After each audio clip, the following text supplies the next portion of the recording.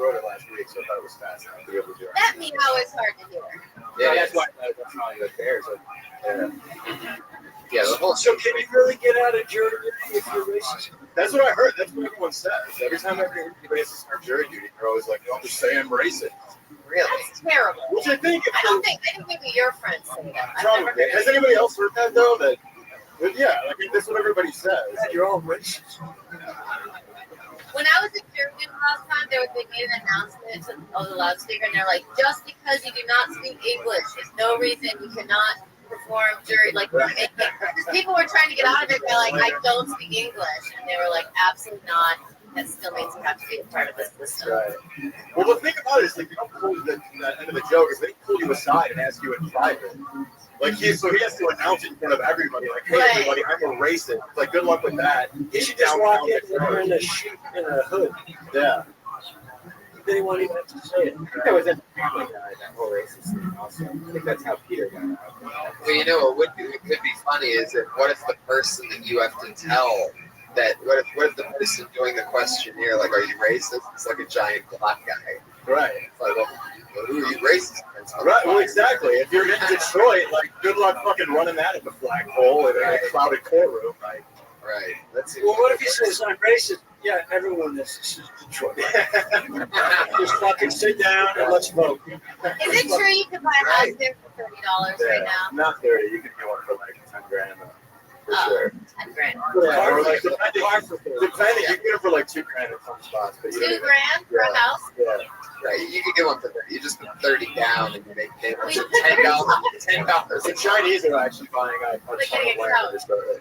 The Chinese they bought all Detroit. Yeah, they're buying like huge chunks of it. Yeah. No. Good idea. I don't know. Well, You're gonna make a beautiful golf course. at least the car business will start booming again there. Not the way we expected it. Seriously, I mean, think about it. You can buy a house for $100 right now. You just buy like a whole fucking neighborhood for $1,000. You know that shit in like 10, 20 years is going to be worth more. Yeah, but you'll be good. Yeah, we could just all fly to Detroit and have like a crazy weekend party. So let's all get together and just go to Detroit, every one of us, and buy a bit in town. Just fucking let's party it out. Brian, what makes you think that there's not going to continue to be an exodus there? You think Well, people are just going to have a Well, resurgence? the government just gave them like a shitload of money, like very recently, to rebuild. And if you actually go to Detroit, if you go downtown, it's actually really nice. Yeah. It's okay. It's a lot better. Yeah, a lot better. Yeah, they just got a shitload of money to make it better. But the outside, And I saved a fortune on furniture. Yeah. Is there like an art scene there? Yeah. Cool, man. Yeah. Art's a guy who just lives downtown. That's the art scene. Hey, did you guys ever see that movie Pauly Shore, Jury Duty? That's a pretty funny one. But there was 2 times I went to jury duty. There was 2 times I went. I think this is how I got out of it. The most important question they ask you is, if you have to take off for a trial, will your employer pay you while you're doing the jury duty? And if you answer no to that, I think you'll get out of it. That's what I did 2 times. Listen, I think just show up in that outfit. I think you can get out of jury duty. I'm here to fight crime. Yeah. Yeah. Get the fuck out of here. Get back on the front of the bus, kid. Yep. Benji told me that speaking of Pauly Shore, that he was live tweeting his colonic today. I saw that. I actually saw Benji retweeting. See, Benji and Sandy are 2 of my really great friends, but on top of doing many other great things, they open up for Pauly all the time. And they have a lot of followers on Twitter. And the people that they follow Pauly, and anytime Pauly does something insanely silly or crazy, maybe even that he shouldn't be doing, like, for example, live tweeting what is it called? A colonic. Right. So I saw this picture. Yeah, but I saw this picture earlier of just Pauly being like, "Here we go, bro. #colonic." And it's just a picture of Pauly underneath the blue hospital sheet with his feet sticking out at the end of the bed. Heck yeah, that's what he puts the his colonics putting the duty in jury duty, if you know what I'm saying, people. Hello. A duty joke? Nothing? Alright. Still making sure. You ever give yourself a cat? Yeah, I get the bear stuff. It is pronounced with a liquid U. Duty. Oh, No, duty. duty. Jury duty. Oh yeah, it is. I mean, if you want to get technical, Jury. it's not jury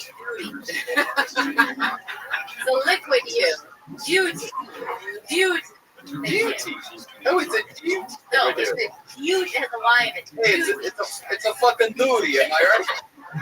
What are we talking about here? Fuck yeah, Mike Stanley. Thanks, guys. I There appreciate you go. At Mike Stanley 1. Good work, Mike. That's the only Mike Stanley 1 on Twitter right there. Believe it or not, he was able to get that. I think there's a lot of Mike Stanley 2s, 3s, and 4s that are like whoever this one guy is. But he's got 6 Y's. Yes. All right. The next comedian goes by the name of Josh Force. Respect any Whoa. Is that all the rights? Blacklisted. Is that all the music rights you've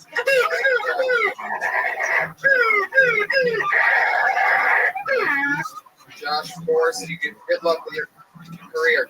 Kill Tony is never going to be part of it again, motherfucker. I don't even know who it is. But what makes it funny is that I'll have to apologize to him next week. Hey, look at this. Sarah Wineshank, everybody. So if you don't mind my saying, I can see you around the way.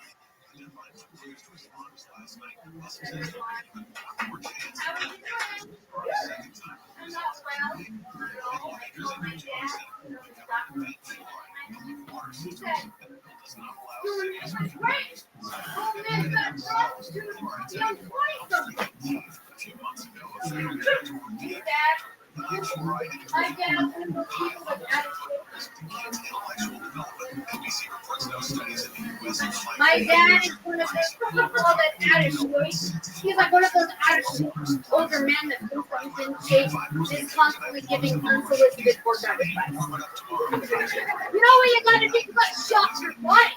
You gotta shock it. As he keeps eating like pastrami on rye.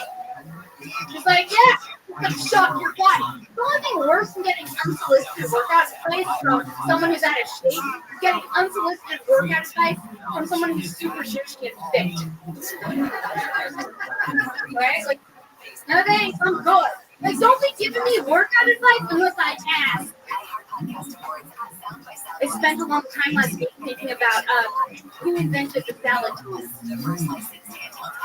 Then I Googled it. I still don't have an answer, so that's good.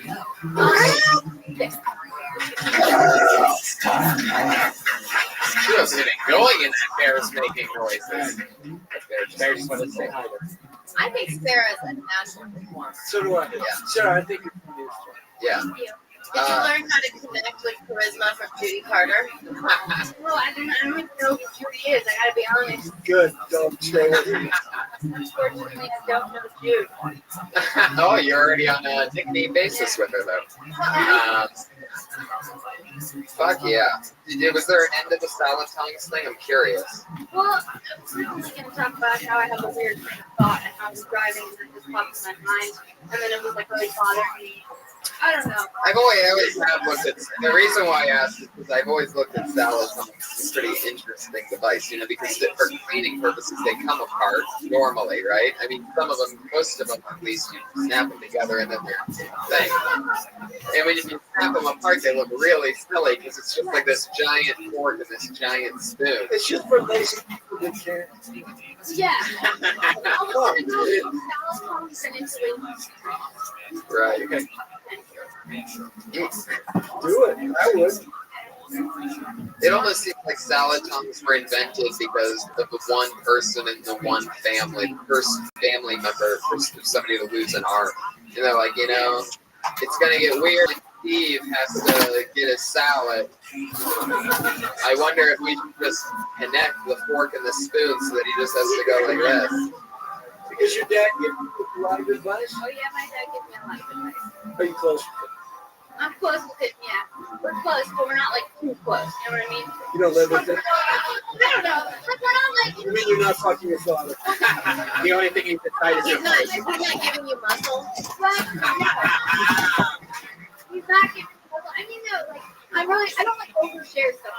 You know what I mean? Like, you know how some people overshare with their parents. We're not like friends. We're like, yeah, we're close. He likes to Answer this. So everything. We're close, and yes, he likes I like his brother too. Where's he live? Encino. Oh, he's an Encino man. He is. You guys weren't with me with jury duty. Don't laugh at that Pauly Shore joke then, you sons of bitches. You can pick when you want to laugh. You don't get to have your cake and eat it too. That's the kill talking, guys. Yeah. I think you're gonna be a star. Yeah, you really do have a fun charisma about you. And are you nervous right now? Am I nervous? I'm a little nervous with the microphone. When I thought it was on, but I was like, fuck it. Yeah, the guy. How do you feel right now? Right now? I feel excited. And pumped a little bit nervous. Does this remind you of Favorite Kate McCool? Yeah, that is. Is that the name of your vagina, Natasha? Doesn't that remind you of Kate McCool? He's in Garfunkel and Rose. Oh yeah, totally. Oh yeah, I do. I should. Now I feel like an asshole. I do know who that is. How old are you? It's not my name. Just keep doing comedy. You're funny. Oh yeah, absolutely. You're an actress also. Awesome. I feel like, yeah. Go. Make sure you act. Go act. Yeah. If you want a podcast, I mean, yeah. There you go. There you go. Do you have a boyfriend? Yes. Is he comedian? Podcast just got canceled. No, he's not a comic. He's not with a normie. He's a normie. And like, he makes like, so. Oh, he makes money. Great. Makes That's awesome. Good. But he's not like super respectable, so yeah, he's yeah. It's totally breaking. Once you get rid of this, Yeah. this guy seems to be holding you back. You don't even know what he does. Yeah. Stick with your father. He cares about you. Yeah, I'm with Kurt. I thought it was funny that she said she didn't want unsolicited advice even from a person that can fit, that isn't shaped. What's wrong? I forget he's here. So. Yeah, I know. I And then know. all of a sudden it goes off. I feel like it's an alarm.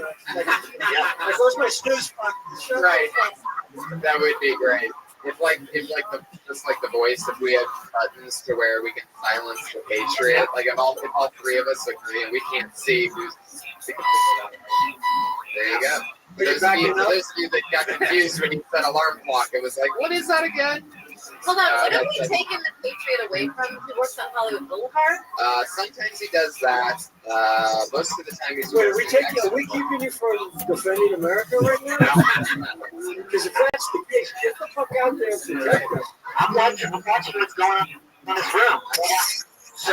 Show him your big move that you would do if you had to defend America. What would you do?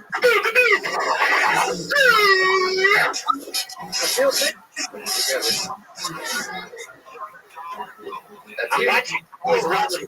I don't want any kind of Batman massacre going on in here. Looking around to see if there's any crazy people in here. There she goes. The very funny Sarah Weinstein, everybody. Great job, Sarah. Follow her on Twitter. That's Princess Shank. S-H-E-N-K. Princess Shank. S-H-E-N-K. So it's like Shank. Shank. All right. Why don't you get up here and do 60 seconds? Good chance to get it for Scott Kidd, everybody. Scott Kidd. I swear to God, this guy gets on every week. Is it on? Hey, everybody. How y'all doing? On November 2nd, an Avenger will return. But in the meantime, he says, Pebble Beach, playing golf, it's Thor. Thor plays golf, apparently. But he only uses one club, his hammer. And every time he hits the ball in the tee, he goes, Thor. That's all I wanted to do. Fuck it. All right,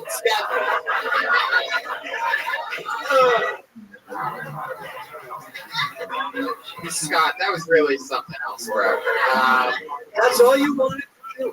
And look at it. He did an entire piece of artwork around the topic being Thor, like it's like all diamond and roughed, and he put a lot of time into 11 seconds. And, You know, I can do more, but it's all right. We He's don't want silly. to. I like it.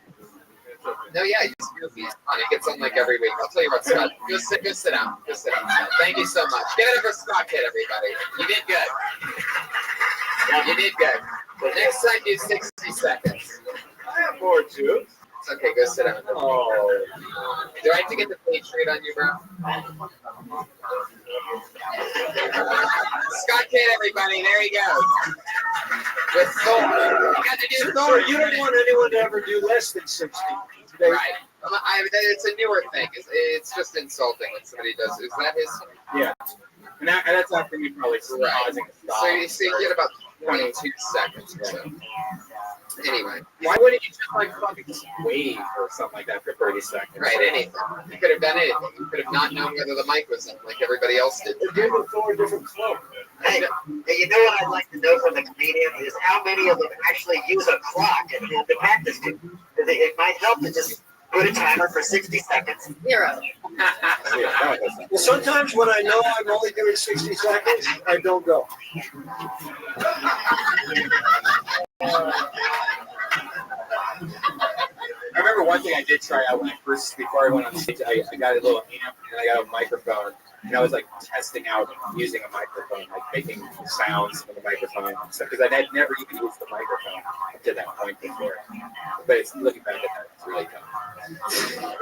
Did you guys have anything that you did before you went on stage? Did you do that before or after you swallowed enough? Yeah.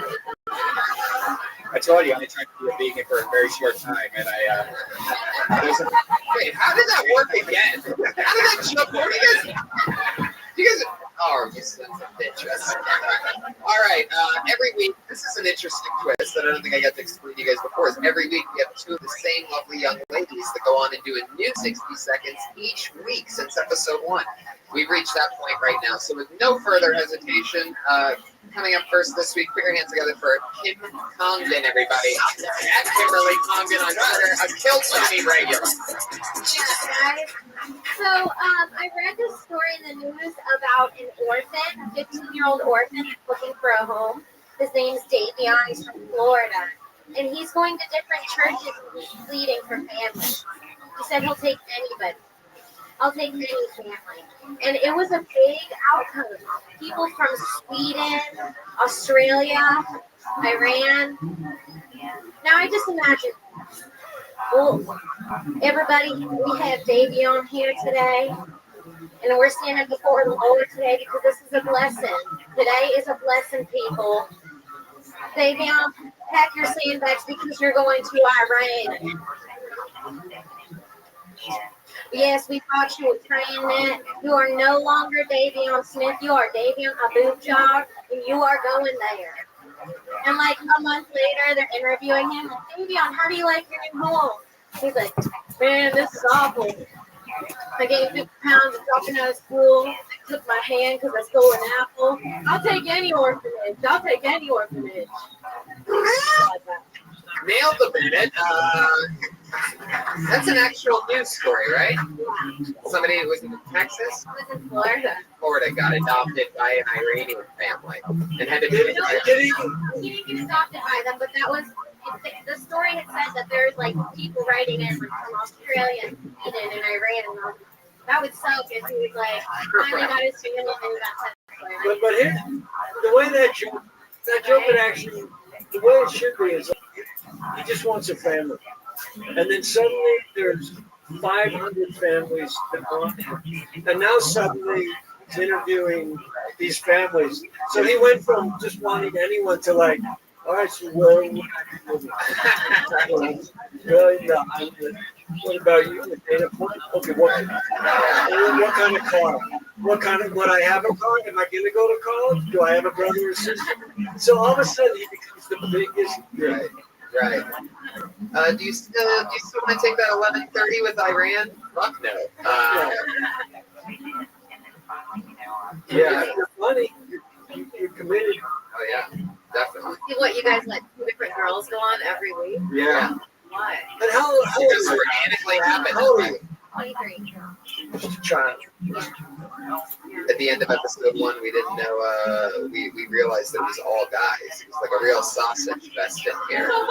And we're like, are there any? Right before we ended the show, we're like, are there any girls here? And 20th time doing this?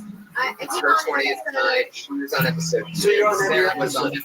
episode 1. That's the next Oh, comedian. cool. She came in and saved the day. And then she started very shortly after that. And she actually started on the show. So, And do you go up other places around town? Yeah. She quit college to be a Smith. right. Yeah, I dropped out of college like 4 or 5 weeks ago now. Yeah, it was originally supposed to be Out of temporary. Harvard? We're like, you can do this show. So, I was at I'm at the University of Florida. Then you just said, I'm going to school. Let's go. Well, My true college. just the later gators. I just want to go back. It's a really smart Florida joke. Again, you guys missed. Really smart. You can't just rewrite that. The later gators, that's the Florida, University of Florida. Excellent. Yeah, all right. Yeah, I need Do you want to joke validation. about your home state? Maybe. I've done a couple Trayvon Martin things. Eventually, you got to move to other states. So, like, make sure that you should try Georgia today. Georgia. Look, yeah, very funny. Kimberly Congdon on Twitter. There she goes, Kim Congdon. Thank you, Kim. What's amazing is that it's a new ballpark 60 seconds every week that they're kicking out. So it's like a fun, it just keeps you in check. I mean, basically, we all sort of maybe pushed ourselves that hard, but Yeah, but she's doing it. It's going to now be on the internet for the rest of her life. well, yeah. So then when she's selling out Madison Square Garden, her fans can be like, "Wow, look where she started from. She's doing that Iranian joke." All right, and ever since episode 1, here's your other lovely young lady, the one and only Sarah Moston.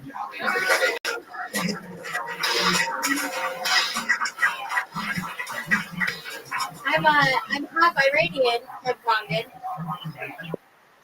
The other half is just Europe got together, talked some Cherokees. And my dad called me this week and he asked me if I wanted like an all expenses paid trip to Iran to visit my family. I think he misinterpreted when I told him I want to get stoned. Not what I meant. Dad, I watched the Lifetime channel. I know how this shit goes down. If I get in trouble for being sexy here, I will just be beaten to death there. I'm pretty sure that he just wants to sit me there so I can kind of like not talk and look at the ground all the time. Hate to break it to you, Dad, you're never gonna get 9-year-old me back. So it's not gonna happen. All right, thank you guys. yeah. Fuck yeah, new 50 seconds. You're doing really good lately. You definitely have taken over the narration that you used to do of like my life sucks. I'm just gonna narrate for the next minute of how shitty my life is and how I'm Harry. You took that to actually doing this and stuff, and it's really cool to see you. You've grown a lot. You started talking on this I've been doing podcast. it for months.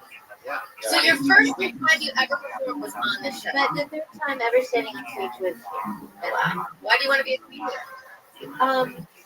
Making people laugh at stand-up comedy, it's like the first thing I ever fell in love with. It didn't occur to me.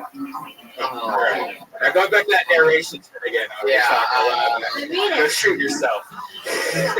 Falling back on I really like it. Really, it's like the first thing that it's like really just me, and it makes me feel great. You guys know, standing up here and make people laugh is straight up. It's such a good feeling. It is cool. Yeah, I'm really. going to give you one piece of advice that will change your life. You actually have that microphone pressed against your chin, and it's a habit that it's like your little escape pod. Keep that open up. Well, also know like this thing. No, but you low, low. pressing against your chin, I understand because it's so dirty.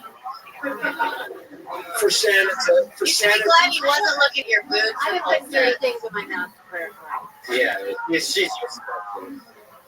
Yeah. That You is fall in love really easily. This is my first potluck spot right before this. still have to chin. we're talking.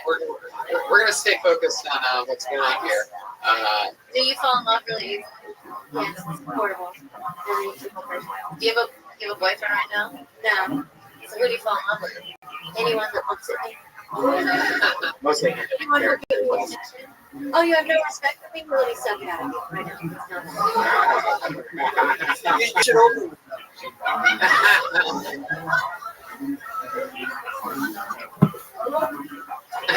There you go. Instant fan. I love their fish bunker. I think that was too bad. I usually fuck older looking hipster dudes here. Jesus Christ. You think Kirk's a hipster? He's in the leather jacket and the black ring glasses. No, that's just being cool. First of all, I That's have a stigmatism, and I've worn this every day for 4 years. I don't know how hip that is. right. Hipsters look at guys like Kirk and they're like, that's what I want to be. But that doesn't mean Kirk a hipster. I didn't know I was older. We're gonna get a fresh pair of hair locks. There you go, everybody. Sarah Good job, versus Robbie. Sarah Dresses on Twitter. At Sarah Dresses. There we go. Another fun episode of Kill Tony down the hatch. That's at Natasha Leggero on Twitter. Anything coming up that you want to promote? You know that we have tens of thousands of listeners. Oh, well, I'll be in Manhattan November 14th and 17th at Caroline's. And you can watch my hot tub show. I do an interview show in my hot tub. That is super cool. And that is on my YouTube channel, YouTube/Natasha. With Pig Bottom. Is Pig Bottom still on it? Pig Bottom is my spa boy, Yeah. played by Motion Casher. Usha Kesher plays a character named Pig Bottom. It is her Do you name. know what a pig bottom does? Basically, I remember. Anything. Does it have goat hands? No, he does not have good hands. Kirk, what's happening with you? Anything? Next week I'm going to be doing 60 seconds on Kill Tony. Watch I that. got That's fun. This is on television. CBS? KTLA 5 every day at 10:30. Watch it and change your life. Hell yeah. It'll make you wonder why you're not at work. Heck yeah. One of my funniest pals. We're going to be getting coffee with you sometime this week for sure. The Iron Patriot, thank you so much. As always, everybody, we're going on Halloween. We're going to be in San Diego. I'm also going to be in Toronto November 5th through the 10th for the Toronto Dark Comedy Festival with David Tell and Gilbert Gottfried. I get to be there for that Red Band. Yeah, and I'll be with Team Del Rey in San Francisco in November. Go to disquad.tv for all that shit. Thank you so much, everybody. Thanks, Natasha. Thanks, Kurt. You're welcome, Tony.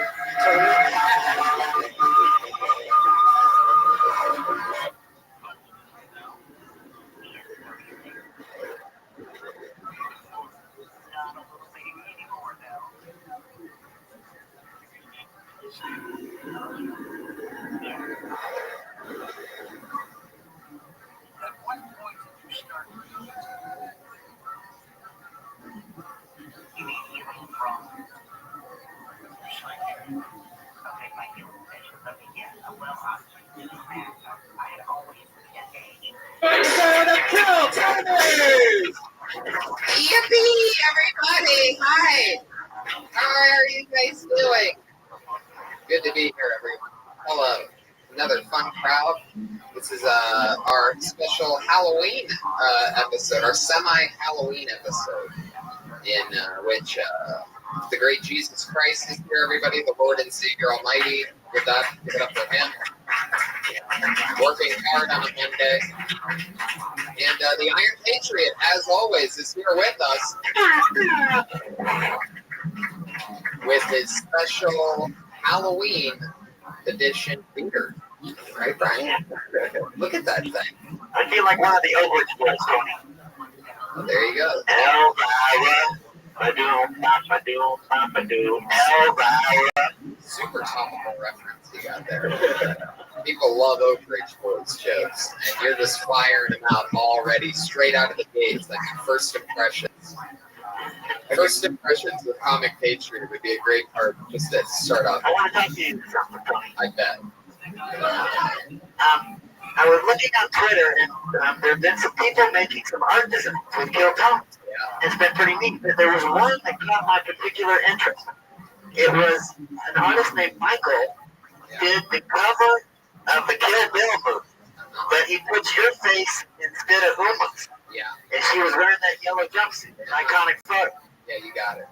Yes, and I It wanted to was say, amazing Photoshop yeah, job. I wanted to say to you, if things don't work out in comedy, you maybe could be an Uma Thurman impersonator. There you go. 0 for 2. Patriot is 0 for 2 for those of you keeping count during the World Series. But another thing I read about that is, do you know that Bruce Lee also wore that yellow jumpsuit in his last film in 1973, The Game of Death? There you go. Absolutely. That is a great fact. And they have those for sale on the internet. I think you could do that for your costume this Thursday. Get a blonde wig and get that yellow jumpsuit. What are you doing on Thursday? You already got the shoes. What are you doing on You Thursday? got the body, man. You got like that vegan body from all the comments, stuff like that. All right, that's not what a vegan is. You're really rushing into it this week. I don't know why you have to make these vegan jokes about meat sucking cum, because that doesn't go with that. That's not the same thing. Yeah, it is. It's not the same Because thing. you have like that body, that AIDS cancer body. That Why would you look do good. that? I don't know why you do this, Brian. I don't know what it is about this part of rubbing me the wrong way that gets you excited. Well, that Bruce Lee was very, thin. And you would, if you had like, he's right. Yeah, if you had like a Yeah, wig on, thin and dangerous, Yeah. just like Bruce Lee. very sickly looking vegan. All right, that's enough. You're the one that gets sick every 2 weeks. Yeah, because I have to be around you so much. All right, that didn't even make any sense.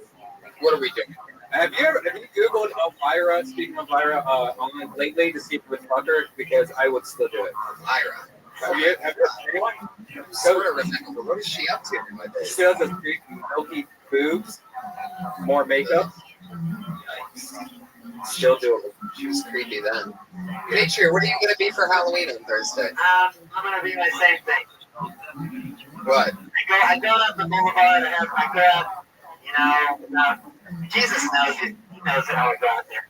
I'll probably go out there from 4 to 7 or something when the trick or treating's happening. The kids they'll like seeing me. I'll do some pictures and I'll go home. Fuck yeah. All in a day's work. Take some pictures, go home. Yeah. No different with Halloween with you. Were you doing anything at nighttime? Any plans? Maybe I'll go to Disneyland. I've been thinking I might want to check that out. I think you might want to go to Disneyland on Thursday night. There you go. No, I'm real spontaneous. There's no telling where I might be going. I don't know if you're that spontaneous. I think under the costume you're a pedophile. So you telling me that you want to go to Disneyland on Thursday night makes a lot of sense. Yeah, I do. I love it. Because let's face it, where you live, there's probably no kids trick-or-treating coming right to that door where you can just pull them in and fucking... No, I gotta go. You got all those fresh feet, those little feet suits, those fresh feet suits. Oh, that's so disgusting. I don't go under it. I'm the Patriot. I don't break the law. Yeah. Do you think that it's harder for us to take you seriously with the beard on at all? I don't know. I can't really see how I look. Do I look sexy? Okay. Interesting thing about that beard, exact same beard of the guy that had when I got robbed by gunpoint. He had the exact same model beard, a little white string. It's a beard for a wizard. Oh, Black wizard. did he really? He had a wizard beard? Yeah, yeah, Oh, that that's exact so same creepy. color, everything. That is so creepy. Yeah, because when I see it at Halloween store, it brings back like a flashback. Well, the one thing that obviously our production value here on this show and Robert has in common is that they both only want to spend $7 for a fake beer. And so there you go. When it comes to what kind of hair and makeup quality we go to, it's to that of the street club. Yeah. So Aaron Patriots another song. So, Oh, no. yeah. Okay. Do you think they let me come to the Playboy Mansion with us here? I don't think they would let you anywhere near the Playboy Mansion with or without the beard, Patriot. I'm pretty sure that they have at least any form of security whatsoever. I'd rock it in the grotto. Here's Rustic, right? Yeah. You'd electrocute everybody in the grotto. It wouldn't go well. So, for those of you that don't know, the Patriot was in an unsuccessful rock and roll band in the 80s in Texas. And every once in a while, he sends in a song to us. And it's an old song that was not ever a hit when he was in a band, but he's bringing it back as the Iron Patriot. So here's another song, a new song that he sent in this week. What's the name of it, Patriot? Send me. Send me. Here we go. This is always...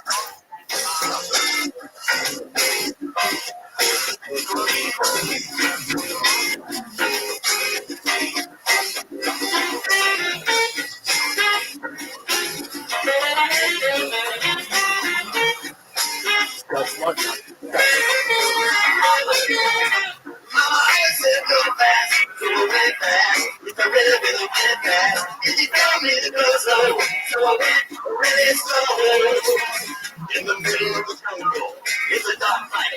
you never get a free ride. If my mind's feeling uptight and the shit is getting old, but it's Friday. I got a date with a pretty lady. Maybe. I like this song. Send me on my way. But if I have my way. I love it all through the weekdays. I want you to send me on my way all the time. I think about just leaving, just breathing, but I'm never believing. And I'm always feeling uptight when the money don't seem to flow.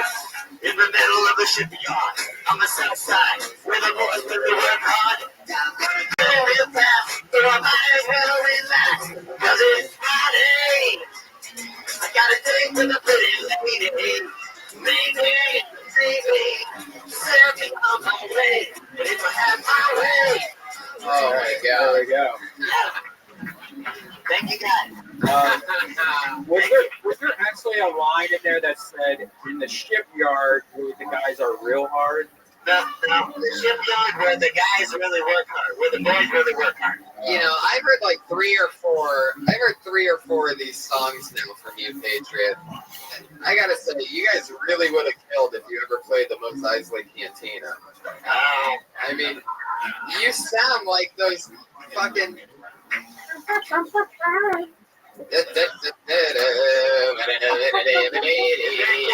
Yeah. Who played the Do you know any of the words? Yeah. Do you know any of the words from the Mos Eisley song? No, I don't know. Can you just make it up on the spot right now and improvise something for us? Well, I'm not sure that. What you talking about? I thought you were talking about putting them on the spot sometimes. I thought you were talking about Star Wars. No, yeah, that is. Yeah. There's lyrics to that song? Just to one of them, there is. There's it might even be one of those weird extended parts. It might. Actually, it might not be the Mos Eisley Cantina. I think I'm thinking of Jabba's Palace. Yeah, the guy with the beard and the glasses. Of course, immediately like, you got it, bro. Big point, saved it. Yeah, with that little shit, and then they torture that one blue chick that has like the horns coming out of her hair. This chick's just always like being whipped and being made to sing songs and stuff. Really sad story. Do you know anything more about the blue chick? Yeah, we need.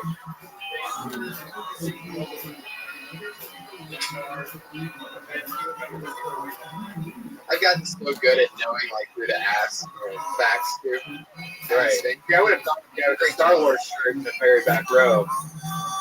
I think there's definitely a guy that's he just like Exactly. Real Star Wars fans wear fucking collared shirts with nice jackets and stuff. So they're successful. You decide whether you're going to be a Jedi or the dark side, and you make a commitment. What side did you pick from? There's no such thing as double Jedi. Oh, total Jedi. Alright, cool. Patriot, if you had to say whether you're Sith or Jedi, what would you pick? Neither. You're a droid. Of course. The only one that you can't pick. I love it. Yeah. Well, you guys know why we're here. This is the wildly successful, another episode 22 of Kill Tony, where a lot of young and old sometimes come here. They sign up to do 60 seconds each. And I always have two of my funniest friends on as guests. This week will be no different. In no particular order, your guests tonight. You guys ready to get this thing kick-started or what? Kickstarted. Yeah, kick-started. How about that? Yeah, we just raised $7 with that applause. We lost it on the beard. Yeah, exactly. We broke even. So your guest tonight, one of my funnier friends. We write together on The Burn, Comedy Central roast writer. We started together. Put your hands together for my pal Benji Applaulo, everybody. Hell yeah, here he is. And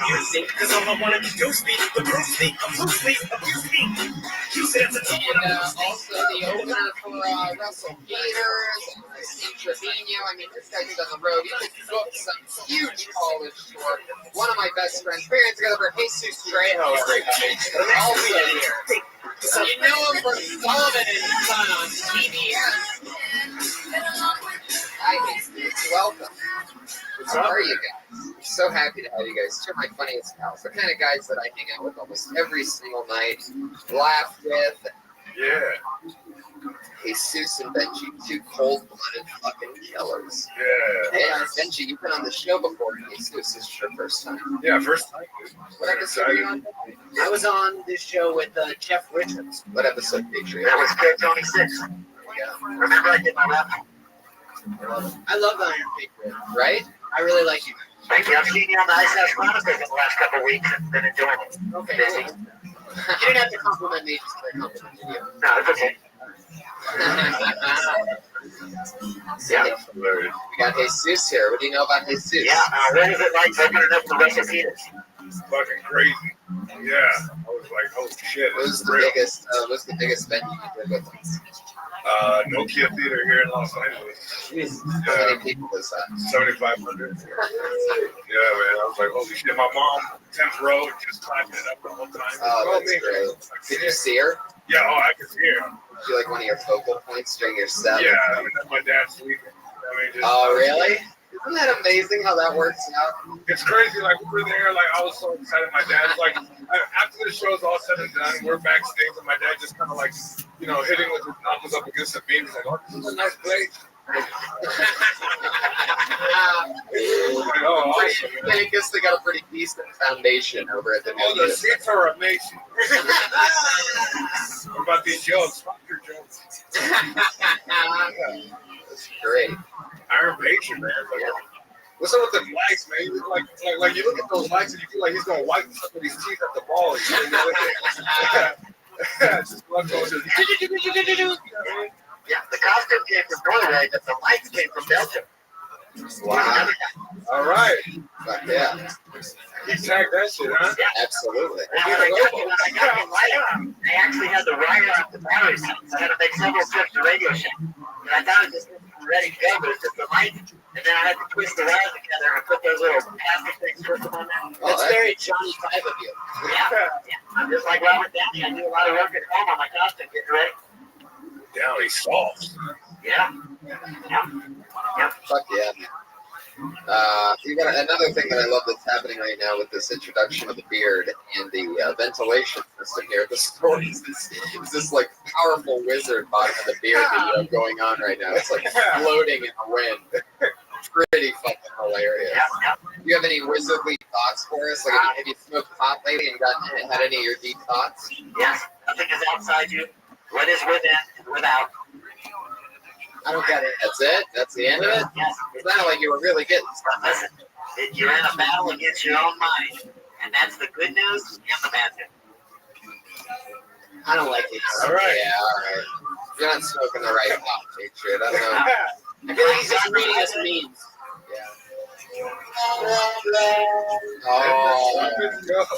Oh yeah, we have a new soundboard by the way. We thanks to hornblasters.com for updating us to an HD soundboard. And yeah. So we have a new, why don't you explain what we do? Well, of course. So you guys, comedians all sign up to do 60 seconds to be able to perform, maybe get some of that punched up, maybe just get some direction of any kind, or just be talked to and get their stuff out there. But we always have to do 60 seconds, and they know that they've hit that 60-second mark when they're doing stand-up at the meow at the kitty. But it used to just be this little innocent meow. But with our new upgrade, oh my God, that's a bear. What is that, Donald Duck and that motherfucker? I guess I sure would have loved to have had a audio rehearsal before this. Guess I just took your word for it that the updated cat was great. Oh, I could go with this. That's much better. That's a good one. That's much better. I don't need an angry look. That sounded like a skinny, angry cat. All right, well, how about after they go over the minute, they keep on going? Oh, yeah, well, normally we have the West Hollywood Bear. What's the big, Well, it's just a gayer bear.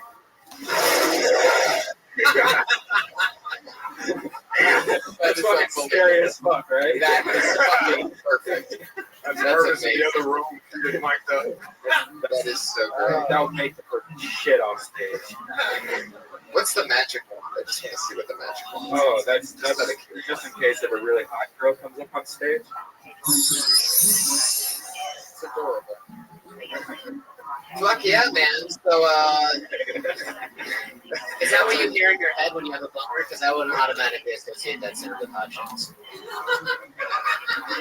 Yeah, really? I mean, it's a nice sound. You're in Disneyland. You're hanging out. It makes sense. I'm just saying. That sound is like, remember those old school audio books when you gotta turn the page and how to read and shit? This isn't. Yeah. This is in my head. Why are you McDonald's right then? He has a red bit. He's a McDonald's because I think. It's our newest sponsor. No big deal. Yeah. They upgraded the next song that we're gonna hear once we start the show. Oh really? Yeah, it's because they're new chicken sandwich. And remember, it's new, spicy, bold, and delicious. Yeah. I don't believe you guys. Oh really? I'm loving it. You'll believe the flavor once you taste this new chicken sandwich. Deshwad is tied to McDonald's now. I don't buy it. Well, you Why should would I- buy it because it's only $2.99 for 36 chicken nuggets right now at your local McDonald's. That'd be the funnest. We were once supposed to talk about it because we don't pay our guests. But McDonald's has been we've been in cahoots. Is that why you have one ethnic guy here? Because that's how every McDonald's is. It's in the contract. It's in there. That's why actually the Iron Patriot's wearing a beard because we don't want to get in trouble Right. from Marvel Corporation. Yeah, we decided to go corporation to corporation. Since some of you, I don't know how many of you know the storyline here, but the Iron Patriot was in a movie, blah blah blah. Now he bought this crazy suit to be the Iron Patriot, but we got a note from lawyers over at Marvel that they aren't too happy with us having the Iron Patriot. So With the McDonald's sponsorship. now we're lawyered up. Yeah. McDonald's versus Marvel in a battle of the Titans. Yeah.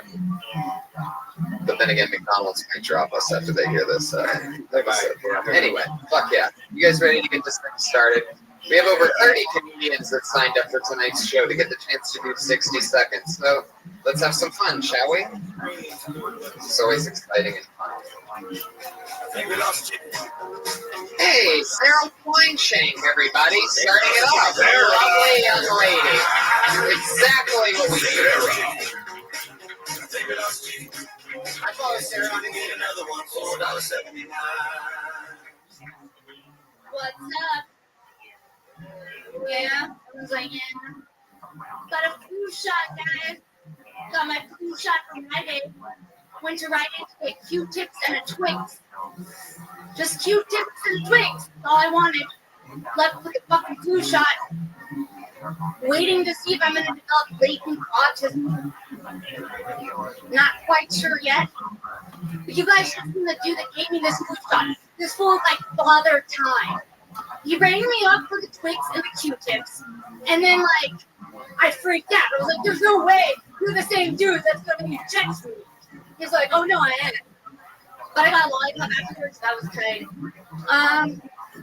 Knickknacks. I have a lot of things.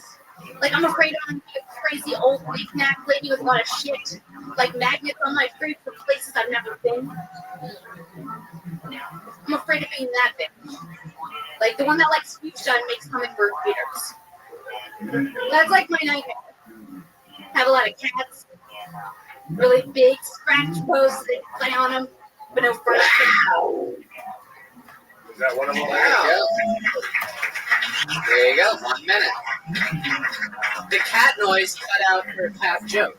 Did you notice that? It's true, we got cats on cats on cats. Cats. Cat City, bro. That's right. Fuck yeah. That's fun. The flu shot, CVS, Twix, Q-tips. You shouldn't get flu vaccines. I know. Trust me. So why'd you do it? How much was it? I was like torn, and then I was like, fuck it. It was like an inner battle, and they asked me right on the spot, and I was like, fuck it, yeah. But then I looked up all the side effects afterward, and like I had already looked at the side effects before, but I don't want to get the flu. I always get the flu, so it's like, I'll take that risk. When's But the I last regret time you got a flu shot? Never. Well, I called my dad, and he was like, shouldn't have ever. Yeah, don't do flu. Yeah. Are you healthy? Why are you getting the flu? Don't listen to him. He drinks every night and eats McDonald's. I mean, I don't know. Like, I'm healthy, yeah. I just don't want to fuck with the flu. Like, I don't want to be out of my life for a week. So I thought, fuck it. Let me get, like, some weird disease from the side effect of the flu shot. You don't want an excuse to sit home and watch awesome TV and fucking shit out 15 pounds and... Yeah, I love the flu. The flu is, you catch up with things the second you're healthy from the flu. It's like, no one can get me sick. No. I don't want to fuck with the flu. clip. But the side effects of the flu shot are worse than the actual clip. Wait, what do you do to be healthy? That's what I want to know. Why are you What getting I the flu? Are you doing yoga, hot yoga? I mean, I've done hot yoga. I'm not like hitting yoga lounge on the way. I mean, as a young cute girl in Los Angeles trying to make it, you gotta go at it every day. Dude. Yoga. Do you work out? Do you work out? Yeah, Vegan food. How often? I work out like 2 times a week. I don't work out enough. I work out when I can. Everyone. Yeah, I just don't like fucking with the other bitches in the yoga classes. They're crazy. And Wow. like the Lululemon. Can we get another Jaguar sound? Why don't you like? Why don't you like There's yoga? a cat fight. Downward facing angry kitty. Why don't I like yoga? Because you're like, I'm cuter than you. I know you think you're cute because you have By yoga. the way, I already like this. I don't like other girls in yoga more than anything else so far. I think now we're playing with fire. Fuck these yoga cunts. Go. Fuck them. Okay. Yeah, what is it about them that you don't like? I don't like that they have kombuchas that they bring. I don't know what that is. I don't like that. I don't appreciate the fact that their mat is more than what's in my bank account. I don't appreciate that they're around every day at 2 p.m. I don't appreciate the fact that their yoga pants are more expensive than my regular pants. There you go. I think you're gonna make some money with one of those. Yeah, that was awesome. And that was real. That was some real. Yeah, that's real shit. That's Very passionate for it at the end. That's awesome. Take their shit Oh, yeah. seriously. yeah. Like I can't take myself seriously. Get through one of those classes. Like the deep breathing. It's like this is so embarrassing. What is it embarrassing about deep breathing?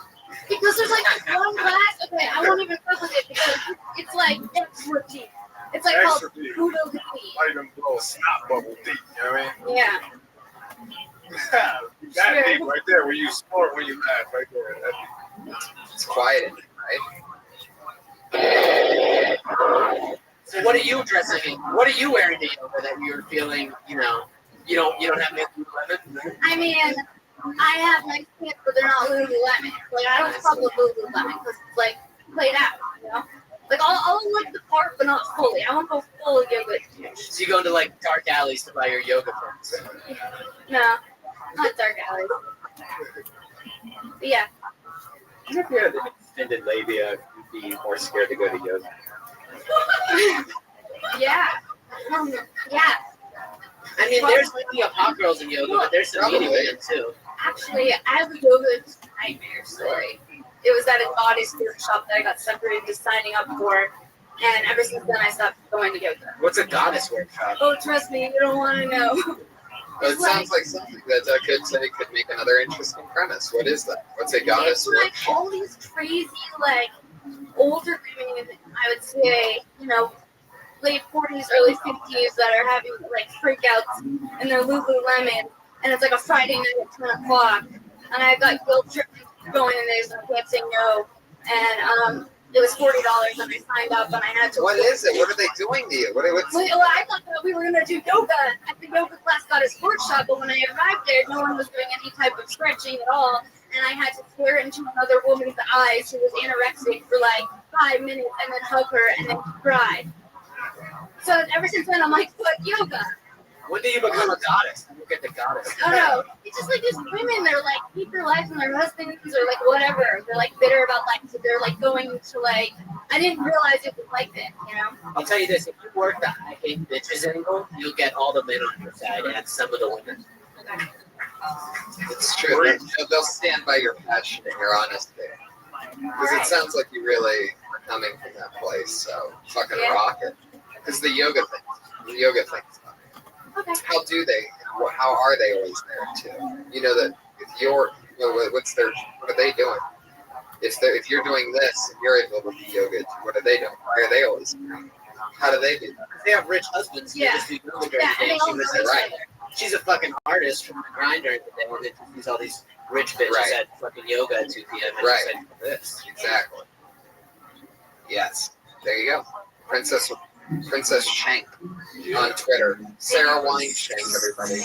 Talking about the flu shot. Hashtag diamond. /diamond. That's fine. That's exciting. The flu shot. Yeah, I'm not into that. I got a physical a couple months ago, and they just started giving me shots, and it was too late by the time it happened. But they gave me some shots. They're full of mercury. That's why everyone has autism. It's from all the vaccines. What kind of shots do they give you at a physical? They're supposed to Well, take your vitamins. Yeah, they loaded it up. They gave me the fucking premium package. They B12 you up. They shoot up some B12. You get your finger in there. I think so. I think I got some good stuff. Got whatever the Writer's Guild package is. Ball grab. You know what? It wasn't actually a grab. I really liked my new doctor, by the way. Did it have a beginning, middle, and an end? I'll tell you this. One time, I got a physical from a doctor, and he went for the ball grab, the turn your head and cock, and I didn't realize it until right afterwards. But he didn't have a glove on when he did it. He didn't have a glove on. His hands are clean.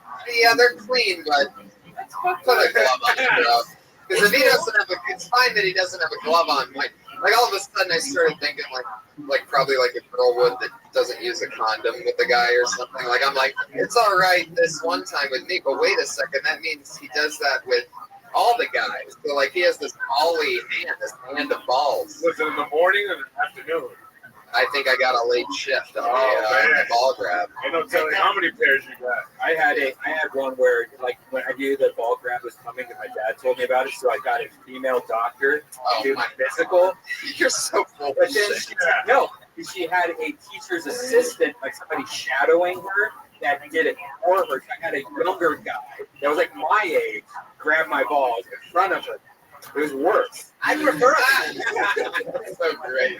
This kid was like my age. I was like 22. This is a while ago. See, like, yo, bro, nice balls. Yeah. I prefer a male touching my balls because I don't want it to be a girl and then I like bone her in the doctor's office. No, that's Right, awesome. and I don't want it to be a girl because I don't want a dumb girl doctor to misdiagnose my testicular cancer. You know what I'm saying? I need a fucking You had an man argument with a with a boyfriend big earlier. brain. Ew, what's these things? Ew, you got something. I once had a female doctor, but she was very deadly, but she did inject my asshole. Like, I had a hemorrhoid when she shot You it. had what kind of lifestyle are you living, Ben? I gotta, if I lose too much or if I don't take care of it, I get a hemorrhoid. Yeah. And she lied to me. She was like, all right, you're gonna feel a little pinch, like, because they're not gonna be like, I'm about to jam a syringe in your asshole, but you can't see what's going on. Did she put the rubber band on it, or did you? I can't see it. It's all happening behind Sounds like you. a And then nightmare. once it's done, she's like, this is what I just did. And you're like, whoa. What do you mean that's what I just did? Did she like suck it out and then show you something? Or No, She just tells you afterwards what you did, but she doesn't want to be like, I'm about to stick a needle inside of your asshole. You put a well. you guys, I think this is its own podcast called Hemorrhoid Express with Red Band and Benji. You'll get there, bro. You're stressed out. It ain't happening. Yeah, I had to put a rubber not band in getting the hemorrhoids. cut off the air tube. Patriot, have you ever had a hemorrhoid? I did, but I changed my diet. And I thought I he never said had on my dick. I'm like, how the fuck? That's what I heard. Get it Just together. stop there. Eat lots of fiber. Eat some bananas, some fiber. Try to change it up so you don't have to have those. I didn't have to do that rubber band thing. That would have been terrible. Yeah. I used some preparation eggs for a few days. Got rid of it. Changed my diet. It was cool. There you go. All right, your next comedian, everybody. Put your hands together for Mario Ramone. Everyone, here he is. Mario. Oh, yeah. Coming from deep in the gullet. Oh, yeah, this is going to take a while. He dropped his jacket. He's still coming. The music's out. He's still coming. Here he is, everybody. Mario Ramone. Yo, what's up, y'all? How are you? I just moved to LA about 6 weeks ago, and my mom just actually came to visit me, and I had to take her out dancing. And I hate taking my mother out dancing. She loves to do line dancing. She never wants to go to her age bracket of clubs. She always goes to my club. And dude, what do you call that line dance? Not the electric slide, but the wobble. But the only thing is, she's in an electric wheelchair. She's fucking people's toes off.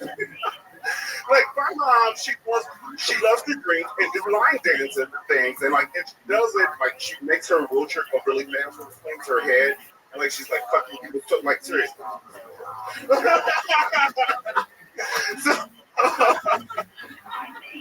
And then she likes to fight. You ever seen the drunk who likes to fight? Like Like she'll pull up. She's like, what did you say? And I'm like, Mom, they're gonna push your ass. Actually, she's downstairs waiting on me. I know she can hear me. She didn't have an elevator up here. She was like, I want to go, but that's the thing. Wow, you nailed it in a minute. Nailed it in a minute. Holy moly.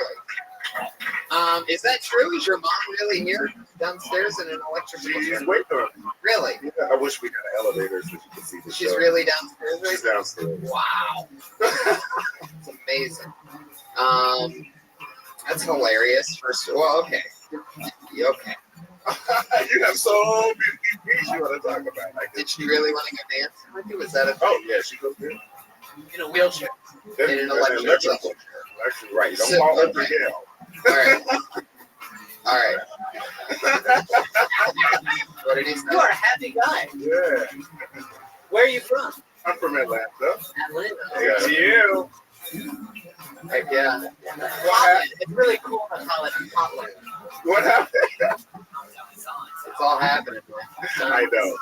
Well, that's cool. Was it tough picking up your mom from the airport, seeing how she's in a wheelchair? No, I mean, they have assistants at the airport. Right.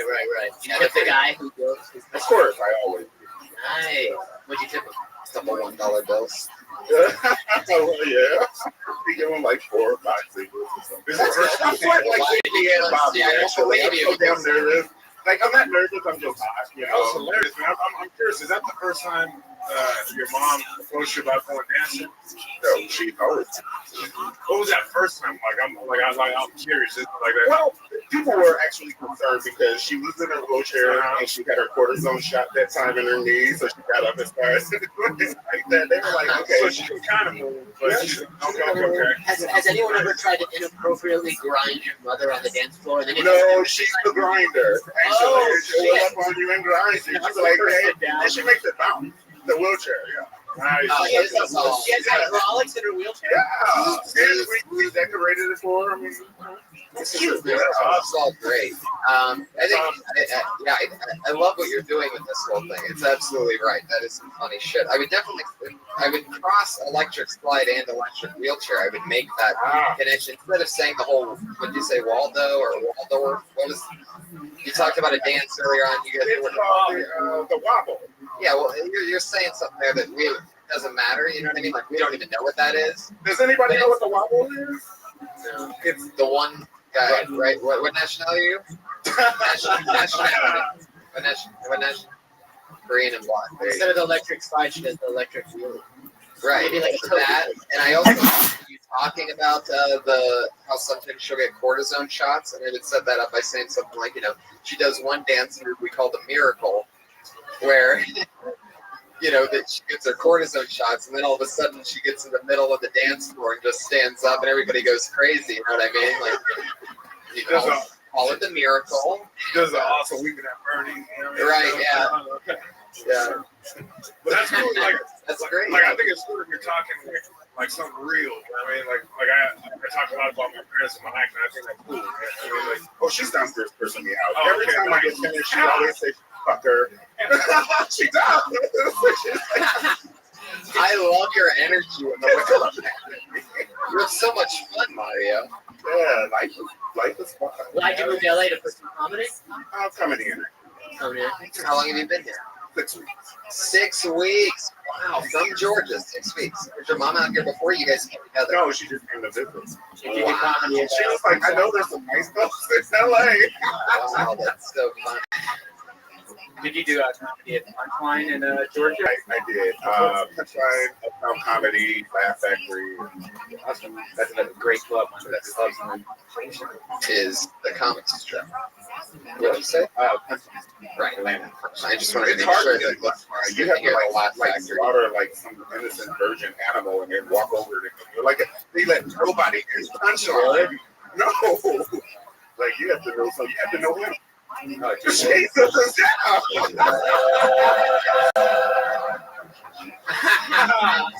Redman. This is some good shit here. Yeah, you didn't have Jesus in Georgia, did you? Not in Georgia. Well, it's really great. I know it's the Bible goes and everything, but you will see anything goes in Georgia. I mean, Nino's from there, from the Housewives of Atlanta. Anybody knows that? I think you're the only one watching. Well, I didn't say I was watching it. I know about it. Hell yeah. So have you since you've been here 6 weeks, you checked out like the West Hollywood area and all that, you know? Yeah, I hit a lot of comedy clubs. I did John Levitt. That was the best for me. And this one. This one's pretty fun. Oh yeah. I mean, who else is performing literally around Jesus and all you guys, right? Yeah. Right. Okay. Fantastic. Mario Ramon, everybody. There he goes. Mario's brand new to LA. You're very happy. Don't lose that excitement. Don't let this place steal your soul. We're gonna see him in 2 years. He's gonna be so dark. Oh, I know. Don't let it, remember who you are today. Remember that guy that was giggling at himself was alive, because this city will rip that from your spinal cord. And I remember people telling me that, you know, a few weeks in or whatever, and they're like, yeah, that was, and it's true. You were always kind of dark, though. When I first met you, you were like tough from the get-go. You were even tougher when you first started. It's true. But I was wide-eyed when I first started. But I had confidence, though. I knew I wasn't going to quit. I knew I was in it. I knew I was going to learn some shit. Tony was like a week into comedy, treating people like shit. It was pretty funny. It worked out. Thank That's you. true. It did work out. It's true. Yeah, and Tony, why do they call you the Golden Boy? Actually, it's the Golden Pony. Oh, the Golden Boy. And, you know, a lot of people ask me that question, and here he is, NG Aflalo, to tell you. I was one of the original people to call him the Golden Pony. You see, years ago, maybe 5 years ago or so, we used to play Risk in the green room over here, me and all my nerdy comedian friends. But I'm not a nerdy comedian. He's not a nerd, but he's here sort of hanging out while we were playing, doing a little thing, writing, drinking coffee. It's getting shit done. And if you play Risk, you'll know that there's a piece on the Risk table that's a golden horse that you use as a marker that isn't really relevant to one person. And then we'd say, Tony, do you want to play? And Tony would be like, no, I'm writing jokes. I'm not a nerd loser like you guys. No, thank you. I don't want to play. And then so we would say, Tony's the Golden Pony, which is really nobody's piece on the Risk table. And that's where it came from. And at first he hated the nickname Golden Pony. And then it eventually stuck. Yeah. But that's how nicknames work. There it is. The official Golden Pony. Oh, wow. There's a little dirty horse there. Yeah. The t-shirts are selling like hotcakes, aren't they? Oh, yeah, they sure are. By selling like hotcakes, I mean, who's buying those things anymore, right? Why is that? How did that ever become a thing? Hotcakes. Selling like hot. Well, I think a hotcake needs to be sold quickly, otherwise it's not hot anymore. That would be my guess. So very good. The fattest guy in the room just applauded that. Obese. Homie J-Man. Heck yeah. J-Mac just applauded, giving the word hotcakes its own applause break. Okay, let's kind of name. You guys have paintballs for babies? No, that sounds disgusting. One of the places I refuse Why do to you eat eat at Denny's. I just won't even eat their oatmeal. Stop eating garbage, man. You'll feel really good. Yeah, just try it for a week. Just eat rice and guys. It's not coming, balls. I don't know why you do that. I don't know. All right, your next comedian, everybody, a regular around here. Put your hands together for the very funny Lil Bro, everyone. Lil Bro. Powerful Lil Bro. Lil Bro.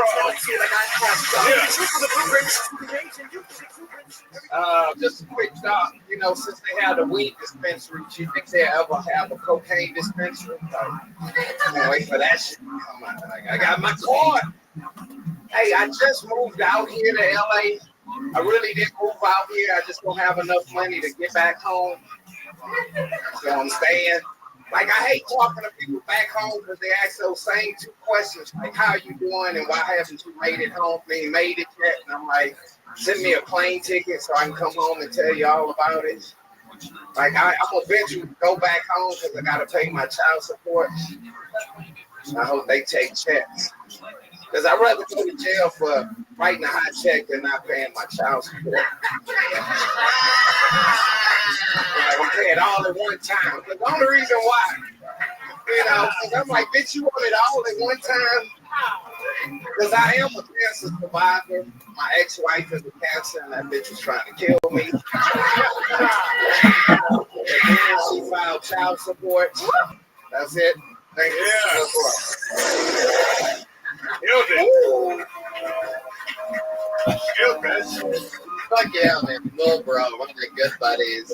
How long you been out here now, Lil Bro? Since March. Since March. Where are we at? 6 months. There you go. Fuck yeah. I make friends with you. I really want to thank you for during the holiday season dressing up like a king of corn. First of all, it's adorable. Adorable. The seasonal Lil Bro. Has little Thanksgiving pants on. Yeah, oh my god, yeah. Totally. Did those come with a baster hanging out of the pocket? Butternut squad. Fuck yeah. Oh my god, where do you even find a sweater like that? Do you have to go to the Halloween costume store to buy a sweater for Christmas. Whichever relative that was hates you. That's you can tell the relative that hates you the most by whoever bought you that sweater. But you know what's so bad? I didn't get anything else. That's why I kept it. I'm like, I'm proud of this sweater. Like, what shit I got? Oh my god, that's so funny. If I wasn't trapped back here, I would have ran away like a black guy under me. You know what I mean? I would have been away, but I'm like so stuck in this corner. God, I can really talk about that shirt for like 20 more minutes. I know there's more there. I really want to thank you for ironing your pants with a wrinkle machine tonight. I've never seen cargo sweatpants before, but that's pretty impressive. You're walking. All right, you win. Got the cut. Lil Bro and Lil Bro is also a participant in many of what we would call a bagging session that just takes place organically around this comedy club in many hours of the night. The back parking lot. Yeah, this place is always crazy. And Jesus too. Oh yeah, Jesus is always absolutely. Jesus is extra diabolical when we're all in groups making fun of what we look like each other, because he's actually a very physical comedian.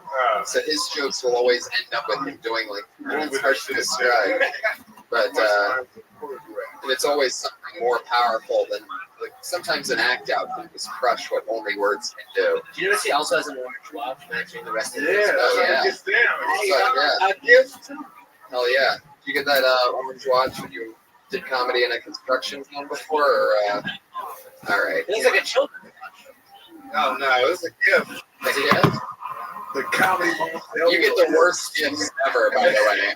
Whoever's buying you these things hates you and is just buying them off Halloween clearance racks. I didn't even know they still made cargo pants. Was that a gift from like 1998? No, man. Yeah, like what do you keep in those big pockets? A better pair of pants?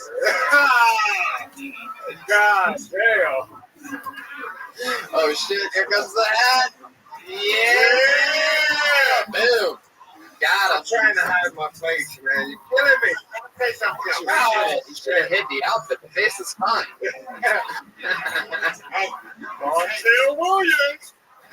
Oh, And you said this is how we do it. Yeah. you came about, you didn't have the money to get home. So are you on an extended vacation that turned into a comedy tour? Who's this guy named Art? Yeah. Heck yeah. I like it. Hey, by the way, Patriot, your beard could go great with that outfit he's wearing. Lil Bro, you are hilarious. You always are. It's always so much fun to have you and chat with you. Thanks for dressing like that. Every time. You really let me shine and do what I do best, like dressing like an I don't know what. He's at Lil Bro on Twitter. It's very hard to spell, but he's so funny. I'll spell it out for you. At LILBROUGH. He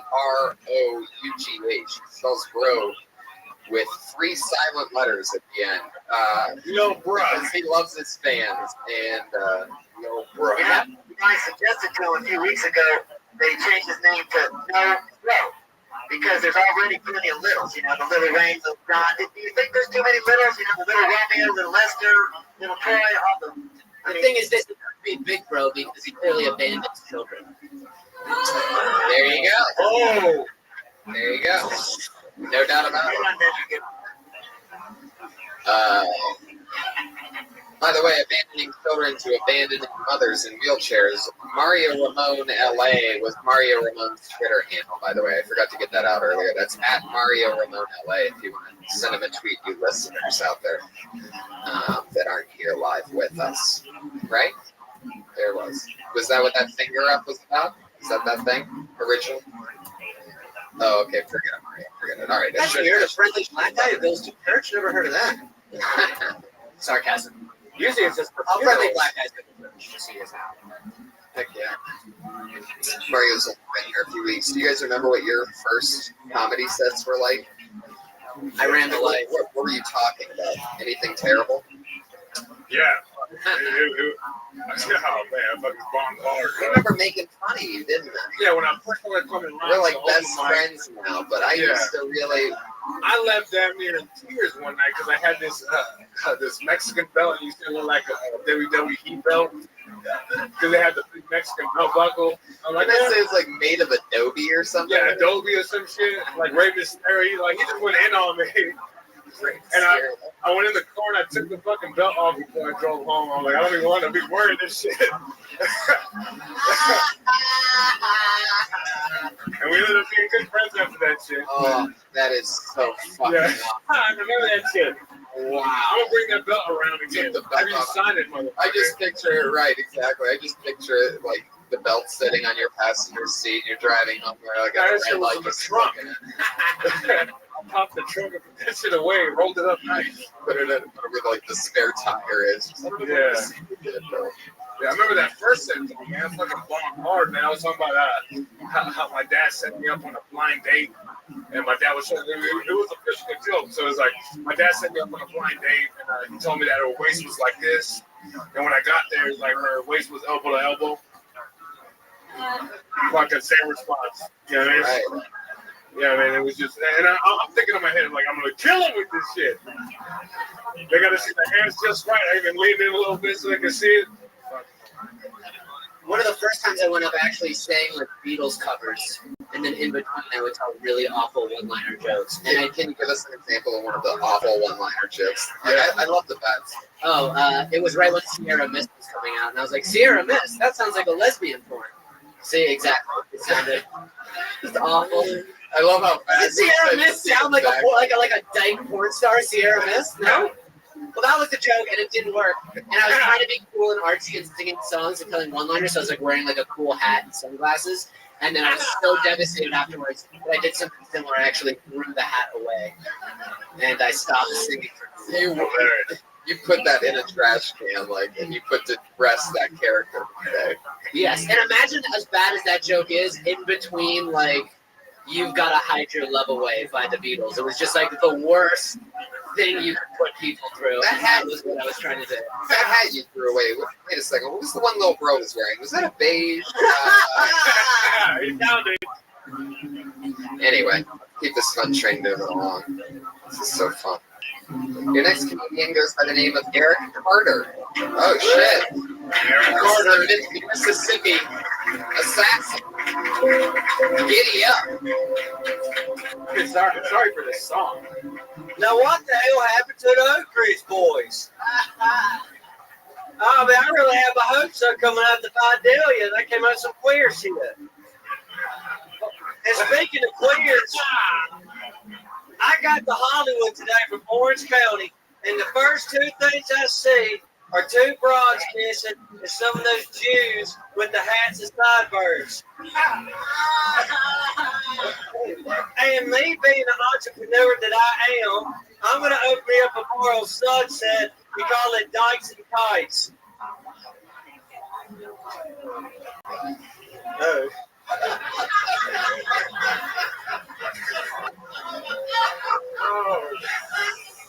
I was feeling jungle fever the other day. I've dated a lot of black girls, so I went to blackpeoplemeet.com. But instead of meeting black girls, I got my identity stolen. I gave a second shot with J-Day, but I gave up on them because they didn't offer a free trial. Okay. Oh, all right. Yeah. Give it up for the Ku Klux comedy of Eric Carter, everybody. Fuck yeah. You are one white hood away from being huge. In very small circles in the South. I mean, holy shit. Hold on. I've seen you a couple Tommy just called. He said he's fast. Oh, you son of a bitch. It must have been the last joke, but my joke. What? The JJ joke. They put the name up right now. God damn. I love what you do, bro. I talked to you earlier. You're from Alaska, aren't you? I'm from Los Angeles. Los Angeles, never mind. Beverly Hills and Alaska are so close, yet so far. That's great, dude. The whole southern accent and the racism, I think it works. That's what we want to see, right? I mean, ask them. I'm just picking. Like, I'm Jewish and I wasn't offended by that. Are there any dykes here? Any dykes? No? How about queers? What else was in that? He said black girls, but then he said identity stolen. That's not even a black girl. We break a swig. Black girls can't do that. Well, that's like a totally incorrect stereotype, right? Black girls steal. They can steal. Well, they don't steal identity. Right, I see. Oh, he's right. I mean, like, we're thinking like drinks at a nightclub or something, but I don't know. Any black women here? Okay. Now, you made me racist. Your racism is rubbing off on me. It's so powerful. All of a sudden, I'm like fighting my hand. Wait a second. Eric, like, some of those your real thoughts? Like, you don't have any hatred for anyone, do you? No, that's just for shits and giggles. I think it's more for shits than giggles. Do you have a burning cross emoji somewhere? He sends a racist out to his white southern friends with burning cross emojis and nooses and shit. Little mini nooses. Have you ever known anybody that was man? No, actually, no, this is actually a true story. How long have you been here from Mississippi? So that I've everybody been else. from 2 months. Have you met Jews? Yes, Jews are the ones that got me into comedy. Of course. Of course. What Jews got you into comedy? It was Rich Aronovich, Robert Wiseman, that masturbator from last week. It was that open. But y'all two remember, y'all wasn't here. And some other Jewish guys. They're at Hermosa Beach. Are you happy doing comedy LA, or do you find that maybe your southern brand of racism would maybe be not? You know, because I've done a lot of racist stuff, and I find people aren't into it here. Like, are you cool with that? No, I mean, like, I just gave it a start. I mean, it's just it gives. And be honestly, true story. My family's fought the Klan for 2 generations. Oh, really? Yeah, my dad and my grandfather have. My grandfather was a supervisor first to hire African Americans on the staff, and one of them now is running the county. Did they fight the Klan by offering them lemonade and banana bread? No. Yeah, how did they fight the Klan? Well, my great grandfather, I'm a 6th generation Mississippi. A lot of white sheets in the town or something? No, well, my great grandfather was raising a black girl. Hey, she's still alive to this day. She lives back in Mississippi. And he was a man of public office. He was a supervisor. So Of what? What was he the supervisor of? The supervisor of Forest County. Like doing the roads. County supervisor, thank you. And cis Klansman, I heard this from the black lady herself, very sweet lady, showed up to my great grandfather's doorstep and told her, hand over the child. And the reason they didn't kill him because he was out of public office, came from a big family. And my great grandfather took the stand, got the gun out, saying, if I catch you on my property, catch you near this girl, you're dead. Why was your family raising a young black girl in Mississippi? I mean, I don't know the full story. I mean, polio was high at the time. What? Okay, let's all be honest. She wasn't a slave, was she? No. He's like trying to look like a philanthropist, and he just comes from a long line of slave owners. We took black people, land people. Everybody nowhere. Nobody needs to. I love you. You did open mic the other day, and I praised you. I think what you're doing is Yeah. Oh, that's right. Tonight was an extra racist set, though. I mean, you came right out of the gates with queers. I saw poor Mario Ramon almost curl into a ball up there when you said queers like you've been so disappointed. I heard his mom cussing from the front patio. Anyway, you just gotta be careful when you throw around words. I mean, like, kite. It wasn't out of hatred. I'm sorry. It's a fine line, but I mean, hey, it depends on what you want to do. You could be the fucking Larry the hate guy. I think it's dope. I think it's funny, but you will get in trouble and you will have people who judge you and really think that you're. And also, I've done a lot of racist stuff, and I've got to tiptoe around every racist joke to make sure it doesn't come across hateful. Sometimes it does. Sometimes actual racist people like your jokes, and you're like, no, these jokes are not. But can I make one thing clear? Literally, there was nothing hatred behind that. I was all just trying to say, there's something there, please. Thank you. I needed that from Georgia. Like, yeah, there you go. You can start, like you could have your own little Confederate Union. There you go, Eric Carter, everybody. I'd call me, say, it's like the second or third time he's been on the show. He's fresh off the Mississippi note. That was fun. It's exciting. It's fun, interesting. Everybody's so different. I mean, definitely some differences between Eric Carter and Keith Sewell, everybody. Here he is. Zombie. Okay. I feel like this would be the audition of whether or not you make it to heaven or hell or not. Like, this is in the corner, like, he's in. I don't know. Halloween time. A kid came to my house this weekend, and he had the scariest costume of all. He was dressed as an online bank account. I got scared and shit. No one likes checking them. That's the scariest moment. As soon as you press okay, you're like, ah! Overdrive. That's funny.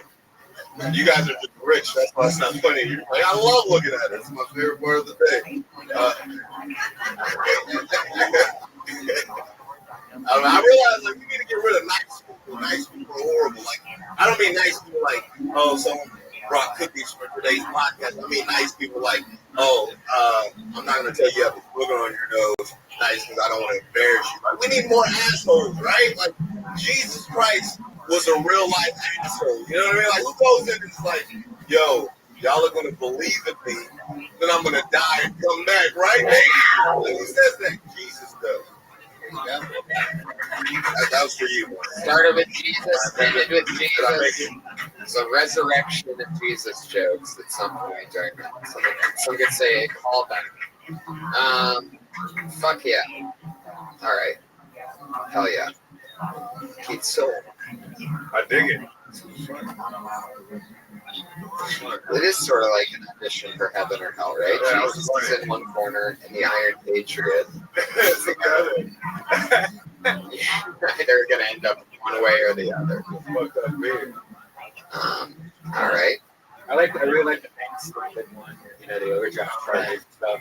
You could even probably say, you saw this other ideas like that, whatever, fucking a cell phone contract or something shit like that.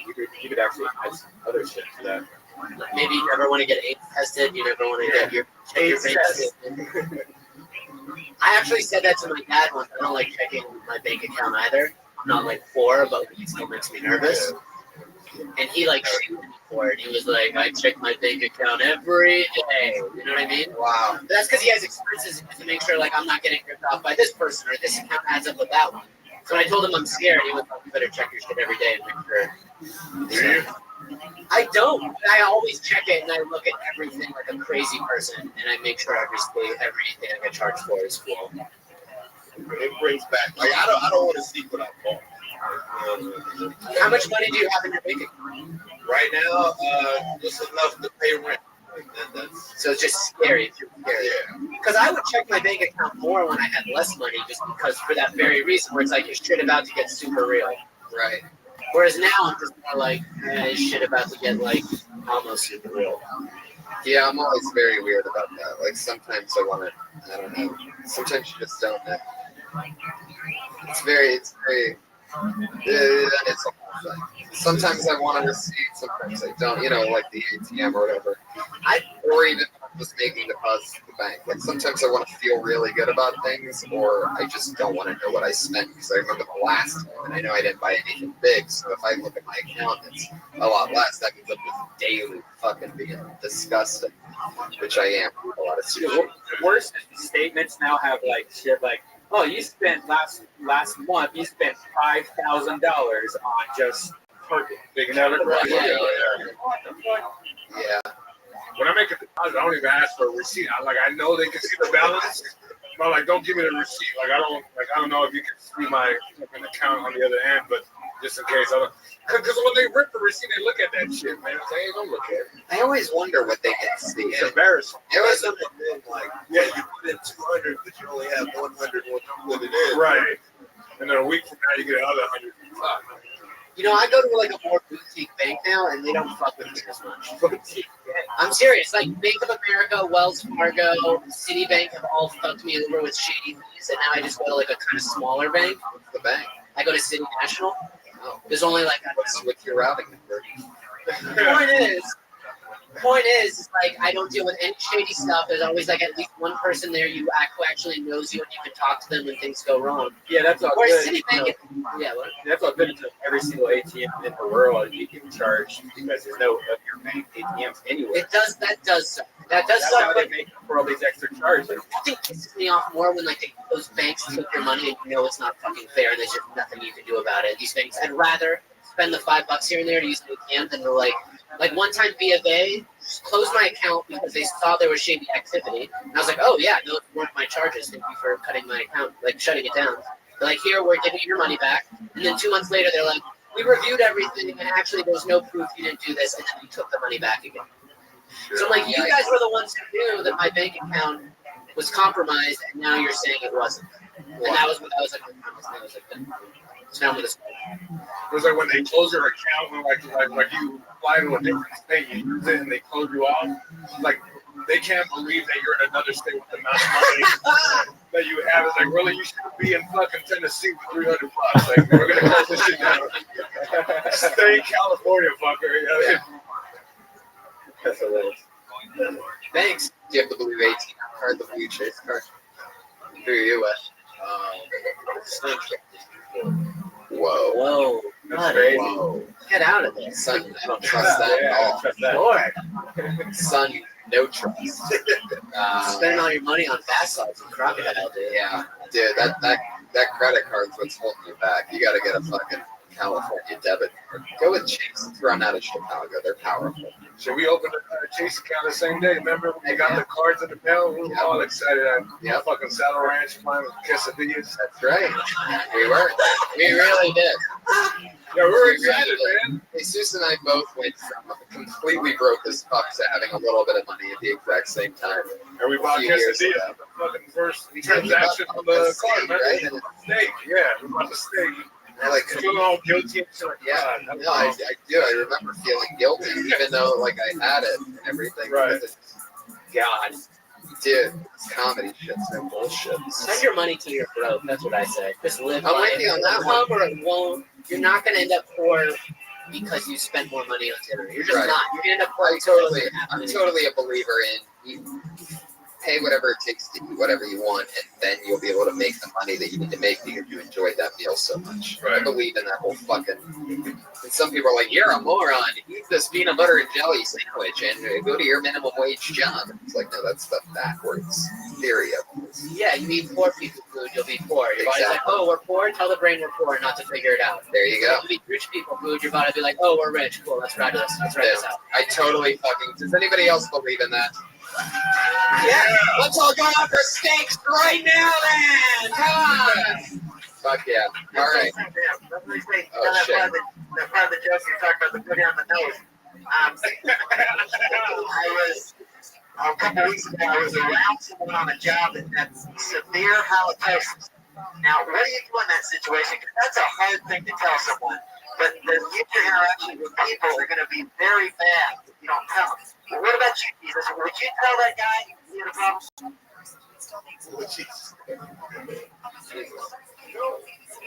Yeah, it's too hard. I was thinking I should, but it's just. What about you? Would you have the guts to tell him?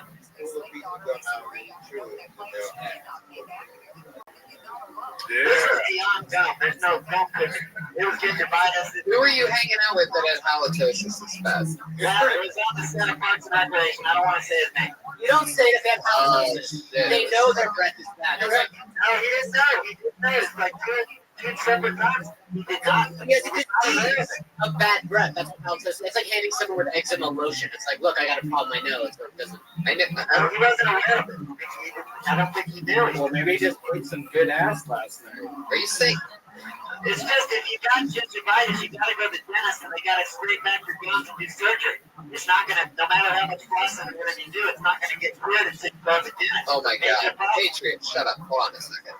This halitosis conversation, like, where is this thing coming from? He said, right around the nose. He said, remember that part of your joke? You don't say something like something, you know. That's a stretch. I love it. Keith, thank you so much. Yeah. You're not on Twitter, Keith? Too good for Twitter? You also worked at the La Jolla Comedy Store, is that right? Yeah. Oh, that's why. Yeah. Jesus Christ. And you've been going back and forth from LA and San Diego doing comedy? You're staying here now? For how long? Nice. Shit, I totally forgot about that. That was fun, right? A lot of San Diego comedians. The scene in San Diego. Yeah. After LA, New York, Chicago, I wouldn't be surprised if San Diego has the most comedy. Well, I'd probably go with Seattle or San Fran first. Oh, yes. But San Diego's up there, surprisingly. I guess that's my point. Seattle, amazing club that I got to go to. The Parlor Live, so much fun. Thanks, Keith. You've been there? Thanks, Keith. Keep scrolling. Keith, get on Twitter. Be a professional. Get into show business, Keith. Get on Twitter. You're not in San Diego. Welcome to Hollywood Land, kid. You're gonna be a star. Put your hands together for Leah Kaya Janie. Wow, that's a hell of a last name. Hi, Janie. Kaya Janie.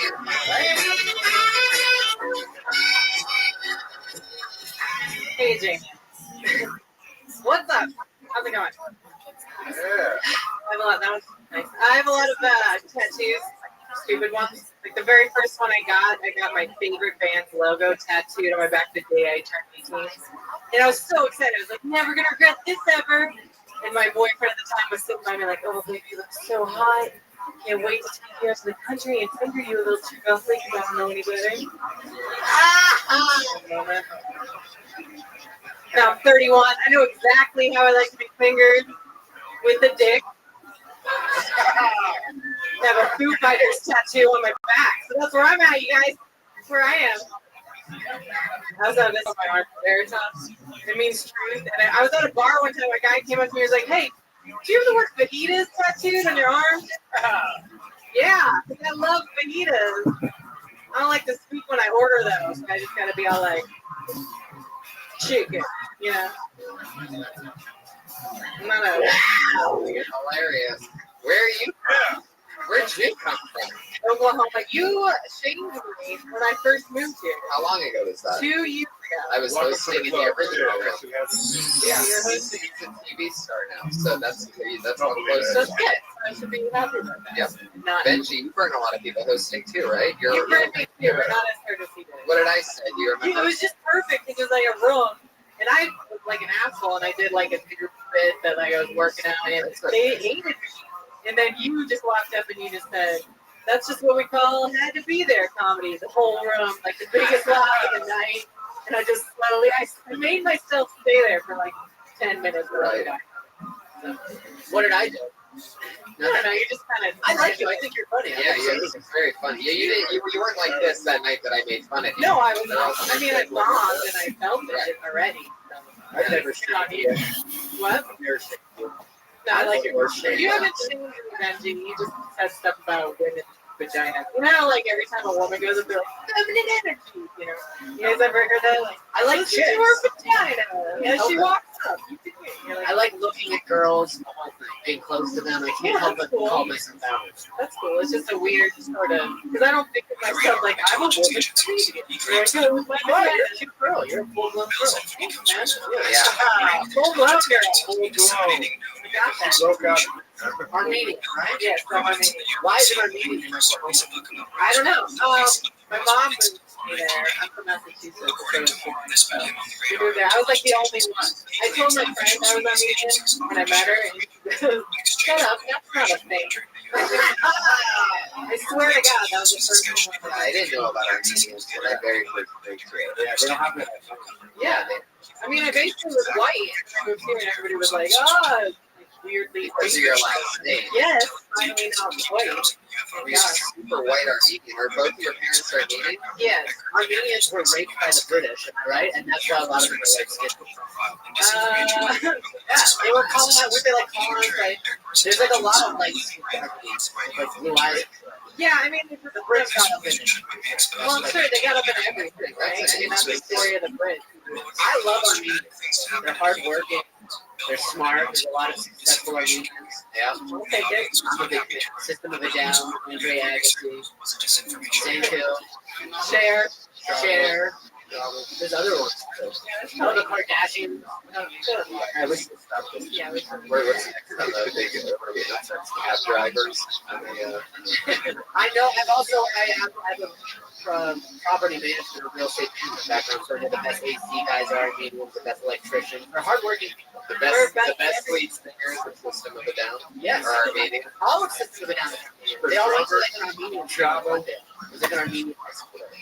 Chavo Armenian? Guy named Chavo? Love Armenian. You remember in Ohio when we first got started getting vaccines, there was like we had vaccines where I lived, and then we started getting a couple, and everyone was like scared. Oh yeah, we had no idea what the fuck Good people. it was like. You would have thought an alien landed in Ohio, and you'd be like, that's Pablo. He's all right. Yeah, it's so weird. Mexicans, Jews, and Armenians kind of keep LA running in terms of our hard work. The rest of you don't do much. Well, Where you at? Everybody? Breach. Yeah, it's true. We're hard working. The rest of you go ahead. Gotta catch up. slow it down, you filth ball. It's funny because I'm super white, super Jewish. Anyway, You really have a fighting culture. I really do. I have two players. what is it? Was it like just the band or something? No, it's like two F's. Two F's. I have three F's on this case. I have five F's. Oh my god.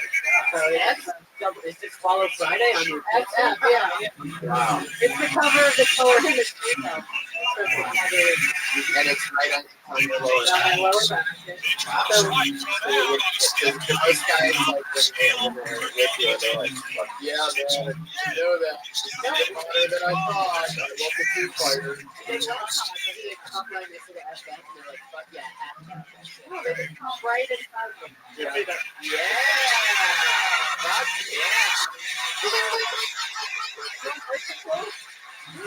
Yeah, I would take fuck that. I wouldn't even take fear back. I would say there wasn't fear back. But, You should get around these guys. You can take some birth control and yes. yeah, but that's great. The boys, it's gonna kill everything. No, I You have a boyfriend? oh no. She was like very well, It's not. they've heard. They were hasty as you. No. You're very, very funny, Leah. Thank you. Hey. Yeah. At Leah Cliche, that's Leah EAHKAY JNY. K and J are spelled out on Twitter at Leah Cliche.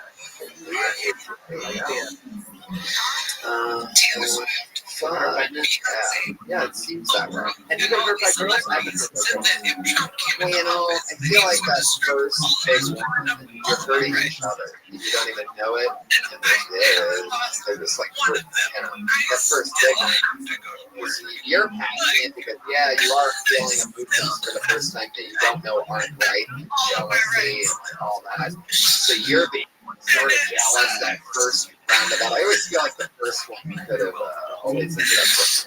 And that is the big initially the most powerful one. Right? I mean, that's the one that sort of decides how your outlook on women is going to be forever is your first love. And I feel like both sides picked up because chicks are sort of naturally like they want to. Yeah, a young man is just as scared as a young girl. Right. And then so much pressure on the young man to figure it out, but they're both just as scared and everything gets right. And then you go to college, and you walk into your dorm room, and there's 6 black guys coming on her face, and we're okay, good. We have time for one more. Oh. Whoa! Did I just get burned by my own head of security? It's hard when you lose your woman and then you're thinking about it with another guy. Stop. Not easy to think about that. Yeah, the first time I had sex was in a church. Really? Yeah. Wow. With the priest? The first time without a rubber. I did it with a rubber. The first time without a rubber. The first time was in a church. One of the Bible classes that they have Bible class before going to sanctuary. Wow. How old were you? How old was the priest? What was his name? Yeah. Girl named Sarah. Like, where did you finish in Bible study? Did you pull out or? Come on the Torah? I pulled out and ran. You ran in the bathroom while you were coming? No, I just made sure I didn't do it in her because Where did you finish? What did you? I just ran in the bathroom. Wow. Imagine being so scared of getting someone pregnant that you run into the other room to come. Was she holding up to be pregnant? Company running. The first time I did it with the rubber with the peel on the banana, I thought this is okay. But the first time I did it without the peel on the banana, I said, ooh, this is cool. Sometimes the honesty comes through all those layers of armor, Patriot. All right. Well, fuck yeah. We've come to the part of the show where we have 2 regulars who we always have to close it out. They've been with us for 22 episodes now. And in no particular order, here we go again. Always here with a new 60 seconds. Put your hands together for a very, very fun. Her name is Kimberly Compton, everyone. What's up, guys? So, I'm still trying to learn, still trying to figure out the kind of guy I want to date, because I figured out that I can't date thugs anymore, you know, because it always ends up the same way. It's like, I always hear the same words. So it's like, baby, I think we need to take a break. And fuck it, we both take the steering wheel and the rims too. Let's go run. It's not good. And like, I also have like a small fetish for guys in wheelchairs, and I don't want them to be retarded or anything. I just don't want their legs to work. I want everything else to work, and I think that'd be great for me too. Like the perfect guy would be a thug in a wheelchair, because then I can still get my shit done. I can work during the day, do comedy at night, and still have time for a sex life because we're just rolling around and getting things done at the same time, you know. And then he'll get tired, and he's like, baby, I think we need to take a break. My arms is hurting. Wow. I love the approach. That's great. You have an interesting premise that you're swinging around with there. I think that once we punch that stuff up, that's some fun stuff. What does he steal in the original thug thing? He says, let's take a break, like a car break. And he's like, fuck it, let's take the steering wheel and the rims too. Have you ever really dated a thug? Yeah. What's like something real that happened that got too thuggy? Oh, no, not, I mean, like, not like. Well, like, it couldn't be nothing. What's the You most must have ghetto? seen something thuggish. I didn't know I was doing it at the time, but I drove him to like Rothschild. Oh, Yeah, that's that's what we're talking about here. Yeah. You found it. And I was just like so naive and stupid. I was like, nothing's going on. We didn't really have to think too deep after. I don't think I've ever said anything too fucking. Oh, I was once an accessory to. I actually just did something illegal. the blood only got No, on. I didn't. Like, I was completely naive. Where did you find out? In the car or later? Yeah, in the car. He's like, go. What the fuck is going on? That's so much. Yeah, it's good. Go. What did he steal? Money? Drugs? No, just money from Money? someone. Just money. And never money back from someone. You should think of something other than you should think of something other than break though, because you don't really steal brains. Who does that? Yeah, I didn't. You lost me. Gotcha. But maybe I'll push. Was he good in the sack? And I think there's also something in the wheelchair thing, but I don't like I don't know about the rolling around getting shit done, but there's definitely something funny about that. Yeah. You know, there's something there about Well, because I really a thug in a wheelchair, like he has like rims on his wheelchair. Syndrome guys in 22. wheelchairs for a while. Right. Boy, am I inspired. Yeah. Yeah, some badass fucking biceps and shit. 2 wheels. Every time he picks up for dinner, it takes 8 hours. How come we can't eat here? We don't have wheelchair. Right. You have a ramp on your bed. Well, I was going to say something about like reverse cowgirls just sitting on his lap. Right. That's great. You get to the front, you get to front of the line every time at amusement parks. That's why you kept them around at Disneyland. That's funny. But a thug in a wheelchair is really vulnerable to getting his Timberland stolen.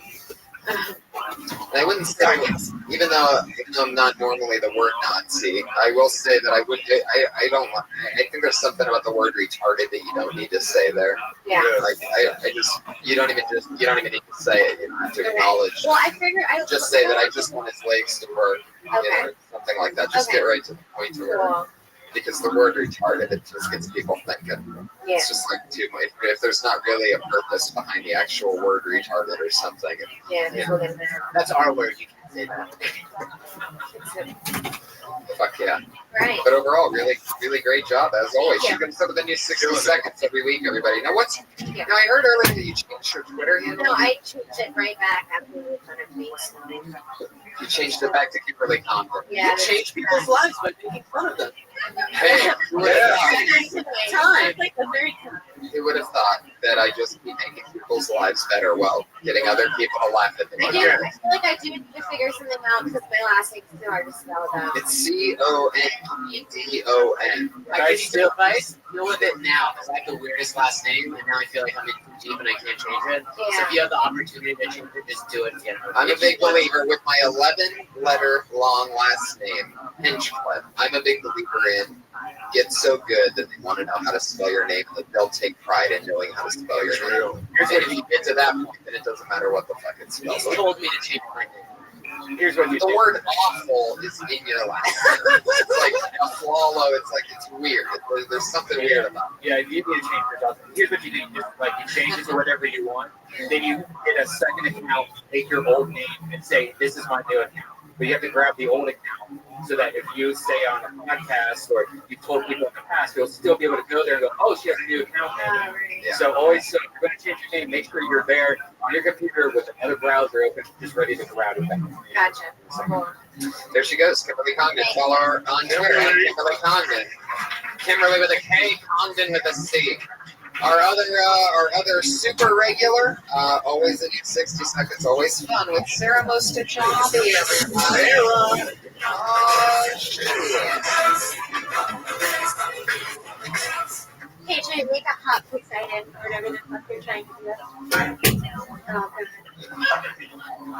Oh, I keep hearing, I've been doing a lot of mics and I keep hearing guys say that they don't like, that they think girls don't like dick pics.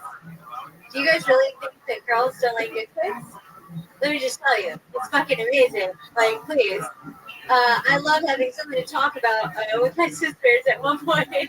I gotta tell you, send me your little fucking pink pancake or rolled up little wet newspaper. Whatever the fuck you got going on down there, I want to see it. It's like a fucking train wreck. It's a car wreck on the freeway. You're driving by, hoping nobody's hurt. But when you get there, you hope that there's like a curve to the left and there's like a little pimple or hair. Like, please. It's amazing. Send your dick pics. They're great. They're great. I keep saying this. I know it'll stick with me, but all right. I'm gonna end it there. I'm gonna end it right there. Yeah. Okay, great. There you go. Sarah Mostachabi. Hell yeah. I want to ask you guys something. You know, Oh, we're getting your questioning us? Okay, great. Right ahead. Did you know you guys have been famous since the beginning? Is it super normal that you get to a point where oh yeah, did you just show me your content? God, that shit is so weird looking. Oh man, you have to show girls that and hope that they put it near their body. That is what you have to live It's with. not my real content. There's no way he can ever show you. I know, I probably wouldn't be able to see that from here. So. It's my favorite. Okay, anyway. No, I wanted to ask you guys. Okay, so what's your immediate question? No, I really do. You guys get to this point where, I don't know, you kind of like turn down and you have a hard time writing? You just get like super turned down? You really have a hard What do you time? mean by turn down? Like turn down, like kind of, not like depressed, but just like you fall out of that like vibe where you're like in the pocket and you just have a hard time like reaching what makes things funny. Like you think the premises are good. Are you asking us if sometimes it gets hard? Well, I mean, is it like is it hard to do stand-up comedy every single night and make a career out of it? No, that's not what I mean. Turn down? What does that mean then again? No, I just mean, does your mood ever affect your writing? Like, really heavily, to the point where it's like... Everything affects your writing. It sucks, and it just, like, fucks with you. Is that, because this is the first time when I've been doing this for a few months, this is, like, the first, like, last week, I have, like, personal shit or whatever, and I just... People are sending you dick pics. And they're not. Why don't you talk about your personal shit? Why would you talk about... Because it's, like, every time I talk about personal stuff, it's, like, too depressing. To make it funny. Right. Yeah. Yeah. Right. Yeah. Write jokes. Yeah. It's fun. I mean, it's an interesting topic. If you ask yourself more questions on why you would actually want dick pics, I think that you would be because you know, really calling do. it like a. I really don't want. It's Okay. like every guy wants to see every girl naked, and it's the same with girls. And I want to see every. I just want to see. I want to see both. I just want to see everything that you have. Gotcha. If there's a naked person, you're gonna look, even if it's gross. You're like, oh man, that's good. Look at it. But you know, right? Yeah. Just think of 10 things you want to say about this. Yeah. You know what I mean? It's not enough just to have an opinion. Like, I like dick pics. And just calling it like a wet newspaper, like that's funny, like that's one I haven't heard, wet newspaper, but you don't want that to be the centerpiece of the joke. You need real perspective behind why you did Yes. Whose dick do you want to see? Why do you want to see dick pics? Right. There you go. Sarah Dresses on Twitter, at Sarah Dresses with no H, SARA Dresses. Always fun, always entertaining. What do you guys got coming up that you want to promote? We have Halloween. We're going to be in San Diego the 31st with a super special, crazy secret guest. If any of you are anywhere in San Diego on the 31st, be at the American Comedy Company. I'm on the Comedy Fest November 5th to the 10th in Toronto with David Tell, Brody Stevens, Gilbert Gottfried. Congratulations. So cool, dude. That's cool shit. Super excited. Dark comedy. I get to be as dirty and crazy as I want. That's a fucking dream. That's awesome. How about you guys? What's happening? The big NACA thing. You're doing colleges all around the country. Get a phrase suit. Just look like the biggest thing. Every comedian tries to get it. Yeah, I'm excited. That's for 2014. Big comic come over to me. So that's all I can say as of now. But on the 30th to the 3rd, I'll be the Aspen Comic Strip. I'll be down there with Rusty Dooley. Really excited to work with him again. And then I'll be at Magoobies in Minneapolis, I think. Yeah. Yeah. Benji? I have absolutely nothing going on, guys. I think I'm going to Fun Fest in Austin, which is in a couple weeks. I don't know if I'm going to get on stage. I'm kind of going just to help someone with their web series. Awesome. So hopefully I'll be able to get on stage there. That's all. Awesome. They're at Benji Aflalo and at Jesus Trejo on Twitter. That's Trejo, Trejo. Aflalo, Aflalo. Iron Patriot is the Comic Patriot on Twitter at Comic Patriot. Always retweeting and messaging and being basically one of our heads of social media. Yeah. Thank you as always, Iron Patriot. Brian Redband? I'll be in San Francisco November 20th with Dean Del Rey and San Jose December 11th. I believe. Yep. December 11th, bringing Death Squad there. So this is for announcement. Thank you so much for being here, everybody. Stick around. The Ding Dong Show is next at 10 o'clock with Don Barrett. Yeah.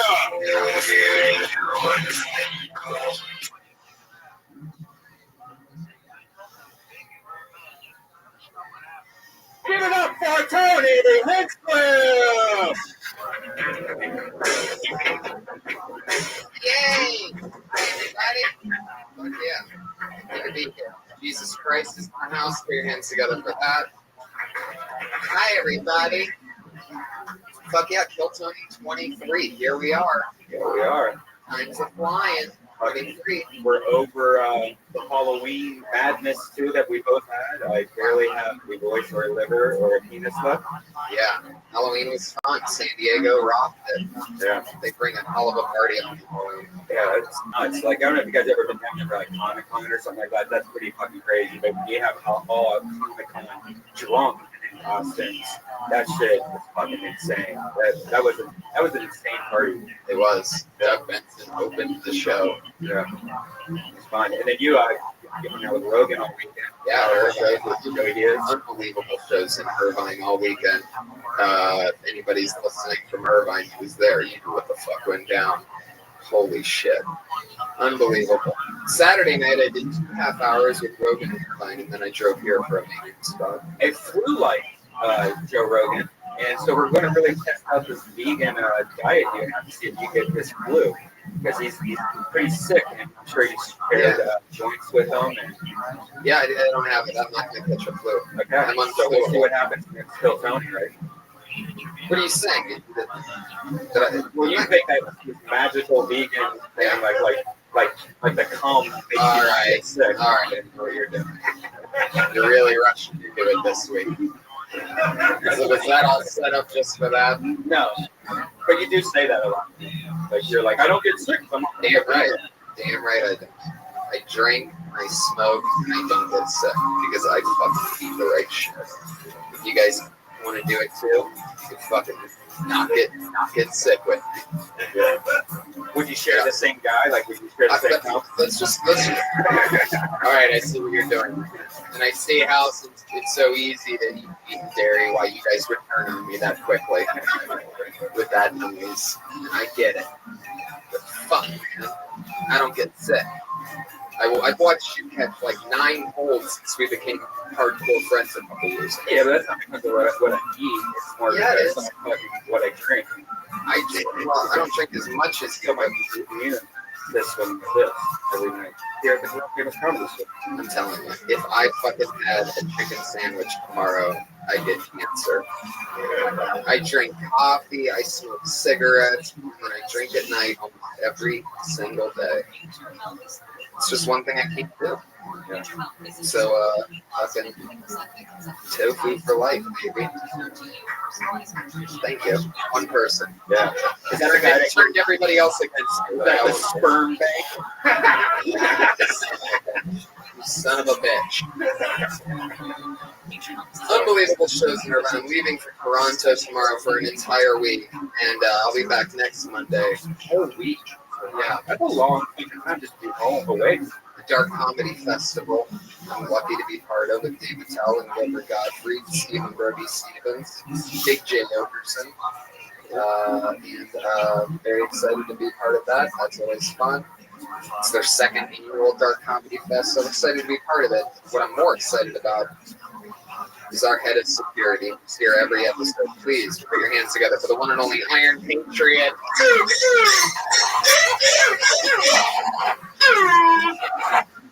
Fuck yeah, Patriot. You're really bringing the energy today.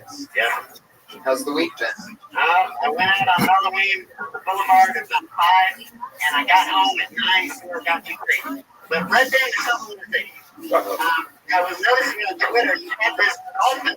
It was pretty sexy. Dolphin with pubic hair. Now, yes, it was very interesting. Like, where did you get that? Who made that for? Pubic hair is from my mom. I it's got it off Amazon. Like I said, you don't have to leave your house anymore. We have everything you want on your phone. You just go, boom, damn. I have fucking dolphin and click on your arm. No, I didn't know that was available on Amazon. Yeah, that hat is available on Amazon. Your blow up dolphin was on the other day. They go to the Glendale Well, Mall. this was just right down the street, so I didn't need to order it. It's all about Amazon Prime. What's the deal with the hat, Patriot? Yeah, I got a Western themed song that I'm going to be doing tonight, and I thought it was appropriate to hear this. He sent me another song. I think this is 2 weeks in a row. You're getting nice. Yeah, Was Joey Diaz on that show too? I thought I saw him. He was on one of the shows on Saturday. Yes. See how he just. So I noticed your friend was Louis Zayas. Did you hang out with either Joey Diaz that night, or? Of course I hung out with Joey Diaz. We were in the green room together. Right. What's he like back there? Were you smoking a day with him? What were you doing? Well, we were hanging out, and he's always hilarious. He walked in and immediately started making us laugh. Joey Diaz is a freak of nature. If you guys haven't checked him out in every possible format that you can do so, he's probably, I know Joe Rogan agrees with me on this, one of the funniest guys in the world on any given night. He goes all the time. Joey Diaz. Check out his podcast, Church of What's Happening Now. Also, check out the live one. Like I was on the episode. It was one of the funniest podcasts I've ever been on the Church of What's Happening Now live. We just did a live show. Cool. So fucking dirty. He's at Matt Flavor on Twitter, so keep following up with him on everything. What do you like about how do you know Joey Diaz? How do you know about I listen to him, his podcast. Before he had the Church of What's Happening Now, what was that lady he did once? Felicia Michaels. Yeah, I used to listen to that one before. Beauty and the Beast? Yeah. Anyway, Patriot, what's up with the hat? Ready to do the song when you are. It's long-legged one. So you keep sending in songs. Like I never know anything about this until this show's already started. And you're wearing something goofy. You're too busy gobbling. I'm a triple threat, Tony. There you go. Long-legged one. I'm guaranteed. We are not playing this vegan fucking Kanye every Monday. Your shit sucks.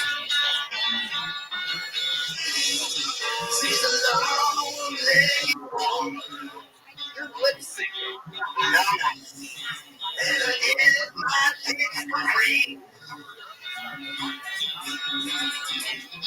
She's a lonely woman,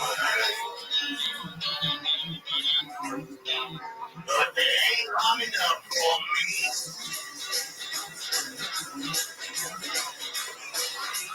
Well, I think I'm going back there. I'm back down to that woman's house, and I think I'm gonna have her. I'm gonna ask her to be my spouse. She's got a body that's planet yours.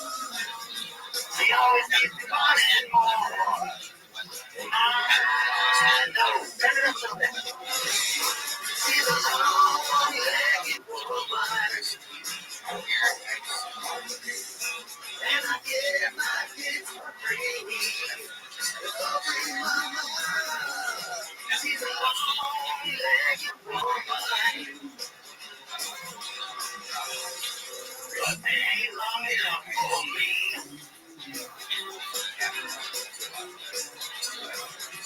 I don't need nobody. Check it out. You get what I want. The grass is running. It's all I need and it won't be long before I look into her eyes. Before I touch those precious eyes. And I know she's a long-legged woman. That song was going to be 2 minutes and 11 seconds longer, by the way.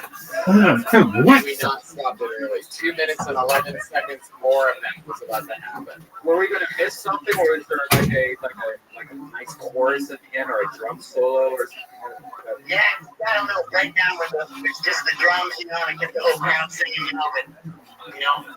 Oh, really? The attention span's not as long these days, so. That part was coming up where the whole crowd sings along with Yes, yeah. But, you know, you don't want to go on too long because we got to get the show moving. Yeah, plus it makes no sense in the entire concept of the show that you'd be doing these songs from the dead center of them. No, I appreciate you guys let me do it. I like how he gets all sensitive in the end. I was happy for the opportunity, Yeah. You look like such a sad-eyed picture right now. I can feel you're like a little upset right now that we cut it short. I think the hat just makes me look like a bad boy. I think that's why. Like, I'm a bad boy, you know? Yeah, there's a new shirt. Oh my You know, there was a female brother that almost denied me and busted it. I've been writing for 4 months and I don't pay, and I usually bring money in days, but this time I had my hat, I didn't want to bring any money, and I thought, you know, fuck it, they don't let her charge me. This female brother, she got up on me saying, you ain't getting up. Was it the bus driver? Yeah. She said, I've seen you do this 3 times before. She was a black woman. Yes, but she said, where are your money? I said, I don't have it. I said, I don't have pockets. I have a hat in my hand. I'm sorry. Are you sure she was the bus driver? Yeah. The next time she said, I'll let you go this time. But, so, That's nice of her. You know, I mean, no, how much yeah, does it cost? I should let me go through it. How much does that cost? What do you mean, the water? Yeah, I think it's $1.50. $1.50. Yeah. Can you just like maybe next time just give her $20? You know, right? This is for like next year. But I don't see the same one every time. Different drivers. Right. I've seen like 10 or 12 different drivers. Have you ever tried to sit down in that suit? Oh, hell no. This thing, this my driver, this plastic more thin that's on the front after it's like an ABS top. And I've already got been fixing it. If I sat down, fuck it up. Nothing good. Okay. Yeah. Well, Patriot, thank you for that. Thank you for that song, "Long-Legged Woman." One more time for the Iron Patriot, everybody. You guys ready to get in the main frame of this show, or what? I have 2 very exciting guests with me, as always. So here they are, everybody. This lovely young lady and I started comedy together damn near 7 years ago here at the Comedy Store, and since then we've booked many commercials and TV things, and she is always on the hustle and the grind. She's the opener nationally for Bobby Lee and some other amazing comedians. Put your hands together for my very good friend Jake Catafretta, everybody. And also the guy that inspired us to start stand-up comedy, Kevin Christie, is back. He was on episode 11, now he's on episode 23. All here to awkwardly have to say hello to them. Thank you, Rabbi. Hi, Tony. Welcome back. Good to see you, sir. Always a pleasure to be here. Excited to be back. Jade, welcome for your first time. Thank you so much. So exciting. What the fuck is that? I have family. Wow. Iron Patriot, can I ask you a question about yourself? If she's a long-legged woman and you get your free, is she good? Does she normally charge? She's making. All right. Who wrote the song? I wrote the song. It's about an imaginary woman that, some of my songs. But she's got long legs. Yeah. How long do they have to do for her to be long enough for you? It doesn't really matter because I like the big ones too, but that one just is talking about the long-legged one. It's a tiny torso, but really long legs. Yeah, I noticed Jake has some long legs. You got a good stuff. Oh. Yeah, he's twitching a lot. Yeah. Jake, can I say something? I did a little research on you today. Oh. I saw that. Always a good sense to hear. Yeah, always a beginner. Yeah, I read that you were born in Brazil, came to America at the age of 14, Oh, okay. had some hippie parents that exposed you to Cheech Chong at an early age, Oh, did musical theater, then moved to LA and decided to do comedy. Now, I was watching you in a web series. I need to rewrite my bio bad. Yeah, it's I'm really long. Thinking, I am witty. I saw you on a web series today, Daddy Knows Best. And this particular episode, they had a really good angle on your feet, and they're really cute. Easy. Got a little tattoo on the right foot. What is it? It's Oh my God, you are scary too. yeah, I mean, I'm cool with that. It's when my grandmother used to seal her letters, she had like a thing that she would do in the wax. Oh yeah. It was just seal, so that's what I got tattooed on. That's so great. Pretty sweet. Yeah, when she was Great. There's something other interesting thing about Now he's gonna know exactly what to picture when he's jerking off. Yeah, about sucking on your foot. I'll take it. Finally found his long-legged woman. I'll take it. There's something else interesting about her. She gets her pussy waxed. The same lady that does Scary Spikes. Thank you. That's an old fact, but that's very true. Thank you so much. I now laser. Just That seems to be the trend. A lot of women laser now. It's changed my life. I'm like a cult leader. I'm like, have you heard about the laser center? Come. And then they show up and I'm there. What is that is better? Well, it's a process, but it just comes in thinner and you don't eat it. Okay. It's not messy. Okay. Your skin Right. is smooth like a baby. Well, if you go to the same place as the Spice Girls, that's pretty good. Yeah, you know that they know what they want. Well, what they Scary really Spice. want. You know what I'm saying? But Scary Spice has Eddie Murphy because she's the mother of one. Oh, yeah. She's doing fine. Yeah. Oh, that's right. So that's a good laser. That's a good place to get your butthole. Yeah, it was a great place. It was a great place. I had a lady, and I loved her. Her name was Esteem. Esteem? Esteem. Okay. Well, we once found out that the Patriot has had crabs before. So. What was that nervous noise you just made? It was a while back, and they don't have crabs anymore. So back in the old days, that was something everybody had to do with. But there was one more thing I want to say to you. Wait a minute. I feel like that's not true. State false facts out loud. I mean, I was alive in what I think would be considered back in the day, and I don't remember dealing with crabs at all. Hey guys, it is true. It's true because in Sex and the City, in one episode, Charlotte did get crabs. Right, and that show was a documentary. Yeah, So yeah, lots of real facts on that. Kevin, can I talk to you for a second before we move on? I'd be pissed if you didn't. Okay. Kevin, I'm very impressed with you. You're a triple threat. You can act, you can comedy. Whoa, you just twitched so hard. Are you alright? You can act, you can comedy. I just had a stroke. Patriot, are you okay? The other one is art. Art. You got a whole website with art. Yeah, this one was over there. Hold on a second. Time to look out. Are you okay right now? Yeah, I don't want to. You've been standing a long time. Sometimes that makes Is me that what? feel Yeah. Are you uncomfortable? No, I'm okay. Bend your knees. Make sure the Bend your knees. Yeah, bend your knees. If you keep your knees where you'll faint. All right. Are you dizzy? No, I'm okay. Okay. Okay, go on with your Kevin, question. I was reading about the show you're on. You played Lester on the Masters of Sex. I do. That's true. And I read that this last week you guys got renewed already. That's true. They must believe in this show. Do you think this could fill the void that Breaking Bad is? I mean, they're very different stylistically. There's something swear to God, you short-circuited. Did somebody spill a drink on the Iron Patriot earlier or something? Something's going on. I've never seen you shake that. Am I really Breaking Bad? What's that? What am I paranoid about? I want to put my jacket. I on. know. I feel like you want my jacket. Are you cold? I don't feel like I'm shaking. I'm shaking. Isn't it funny that standing in front of people and talking is so nerve-wracking? Not even a metal suit could hide nervousness.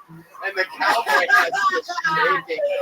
Wait, maybe it's the wind. Yeah, I think I vent right there. That's what it is. Oh no, the vent's right. It's literally hitting the vent. This is like a wind tunnel testing room for like a sports car, and it's just. Oh my God, that's what it is. But up close, it looks even more upsetting. Like you're gonna cry. It's the vent. He's totally fine, guys. He's totally fine. My God. No, it's the vent. It's the vent. It's the vent. You're a trooper, man. Yeah. You're a trooper. Awesome. You must have been sad. My God, if that translates to video. I mean, it's weird that we were reading that hat like a quivering chin. Yeah. Oh yeah. Yeah. Totally. I met a mermaid in Florida, a girl who thinks she's a mermaid, and you must make an adorable doll, I tell you. I'll tell her about it. What is there? Yeah, Where did the costume start? For on the mermaid, Yeah. she was just really exotic, like It's hard to erotica, think of fish. sea art. He wouldn't like the mermaid because it doesn't have women's feet at the bottom of it. It's a Ah, very you have interesting a fetish. Clearly. Mm. But as you can tell by how shaky, she doesn't like to talk about it. Do you want to touch it or like you want them like in your mouth? They're just beautiful to look at. You don't want to touch it. You just like look at them. I mean, I like the whole woman's body. I like breasts. I like You know, we're talking about I'm feet. assuming that you like the shoe thing. Is it like a nice high heel? No, just barefoot. Just barefoot. Like Jay was walking barefoot on the hardwood floor. And that's Oh. Oh, that's what he was doing. If somebody paid me to just come over and you could look at my feet, I'd do it. Is that prostitution? No. how much? All right. Yes. Yes. Patriot from Great Point Range. And I'm my taking favorite's my bus expensive. And then I become the Iron Man and I trade him the suit. Oh, yeah. Ridiculous. I don't know. What would you pay? Well, Tony doesn't pay me very much, but I do what I do. Oh, hey, wait a second. What the fuck? Easy. We better be able to under there. I got some money put away. Fame is priceless. Yeah. No, I'll pay you later. When I heard you on the podcast, I heard you got a boyfriend at the restaurant. Oh no. Come on, go. Come on. There's love out there for everyone. I was You'll telling find you it. this mermaid girl here. There's tons of women out there that want to put their feet in your mouth. You'll find them. Speaking of Women with- putting feet in mouths, what do you say we get these comedians up Well there? done. Well done. It's over 30 the sign up for the opportunity to put 60 seconds then on the stage. Josh, you can fix it. I guess they'll fix the mic stand. Everybody does 60 seconds. At the time with 60 seconds hits the clock, you'll hear a sound effect, and that sound effect is this sound. That means we've done a minute. If you run the light, you can hear seconds now. Don't want to bring out that angry bear. The bear? You know what? That cat does not sound. Hey, Red Band, is that the bear from Great Outdoors? Huh? No. Okay. Oh, here. I think this is the last thing. All right, that's the first one. That's so much better. Yeah. Angry cat and an angry bear. So awesome. Yeah. They're performing. We don't say anything. When we're performing, we don't interrupt them, and then we talk to them about anything in the world, perhaps even what they just talked about. Yeah, let's do it. You guys ready to get this thing started? Yeah. Here we are. Positive push.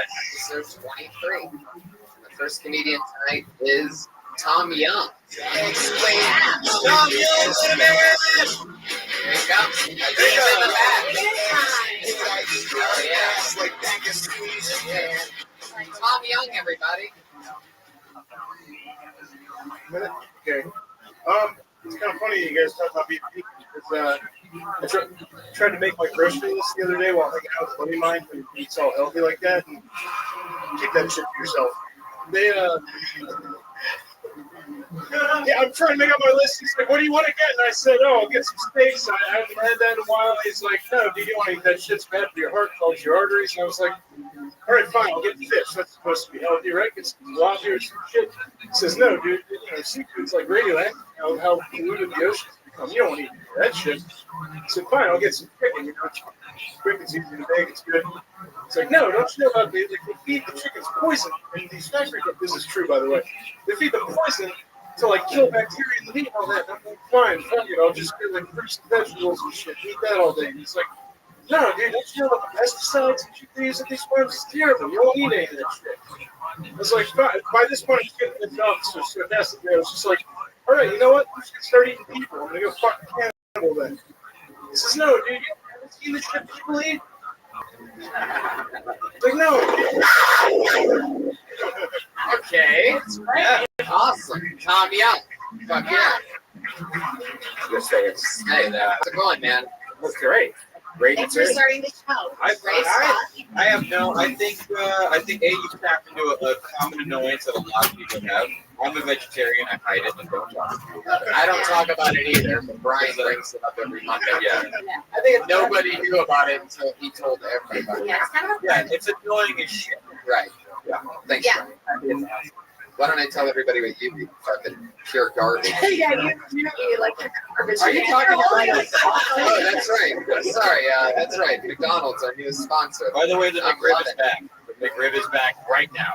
Is it real? Right now. Do you know how they decide when the McRib comes back? No. When pork prices are at their lowest is when they bring it. There's no other rhyme or reason for McDonald's. Really? Yes. So And McDonald's there's is about something that all you weird that eat that fucking pig shit should know. All right, well, back to Is that it's the worst time of the year to even buy it. Tony. Oh, that's right, Tom Young. What did you end up getting from the grocery store that day? Okay. Yeah. Yeah. The thing where you say that's true, by the way, completely unnecessary. It just slowed the flow. Because I thought you had pretty good flow within that joke. It totally haven't worked out. Structurally was working. So when you stop, you're like, that's true, by the way. It just slowed. Yeah, it slowed your. We don't trust him either because it's a different. I think it's a different point of view. Like Yeah. he's doing this whole thing where I know this and know that. Oh, it's true, by the way. It's like, Yeah. what- And I don't give a shit for lying. Just tell me. You know, like you can be lying. You can be lying on both sides, so it doesn't matter. You can be lying about it being true. It doesn't. So just take it. It's not necessary. I still think the very beginning the way you describe it, like I don't give a shit. I think when I hear that, it's like I've heard this premise, so this goes straight into like what you've written. You know what I mean? Like it's like we all, I don't know. It's true. Just go straight into it. Yeah. Tags on sides and the other thing. But I think it's a common annoyance because we're tired of hearing about your diet. Like I don't care what you eat. It's so boring. It's true. Such a great ending. I love it. I love it. You're disgusting. Ew, drink your trough juice. comes from the sound. But I think I'm thinking cows. I think figure out what your friend actually eats though, and then find angles on that. 'Cause he's got to eat something. I mean, like I eat a ton of like that stuff, and it all looks weird. It's embarrassing to say. Half the time I don't even know. I could be being lied to every time I go to a vegan restaurant. I'm just assuming they're giving me shit that's healthy, but I don't really know what tempeh is. I just trust them, like I trust your joke. You know what I mean? What did he end up getting? Make it up. Make it Yeah, up. just make it up. Make it up. Then, Make it up. go Really online, funny. Google vegan food, pick 4 of the most annoying names. And then the story. And yeah. Yeah, then you make jokes about the book. Great job. There you go, Tom Young. Very good. He's at Solid Thomas start. Young. At Thomas Young. Solid start. 1919. At Thomas Young. 1919. I'm gonna try it. Test the Nice. Wrinkle your shirt, Tom. Wrinkle your goddamn shirt. How about this one? Oh. I like that one. I want Alright, that's funny. By the way, if I was vegan, I would just pretty much eat seeds, right? No, No. everything, they have a fake tasty version of everything. It's delicious. It's not being delicious. Everybody, this guy is a wild one. He's been, okay. It's Mugzilla, everybody. Very good. Mugzilla! Let him hear it! An icon of the Hollywood open mic. Oh, he's got a I am Mugzilla, the Marvel Monster. The monster is a little slowly, so I've been doing some stand-up. I like to talk about monsters. I'll talk about Lady Gaga. Lady Gaga, Mother Monster. I love Lady Gaga. Some people don't get Lady Gaga like Ozzy Osbourne. Ozzy Osbourne is confused by Lady Gaga. You can't see why she's so over the top. I can see where Ozzy is confused. I mean, one day Lady Gaga is showing off her feet flaps on stage. And the next, she's accepting the award for best male voice.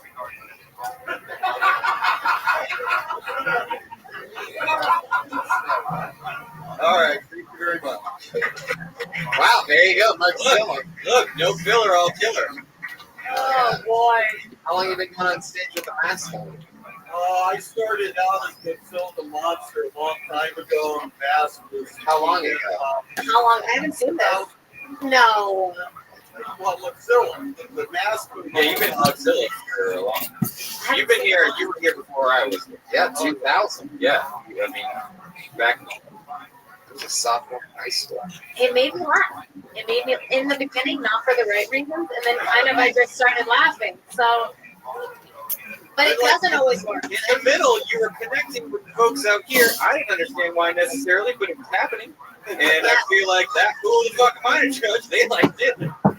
And look, when you say meat flaps, you're gonna win every single time. Yeah, meat flaps is good. That's a I victory. wish I wrote them. Yeah, meat flaps. All of us in the crowd were like, meat flaps. God damn it, it's right there. It was right there. It was right there in my brain. Oh, wow. Yeah. It's funny because they say what everybody's thinking. Nope, that's not why it's funny at all. No. That's You not have at all. to realize that you're a little bit of a weirdo. You have to realize and accept it. I will tell you this, is that you doing topical material like that while wearing like an angry warlock mask, it gives this vibe that there's this like chubby, middle-aged, angry warlock that is like watching news And you should every know day. it. That's amazing. I think your action is different every week. It should be up to the minute. Like what happened today? Yeah. What's Like, Northwest What's in wearing? the news? Monster's gonna fucking tell you. Like that is Funny. That's funny. That could go somewhere. And no matter what the story of the day is, in about 30 seconds in, just fit the word meat flaps in there. Is that what it was? Meat Everyone's got meat flaps. Flaps? Like, because meat flaps could mean feet, their legs, their hands, everything flaps, and it's essentially all meat. So everyone's, he's up there with his meat flaps, and he's like, which meat flaps do you mean? Right.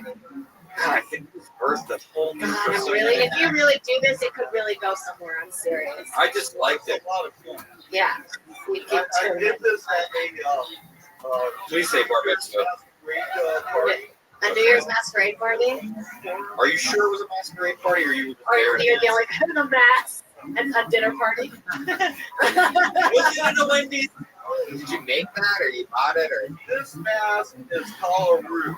Okay. It's a good looking mask. Kalaroo is an Indonesian demon, and as the demon was drinking a. All right, I really don't know what shit anymore. All right, it's Kalaroo. Indonesian. Oh, not Apple. Oh, yeah. Okay. Well, they racist. Nobody accused your mask of being African. And I just embellished it. I love it. So what was it? Indonesian? Indonesian mask demon. Indonesian. It's not African. Yeah. Oh shit. All right, there he goes, everybody. All right, Mike thank you very much. Mozilla. Mugzilla, Is this your here. email? Did you leave your email on here? Is that what that is? Your email? Did you? What? Oh. At Mugzilla 007. At Mugzilla 007. You wrote your name. James Bond of Mugzillas. You wrote your that's your real name? That name that's in front of that? Wow. What's your name? Mike Sofra. No. Don't Hey, look up his I remember real you more as Mike Sofra. You didn't always go up as Mugzilla. You got introduced as Mike Sofra back in the day a little bit, right? Yeah. So what made you go full Mugzilla? What made you go with the name change? And what year did that happen? Jump back up real quick. Was it for the pussy? You don't need to put the. Because when I hear Mozilla, Okay. on your way. I actually started out as Mugzilla. Uh-huh. And then one day I was up on stage with Willie, Okay. Willie Hunter? Willie Hunter. Right. And Willie goes, why are you using the stupid Mugzilla name? Why don't you go by your own name? And I go, well, you go by Willie.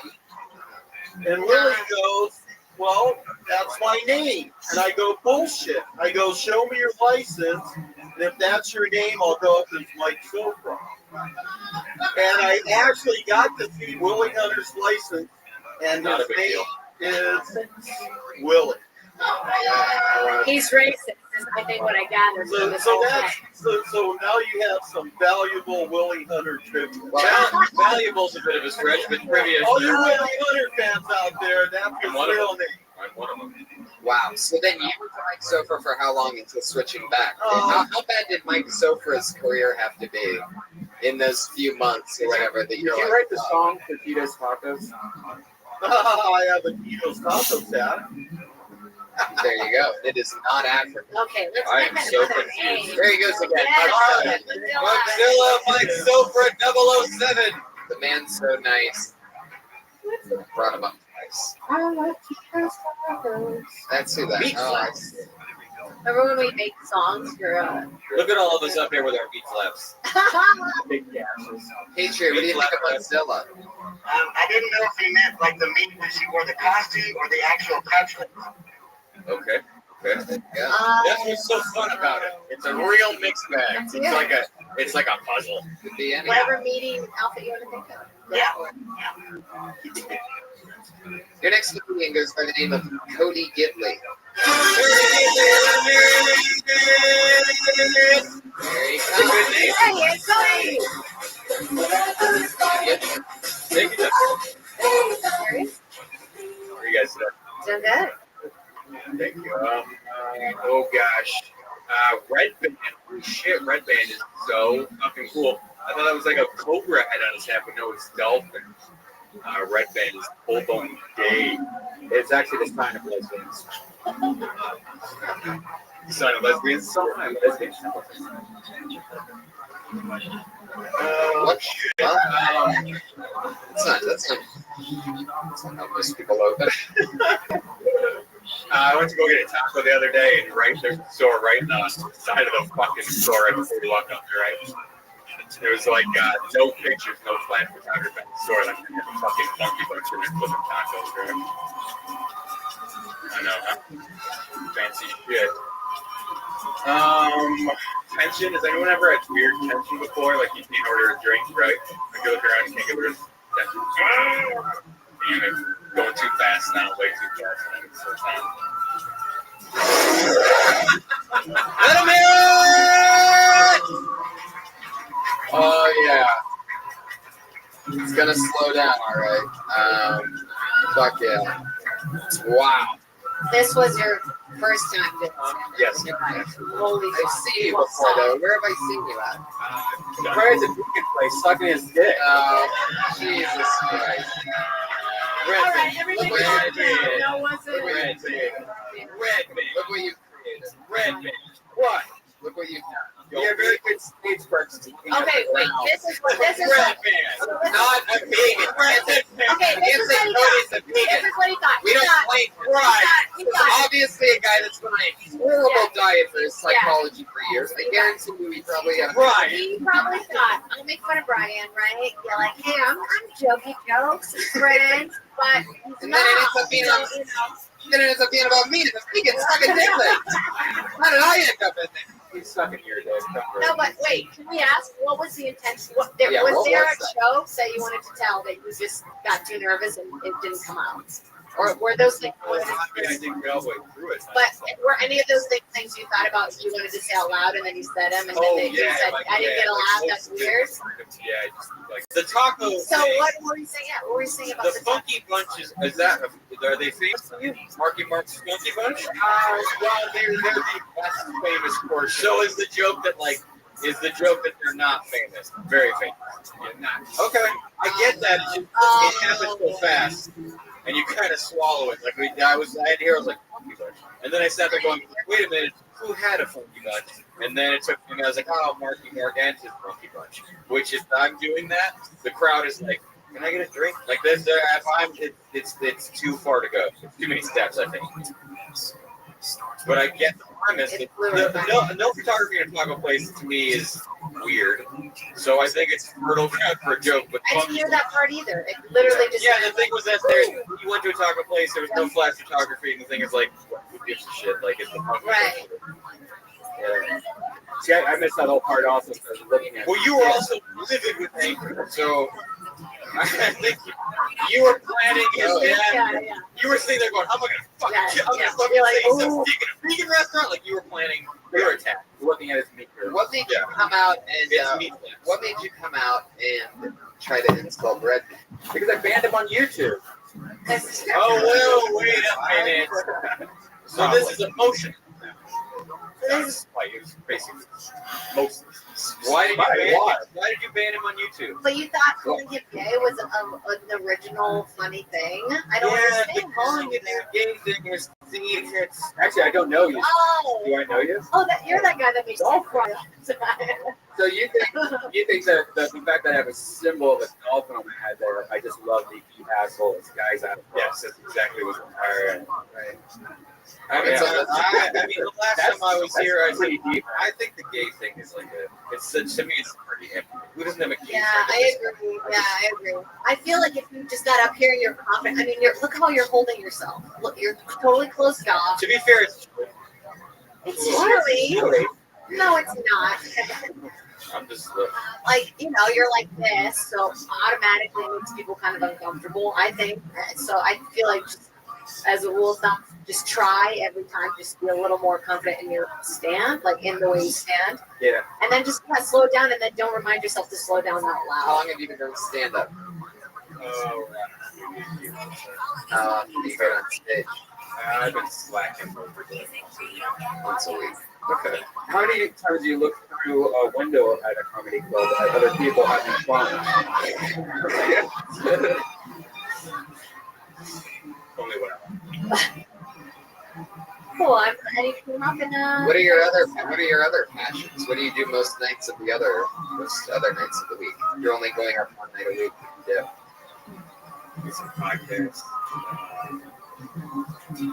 Shit like that. But there you go. So listen to podcasts. Yeah, follow your second dream. Listen to podcasts. No, I'm kidding. I'm not. I think it's kind of right when you walked up, I was like, you gotta be like Brett Weinbach. Don't quick this. Yeah, you have a Brent Weinbach. Yeah, he's like a vibe. Yeah, I thought he's gonna be like Brett Weinbach. So Right. have this weird Yeah. confidence. There's a lot of people that pretend to be as nervous as you to make it. Yeah. So Oh yeah. So you you should can be check excited. the band. Super excited. I'm not saying that about Brent. I'm saying that about others. Yeah, a lot of people put on awkwardness. Yeah, that like weird, Yeah, like, like, awkward comic. Yeah. But you just have that, so that's good. Write anything in the world because Yeah, if you're gonna be a dude that just stands there, your jokes have to be really word heavy and clever as shit. I feel like you can work with the taco, no flash top. Yeah, the same in there. I think both premise. Oh, I'd the say first one's a little. Remove the funky bunch. yes, and don't kill anybody. Cody Gidley, everybody. There he goes. Cody Gidley. Trying to make fun of, spend 30 seconds making fun of Redman's hat. Ineffectively. I mean, It's just so fucking good. Redman, I think you got a little too mad. Oh yeah, you know, I'm obviously wearing this hat because it's gay. There's dolphins. It's ironic. It's ironic. Yeah, it's a heart of two dolphins. What's It's not ironic? like I bought What's it. ironic about sea loves? But don't you have a dolphin bitch? I thought that was what Yeah, what's a fucking You love dolphins. There's There's nothing ironic about loving dolphins. dolphins are great animals. Yes. Smart. Hey guys, dolphins are great. Yeah. I'd fuck a tiger if it wouldn't kill me. Really? Is that true? Before a dolphin. What? Yeah. All right. What if the dolphin did that? What if the dolphin If we were a comedian, having this conversation at the mic right now, you'd be shitting on us.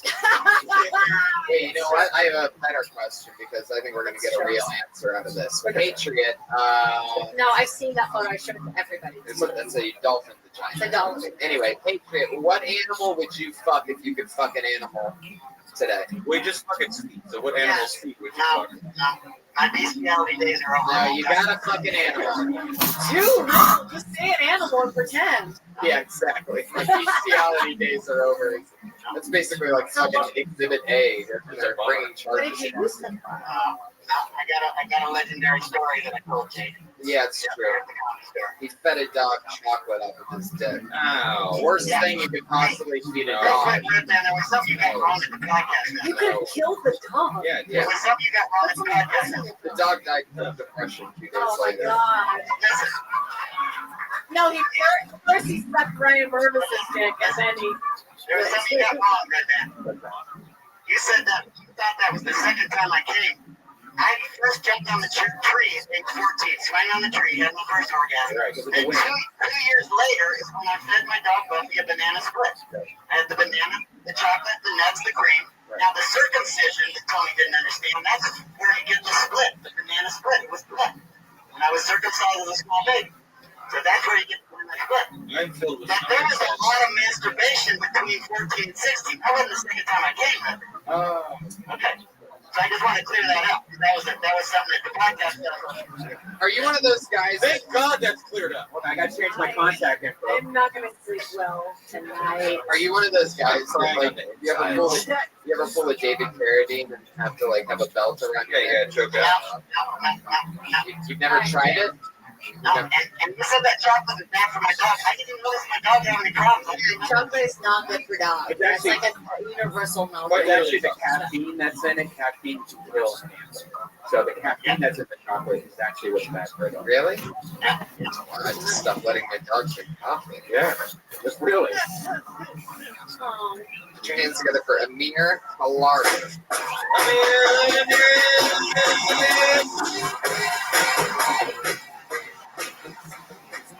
Hi. So nice guy.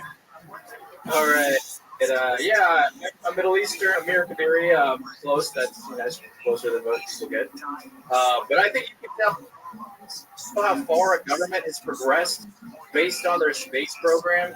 Because here in the United States, we sent a man to the moon into the 60s. Neil Armstrong got out of a spaceship and went to the moon, walked on the surface, got back in the spaceship and landed safely. That's amazing. That's a miracle if you think about it. In Iran, we just sent a monkey to space, not to the moon. We just sent them to space.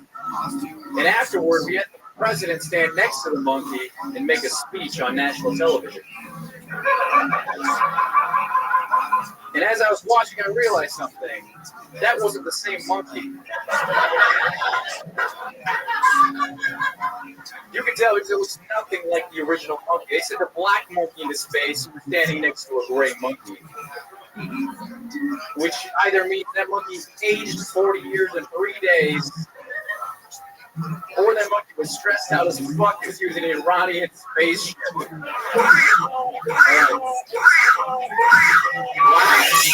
Wow.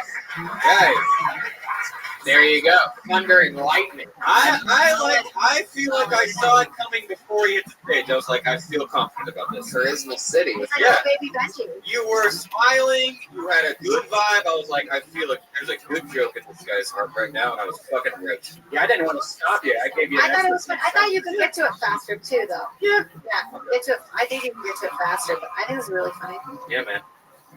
A little space and monkeys and Iran all together in one particular joke. Yeah, add some facts to it. It's solid. You can make up other stuff that Iran's done bad. Right. Which I meant. There's just so much. Just like a list Oh, God. and pick one. Oh, I was just thinking about my white American heart. There's just so much that Iran does poorly. All right, well, good joke. I thought it was really weird. No, I didn't have any. Those are good fucking jokes. I don't want to get jokes. Fuck yeah. I think it's good. I think you should Just stand here and bask in your victory. Yeah, that's it. How long Someone have sex with this comedian. How long have you been doing? I've been going over much 3.5 months. Dang. Solid. Doing work. I did a show at Clappers about a year ago, and I've been doing that once a month. But I just started doing the mic thing recently. Like you've been doing a lot of mics for a few months. Yeah, like 3 4 months. Fantastic. Yeah, we'll definitely keep doing that. What's your exact last name? Kabiri. Oh, that's a V. The V in your eyes touch. Yeah. Sorry, I'm a bad name. You Dr. Kabiri. Kabiri. You're another Amir. Do you know Amir K? I met him. Yeah, we have the same name. Yeah, literally. I was gonna say that I thought your bit was going where his went, where he's like, we've gotten the man in the moon, but I still can't open the car door at the same time as my friend is unlocking it. You know what I mean? So maybe like check that's what I was saying at the beginning, kind of led me there. So maybe I don't know. That is close. tough. I mean, you're going to get lumped together with other, comedians of that ethnicity anyway, so do whatever you can to stand apart from them. Otherwise, you just only be on both shows all the time, and you don't want to do that. You have good jokes. You want to stand out. Like the Persian tour. I think it's sort I of don't know what crazy you're called, that and I'll make a racist mistake by trying to guess. I think it's crazy that Iran is like, teaching monkeys how to fly into. I'll let that die out for a second. I think it's crazy that Iran is sending monkeys into space, but they still use like human beings to fly planes into buildings and stuff. You right about this? The dog bombs? Where they use these tiny dogs. No. They just light them on fire. Nope. And the article that I read had the cutest photo, the cutest stuff. I'm sure they said like the ugliest, most busted dogs in the bomb, but like They're also the great. little tiny cute one. They do that? They're the Michael Vincent War. Great. You have to be smaller. They used to do their kids, and it's actually gotten better. Now they have less of a problem. Fun fact: the only way to get a pit bull to release its jaw when attacking, you have to put your finger in its mouth. That's true. Really? Yeah, happened. There you go. Sure, it's already one step ahead of you. He fingered a dog earlier and it wasn't even biting him yet. There he goes. Amir Kabiri. Everybody. Follow him on Twitter at Amir_Kabiri. That's Kabiri. Only a few months in, and that's one of the all-time 1 minute slaughter. That was solid. That guy's gonna get on TV before me. Rising. No doubt about it. No doubt about it. Yes, Enjoy my spots at the comedies. Hopefully it's not the enjoy case. them. Right. Be on Al Jazeera before all of us. Experience together for Shaylin McDonough. Yeah. Shaylin McDonough. Oh no, if you miss your spot on this show, that means you don't get to perform again and you get blacklisted. There you go. Has there ever been a show where everyone doesn't get to make that noise yet? Did it bum you out? Yeah. Okay. It's just a normal part of the job. Yeah, whatever. I do it all the time. Yeah, you can just do it at your house. Do we know it's not Michael J. Fox in the suit? Do we know for sure? That's shaking. Evil bastard. I'm sorry. I'm an extra on Carcass and Recreation. I've heard that you're an avid extra, and I I can't was in wait. the office like you. You just using that. I have a subject. Do you often just use jokes that I've used on you before? Yeah, I'm thinking about going to the rap factory and doing a whole routine of the joke shoot. Oh, we got Son of a bitch. here, right? Son of a bitch. The Iron Man Sia. Robin I'll take that Iron for Man. my bed. Very together very next meeting, everybody. Dean Curry. Yes. Give it up for Dean. Let him hear it. That's Oh, very very confident. I'm getting a little fat. So I'm looking at some diets, and there's this paleo man diet that everyone's doing, and I don't know if that makes some sense. I think paleo man is an idiot. I think he was probably the dumbest human that was around. And so if you look at the diet, what you don't eat is you don't eat food, and you don't eat bread. So I don't think humans were right about bread. Harvesting grain was probably a right one. Listening to the paleo man wouldn't be that much. I went. I guess that's pretty much. Yikes. 32 seconds and 43 ums. You said harvesting. I said it. Adorable. You said harvesting. Oh, he did say the word harvesting. He took that note I down. like talking about how you're getting a little fat. It's good I think that's funny. Saying I'm getting a little fat. The idea is that harvesting grain, like paleo diet, you're not supposed to eat right. That's gluten. Right. That's, You're saying that you're basically making fun of the idea of being Paleolithic, that humans were so much dumber back then, so why are we asking their advice for dieting? Yeah. Man, Wow, I was so I've confused. heard a couple paleo jokes that are funny. I think you got to make it more personal. You know what I mean? Like the fat thing. I agree. You got to go with the fat thing. Like Yeah, you're wearing right. your jacket right now, zipped Yeah. up. Is that because you're fat? No, it's Yeah, Like you're like, I put on a hat Say just to you're distract from the fact that I'm You're gonna fat. say you're a little fat. I want to see it. what have you been doing? Are you really been gaining weight lately? Which weight have you been? But you don't. The thing is, you don't look fat. You're not. You don't look like a fat. You know, like you look like you're in basically good shape. So if I almost think that saying that is, it's gonna. We're gonna just look at you and be like, isn't it? While you're trying to tell them the joke, so they're almost gonna be a little distracted. I think it's almost funny. He just has this whole complex and starts saying so fat. Like you guys, you have no idea like how fat I am. I'm really really on diet, but like I'm not fucking. You really think you're gaining a lot of weight, or were you just looking for it for a bit? no, I mean a little fat, but I did. Yeah, I mean, you had your jacket zipped up and your height behind the mic stand the whole Yeah, the time. mic So you're like, stand. You gotta move that mic stand yeah, you out got in front of you right away. video. I think that if you want to do this bit, focus on how dumb. It's got to be about how dumb cave people were. You got to focus on their You haven't seen stupidity. it has a bit like Not just who does? Nick does. Nick, which- My guy Nick. Okay, well. So that's why I don't want to lead him that way. So, anyways, you got to focus on how dumb the cave people are. People are very possessive of their jokes. Yeah, I mean, I guess that is the that is the angle to take on. So maybe that's not the. Maybe it's about bread. Why do you think you're fat? Were your parents really hard on you about your I weight? am legitimately gaining a little bit of weight. Well, now how much weight is that?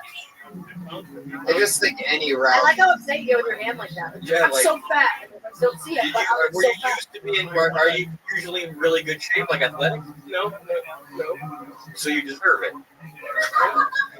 Like so finally nature's catching up to you. Is So it that's an what age it's about. Yeah.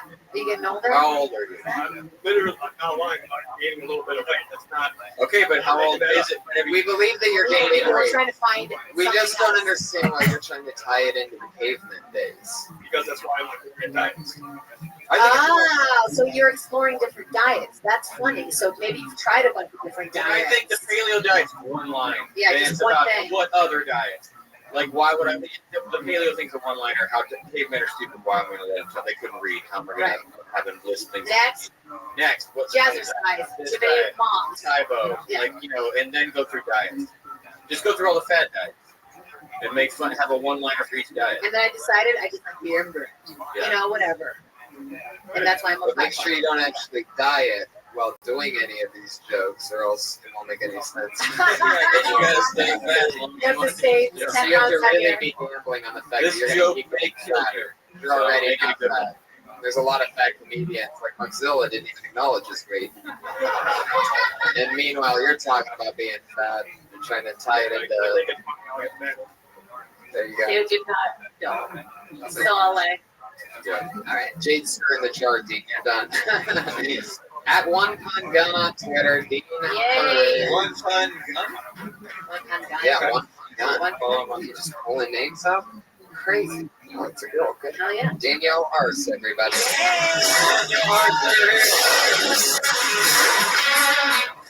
My last name's RC. It was our soda shake. But nobody can pick my last name. So yeah, you guys looking at me, you can't tell what ethnicity I am. It's pretty hard to tell. And Hispanic and Italian. So if you guys want to know. One of my guy friends was complaining to me earlier today about shaving. He's like, I have to shave my face so time for work. It sucks. It sucks. Shut up. You are not a Hispanic and Italian woman. You don't understand the hair removal struggle like I do. It's real with me. It's crazy. I moved in with my ex. Dad, don't do it. And he thought it was weird to want to take showers. And he freaked out the first thing. He's like, "Vic, it's been 45 minutes. What are you doing in there?" And I'm like, "I'm doing this for you. This is for you."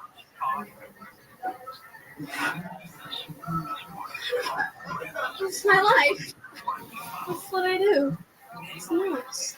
It's like, I'm like, guys, you can get away with the 5 o'clock shadow. That's hot. Imagine my entire body with the 5 o'clock shadow. Oh, looks like somebody got a special sound effect. Oh, who's an So excited? now we can see how big a female affects comedy. That's right. The master at that right. She made your dolphins move.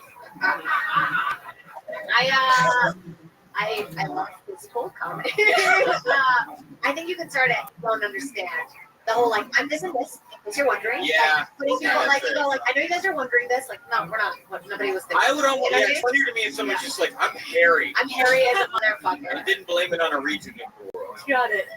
Yeah, and then maybe like after you do like the disgusting like shaving, which I know it's tough. Yeah. Then you do something dainty, and then you're like, okay, go put my towel on the ground. You know, like then there's like some kind of Contrast. contrast. You know. I was confused that you moved in with your ex. Does that mean you were together when you moved in with him and now you're not? Yeah. Or you see, that was confusing. So Because you said I don't have Yeah. that. Yeah, keep it for later. yeah, he's your ex now. And then you can use it like I shaved in front of him too aggressively and we broke up. Or something like that. Like if Okay. you broke up. Like, what do you mean? It's not sexy to shave while you're over there. Yeah, as I'm screaming at him while I shorn my butthole. Sure. But yeah, like it's that you can use the breakup later, so don't like waste it as this part of an incident that really makes sense. Got it. Later. Yeah, for sure. Yeah, and then talk about lasers. Does every girl have a hair removal joke? Everybody does because it's a life. It's like a universal struggle. No, I don't I know what you have. You have. Throw it out for daddy. Jokes. I mean, everybody has. You have masturbation jokes? No, I do not. Not currently. Why not? No, we're not currently.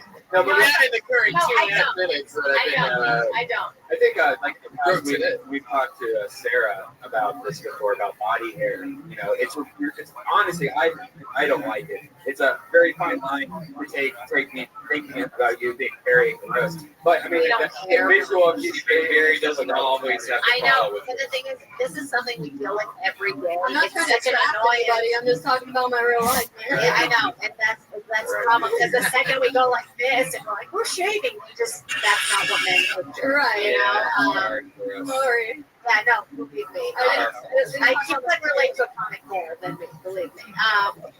But like, yeah, it's weird because watching it, I feel like, oh, she's so like brave and like talking about such Yeah, like. you ran up But I there, talk you like about attacked the things stage. like that, and I feel like it's great. It was like actually. We did it fun. You made us Yeah, I happy thought it about was fun. talking about the hair, which like you could have done it completely different, gross us all out, but you were so smiling and jumping But around that's about it. we all have a joke about Right, that, and I laughed. right? We all have a joke about Right. laser hair removal or whatever hair removal. So how do we make it more, Happy. I don't know, original or like more? That is Sure, a funny way to go about it. I mean, if you're gonna do an act up, that's a great way to do it, is by shaving your ass. If there's something that I think is a great piece of advice that I'll tell you, it's how long have you been doing stand up? It's 2 years. It's like such a weird barometer of Because it's 2 years. Mozilla's been That's doing how it many times 12 you did, years. yeah. Yeah, but for 2 years, like having you do it like once a week, once every 3 months, or Well, I did it consistently for about less than a year, and then I took some time off, so I was supposed to get involved and stuff, and then I've been nonstop for like the last year. Well, great. But here's what I was going to tell you: is that how do you say your last name? RC. RC. Yeah. I would either spell it that way. You want to say so people get it right. Right. something because Well, I mean- nobody's ever going to say Oh, I was C-A-R-C-E. Ever. Yeah, and Ever. like commenting on it, Yeah. like when you get on stage, it just seems Forgot like that. it seems complaining. Okay. Right. Yeah. I forgot that. Yeah, no, it's understandable. That's exactly how it sounds on the spelling. So either you can ignore it, roll with it, and basically be called that, or you can throw a letter at the end of it, or you could write something better than what you already have about ours, Yeah. and it'll kill Well, right. that's really I funny. I do do have some stuff about that, but I figured I had my minute. I know what I Yeah, wanted you to talk just about. want to do And I should have not said anything in the beginning, like you said, but I did. But it happens, right? You just, isn't it funny how that happens? Your brain, you You put out want there, to, and you're I mean, just, it's something that's what we're trying to do. You want to be present and comment on the thing. It just depends. You know, just I knew you were going to miss out anyway. I knew that's how it was going to That's how everybody. Yeah, and I told myself, like, If I don't say it that way, I'm a host of things. So when I say a name and I read, that's how everybody else. Oh, of course. I say Cataprilla. I say Moster Chavi. I say Jesus Christ. I say it all perfectly. Yeah, sure. That's ours. Your last name is ours, and that's what it's going to be. Read as. Okay. So I would, you know what, you put a Y and you put S. There you go. Look at that. So then it doesn't change how you spell your name, but that's like That's how a you great pronounce idea. it. I write underneath my name, like Caterpillar every time. Yeah, I usually write the letters RC. Yeah. Has anybody ever said Jade Caterpillar? That's the closest I've ever. that is the door. Get together for Jade Caterpillar. You still live with your ex-boyfriend? No, I got kicked out. That's great. Cool. Cool. Oh, good. This is about comedy. Brian, wait till after the show. Yeah. That's a little He didn't boner. even push a button. That was his heart. She's at Danielle ARCE. You can find her on Twitter. Red Band already has. Red Band's gonna find your alley. You guys remember what your first few minutes of material? I remember your first few minutes. I bet you do. I remember, yeah, of course. Do you remember yours?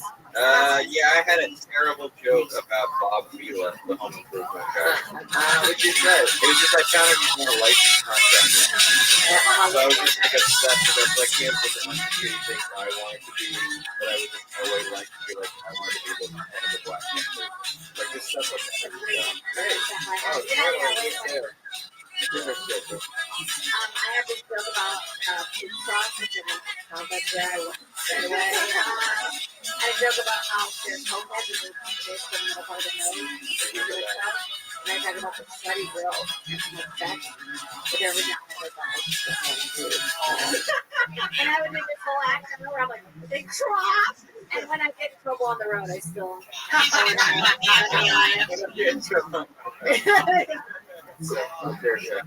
What's that? What's your first joke?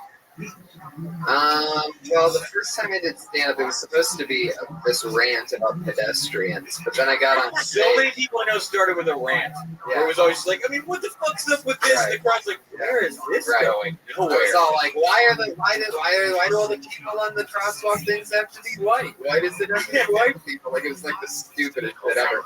Luckily for me, the first time I ever got on stage after semi-practicing that in my head for a few weeks or whatever, I got on stage downstairs in the original room, and I was so excited, like this adrenaline rush, that when I hit the stage, I completely blanked out and forgot. So I ended up just up there like, holy shit. I just totally forgot. Like, and I've been practicing for weeks about this one, and it turned into my very weird style that I still sort of keep very close to me. Really shown that night of just sort of like just rolling with it, but like acknowledging everything in the moment as it was happening. Like, man, I could have written about anything else because I would have remembered it. But it's just it kept working. It really just turned into like this game of timing. So it went well, even though there was. Thank God I forgot the material basically because it went well. But I think I honestly think for the first still for me, it's really not about like the written. People write very differently. Right. You know what I mean? Like I have friends who write out jokes to the word. Like she said, do not or don't, do not or don't, do not or don't. And you find that out. You find that out when you're on stage. Yeah, but not some people work in a different way. You know, that's creepy. I just think it's fun. Like Just, find out you know, what it's My first joke was remember that Superpedia commercial where it's just like a kid jumping on one side of the bed and on the other side of the wine. Like that's why I bought it because when I was little children, That's so really funny. funny. I remember that. That's hilarious. Was it little children? I thought it was old people. No, it was on one side was a guy going, haha, and on the other side was a glass of wine, and he's just sitting in bed, and this kid's just jumping up and down. That's when you should be like, old, Yeah. old people. Yeah. I like it. Both fun. Your guys' first jokes are so much better. Remember how scary the improv open mics were? Cool. I never did it. We used to wait in line for hours. Okay. Hey, Jonathan Tumblin, everybody.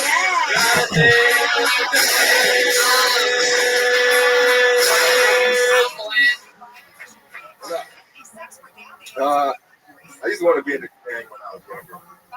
I had like self-esteem issues or whatever, like we all do. But I told my parents, like, I'm going to go join a gang. And I'm from the South. I'm my stepdad, like, trying to tell a Southern black man you're going to be in a gang is, like, not a good idea.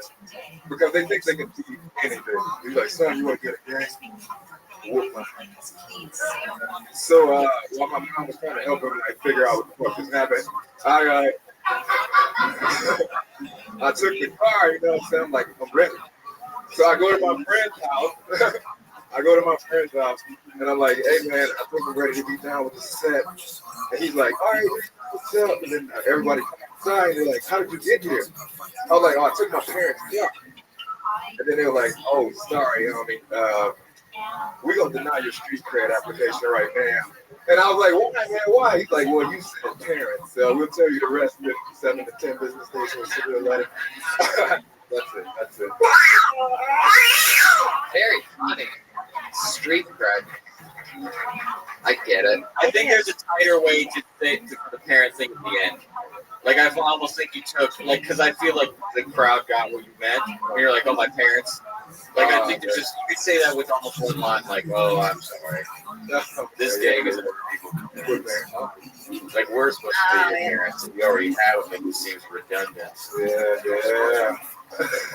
And then I think there's almost like a metaphor you could come up with for telling a southern man something is like something like this. It's like, but that's the other than that. I love the premise of like I want it to be, and the way you say it too. I had self-esteem issues. Yeah, that's sweet. Yeah, you're like You're adorable. so bad about myself. So much being a gang on drugs. Like it's a nice perspective. It's a really honest perspective. Because most people are like, that was tough. You want to fuck people up? You're like, I felt kind of bad.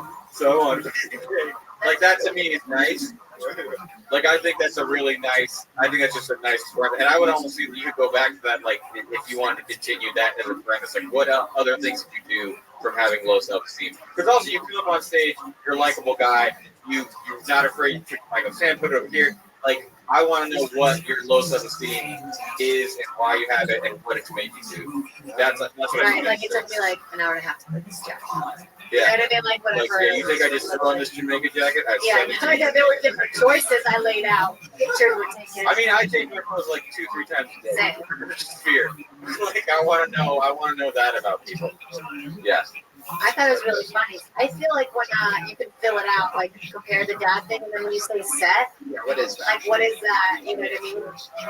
Oh, I knew what that. Exactly. You go, which is just like again, you know, like like explain, have this moment. And explain. was there a thing about like you basically your stepdad was like, all right, fight me, and you knocked him out quick, right? So while your mom was figuring out what Yes, like, yeah, that happened really quick, and I kind of feel like taking a little bit more time with that. 'Cause that's pretty funny. It's more like so while my mom was mopping up all his blood off the floor, I took his car. Oh no, see, I don't think that. I think it was likable because I thought like his dad felt bad or something. I didn't understand, but I just thought it was like, all right, that went weird. I don't know why. Like, I didn't understand that it was because he beat him up. Yeah, he just knocked him out. Like I don't think I want to hear about some dude being beat up. Or and I think maybe it's knocked him out. You're like, to be fair, he was a small man. Like, Yeah, he had that's no what- business. yeah, yeah, yeah. He had no business fighting. He does have one leg. Yeah. You know. God rest his soul. He died that Oh. Yeah, maybe you just really hit the nail on the head and say, you know, he said that if I did, if I wanted to join a gang, I'd have to beat him up first. So then I beat So the I shit did. out of him. Yeah. I've never tried so hard at Try it a anything. bunch of different ways and see which way it feels. All those. Right. If I can apply the same fervor to which I beat him within an inch of his life to other things, I'd be a millionaire. It felt like everything I've ever trained for. Yeah, this is what we Hold play in that exact moment. Oh, there was blood everywhere. Yeah. Next thing you know, my mom's trying to flip back over his wheelchair. Got so worked up I beat my mom here and there. Right. And they I wouldn't let me got her. this Do fucking I- gang. After Do I I dropped beat your the ass too, bitch? I was like, I broke my parents' legs for this. Let me in. Let me in your set. But it's really funny. Really funny stuff. Good start. I think get into you having self-esteem issues, wanting to get a game because of it is a fertile ground. So get more into that. And then also, like, if they're denying your application, I guess there's room for, if they're saying, you know, we'll let you know, but they're like dismissing you. You could pitch the, come on, man, I beat up my stepdad for this. Give me a chance. Sounds like Yeah, punch my mom today. Punch my mom in the I've got what it takes. I'll punch everybody. And then at the end you're like, Let me try. at the end you're like, well, can I get that headshot? I've got it. I've got it. I'm so good at punching moms. Look at the king. hurt your family. Hey. But you know what they say? Blood's is thicker than water. Did you try to do it in an actual game? My brother actually did it. And that's Does that mean you automatically do it? No. That sucks. Where are you from originally? You said the South or Atlanta. Cool. Is your brother the one who was like, "Go get out of here"? Yes. That's nice. So he was saving. Yeah, okay, cool. I think you go kill I just said that. I don't think they want You you did to. just put him on. Hey, it was nice talking to you, sir. Get off stage and stop snitching. Danza. Nice job, man. Nice job. Keep it around. Snitches get podcasts. Snitches get stitches. Follow him on Twitter, J Sherlock T. Jonathan Timlin's on a few episodes. Always. I like those diamonds he's got on his ears. They look cool. Yeah, they do look cool. I'm Make afraid his of where teeth this is shiny, going. huh? Yeah. Yeah. Please, this is Really good. twitchy over there. No? I got one. You think piercing your ears is gonna come back where we wear diamonds? Remember the little studs guys used to wear most? I mean, I don't know.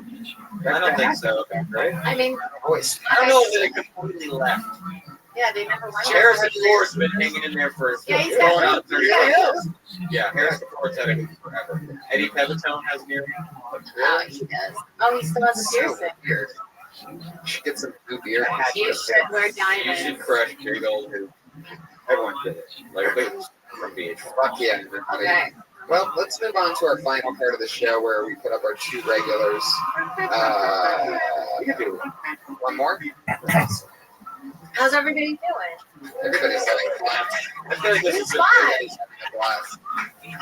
Kevin? Sarah Wineshank, everybody.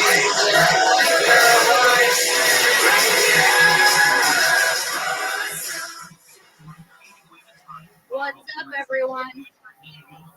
I went to Ralph's. I felt very average in that moment. Ralph's never my first choice in supermarkets. It's always Trader Joe's. But I went to Ralph's and I was listening to you too. Felt very average and shitty. And I thought to myself, if shit doesn't work out, what am I gonna do? You know, and I'm listening to you too. I still haven't found what I'm looking for, guys. And it's playing, and I'm thinking, fuck, Sarah. If push comes to shove, you could be a children's book novelist. That's no one's first choice ever.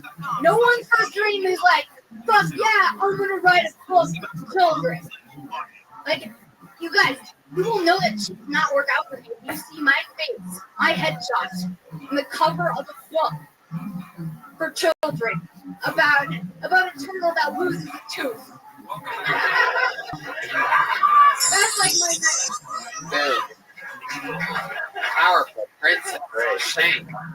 So fucking true too, right? Like you wrote 8 pages. Like that's like, you know, that's not even a paragraph. not hard. Hi. How are you doing? I thought that was really funny. Is there each other? Yeah. Yeah. We have mutual friends. Yeah. We went to a picnic. Cemetery. Yeah, but I didn't have face. Like I think of incognito, not what I think. Yeah. That is Like, such that's a girl. what I That's such a girl thing to relate. I mean, you saw me, but like I didn't have bangs. So like, what's gonna be there? Yeah. We're like, I don't know. I like your rhythm. Like Yeah. your rhythm is what gets it because I like just you know what I mean. I feel like that's what. I mean, that's I what it's laughed about. at you going. I went to Ralph's. I went to Ralph's. Like I went to Ralph's. Yeah. Yeah. And I felt like the YouTube stuff. I don't even the YouTube stuff. I don't think it needed. Like I love it. Like I I love think that I YouTube felt. stuff. I'm gonna override. I think this is so funny because you're like, where's she going with the YouTube thing? It made it. Also, really, the supermarket. You have to really, for the people that know you too. I The can only tell that. Yeah.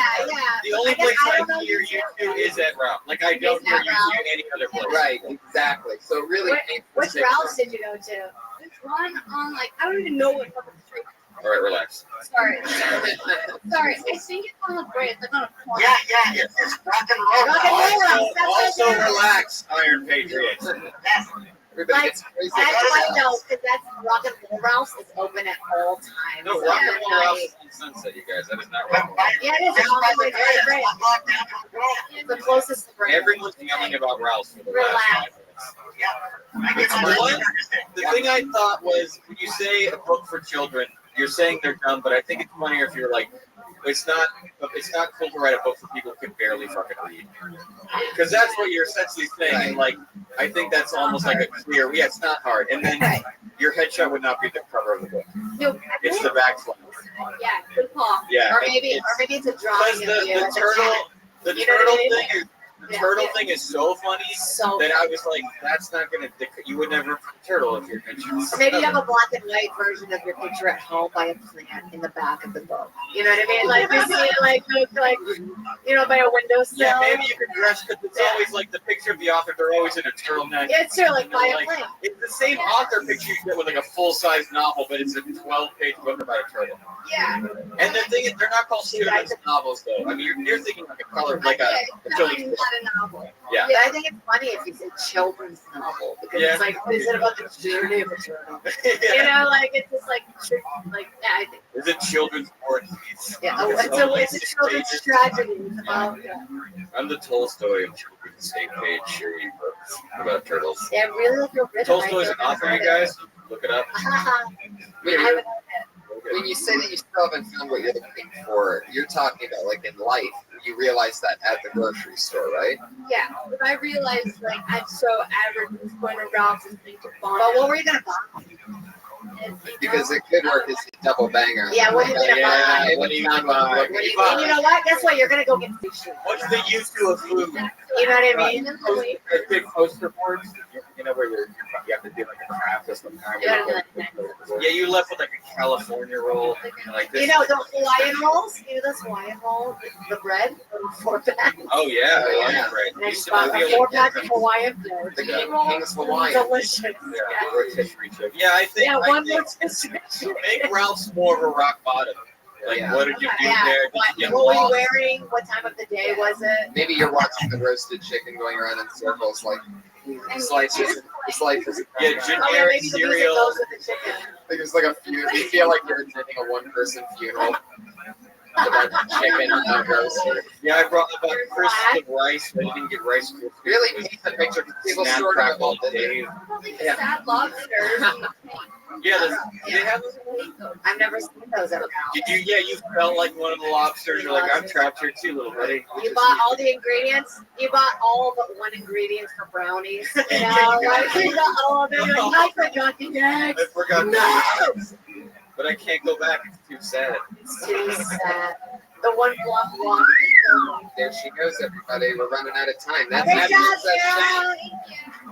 Very, very funny. Love you with bangs now. Love your bang. Throw your bangs out. Moving on to the final portion of the show, we have two lovely young ladies who have done 60 seconds for the last 23 weeks in a row. They're going to do that again for you here tonight. Put your hands together for Sarah Mostajabi, everybody. Sarah Mostajabi.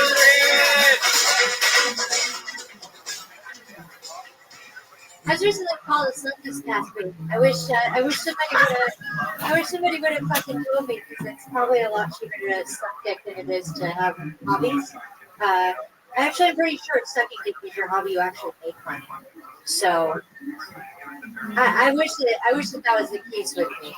Unfortunately, I don't tend to only date the people that don't pay any attention to me at all. Like, this guy has no respect for me. Maybe I can suck it out of him.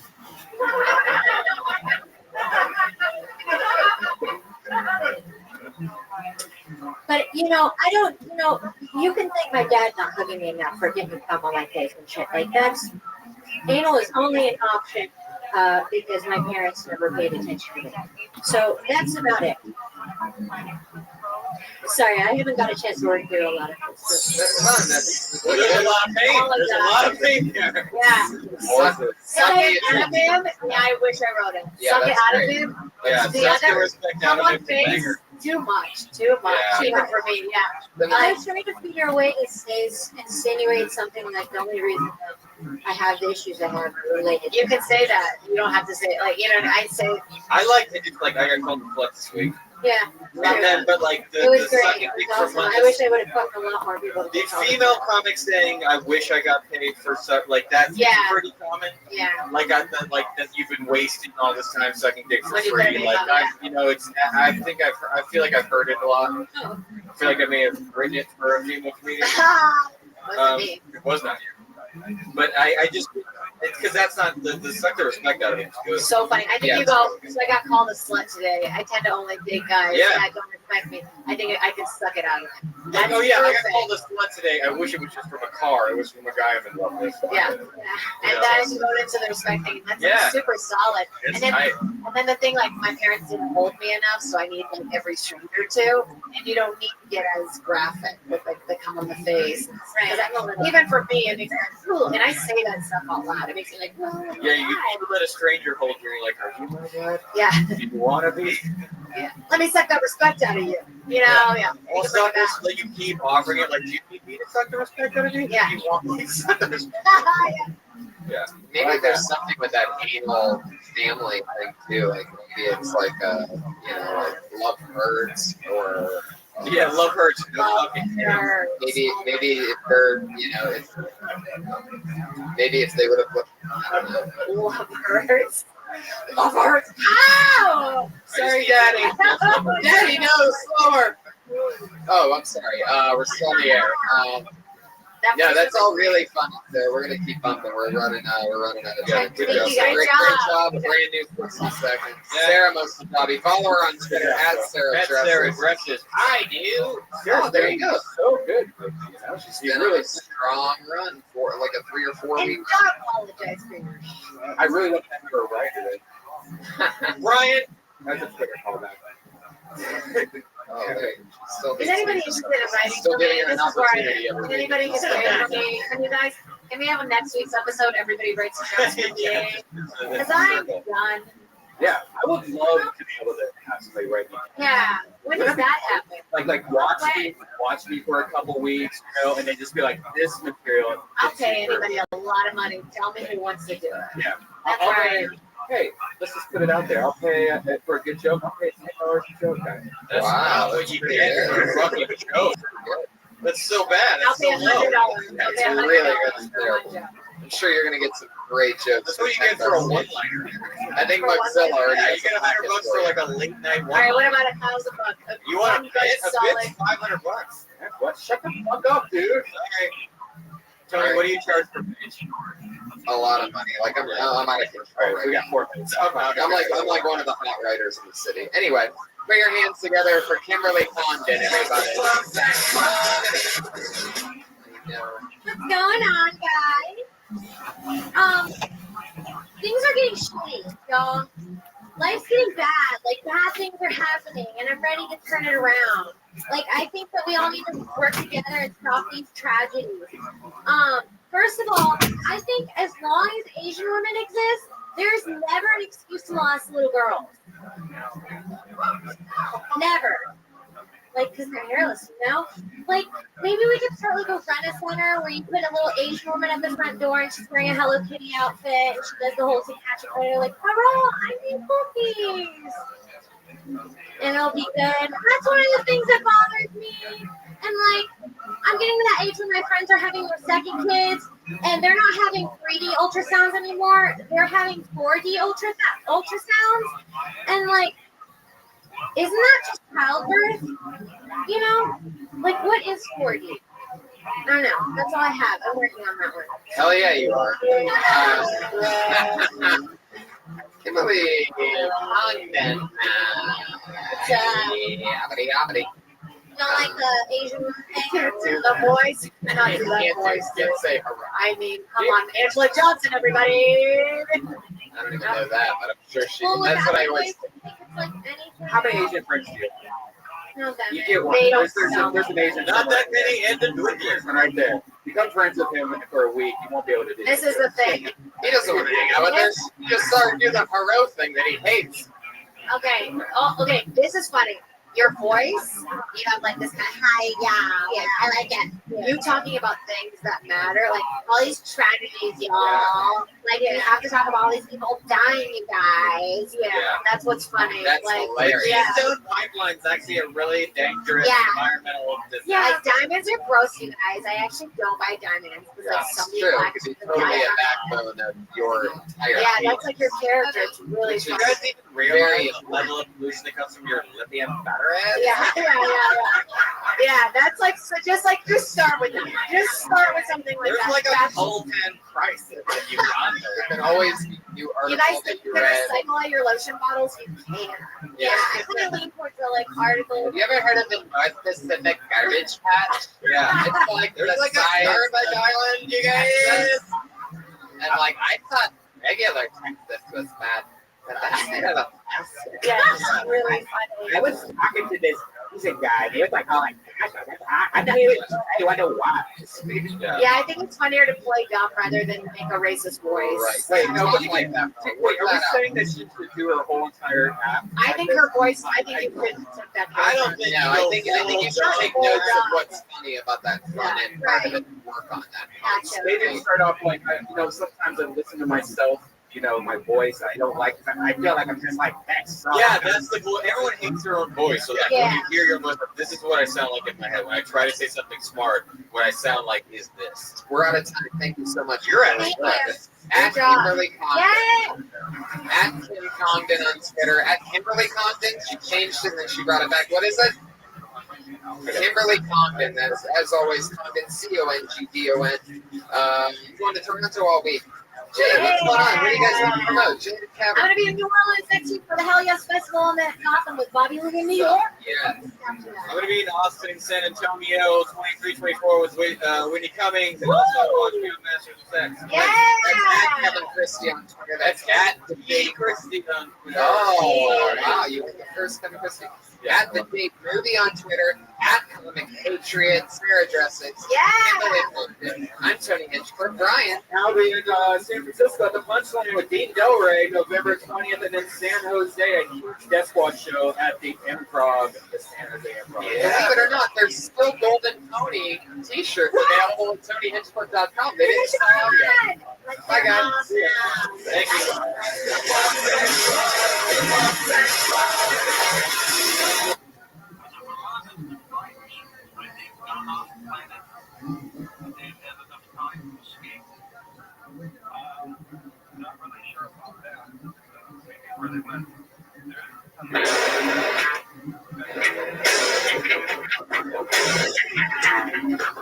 It still takes me 5 minutes to see Hi, everybody. Hi, everybody. Yeah, there you go. It's a real live audience, everyone. Kill Tony number 24. Are you guys excited or what? I was just in Toronto, Canada all week, a dark comedy fest, and I had hundreds of people come up to me talking about Kill Tony, and it's so exciting. So thank you, Toronto, for an amazing week. Special shout out to Tyler and Stacy, this super Kill Tony couple. Stacy. That they know everything and they get it. Wearing the Hinchcliffe shirt, sitting in the front row. They had me sign a Quentin Tarantino 8-disc fucking DVD set that was sweet. They get me. So special shout out, first ever shout out. It took 24 episodes for me to say a stranger's name on this show. But Tyler and Stacy, that one's for you. I'm so glad to be back in LA for 8 hours today, which was a devastating blow. But then I got to go home and eat some delicious vegan food. Here we go. And What was his name? oh, you son of a bitch, Brian. I'm sorry, I haven't been able to do this for a week. I missed it. You're not allowed to leave me.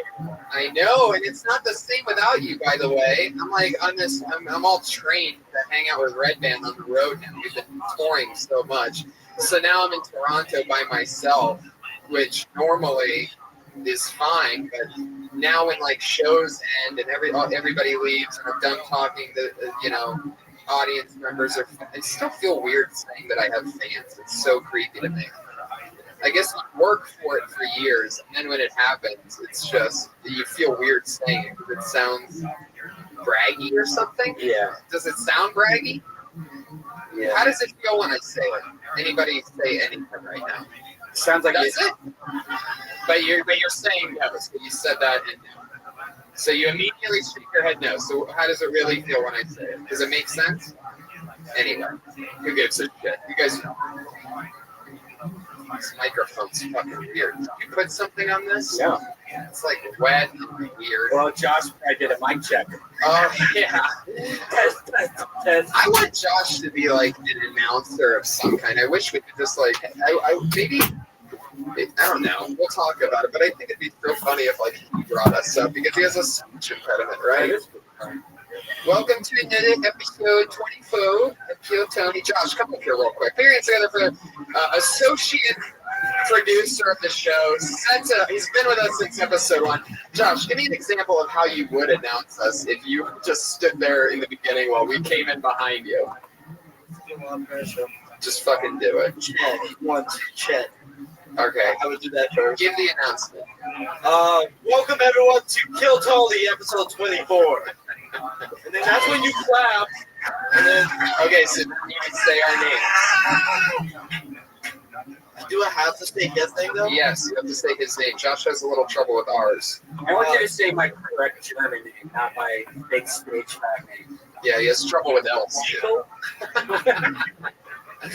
Weichel sounds Jewish. I like that. Weichel. Jesus Christ is here in the back of the room. Oh, And how dare you not announce the resurrection? Give up for the resurrection of the Lord and Savior Jesus Christ. Yeah. Fuck yeah. All right, Josh. Go make sure everything works out. Josh keeps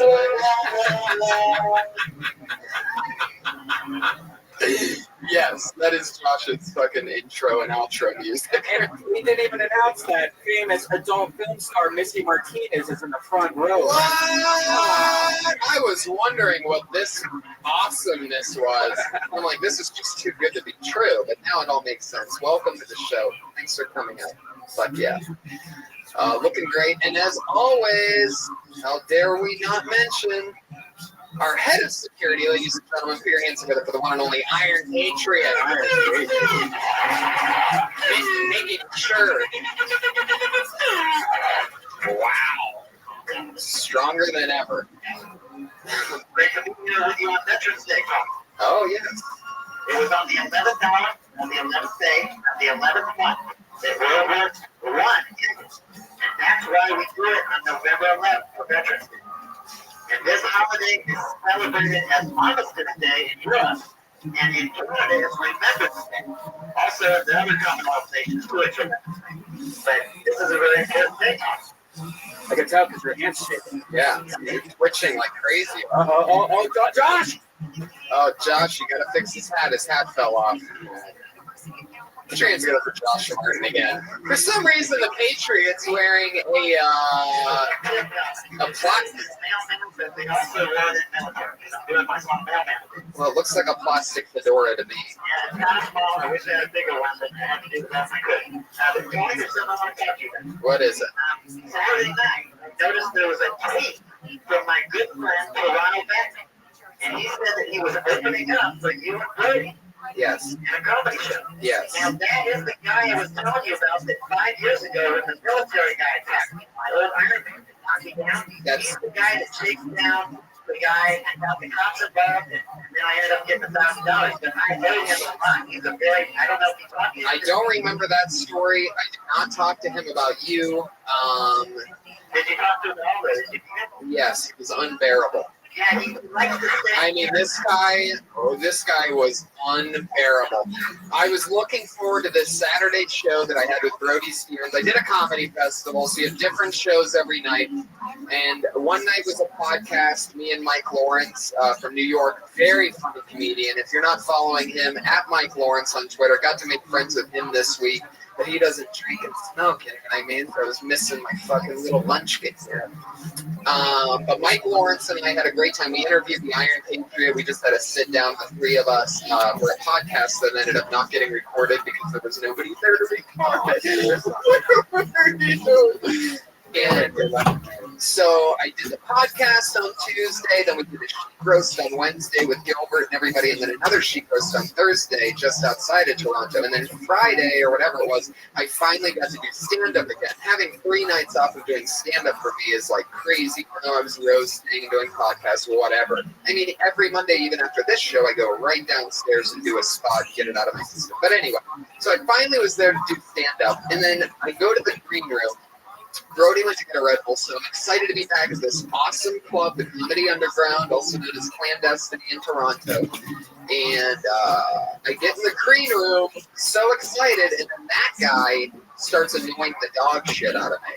I mean, Toronto Batman. So he comes here and he dresses like Batman sometimes. Sometimes Steven character it kind of confuse you. He was unbearable. See, this is what happened. I met him 5 years ago. He was just down the boulevard like this. Yeah. But a year and a half ago, he made this video called Batman's Night Out. It has like 2 million views. Yeah, he told me about it. When I asked him what his name was, his response was, I have viral videos on YouTube.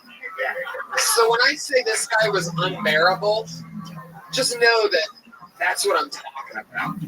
Like, I'm talking unfucking bearable. He did a decent job on stage, but then Brody met him, and he burned a bridge with Brody immediately. Like, this is the kind, I mean, when I say unbearable, I mean unfucking bearable. The first thing he did with Brody's like, hey, hello, nice to meet you. Yes. Oh, you're opening? Okay, nice to meet you. He's like, yeah, let's do a Vine. He already had his Vine out while meeting Brody. Brody's stop it.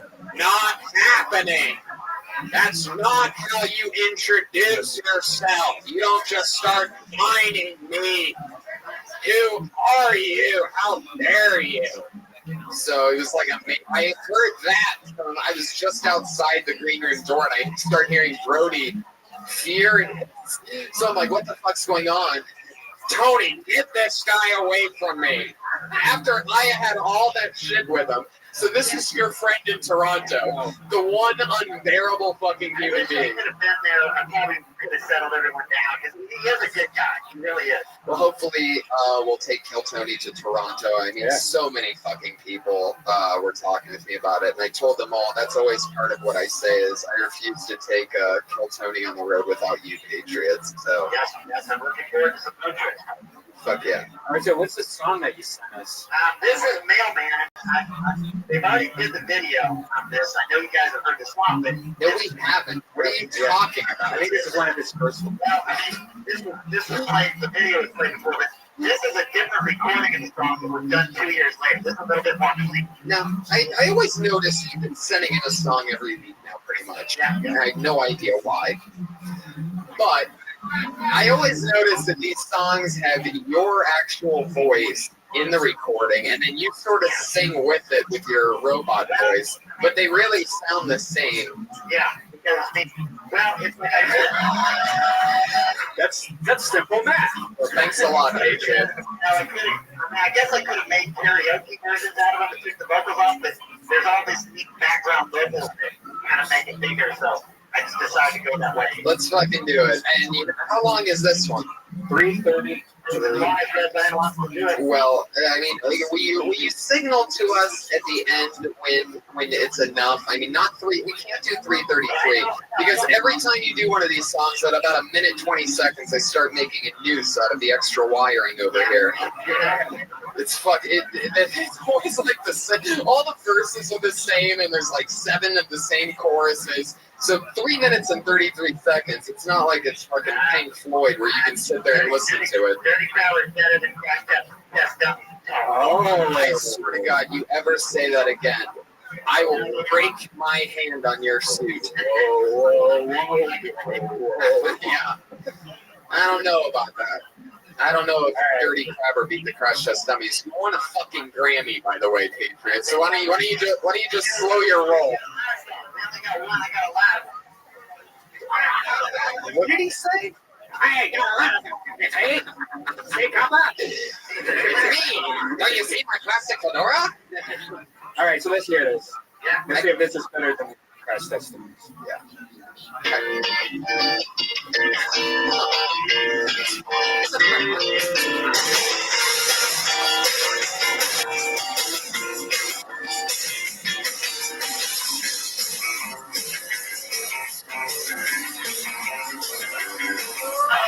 Everything is so much better when I do it right. I'm working out in every winter, blowing like a kite. I'm loading up my mantra, that's how I do it right. I'm going to your neighborhood, I'm gonna get you high, so high. Rain, see us go, just a mailman, rain, see us go. Rain, see us go, just a mailman, rain, see us go. That's only 50 seconds, by the way. I got a first class letter, I'm gonna see it right. I put it in your mailbox, that's how I do it right. I'm loading up my manager, that's how I do it right. I'm coming to your neighborhood, I'm gonna get you high, so high. Rain, see us go, rain, see us go. Rain, see us go, the mailman, rain, see us go. Okay, here we go. Geared it up for the Iron Patriot. Coming in at 1 minute 15 seconds. 1 minute 45 seconds in. So that, by the way, we have 1 minute 45 seconds in. The remaining was 1 minute and 49 seconds. We weren't even halfway through that song. Yeah, you know what that song needs though? If you were going to do that long of a song, it needs a part where like all the music goes away. Maybe it's just the saxophone, and then you have like this was really long, beautiful chorus of just you. Yeah. Oh yeah.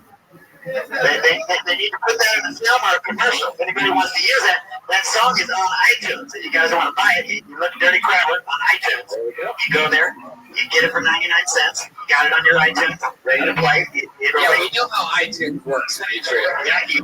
Yeah, once you download it, then you have it, then you can play it. Yeah, you get up in the morning and get you going in the day. There's somebody over in Ireland that says they start their day every morning with that song and get it going.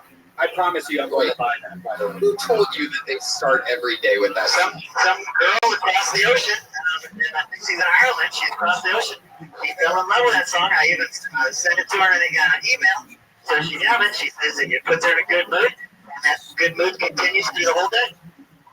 So you guys try it if you want the mailman kit. It'll get you going. What are you going to do when they stop the post office? I mean, there's almost no more mailmen. Like, I mean, they're about to end that whole thing.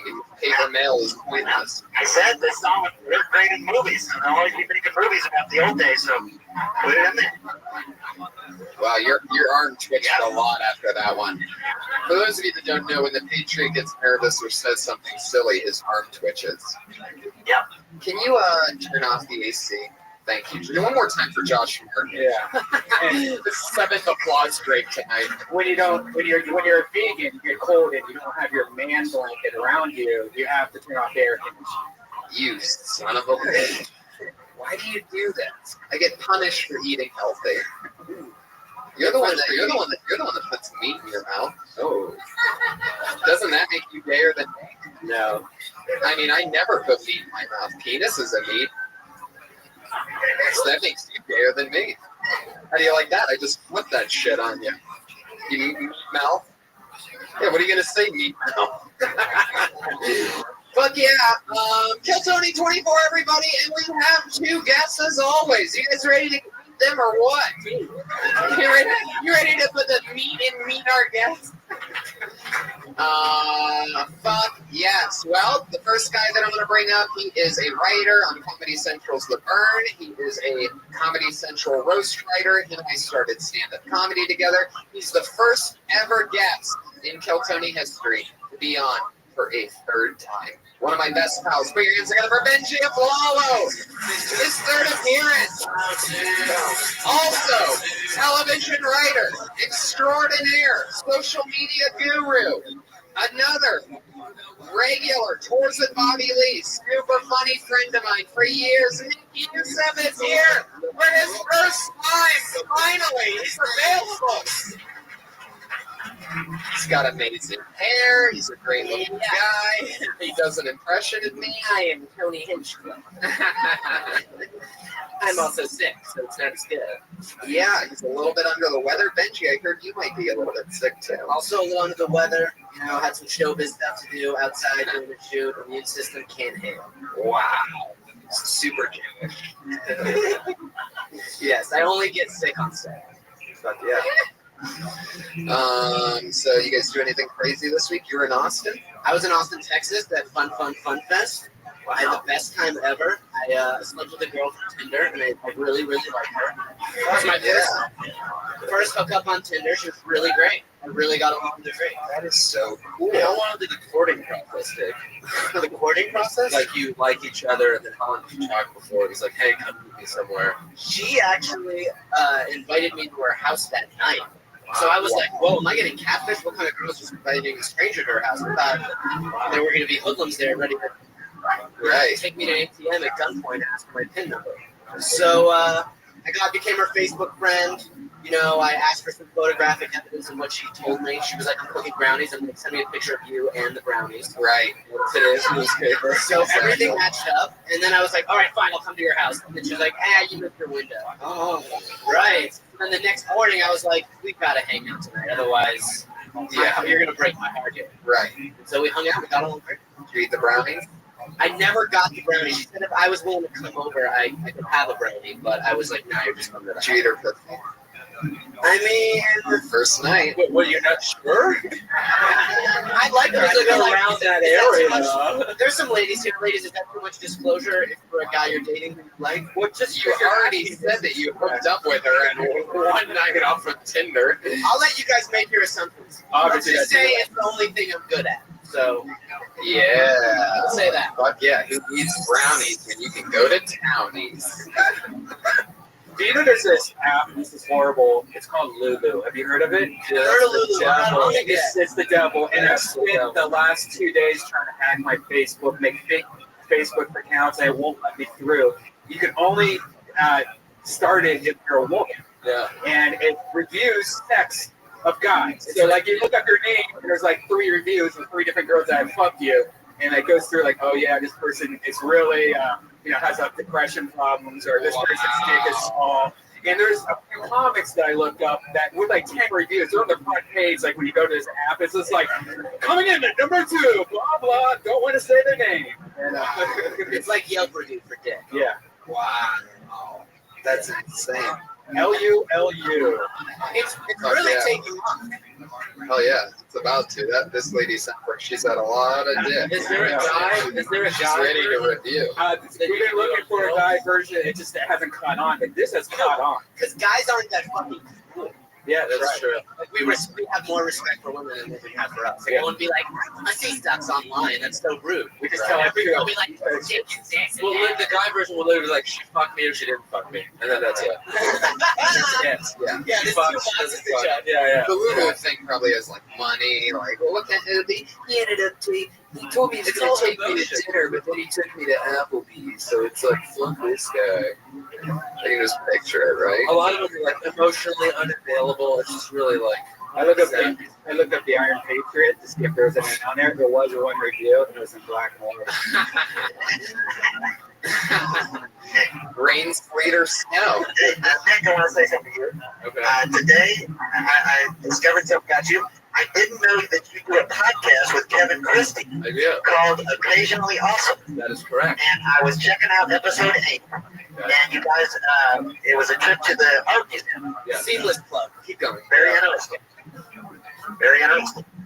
And Benji, today I was talking about, Wait, that was it? That you went to an art museum? You just acknowledge that it exists. Yeah. It's like a summary. no, go on, Nick. What do you want to say, Nick? Oh no, I was just going and then going and then that's it. No, I saw a lot of things about you, but I just came to mind was Benji. You went to school in New York. What was it like living up there? I love New York. It was great. I think everyone should go to college there. It's just a great place to go to school. Where do you keep the 4-year-old that writes your questions? Is that under your staircase? No, but I mean, that's good. A lot of people probably don't know about that podcast. And I thought it was interesting. Kevin really goes back with art. I mean, he went to a prestigious art school. So I didn't realize that about him. And I know absolutely nothing about it. Yeah, that's what was interesting. The contrast. But yeah, very, very good Patriot. I mean, you His are awkward pauses are amazing. yeah. He just stares at me with those energy-saving light bulbs. No, all that you hear is his arm twitching. Hey, Grant. Hey, Iron Patriot. This one time I went online and I saw that you have tweets. Oh, yes, I do. He's like, wow, this Benji, that professional. Yeah. Really. Have you been seeing all my Easter eggs? I've been Yes. You know what? I want to talk about that. Patriot tweets from the @ComicPatriot account, and for those of you that don't know, when he's not on Monday night being the Iron Patriot here on Kiltony, one of his day jobs is he's an extra, and he gets a shit ton of work. So one of the funniest things, if you ever check his Twitter account @ComicPatriot, is that you'll see him in the background of like 2.5 Men, The Office, Parks and Rec. I mean, every major show. Yeah, I just put one on a Big Bang Theory and Shameless, and I had one at Glee. Yeah. It's been pretty fun, and people seem to be enjoying it. They like to try to see if they can find me. And Red Band got me off on this thing saying they're like Easter eggs. Hey Josh, can you pick up all the credits that the Patriot just dropped? Jesus, Patriot. What are you, you're like a robot of an AMD Well, right I'll tell you, all these bitches in LA want to get famous. That's all they care about. I'm one of those bitches too. I want to get famous. Then you shouldn't take extra work. I'll tell you what. I'm making a big sacrifice for this show because I've been missing out on a lot of work because I can't work on Mondays anymore. And sometimes there's 2-day calls and 3-day calls. But I know Tony appreciates it. I'm having a good time here. I haven't been doing as many jobs this year as I usually do. Patriot, I love you, but you know that extra work is like looked down upon. They had a whole show on HBO about extras and how they're losing. I know, but that's why Red Band got me looking at it and that it's like a funny thing. You got to take lemonade and put it in your lemon. Believe me, I know. I'd much rather have speaking lines. Believe me, I'm trying to make the best of it. It's pretty funny, you know, and I think I've seen a lot of behind the scenes. You really gotta check out these tweets of him talking about being an extra. It is so fucking funny because you see his head in the background of all these amazing television shows. See, the Dexter one's the best. Dexter's about to put some meat on the grill, and he's just standing next to Dexter with a plate of Well, meat. that wasn't actually Dexter. I wish I could have got it. That was just, he was in that scene, but that was another actor. But that was I was right there on the set with him. Actually, that guy, Michael Anthony, he got mad at me because I grabbed a drink off the tray. But yeah, he was right there in that scene. You grabbed the drink off the tray? Yeah, the wrong one or something. Tell me about it. How do you feel that? What happened there? It's just I was like walking and I was grabbed a drink off something when I wasn't supposed to. He was standing there next to a tray or something, and I saw his dark side. Because you're all excited to get to the set with these stars, but they're there to get things done. They don't give a shit about you. So It's called working. yeah. Did you force your way into the camera shot as an extra? Do you get it? Well, I try to look for the camera, but there's a lot of things I can't even find, that I've been on. I've been trying to search for and stuff, but yeah, it's How do you feel that your theatrical reel is a silent film? yeah, it is, but some of you guys, I don't know if you guys know about this. Have you heard of the famous extra named Jesse Hyman? Of course we have. No. Okay, this guy, remember the Super Bowl? Listen, this guy is really extremely famous. He was in that Super He's Bowl. not really extremely No, famous. but listen, one second. Before we go on, just listen 1 second. You know the Super Bowl commercial where he kissed that model right around the alley? You guys know this. And Dan Patrick was in it. Oh my God. He put a video so he got millions of watches. People know it was on a Super Bowl commercial. You guys watched the Super Bowl, didn't you? Can you define famous? The words. I mean, there's a lot of different levels. Yeah, he's not George Clooney famous, but this dude is. I mean, you guys saw the Super Bowl, didn't you? Am I the only one who watched the Super Bowl? No, we saw the Super Bowl. No, we did not. And unless I know Joe Logan and Red Band don't care, but everybody else, you watched the Super Bowl, right? That commercial where he kissed that ugly, the guy with the jufro, the fat kid. Whoa. He kissed the girl while he left the alley. And it was on Danica Patrick. He's a famous that's actor. enough, Patriot. You're out of control. You know I don't talk about it. You're trying to make me look stupid, don't you? Nobody knew.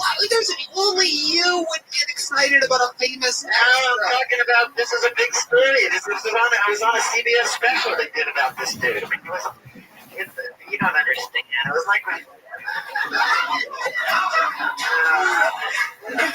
He's so sad. if I had the internet in front of me, I could show you what I'm talking about. I don't have a way to. Even if you showed us, we still have no idea. How do we summon those reactions from him all the time? Like, Well fine-tuned. oh, you don't get it. No, it's still about there. It's stupid. It's like when I tried to explain to you that a lot of people were upset when they changed the comic book Patriot into the movie for Iron Patriot. That's There's a lot enough. of people who are upset about that. You don't understand. That is enough. Out of control. You are overstepping your boundaries. You ever seen Andy Richter talk over Conan O'Brien, huh? It ain't fucking happening, Patriot. And it ain't happening here. You're making me turn into a dinosaur right now. I better get my Christmas bonus this year, Tom. You guys ready to get the show started or what? Once again, we have about 30 comedians that have all signed up to do just 1 minute and get talked to by myself and my amazing panel of comedic friends, and once in a while even the Patriot chimes in. It's a very exciting episode. We have a very special announcement at the end of tonight's episode, which I'm very, very excited about.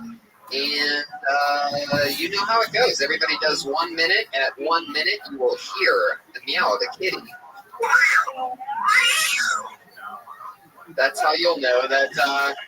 That's how you'll know that your time is up. Now, in comedy, you can't run the light, and the same thing goes here. If you run that kitty cat sound, you're going to get an angry West Hollywood bear,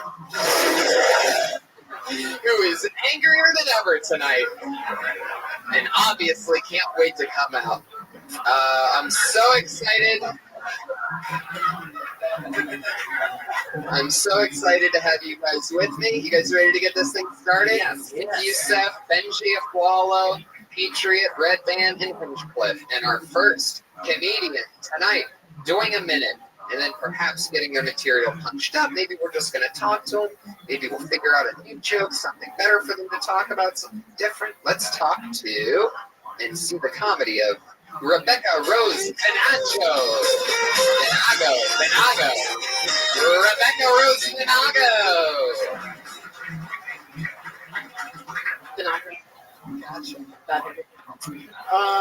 Hello.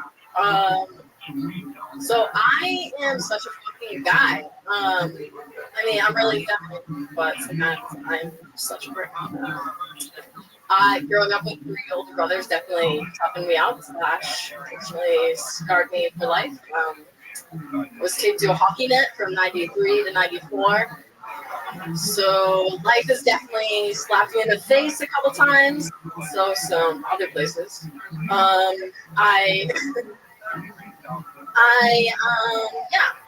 So those brothers, they one of them actually is crazy. Anyways, what is that commercial? So I have a lot of guy friends, and which all of them are pretty much intimidated by me, probably because they think that my dick is way bigger than theirs. I don't get a lot of dick pics, but I did get one recently, and I was like, oh no, Cody, I show you that fucking fuck. That bear was quick. Sometimes, I mean, he goes in the cage for a week at a time, and then he comes, hey, wait, right back, get back up here. You don't get to go. Is it Vinagra? The bodybuilder of me. Gotcha. How long have you been doing stand-up? I just started. Right. How long? So how many spots have you done? Have you ever been on stage before? Yeah, like 5. Okay, that's cool. Did you just move to LA, or have you been for a while? 2 years. Have you always wanted to do stand-up? You know.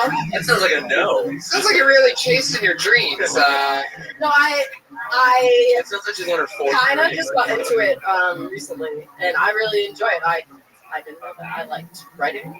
So I kind of got weird. What makes your brother so crazy? It felt like you were going to get into something, but then you didn't. So I feel like, Oh yeah, I'm just noticing that you mentioned that it seemed like there was a lot behind it, but then you said anyways, so you got away from it. So what's so crazy about your brother? Well, okay, so yeah, he's used to just torture the living shit out of me. Right. Like how? What do you do? Okay, so I was adopted, and when I was like 8, Just kidding. so when I was 8, my brother, he made up this song with me called Rebecca Rap, and it goes, Rebecca Rap. Sometimes we wish we could return them back. Oh my wow.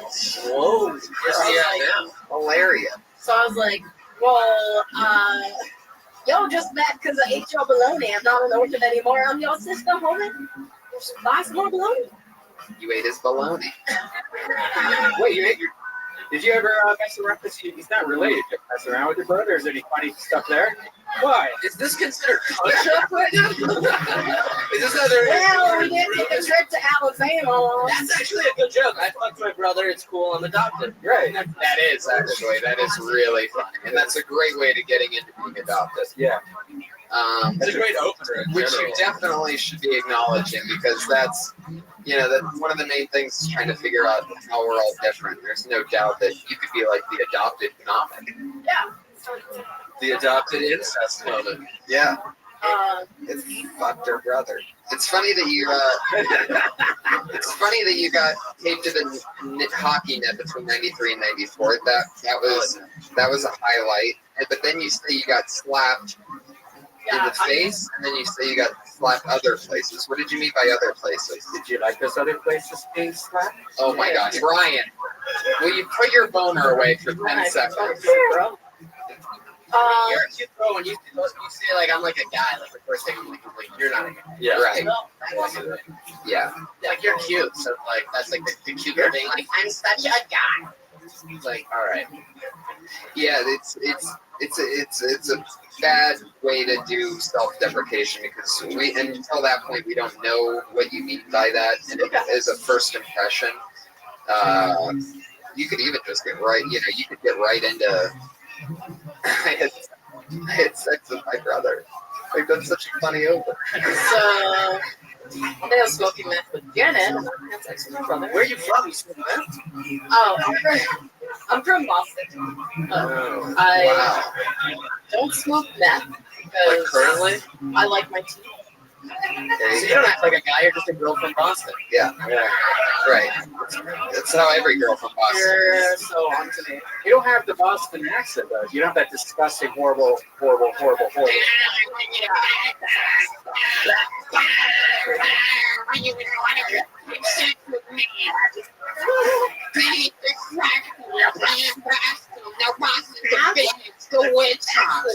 do you know about your biological parents? That's Marino. Oh, it's another Bostonian, Andrew Femolos. I could tell there's a Boston cackle in the back. I'm like, who the fuck is it? That's how they laugh, the guys. That's a different thing. I could hear it. Oh, That's I where just know Marino. Yes. Well, congratulations, Rebecca. I think you've just been hit with a magic spell. For 5 times on stage, that's really good, and you have some promising premises. Nick, anything else for Do you Rebecca? have like stage experience other than the 5 times you do comedy? Theater, stripping. Yeah, I used to do a little theater. I'm an actor too, but I just started out here, so. Yeah, you seem comfortable. I project more. Yeah. Okay. You're a little quiet. Oh, sorry. Can you smack your lips and move the mic stand? Not now. No. Not now. But when you take the mic out, that's like No, move it to the left. Yeah, or behind you. behind you's the best. Not really to the side. It'll Inside always you is do the that. best. Tiny loud. There you go. You want that to disappear until you're done, and then you pull it back up, and then you put the mic in the mic stand. Lick it up. Could you practice that part now? Yeah. Practice that part, Lick it up. and then say, thank you, that's my time, I'm Rebecca. Thank you. That's my time. I'm Rebecca. There she goes, everybody. At Rebecca Rose V on Twitter. Follow me. Rebecca Rose Vinegra. And I would definitely, before you, whatever, first thing tomorrow, I would write a joke off of your last name because people will always say that wrong. They will never say that correctly. Vinegra? How do you say it? Vinegra. Yeah. Yeah. Change it to Rebecca Viagra. I would say don't. Yeah, definitely don't. Vanagra. Or V, Rebecca V. Vinegra. It sounds like an old world racial slur. Yeah. Hey, it's a Vinegra. Or just a Boston. all these Vinegros running around the neighborhood.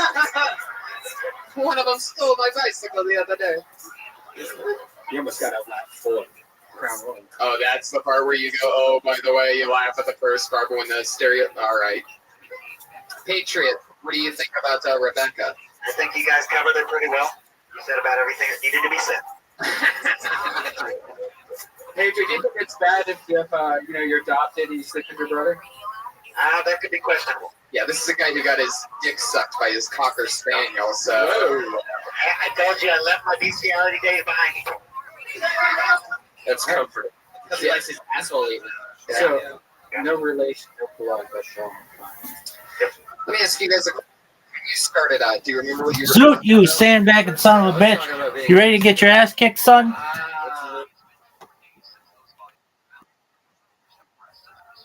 All right. All right. All right. Well, then come on in and I'll whoop your ass then.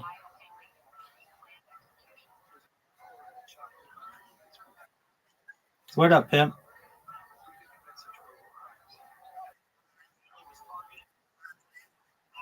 That's great. Good job, big dog. That's great. Good job, big dog.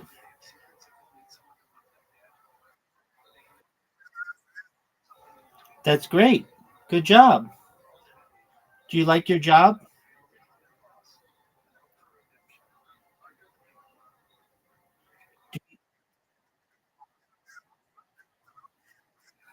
Excellent. Well, that's good. Is it a lot of work?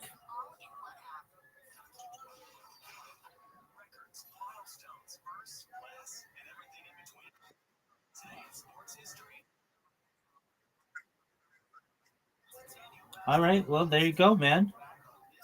Can't beat that.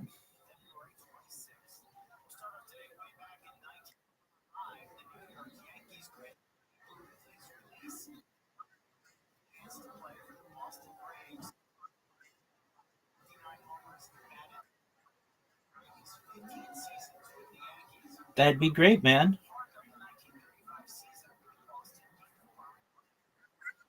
No, that's not my deal. I can do anything, baby.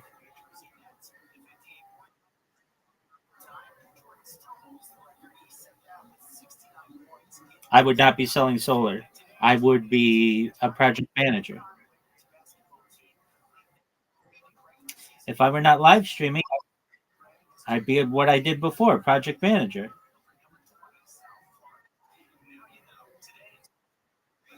No, I don't need to work right now. When I do, then I'll be a project manager again.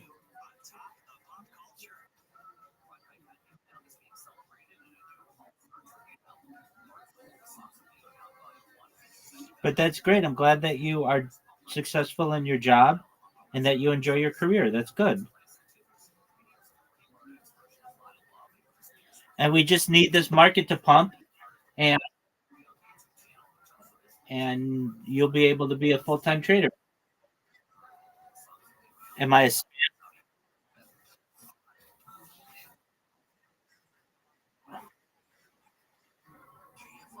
I can teach you how to do it. Yeah.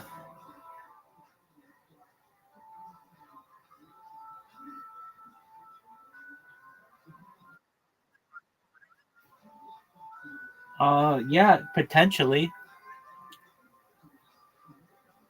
So what you could do is create an email spam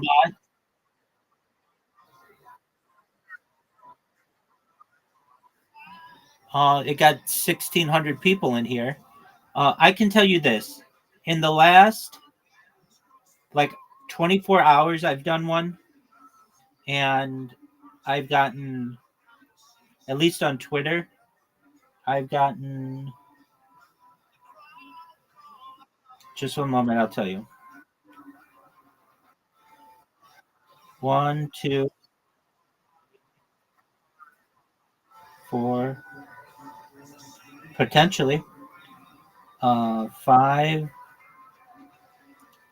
I've gotten 5 people who asked me if they want me to promote them.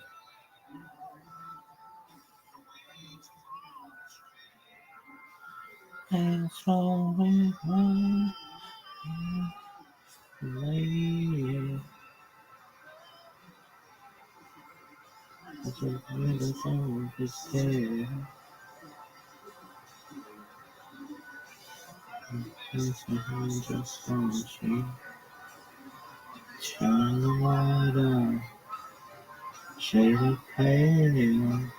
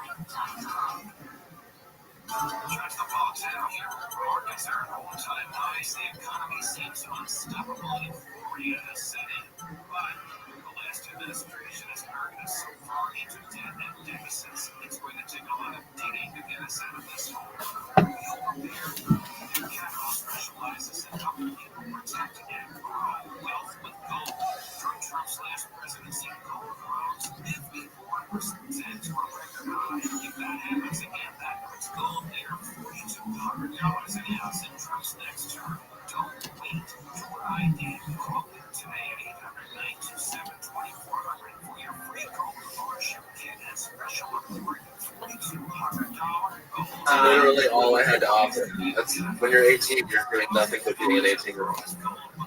Wow, that's great that you had the knowledge to give that perspective, though. I mean, that's fucking great. Because I had literally no other knowledge. Right. It's like, what else am I besides an 18-year-old? Yeah. That was it. Just out of high school, I would do a joke about like how great my knees were, how they didn't like make any creaking sounds, and point at like older people. And older back then was like 25. That's hilarious. I performed when I did my first set here at the open mic. I went on, and literally 3 minutes was just about being a teenager, being 18. And Ari Shafir comes up to me and he goes, "Dude, are you really 18 years old?" I'm like, "Yeah," thinking like, "Here's my shot. I'm gonna get brought right in the club." He goes, "Wow," because it's 21 and over here. You're gonna have to go. Walks me right out the door. God, that is so fucking Ari Shafir. And for 3 fucking years, I would have to wait outside before I went on, and then he would if it was cold or rainy, I would walk into the stairway in the OR, and he's like, "You see that threshold? You can't. That's for 21 and over. You're gonna have to go on the other side." For 3 years. That is so hard. And then he helped me get a job here, so I don't hate him. But yeah, he'll flip on you. It's almost good to have him. Have him against you for a bit because he's a solid friend. How about Benji? What were you talking about in the beginning? Still doing the same stuff, in which just like silly one-liners, stuff like that. Do you remember one that you would never do again that you did back then that you were sort of embarrassed about, maybe? I used to have a joke where I would say, "I'm a Metro conservative," which means I trim my pubes and I have no compassion. That's hilarious. Why don't you do that? That's the one you're embarrassed about? Because Metro jokes, like, 2 years after I started became hacks. Right. Because, like, every hack is like, "What's up with metrosexuals? Real guys are like this, and girls are like this." It's like, so it's no one can hear that. Right. Or at least I don't hear You guys ready for your next comedian or what? Yeah. Let's do it. Rebecca Rose and Agatha. Next one is Skylar. Oh shit, it's Skylar. She's coming. The song is Unknown Brother by the Black Keys. It's a packed crowd. Thank you guys for all being here, by the way. How excited. Skylar. All right. So I wrote this next set because I need more gay jokes. So I was driving my car and then it broke down. Pulled to the side of the road and I decided to fill my tranny.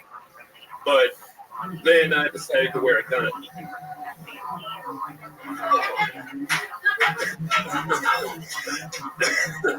And I was talking to a friend. He was like, "Hey," I told him to stop being a fag.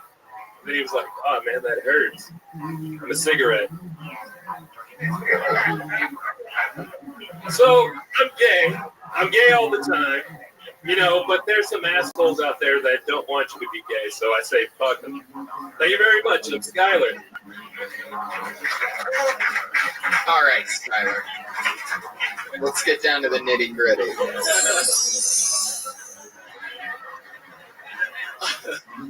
You can't do any of those jokes ever again. All three of those are unacceptable. We've all almost at one point wrote those jokes, but we're like, oh, no, this is getting done. The it's a good thought. Your heart's in the right place. Gotta dig a little deeper, though. The tranny. Oh wait, are you really gay? No, but you want to. You said you were gay. Yeah, you open with "I need more gay jokes." I know. Look how he's dressed. He's dressed terribly. A gay guy wouldn't dress like that. Yeah. It's like, what the hell are you wearing? Yeah. Yeah, I know. Oh, come on. Obviously not gay. That's the whole joke. Then you can't say fag, bro. You can't do Yeah, that. that was. That's you can't do that. I mean, you can say whatever you want, but don't. You can't say Yeah. you can't say fag. You especially can't say fag if you're just gonna make the cigarette. It's got to be like. But let's figure something out. Let's not just bash you here. Let's figure out. Do you have any gay friends? Yes, a lot. Have you been You say a lot. I don't need a number of friends. I need to know like your closest gay friend. Tell me something about them. Are you used to having gay friends? How long have you lived in LA? About 2 weeks now. About 2 weeks. Okay, perfect. Then we're getting somewhere. Where'd you move here from? The Bay Area, Oakland. There you go. Okay. So what made you want to like write a joke or a set about like gay jokes specifically? I just didn't have any, so I was like, I needed some. That is the most honest, beautiful thing. I love Yeah, it. yeah. I love it. So was it like I want to write some controversial, like shocking kind of gay jokes, or you just wanted to tackle that angle? I wanted to tackle that angle. I have a set called Chicken Dick, and that's kind of gay. You have a Why are you obsessed with gay stuff? Well, Chicken Dick, it's not really gay, but it just rolled into that whole deal with the Catholic churches and Oh, chicken dick is brings up your guys' conversation about having meat dick in your mouth. Yeah. So all your gay friends are in Oakland, is that correct? yes. All right. So you don't have any gay friends in LA yet. No, not yet. Do you think that the gay people will be different here than in Oakland? Probably not. Probably the same. Okay, then you'll never have a gay joke. I don't think you understand what I'm trying to do here, Skylar. I'm trying to help you write a joke right now. What's going on in your life? What's actually going on in your life? Like, what's the first thing you do? Well, tonight I was gonna do something about. I was gonna do a joke where I have a lot of baggage, and I date crazy chicks, and then they have baggage, and together both of our baggage creates luggage, and that's a lot to carry around in life. I just asked you what's going on in your life, and you told me the fourth worst joke. But that's at least more about what's going on in his life. I love your spirit, Skylar. Okay. That makes more sense. That joke, yeah, needs work. But like, it makes more sense than like we were talking to a cigarette or something like that. I mean, I knew you were definitely gonna make obviously a baggage joke because of your style, which is I'm gonna hint to you what's coming so that it's an ineffective punchline. So let's talk about something else. 2 weeks you've been in LA. Okay. All right. Do you have an apartment yet? No, not yet. Where are you living? With my grandma. Why the fuck are you talking about that? Yeah. There you go. It's 2 questions away from gold. How's that? What's living like your grandmother like golden premise? Go ahead. In her on her pooping yet? Does she powder your balls with baby powder? No. My grandma used to do that to me when I was a little boy. I used to take a bath at my grandma's house, and I remember I was a very, very little boy, but I would take a bath there, and then I would lay down on a towel on her bathroom floor, and she would put baby powder all over me. And like, this is gonna end in us hugging Tony, and he's crying. No, yeah, totally. Crazy part is I did it last week, and it was awesome. Son of a bitch. How dare you? No, but there's a lot. My grandma might be listening to this. There's a lot of cool things you can't talk about being at your grandmother's, like looking at her like cache in her browser on her computer. You can just look around the house and look at all the fun shit that's on about. That's all shit that we don't see every day. You can take advantage of looking at all that shit. That's what it's about. I just moved to LA. I've been here 2 weeks. Don't have my own place yet. I'm actually living with my grandma. Boom, boom, boom, boom, boom, boom, boom. Should be 5, 6, 7 jokes that you don't hanging out feed with into with. Yeah, which is very strange. We went to a farmer's market from the movies.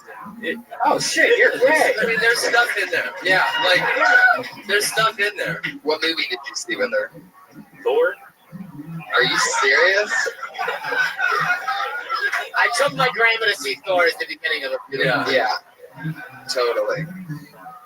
All right, there you go, Skylar, everybody.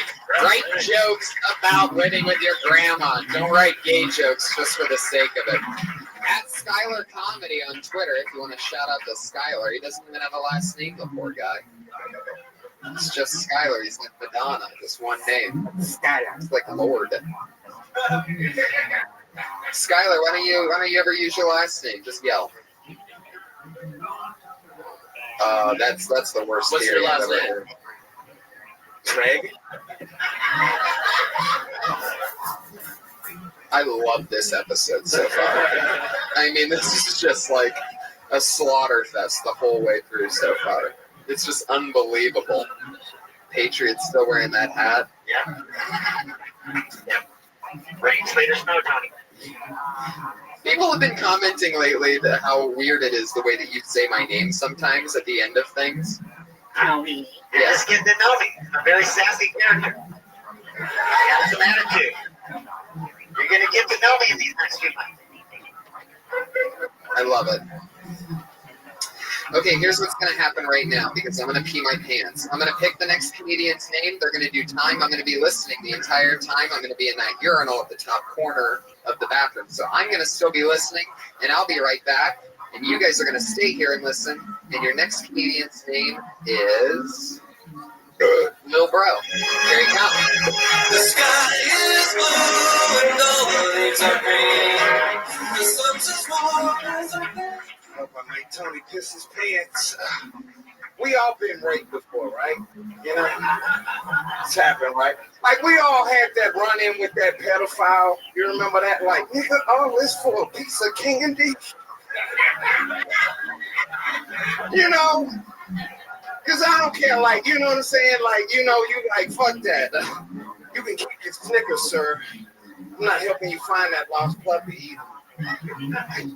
You know, like, even, like, I don't care, like, if the man had his thumb up your ass for 30 seconds. You still got to go to therapy like the rest of us.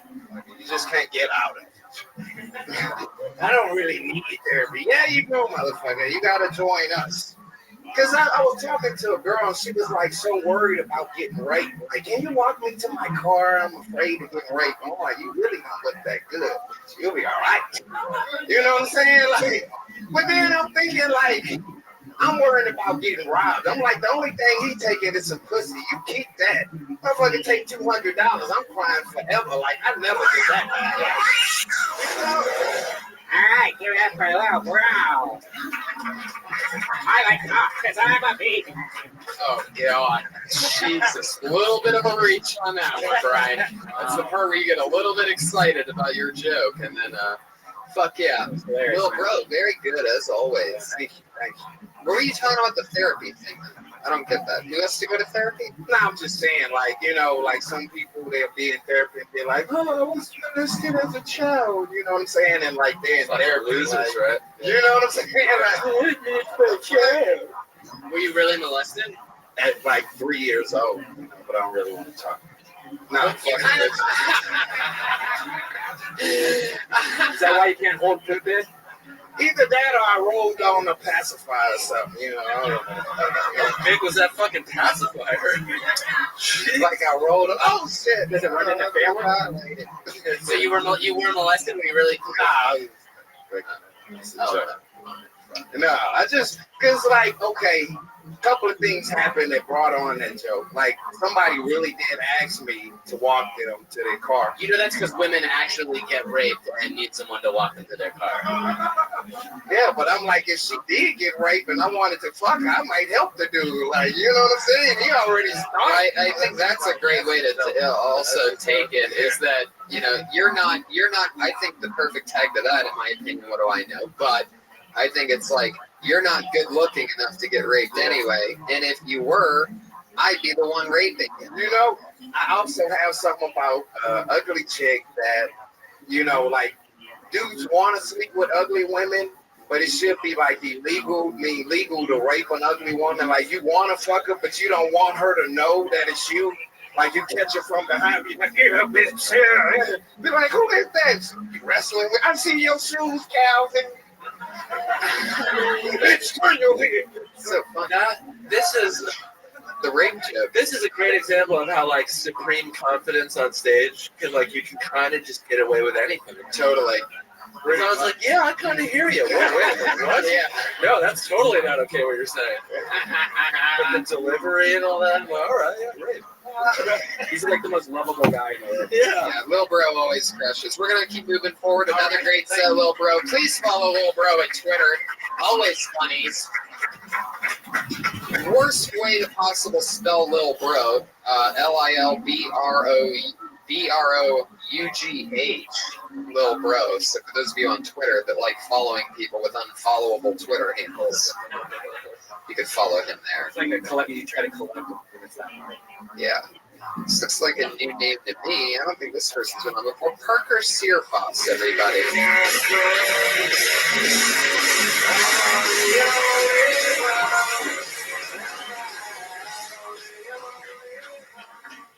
Hey guys, I just moved here from Texas. And people say, no, wrong answer.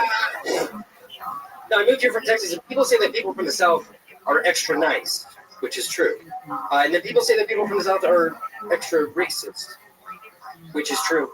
But I have a theory. I think that people from the South are extra nice because they're nice to half as many people. Like, I'm not saying it's right. I'm just saying mathematically we got like a well of niceness, and they're like, oh, let's pour it in the white people bucket. Whereas us non-racists, we give everybody just like a Dixie cup of nice. But it's not. It's like it's not just about race. It's you know when a serial killer comes out, the news always knocks on their doors, and the neighbors are like, "Oh my God, I had no clue. He's so nice." That proves that serial killers are extra nice to their neighbors and super mean to 30 Boy Scouts. Like they'll feed your dog while you're on vacation, but you're not feeding those Boy Scouts. Not until they put on the lipstick. Parker Searfoss coming in and killing it. How long have you been doing comedy? 2 years? Yeah, 4. Austin? No, Dallas. Dallas. Oh, well, you know what that is? That's where another man from Texas, the Iron Patriot. Oh, no way. I lived there for like 25 years. That's crazy. 1979 to 2007. Have you ever heard of a little band called the Dirty Crabber?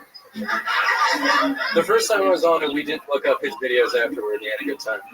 Oh, you've been on the show before? Yeah, just once before. It was a while ago. So you looked him up. He was in Dallas at the time. You said it played a lot on Dallas radio, right?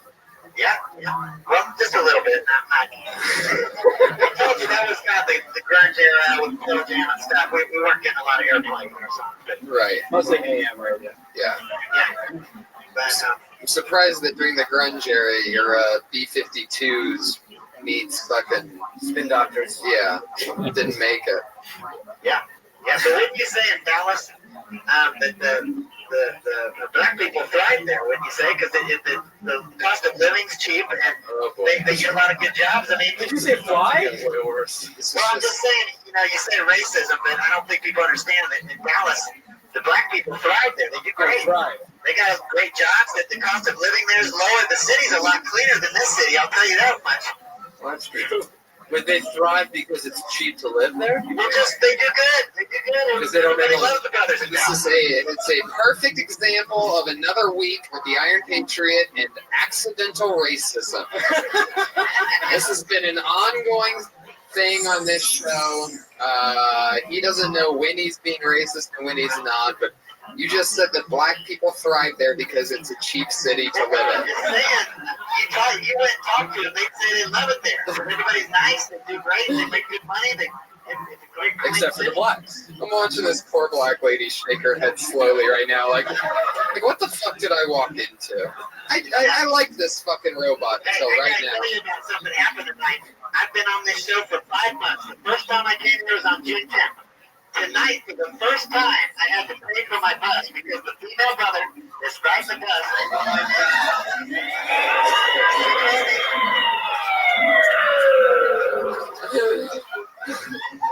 She told me last week that she said, last time you're going to have to pay. So I had my money ready, and I actually paid $2 for the first time in 5 months.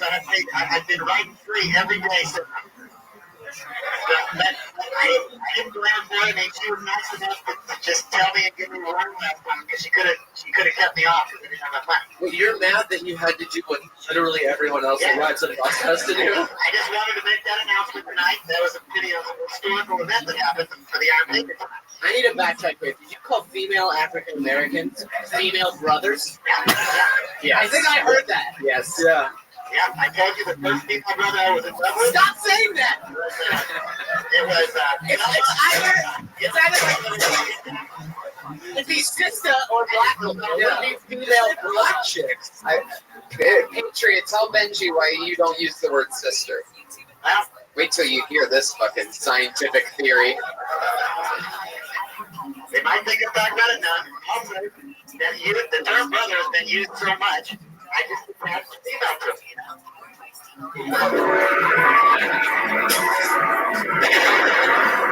There you go. Like Beyonce. There's a lot of female. This is accidental racism still happening, by the way. He's now rattling off the handful of black women that he likes. Yeah, I like how the very. I love to caress her feet. Got cute toes. Good Lord. That hat next to me is going to have a spike on it. You know Yeah, totally. Yeah. I get the feeling he's coming in next week with a white lid on. Yeah. But I do say sister in my Soul Sister song. Remember when I did Soul Sister numbers? I try to forget all these songs that you do, Paige. No. I can do it without your sarcasm. Whoa, getting a little bit argumentative. Now, bad Tony. All right. This is a classic song. I love it, Patriot. Another week of accidental racism with the Patriot. Parker Searfoss, great job, man. How long have you been in LA? Just a year. A year. Well, welcome. Keep doing it. Keep rocking and rolling. He's at Fear Sauce on Twitter, everybody. There he goes, Parker. Fear Sauce? Fear Sauce. He got that. Fear Sauce. So if you're afraid of sauce and you fear sauce, then follow him on Twitter. Parker Searfoss. Good perspective, good jokes. He's from Texas. Got it. You got any jokes about being from Texas, Patriot? No, I told you what I thought about Texas. Someday I'm going to go back. I'm going to go because I'm going to have a triumphant return there someday, and everyone's going to know me. I'm going to be having a household name. Okie dokie. Your next comedian, this seems like another new one, Emily McCarran, everybody.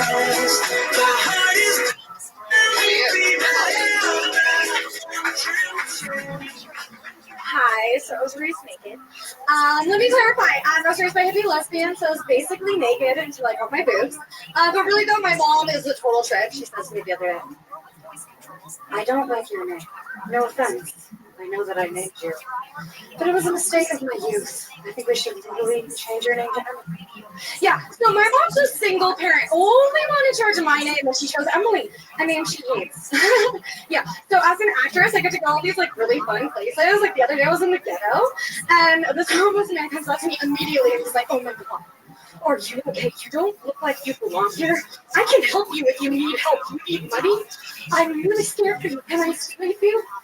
So I don't know what that says about me that happened, but I'm just glad that there's still good men out there. It's sad that you live in a trash can, but you know what? At least there's still good men out there, besides Jesus over here. Oh yeah, and by the way, my mom was also raised naked. My grandma, as you're talking to her, she'll strip down. Wow. A lot of words came out there. Oh, yeah. Was I talking fast? You have the best cocaine and cleavage that I've ever. Well, when you're creative and the person who will create you is on crack, it's gonna crash you out for life. Not my mom, but the guy who killed my dad. Wait, what? Wow, look at you. You are bonkers right now. Always. I see what's going on here. Always. The guy that's probably my dad. Well, because I was created from random animal sex. So the guy that my mom's pretty sure is my dad is a total drug addict. Mom was a lesbian. She wasn't being a good lesbian when I was created. Hey, look who it is, everybody!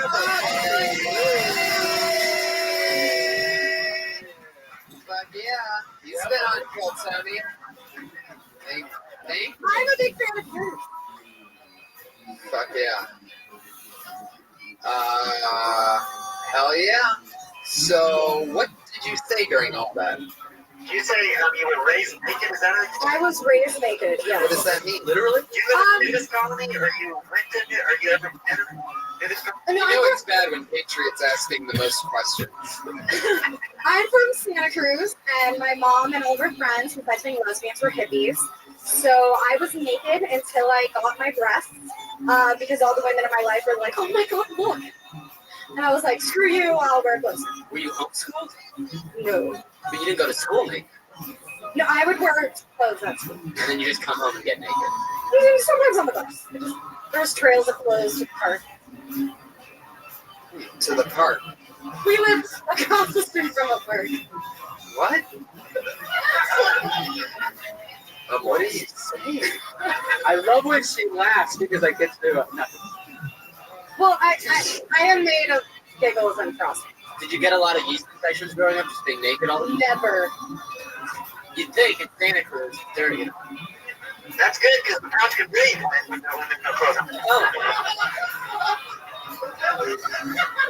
Did you just call a pussy a pouch? Yeah.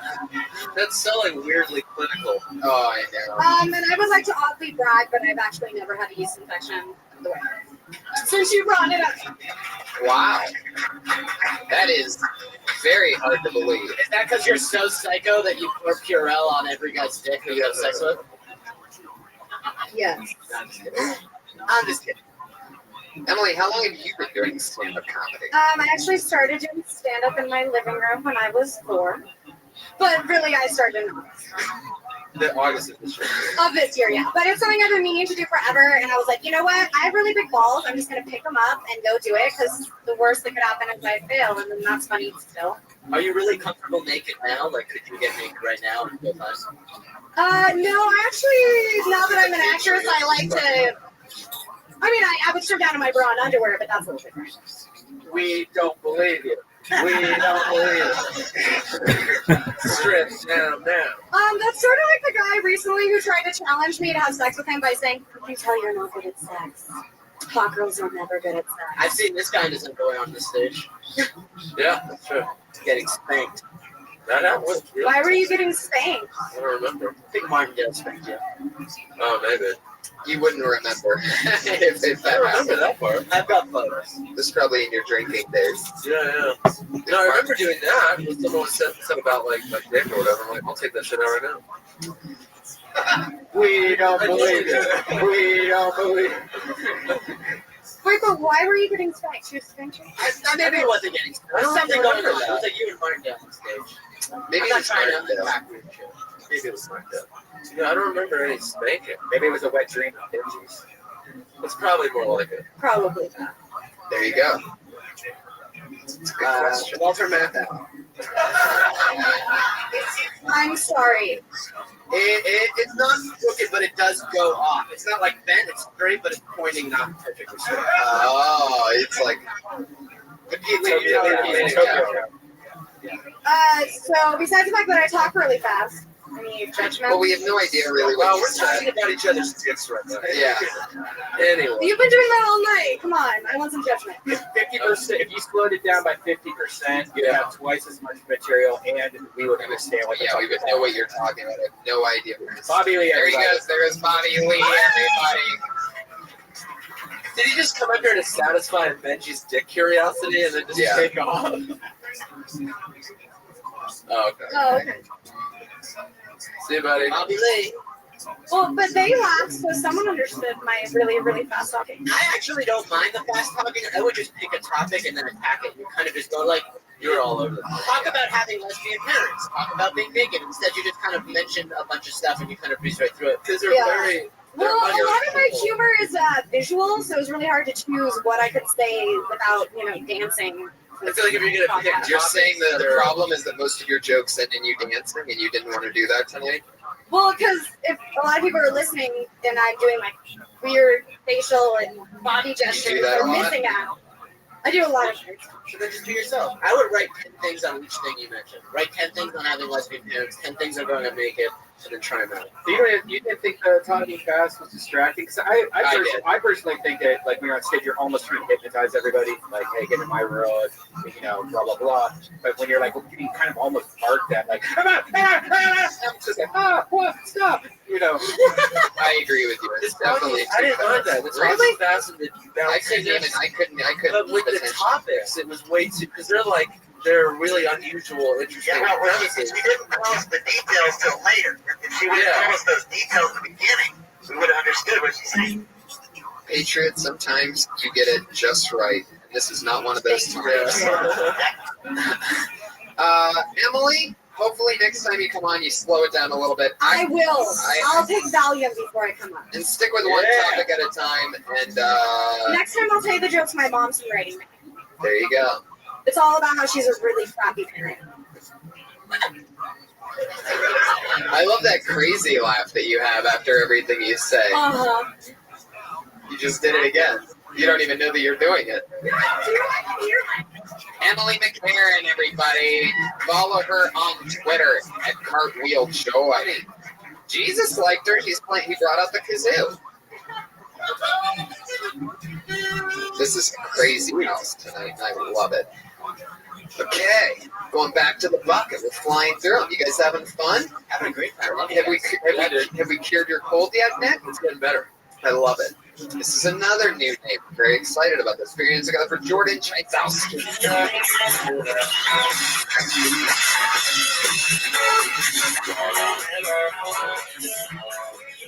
Hey guys, I moved to LA and I moved in with a roommate who I didn't know, and I had to tell him that I was gay. He's from China, so I didn't know where he stood on that issue. So I asked him, I said, Sishu, are you LGBT friendly? And he goes, what's LGBT? It's like lesbian, gay, transsexual, bisexual. He goes, oh, you gay? Yeah, oh. I don't care. It don't matter to me. But we have neighbors who go to bed at 11. All right, I'll just bring my sexuality off at 10:30. Don't want to get a noise complaint or have the landlord come busting in like, hey, was someone being a fag past midnight last night? I had several tenants who couldn't get to sleep. Fuck yeah. There you go. Very funny. Jordan Chaitzowski. Awesome. So that's cool. That's all true. Do you have an Asian roommate? I'm honest. Fuck yeah. Very cool. Fuck yeah. You guys think anything? Were you offended at that other comic's gay stuff? I thought he was gay the whole time, and then afterwards I'm like, why? He did sound gay. You know, there is a thing. I talk about it on stage because I get it a lot too. There's a thing with enunciation. I agree with you guys. I don't think he was gay based on how he was dressed. That was good. Well, that too. But the way that he talked, I could sort of hear a little bit of there's like a thing. You don't have it even, but you are gay, right? Yeah. Right.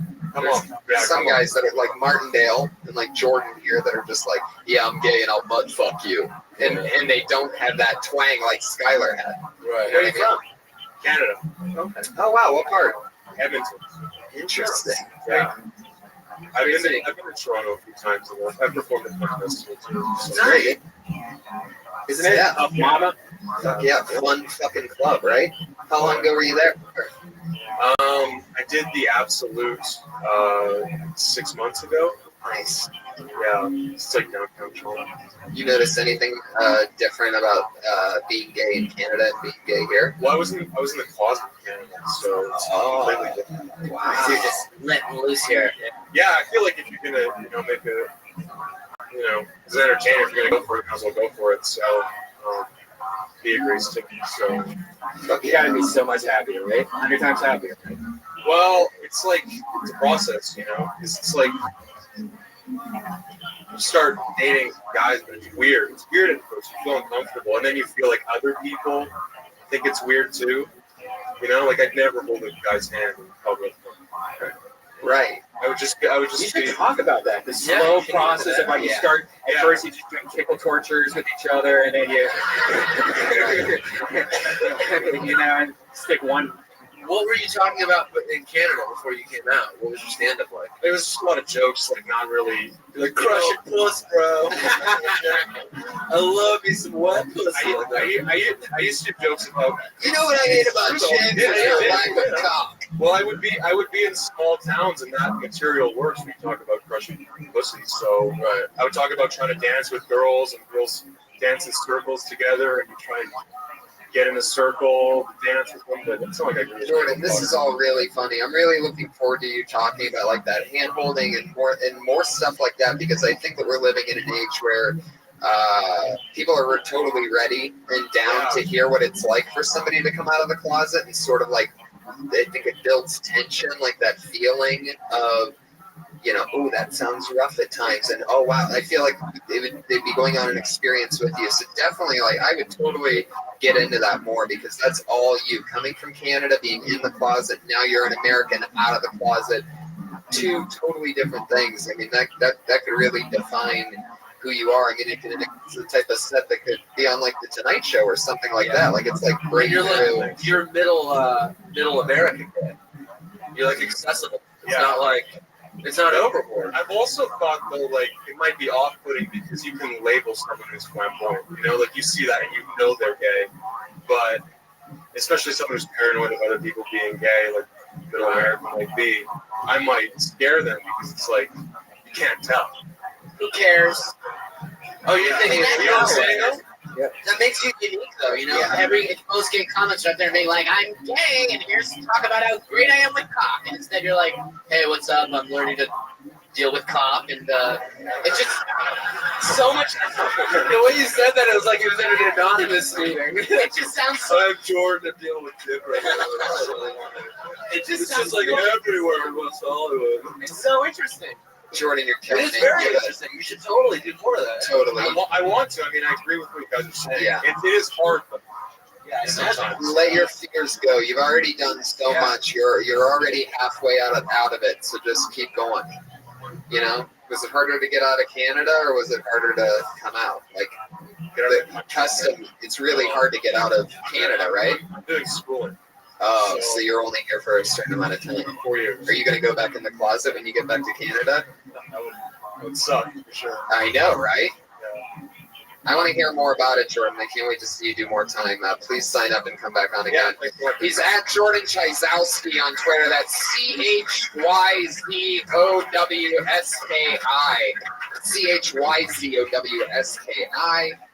We're going to fly through it. Your next comedian goes by the name of Kate Quigley, everybody. Little Kate Quigley.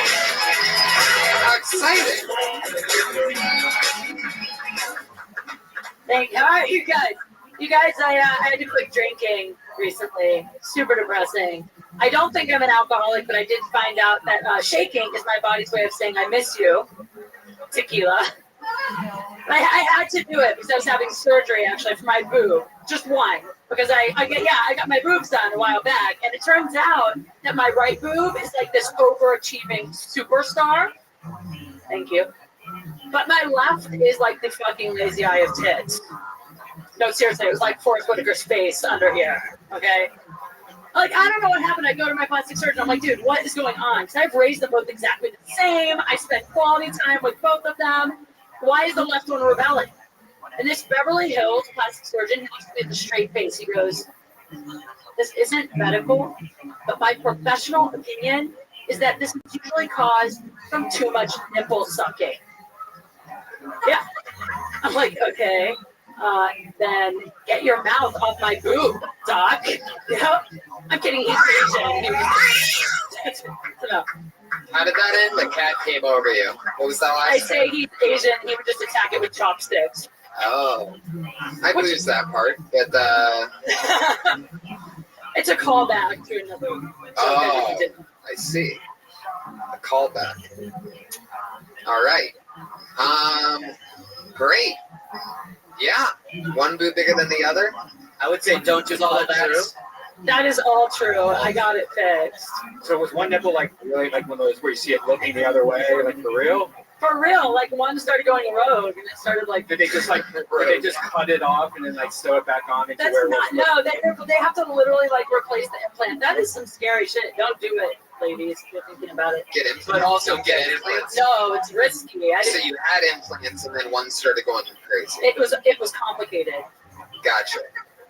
So you still have the implants, they just fixed it. They fixed it. Did you go to some hillbilly plastic surgeon the first No, time? I went to like one of the best Beverly Hills plastic surgeons, and he really did tell me that it's usually causing too much nipple sucking.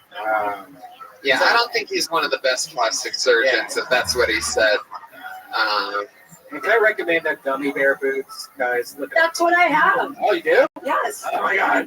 Can I touch it? No. Oh Gummy my bear boots are the Ryan, What is that? you are out of control. You have it? Oh, Missy Yeah. Martinez has it Yeah, also. All right, awesome. Gummy bear boots are like they're regular boots, like fake boots always have like that hardness to it, kind of, where you're like, oh, this is, gummy bear boots feels like a foam memory mattress, where you're like, oh, shit. Like, it's badass, dude. We got to move forward. We're Let me running. say something before I move on. I saw this lovely young lady Friday on Red Band's new improv podcast. Yeah, I watched it. Thunder Pussy. Yeah. Yes, Thunder Pussy, the new experience together for Thunder.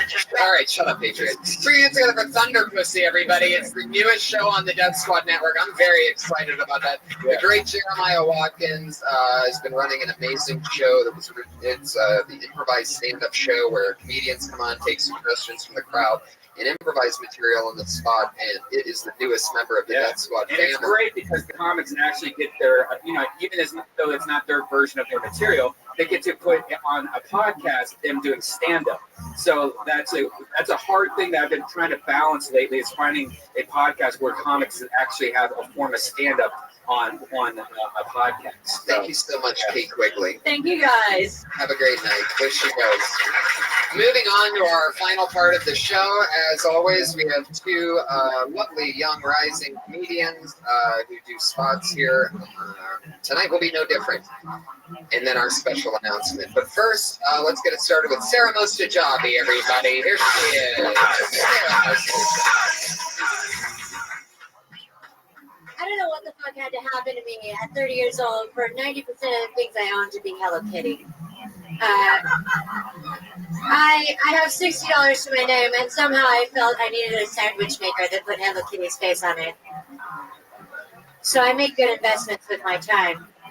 I have a Hello Kitty purse, just to let guys know you probably don't want to go here. I don't know what it is, but as I've got older, my purses have just gotten bigger and bigger and bigger. Because now that I'm 29, I need a full bottle of Xanax, and for some reason a tube of Whiteout. I don't even know what Whiteout is for anymore. You use it to mark out the markings from black magic paper talking sticks. I don't know what the why do I even have that? It doesn't make any sense at all. But Hello Kitty is the key to friendship with girls. Oh, your parents didn't hug you or talk to you either. Good. Here's a fucking eraser. Now we're best friends. Seems to be how it is. All right, thank you guys. Funny, nailed it. Exactly a minute. You can tell she's been with us since episode 1. A new minute every week. The cat meows when she says goodnight. So I would say that something to add to the Hello Kitty on the purse, like when you say it lets guys know that you probably don't want to do this. So when they see Hello Kitty, goodbye Sarah, something like that. Right. You know what I mean? Something to throw in there. Benji, you just done? You checked out for the night? No. I liked it. I thought it was good. Hello Kitty's a good thing to talk about. A lot of people obsessed with their Hello Kitty. So I don't necessarily think Hello Kitty is a red flag. It is for sure. Well, you should get into, because I felt kind of the same way. Yeah. You should get into why.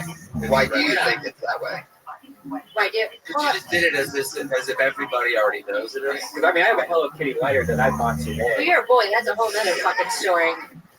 Right. And that means you don't like Asian girls. You think they all like Hello On the Kitty. contrary, I love Asian. Well, they love Hello Kitty, so yeah, you got to explain what's up with Hello Why do you think it's? Tell us. Why do you think it's crazy? I mean, there's something to be said about you having an attachment to something you've had since you were 6 years old and you're completely an adult. And my entire bathroom set is Hello Kitty. It's just so when a guy comes over, he's just like, oh, okay, I think I committed a crime. They also, that's the new funniest part of that joke. Is it the reality that it is your bathroom set, and then they feel dirty like a pedophile when they're using it. But I have to scoop like 30 Hello Kitty plushies off before I get pounded. That's an issue. There's something wrong with that. That is scary. I think that's cute. Well, yeah, well. Do you have the lube? Hold on. Let me look the kitty. I mean, it's funny how much licensing they do with Hello Kitty nowadays. Also, like there's Hello Kitty eyelashes. There's vibrators that have Hello Kitty on Amazon. I have it. Whoa. But really, you have a Hello Kitty vibrator? Hello Kitty. Yeah. Wow. Ooh, this kid stinks. Hello, Pussy, right? Meow. But I've liked the Dodgers since I was a kid. I have Dodger T-shirts and towels. Maybe it's like the same thing. I don't know. Sarah, that's a great new premise. Another great new minute. Take those few tags and definitely try to, like I said, I think the new funniest part is that bathroom thing. Ask yourself questions like, why and things like that, and get more into it. That's a great new bit. Another great new minute. Real quick, guys? Jesus Christ, you're killing me. We gotta hurry. What is it? What? I've been out of the game for a while, but today Sarah sent me a picture of her feet and they were dirty. What does that mean? Oh my God. Okay, that's enough. There you go. At Sarah Dresses on Twitter, Patriot. Settle down over there. I don't know what about wearing that safari hat makes you think you're the new host of the show, but Rain, sleet, or snow? you know who's next, everybody. Every week, the same two girls. So here's our new next one, the one and only Kimberly Congdon, everyone. Here she is. What's up, guys? I'm going through a hard time in my life. I'm going through tragedy. Things are really sad because my sister recently turned 18 years old and she's officially hotter than me. And I don't know how to deal with it. And I'm upset because I taught her how to do her hair. I taught her how to do her makeup. And now she's just surpassing me, I feel like I've been tutoring someone for a final that just had a better grade than me. I don't know what to do. Things are getting really bad. And I don't want to teach, now I'm suspicious. I don't want to teach her anything. I don't want to teach her how to cook because then I'll have to watch her cook for the man of my dreams. I don't know, guys. It's really sad, and that's it for me. Thanks. It's a great premise with zero punchlines. So let's get into it. Yeah. What do you guys think? Do you feel guilty that you're? It's a fantastic premise. That you're fostering all these negative things towards your sister. No, because she knows it. She's kind of a little bitch about it. Like how? But she really is. She's super hot. She's super pretty. She's just, Maybe she do it. she likes, she said that I was an ugly sister. That's okay. So you gotta put that out there, because then you antagonize her, and then we're totally on your side. Right. Yeah. Right. So that's gotta come over. Yeah. I had that, she wants me to do things like help her find a job, but I feel like as soon as she gets hired, she'll become the manager, Right. I don't know. That just makes you sound jealous again. Okay. But it's still funny. It's I just think, okay. Well, what maybe now that she's calling you ugly and she's 18, maybe you wish that you would have coached her differently. Oh, that's good. Yeah, right. Okay. Sabotage. Maybe you should have told her to get that perm that Yeah, that's true. Sabotaged her. Tell her to shave one side of her head for all the girls. Because it was in it. Yeah. I'm living in LA. Yeah. I know what's up over here. Everyone was Right, exactly. Yeah. The whole new thing is getting a permanent. Yeah. Or another goofy things, other ways that you would lead her the wrong direction on purpose seems to be the way You that. know what the new thing is? No ass. Stop the squats. Right. Yeah. Shave one eyebrow. Yeah. Yeah, exactly. And it should be, it should get crazy towards the end like that, like this, a whole new thing. Just shave one eyebrow. Yeah. You want me to ruin this girl for you? No. Thank you, Brian, but That's a no. fun game. Her own sister. You're like, get married, get pregnant. You're ready. Yeah. Exactly. That's exactly the way to go. Right? You look really great pregnant. Yeah. It's a new thing. Yep. Maternity's in. Right. So you gotta mention that she's against you so that you just don't sound jealous, and then talk about how she's prettier than you, about how you wish you could have given her different advice, and then start rattling off those things, because then it'll be a joke. Cool. Keep your hands together for Kimberly Congdon, everybody. Follow her on Twitter. She's at Kimberly, at Kim Congdon. At Kim Congdon, right? They're both at Kimberly Congdon, at CONGDON. Hell yeah. It's funny, both those young girls are always getting funnier. Yeah, isn't it amazing? Yeah, they're very good. Which brings us to our special announcement, everybody. Our first ever special announcement here on Kill Tony is that we are adding a third regular to the show. Whoa. Put your hands together for her. You've seen her here before. She was with us with Marin and Benson at the LA Podfest. It's at Sarah Weinschenk, everybody. Sarah Weinschenk. Princess Shank. There's now 3 lovely ladies.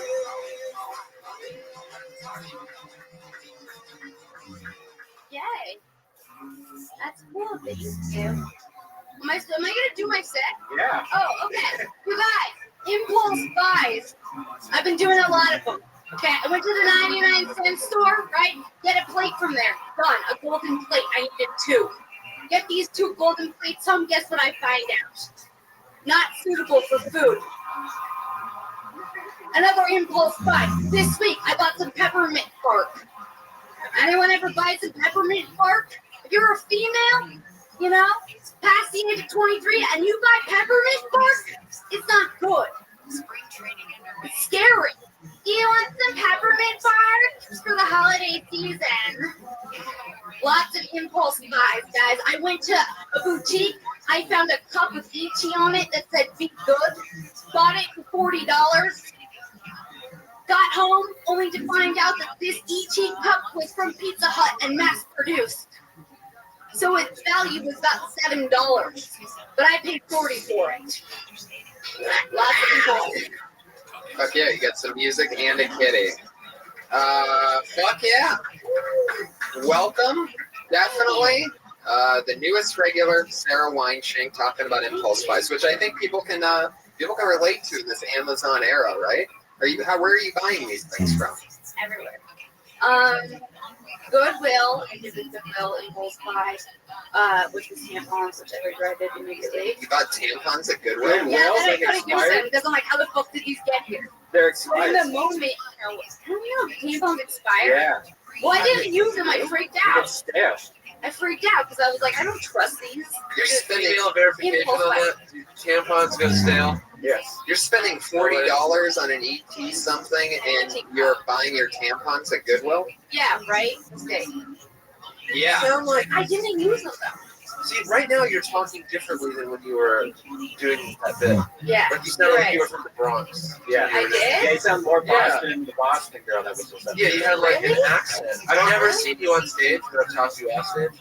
Yeah, I And don't you know. sound totally different. You're like, You have, what are you like, doing in my treehouse, bro? Yeah. There was like a Really? total like dude-ish kind of. Really? Yeah. I mean, if that's something that, if that's the way that you want to do it, that's cool. But yeah, Is that unintense? Yeah, I'm not judging. No, I think if that's what you sound like when you're projecting, then that's fine. Is that what you think? Where are you from originally? I'm from the valley. Wow. I'm from the valley.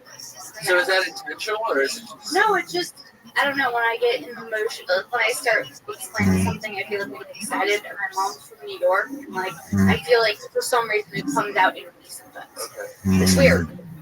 I totally wish we could help you more, but we have completely run out of time. Welcome to being a regular on Kill Tony. That's our first appearance. You follow her on Twitter at Princess Shank. That's SHENK. She is the newest. There will now be 3 regulars at the end of every show. Can I make a quick comment, Tony? Yes. I don't know for sure, but either the lead singer of AC/DC or Jeff Ross is in the back row. Oh, it is. It's Jeff Ross, everybody. There he is. Put your hands together for my good pal, Jeff Ross. Fuck yeah. First time at Kill Tony. How are you, buddy? Thank you, man. But we're going to wrap it up. Good job. Good eyes, Patriot. I got better eyesight than you think, Tony. Why don't you show them what it's like when you blacklist something?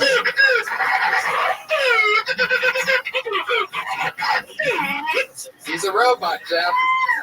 All right, thank you so much for listening. You guys have anything you want to promote? At Nick Youssef on Twitter. Yeah. Anything else happen? Anything crazy? No, I'm at Listen to the podcast. Listen to the occasionally awesome place, Nick Kevin Christie. That's on iTunes? It's on iTunes, it's on Stitcher, it's on SoundCloud, it's on All Things Comedy, the greatest comedy network. That's tied with the Death Squad. How dare you, son of a bitch. It's private promotion. You know I love the Death And at Benji Aflalo, one of my great friends. What else is happening, Benj? I tweet and stuff. I love it. That's at Benji Aflalo on Twitter. At Josh Martin Comic, our producer who made many cameos tonight. At Comic Patriot, as always. Great episode. Thank you guys so much for being here. At Red Band, at Tony Hinchcliffe. Please tell friends to listen to this as well. I have so many people telling me that they're huge fans. I'm like, you ever tell anybody about it? And they're like, no, it's my own little secret. Oh, fuck yeah, they're flipping it quick. Stick around for another Death Squad doubleheader. It's the Ding Dong Show up next with Don Barris. Thank you. Good night.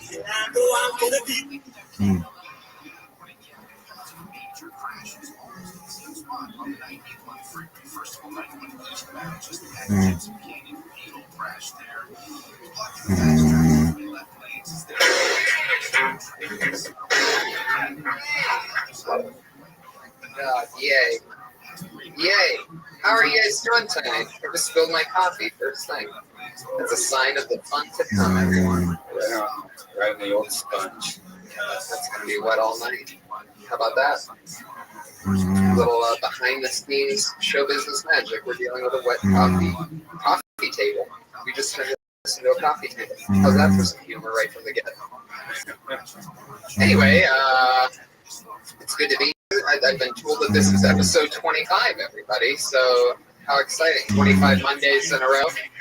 What many are calling the fastest growing comedy podcast of all time. So no big deal, unless you care about that type of stuff.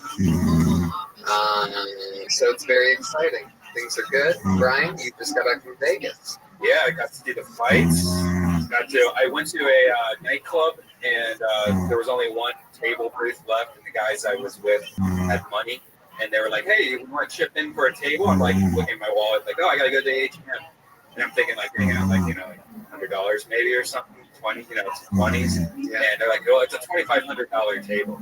Oh, did you know that even existed? No, I don't hang around people that would even suggest that. Right. and then like it was really weird. It was like because we were right over where the DJs were, like in this huge booth, and you just got to see how much they don't do. Right. And then the guy was like, you got somebody came over and he's like, "Oh, it's pause," and then this other guy walks out and he presses play, and it was like, "Guys, give it up for Tiesto," or whatever his name is, like some famous DJ, I guess Tiesto, and he just seriously, there's like 4 tables of like just like with one big red button that he would push and make the CD sound weird for a second, and then those DJs have it made, man. Yeah, they're not doing anything, nothing, and they just hold that thing up, and they're like always the one dancing the hardest to their own shit that they've already heard 1,000 times over and over again. Like they made it that way previously, and then they're just hitting play on something, and then they're dancing and touching things, but it's gotten to a point now to where, like, back in the old days, they used to have a record, and you could see them blatantly having to scratch that record. They didn't have the technology to just lay down the track and then put that on a record and have one record playing while just making it look like you're scratching into the record. But now technology has caught up to the DJ. Meanwhile, they're making hundreds of thousands of dollars at these fucking gigs. Yeah. And you could do it. Yeah, I think that just there was probably about 5,000 people there, and each ticket was about $100, and then there was booths everywhere. There was even booths that cost more than the booth we were in. They were like, "See those booths down there? That's a $5,000 booth. That's a $10,000 booth." And a $10,000 booth was seriously right in the middle of everyone dancing. Guys, come sit in this empty front row, please. Yeah, come on in. It's very, very. Thank you. So me and you had a little conversation at the beginning about the 7-minute song. You really want me to change the 7-minute every song. Monday. The only thing that has stayed the same since all 25 episodes since we started this thing, except for one night. We've always had the same 7-minute count. Like there's a 7-minute warning, and then "Balls in Your Butthole," which is this song right here that you guys probably heard. It's a delightful song about putting your balls in it eats away at my soul every Monday. listening to this before the show starts. But don't you think it's a good, like, oh, balls in the butthole's off, gotta go upstairs? I think we could retrain the brain for another song. What do you guys think? You guys like balls in your butthole? All right, well, fuck all you guys then. All right. There you go. They like balls in your butthole. What? It's a good vegan song. You think you would like it? Oh my god. Oh my god. Oh my god. Oh Jesus. Is the ball falling out? What's going on over there? Oh my god. How's that a vegan song? And why do you laugh at that hard Asian guy? What's so funny about that to you? You like vegan jokes? He likes vegan. Did you once like date a vegan or something and she broke your heart?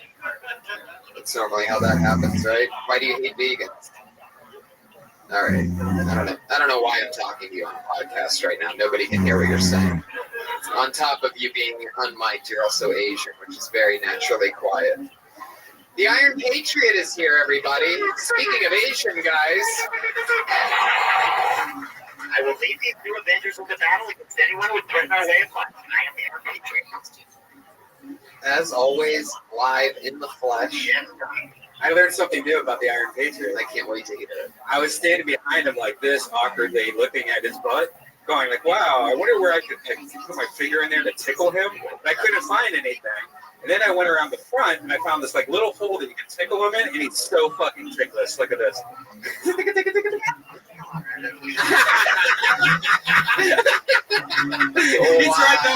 He tried not to laugh outside. He was laughing with outside. He really did not expect you to try to tickle him on the air like that. That's awesome. You guys, I've never heard him get like that real. Yeah. Oh, come on, Red Band, please. That's great. Smaller finger. Red Band, this is what Patriot. You gotta be less Red Band. You have to. I need like 80% Red Band right now. Defending balls in your butthole and then making me smell your Patriot finger. You're at 130% Red Band right now. Yeah. Vegas blew you up. It's the not drinking thing. I'm trying not to drink. That's what it is. Yeah. I have all this energy. I have solid stools now. Did you guys know? Did you know that you're not supposed to shit water for 2 months straight? If you do, you probably shouldn't be drinking. That's what happened. Yeah, another friend that I knew that just stopped drinking.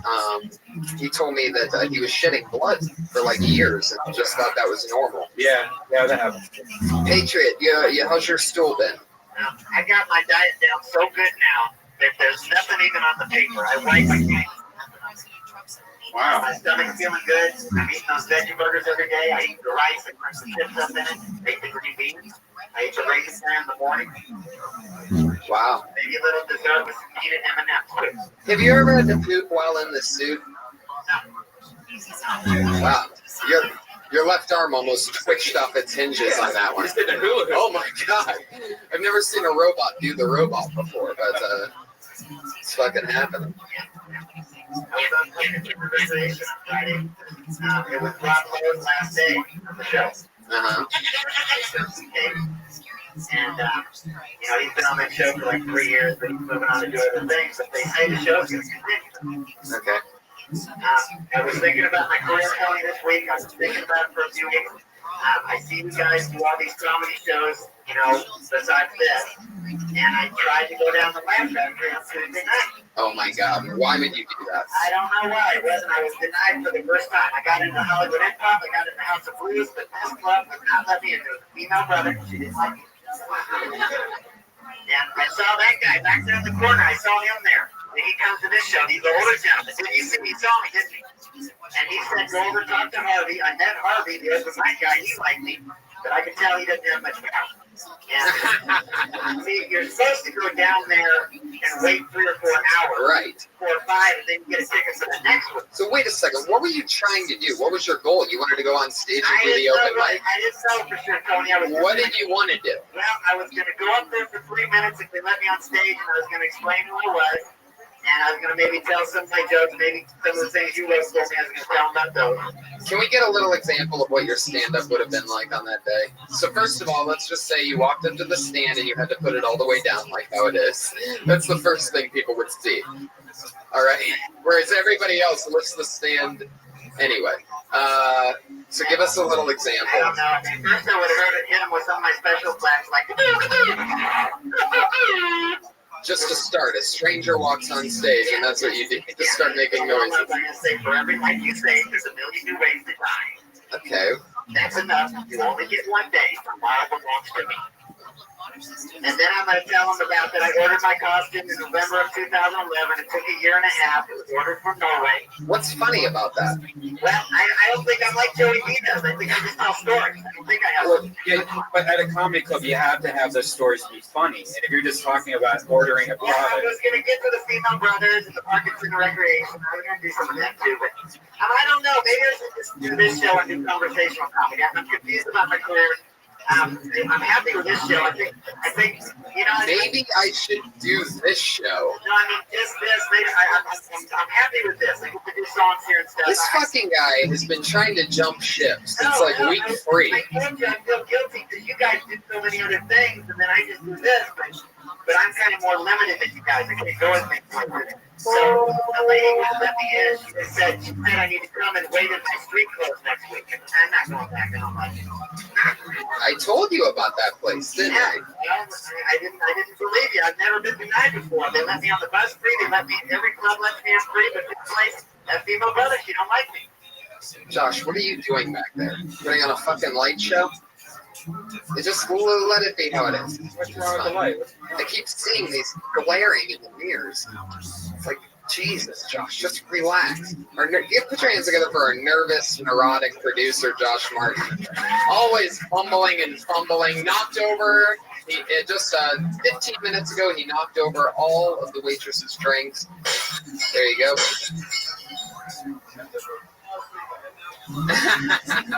Put your hands together for Jenny, your lovely waitress tonight, getting us all liquored up. Crown and Coke. Hell yes. You got it. And so fuck yeah. Oh, Patriot, I have some great guests tonight. You guys ready for me to bring up my guests? Huh? Everybody, such an exciting night. I've been waiting a long time to get these two guys on here, and I'm really glad that I got them both at the same time. No particular order. You know this guy from the Death Squad, Punch Drunk Sports Podcast. You know him from his great comedy on the Ice House Chronicles and at the Ice House and many other places. One of my funniest pals. I hang out with him every night. It's Jason, the T-Bo, everybody! And also, another one of my favorite friends. You know him, you love him from Workaholics, his half-hour special. One of the funniest people I know, Eric Griffin, is here in the fucking house. What's up, buddy? How you guys doing? Good. How are you? Fuck yeah, great. Good to have you, Eric. T. Song, can you hear me good? Okay. I don't think you hear me good. All right. Oh yeah, we got you. Welcome, guys. So far, it's been great. I feel like we got these spilled drinks from an idiot. We got Grown Man and Robot Super good, I think. Now, this is your first time really getting to see the Patriot, right, guys? Yeah, I'm jealous. Really jealous. I used to have to wear underoos and that was my Halloween costume. Yeah. You were in underoos and Venom? Yeah, that's between him and I. That's incredible. I don't even know what to fucking say to that. I met him a few times here, like after your show, like waiting to go up downstairs and different things like that. And I'm like, am I having an acid flashback right now? Did I do too much drugs in the 90s? But no. Jason, I want to talk to you. Oh boy, this can only go bad. Go ahead. I was watching your Punch Drunk Sports show today. Oh, thank you. And I happened to catch the episode that Tony was on. Oh yeah, he's on tomorrow actually. He's going to be on He tomorrow. said something that really surprised me. He said that he once hooked up with a female brother. He said she was better, she was warmer, but he said he also might have thought that it was because she had a fever. Now, is that jungle fever telling me? So great. But you did say that you hooked up with a black woman once, and you said that her inner temperature was warmer than normal. Yeah, it felt that way. That It is was unbelievable. No, either black women have a special vagina, or the one I was with had a flu. or something like this. It felt like it was about 99 to 100 degrees. It was fucking unbelievable. Well, what is this supposed to be? Room temperature? no, dude. It's supposed to be normal 73 degrees vagina. I'm telling you, this was. If I could up just the vagina temp a degree or two, I would. 1 degree. I'm telling you, it's fucking crazy. But I felt it. I felt it. I don't know whether it was maybe she had a flu. Yeast infections do that.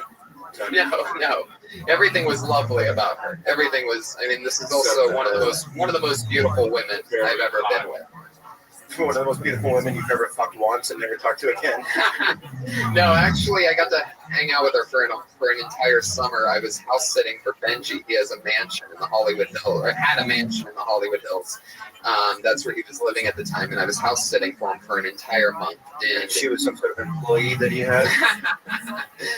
No, I mean you can, and this was. I was still working the door here. But get every fucking to me. Like It's me, not that. You're gonna get it, mate. I had no career. I had nothing, but all I had was the leverage of, hey, I'm house sitting for my buddy as a mansion right up the Hollywood Hills, and That's all it takes. It was one of the best summers of my life. Did you ever play it like it was your mansion? Like, hey, come to my place in the hills. No, it was not believable. You'd walk in and it would just be, there's like that.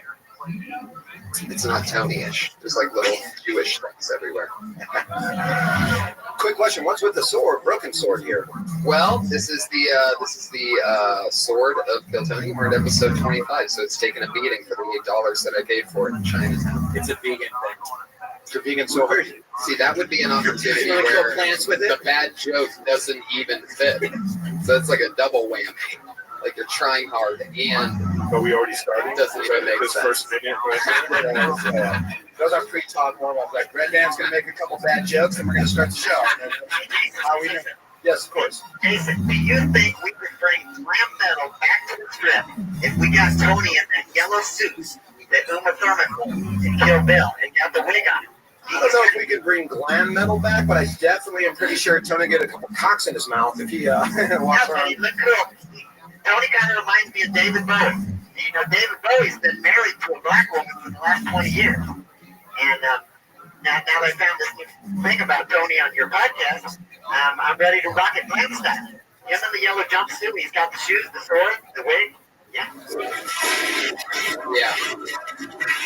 Glad that you were able to flush that idea out in front of everybody. No, Let me talk to you, Eric, before we start the show. Oh, please. I was listening to you on a film podcast today, and you were getting real passionate talking about the comics.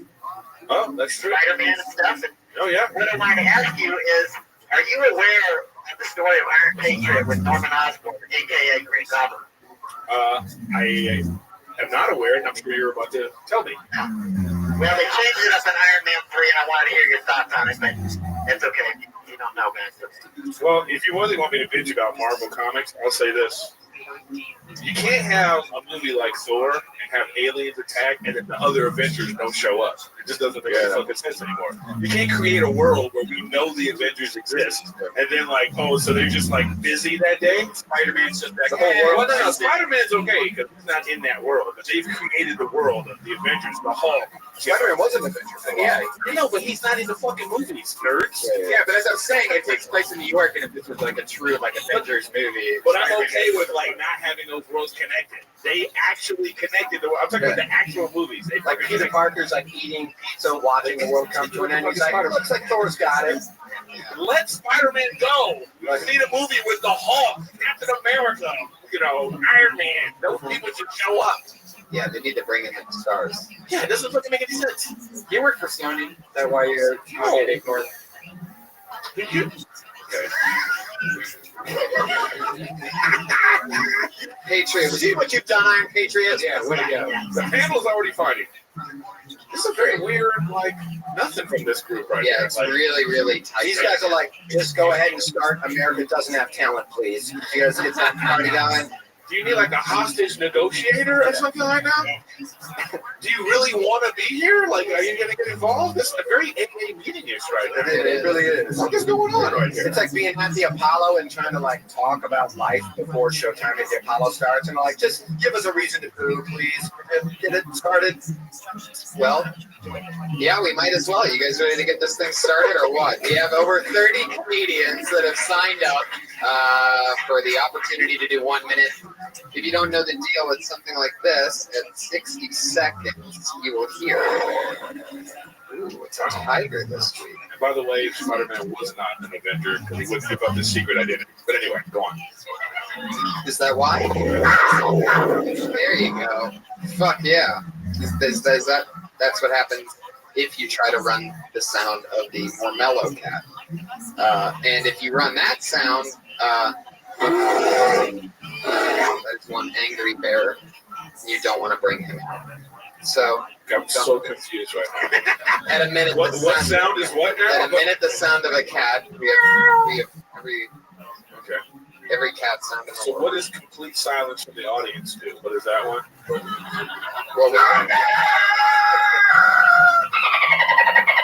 is that on there? All right, so we're gonna figure out what we're playing at 60 seconds in the light. The Lions later. I think Red Band's still on ecstasy from Vegas, everyone. I'm pretty convinced. From 2012? Coming back at about 15% power. So it's the first cat or the second cat? Okay, he's just going to make the noise with his mouth. Just do 90 seconds of comedy, people. I mean, right, exactly. Don't do 65 seconds either. Let's actually do 60 seconds. Yeah. Yep. Appreciate that. Okay. Nobody got that one? All right. Alrighty. Thank you for the 4 people paying attention. Here we go. It's Dean Harach. His days look like you. You know, I feel so dirty when they start talking. I want to tell them that I love them. Sorry, guys. So I'm a new comic, and I'm trying to find my voice. So I was watching Little Mermaid the other day, and I realized, well, Ariel's hotter. Ursula's way more fuckable. She has her own place. You don't have to worry about her daddy coming home and blowing up with a trident. And I don't know if it's a vagina, but it's fuckable. That's all I got for that one. 30 seconds. Wait a second, you just did 14 seconds. Really? Wait, that's really it? Yeah, I need You were to doing good. You have nothing else. I'm trying to make that feel a little bit longer. I mean, you still got 35 seconds. I don't know. If you're going to something about how, I don't know. You know what that sound means? No, actually we don't. We heard 14 sounds before the show started, and none of them made sense to either one of us. I would love to know what sound is what. That was never a sound that we heard, actually. It was a giant fog whistle. The odds of us turning that Little Mermaid bit into something is, the odds are better if there being an actual mermaid that's on the show at some point. Well, I disagree. I understand what you meant. You know, I mean, when I got first of all, I thought that you could have went with the Ariel's too hot and the fat girl. He's easier to fuck. You know what I mean? I thought it was. So that's where you were kind of going with that, Well, So you can't have sex with a mermaid, but you can have sex with an octopus. well, see, now you should have talked about that kind of stuff. But there's no right or wrong way. Like you could have gone to talk. Now you can start talking about fucking fishes or whatever you want to do, but don't stop just because you have a little premise. Make that your punchline, and then work backwards. Mermaids have buttholes, by the way. A lot of people don't know that. Do they? They do have to do. All day long. Yeah, they're butthole. That's the hard part is finding the butthole. Can't even see the screen right now. It's tears of eyes. Mermaids are just like up here. They have to come from someplace.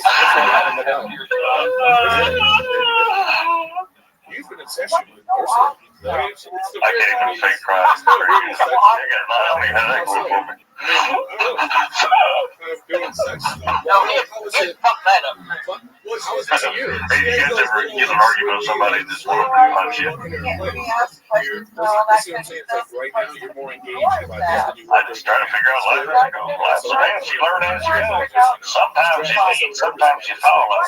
Makes sense. You act like a dick, and I don't like your southern accent. It don't really make sense. Who's that? Who's this? Who's that?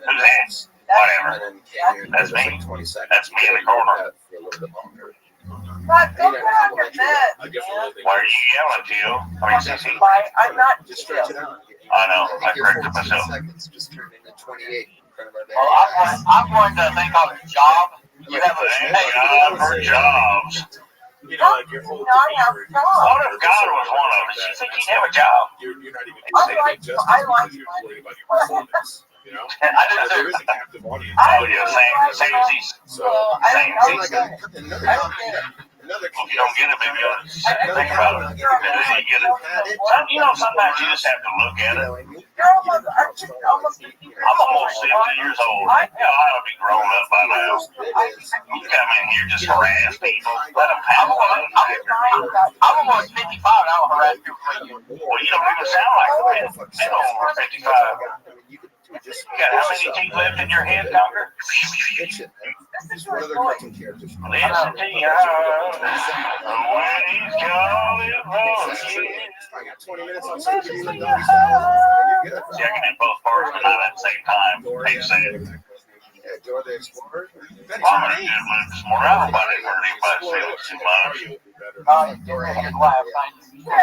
welcome. Conker, when you say shit, boy, it just cracks me up to no end. You just try to say it. You just made me want to go volunteer for a homeless shelter.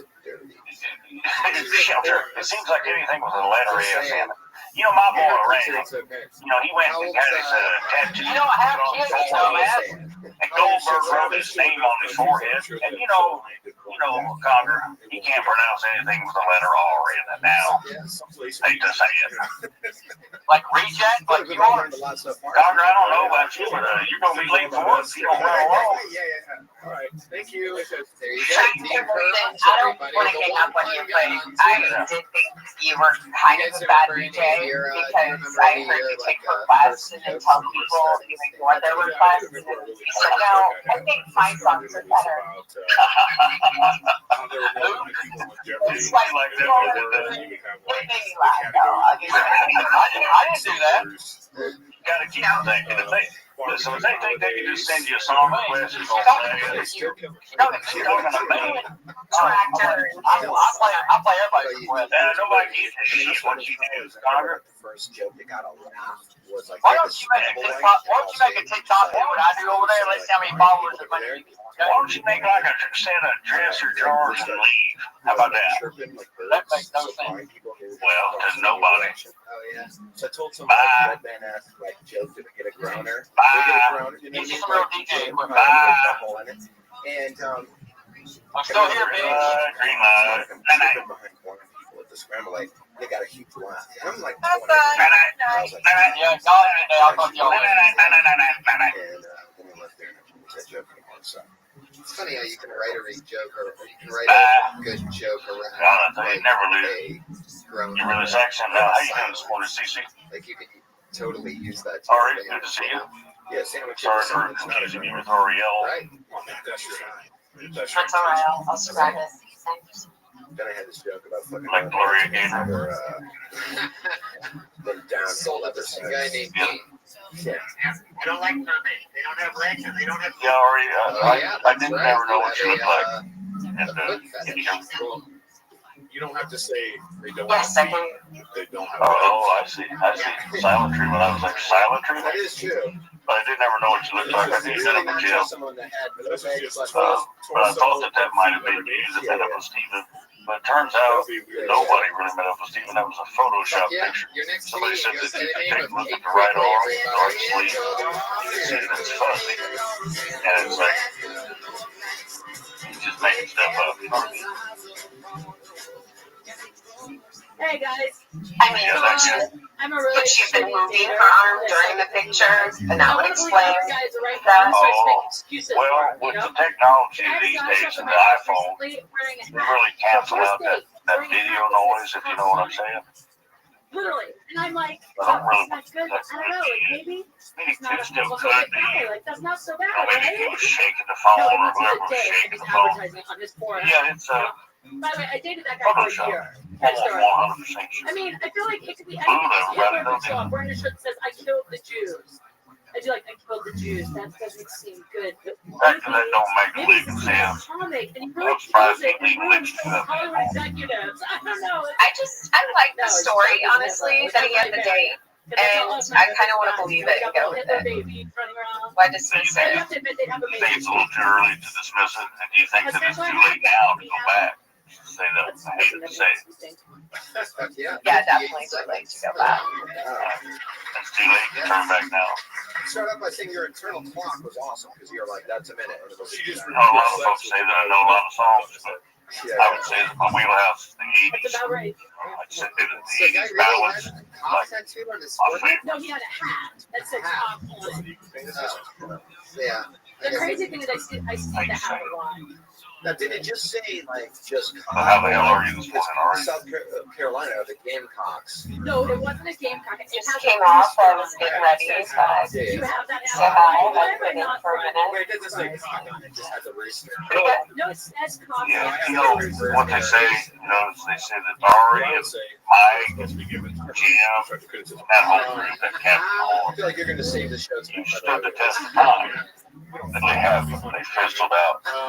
He's around, man. I saw Jim.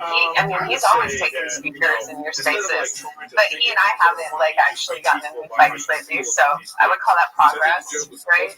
I think you're probably one of my most favorite people of that whole entire group. Well, you and Faye. The things you were talking about is funny, like, oh, Hitler finding cocktail. Oh, I didn't know you and Faye were besties like that. So you There was a little sarcasm like that in there at the end. Okay. I don't even know him that well, but he was nice to me when he first met me. You don't have to come up with something fictitious. So that's neither here nor there, if you know what I mean. Or you can just not just yet. Like, you can really personalize that and make that about you. Yeah, you can be nice. So, like, when you get Yeah, on stage, you can be mean. they know you. Yeah, but this is my show over here. He's gonna come over here. He's gonna have to be nice to me. I don't give a damn who he is. You know what I mean? That happened to my girlfriend. Yeah, I don't think he follows This is really like, this is a tough situation. Comics are coming up here doing this, so rules I'd make up. So, come up and perform like you're admitted you can welcome him over here anytime you like. so it doesn't ring so You can have a go at me. We're still having a good time, we're up here making fun, we're having, great. So come up here and just like, then it will sound real. It won't sound like, oh, that person's only doing a minute of comedy in front of these people and nobody's paying attention, so they're gonna like blah blah blah. Go ahead. Just like chill, relax. But that's not even just for you, it's just for whoever's about to come up here right now. You can still. Sometimes you only get a minute to get audition.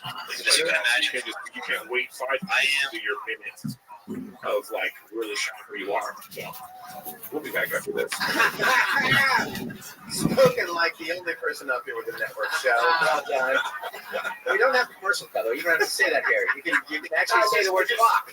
It just sounded the perfect time. Yeah, We'll be right. Let's go to a caller in It's Texas. naturally in your own fucking, it's in your ethos. It's just my favorite thing to do. Let's go.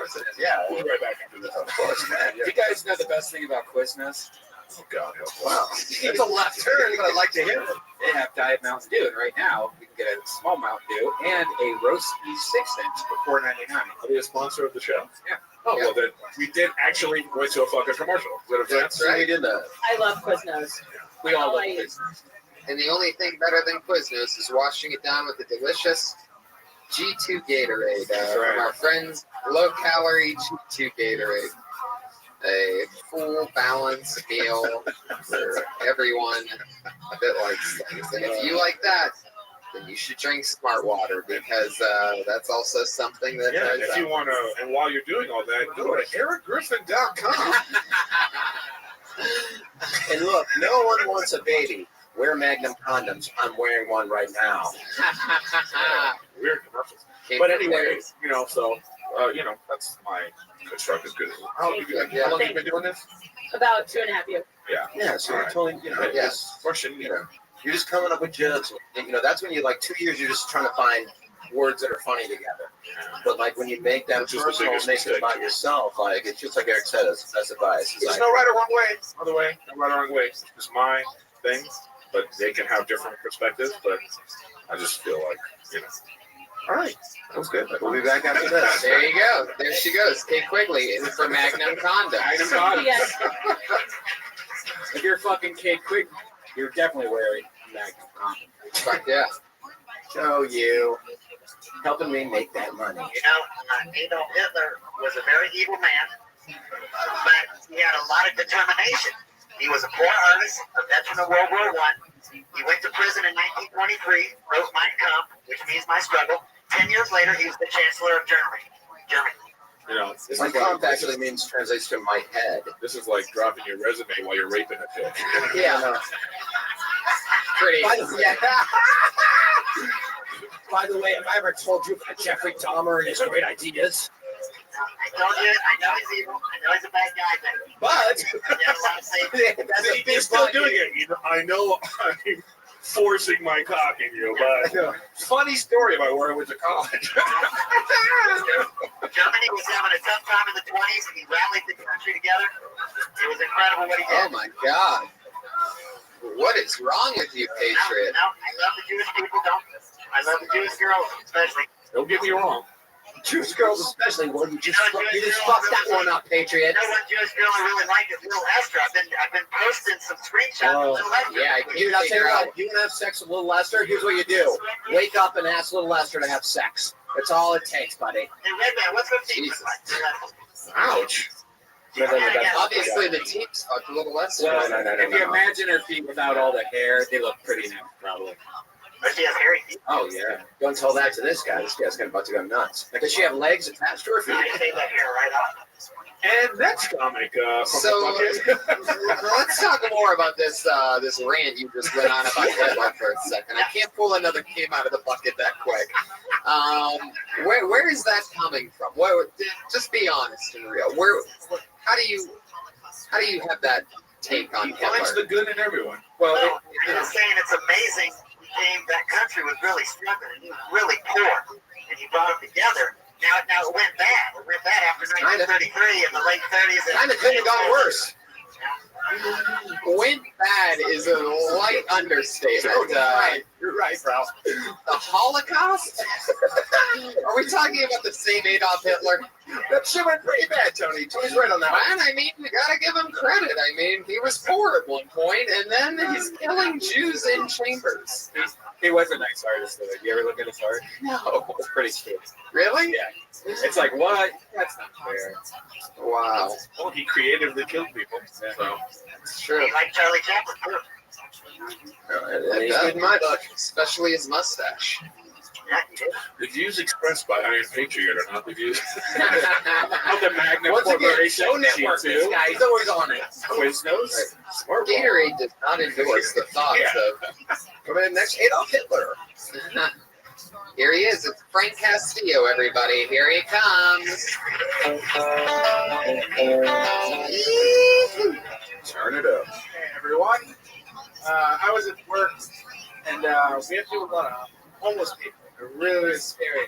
So usually when they come in, you just try to ignore them and let them be. We had one crazy guy come in and he was talking to himself and started shouting, being really aggressive. And then he was just like, yeah, everyone should buy my package for $39.95 and think you're a millionaire. He was just getting outlandish. In the middle of it, he's like, I may be delusional and schizophrenic, but I know what I'm talking about.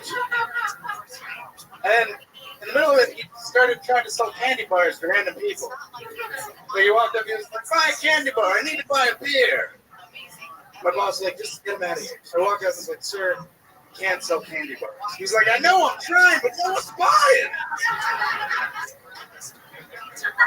In the middle of it, another homeless guy who usually comes to our store came in, and he looked at the other crazy guy, and he goes, crazy people.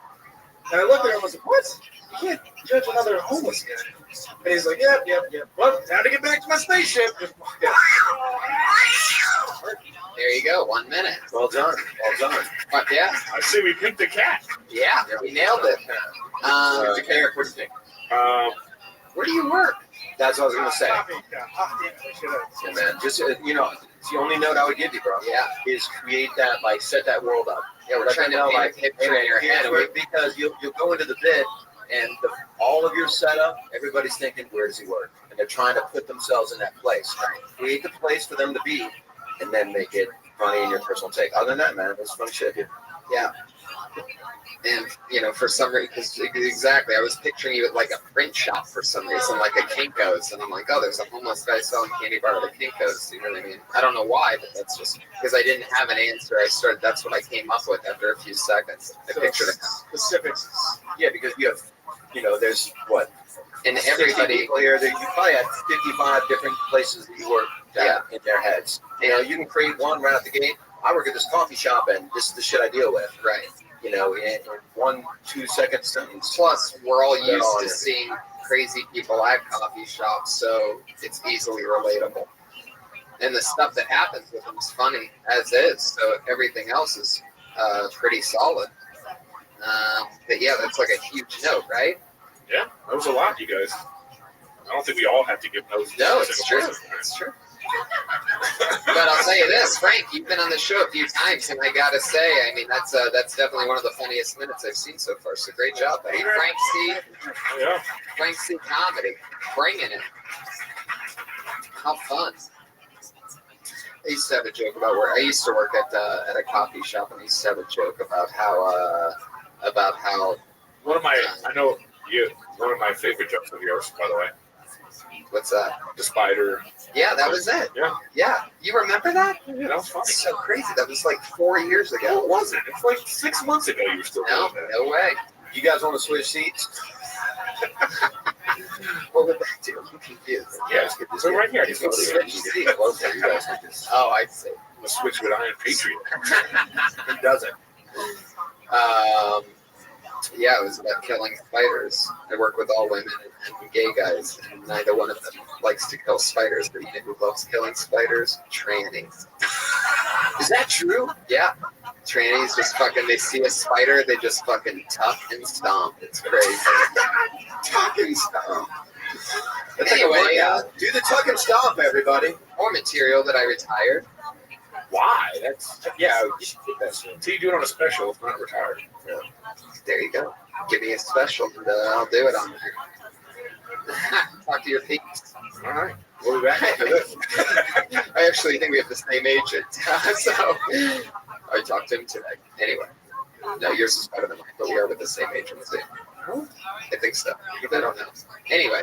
You guys want to switch seats? And stuff people can't relate to in a million years. Your next comedian is Mike Grubbs. How about that for some names? Oh, shit, on the middle. This is Mike Grubbs. Hello, guys. All right, so I got a gay little brother. And when he first came out to me, I was a little bit confused. Because I thought he was just a straight guy that liked to wear mascara and wear green people pants heads. But it turns out he likes to suck dick too. So what are you gonna do? But anyway, so he told me to kind of put me at ease. He said, Mike, being gay is just like being left-handed. And I was like, yeah, they're both fucking weird. But then I started to really kind of feel bad for him because I'm like, not only are you going to be discriminated against, but now I got to buy you special scissors and a special can opener, a notebook so that you don't smear your writing when you write with your gay hand, I don't know, pretty much. So you hate your brother. I'm into gay bags. You know what I mean? What I've been doing is hate my cocksucking brother. You really hate vegans. It came across from me as a left-handed person that he hates me more than he hates his brother. So, that's kind of what I wanted to do, like more about left-handed people than gays.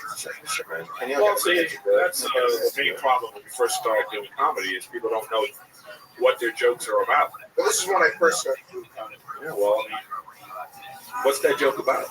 I don't know. I didn't want to. How long have you done comedy?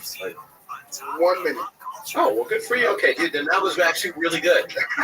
That was your first minute ever? First minute ever. Then I Holy shit. Okay, then that was ballsy.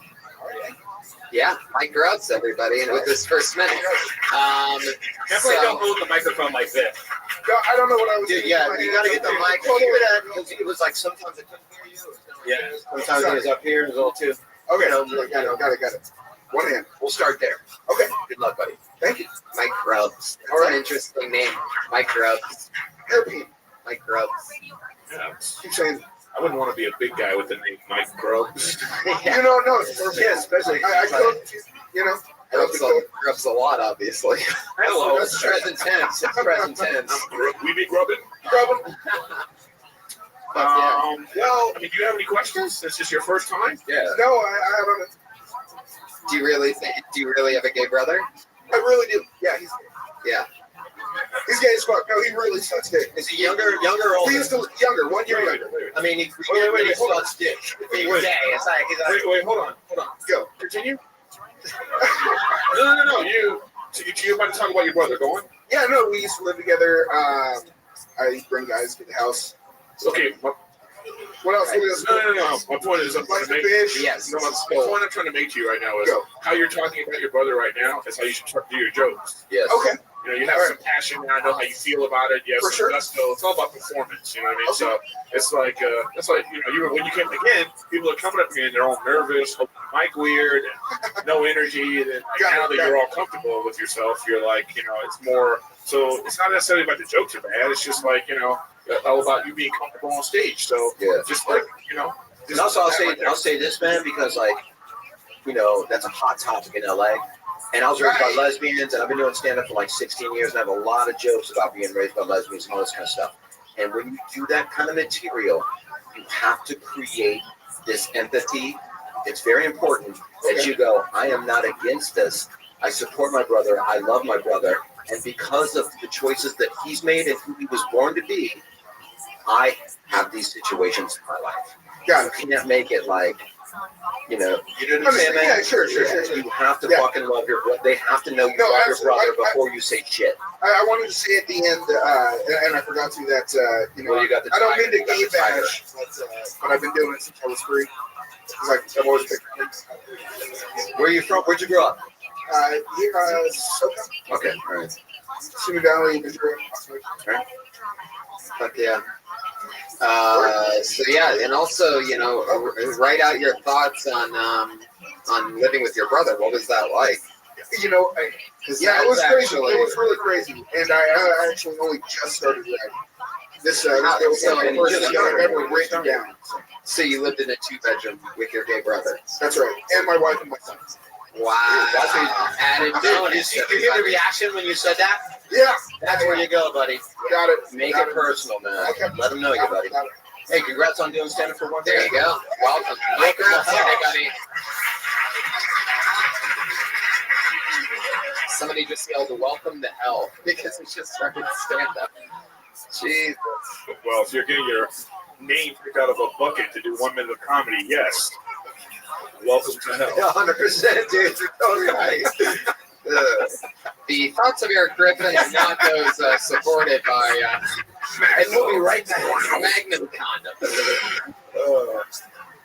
He's mgrubs87 on Twitter. Frank Castillo is Frank C. Comedy on Twitter. I think I mentioned this. If not, One Pun Gun was Dean, and Kid Q Funny was Steve.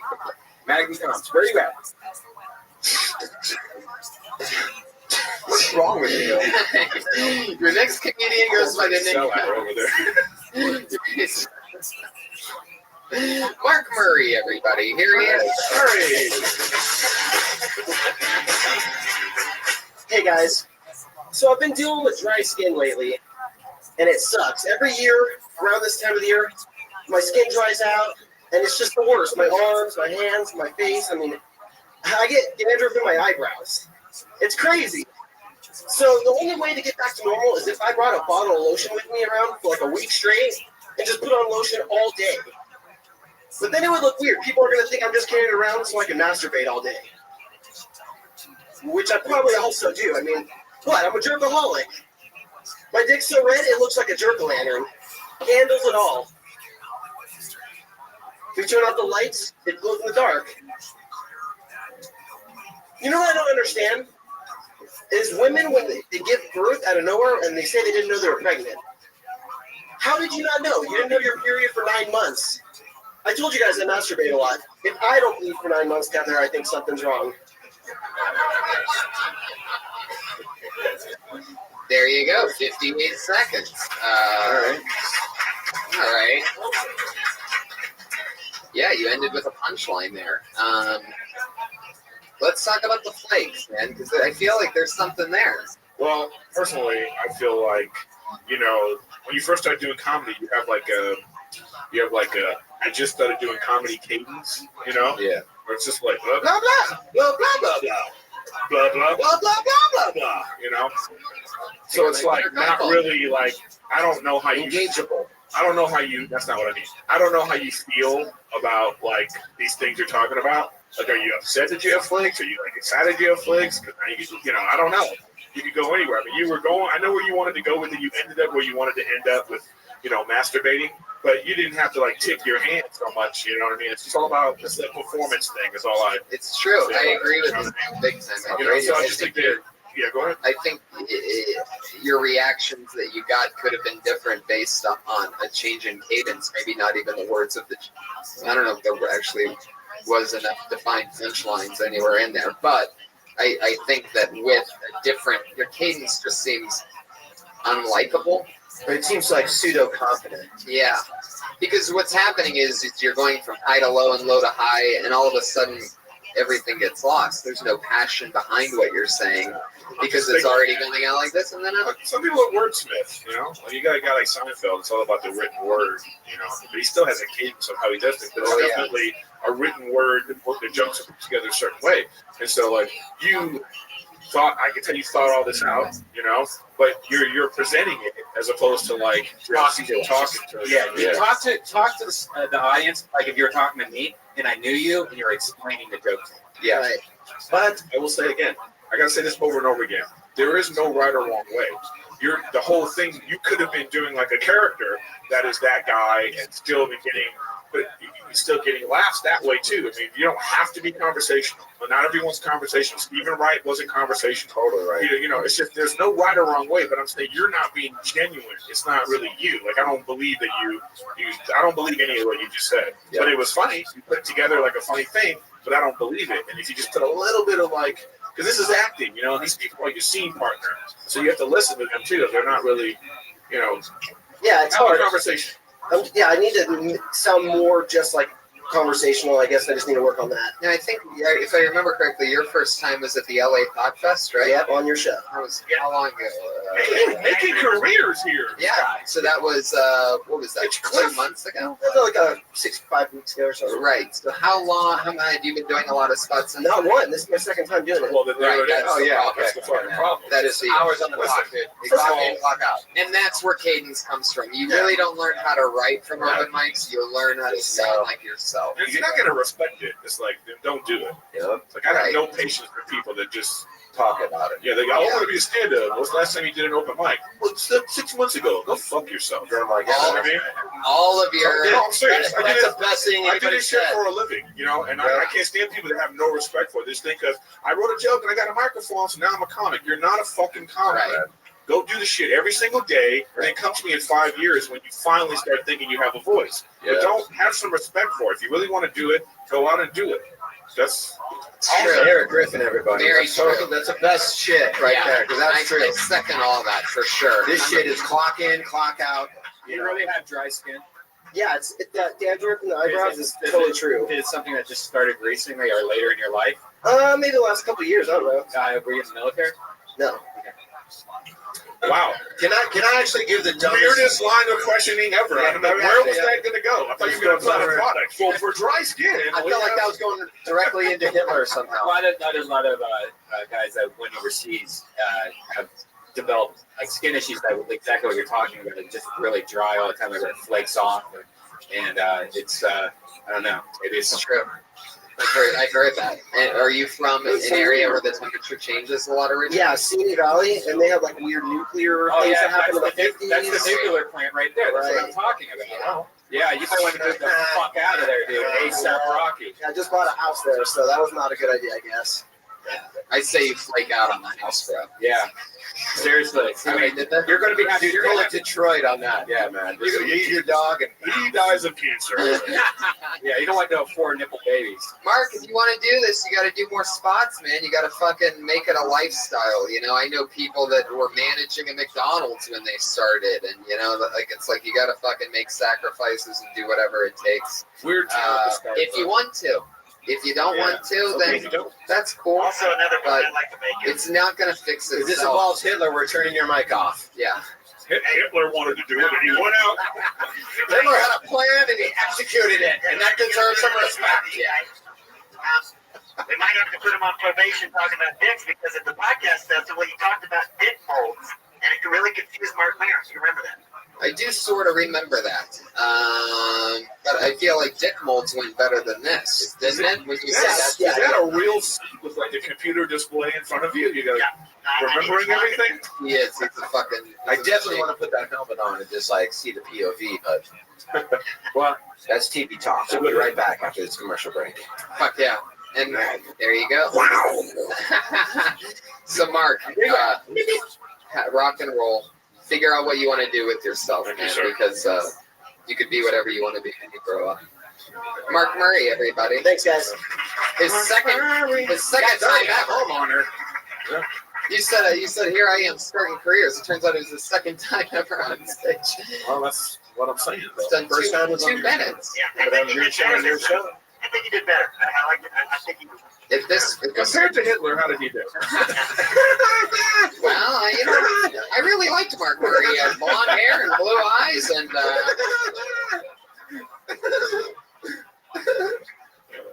fuck yeah, Patriot, out of control.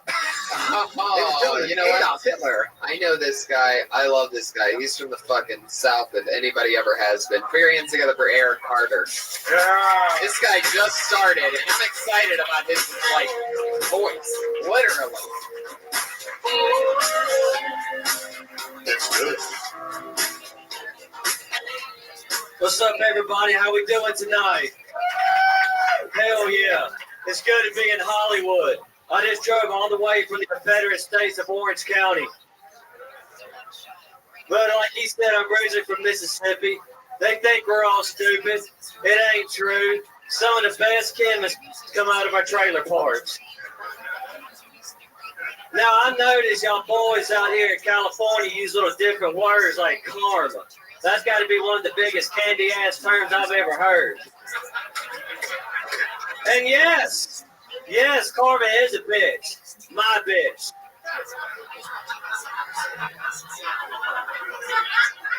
And there's a few other things pissing me off. And then y'all like to use this phrase, fish world problems. Oh, they got fish world problems. If you ever use first world problems around me, I'll be sure to give you third world problems. What's the time?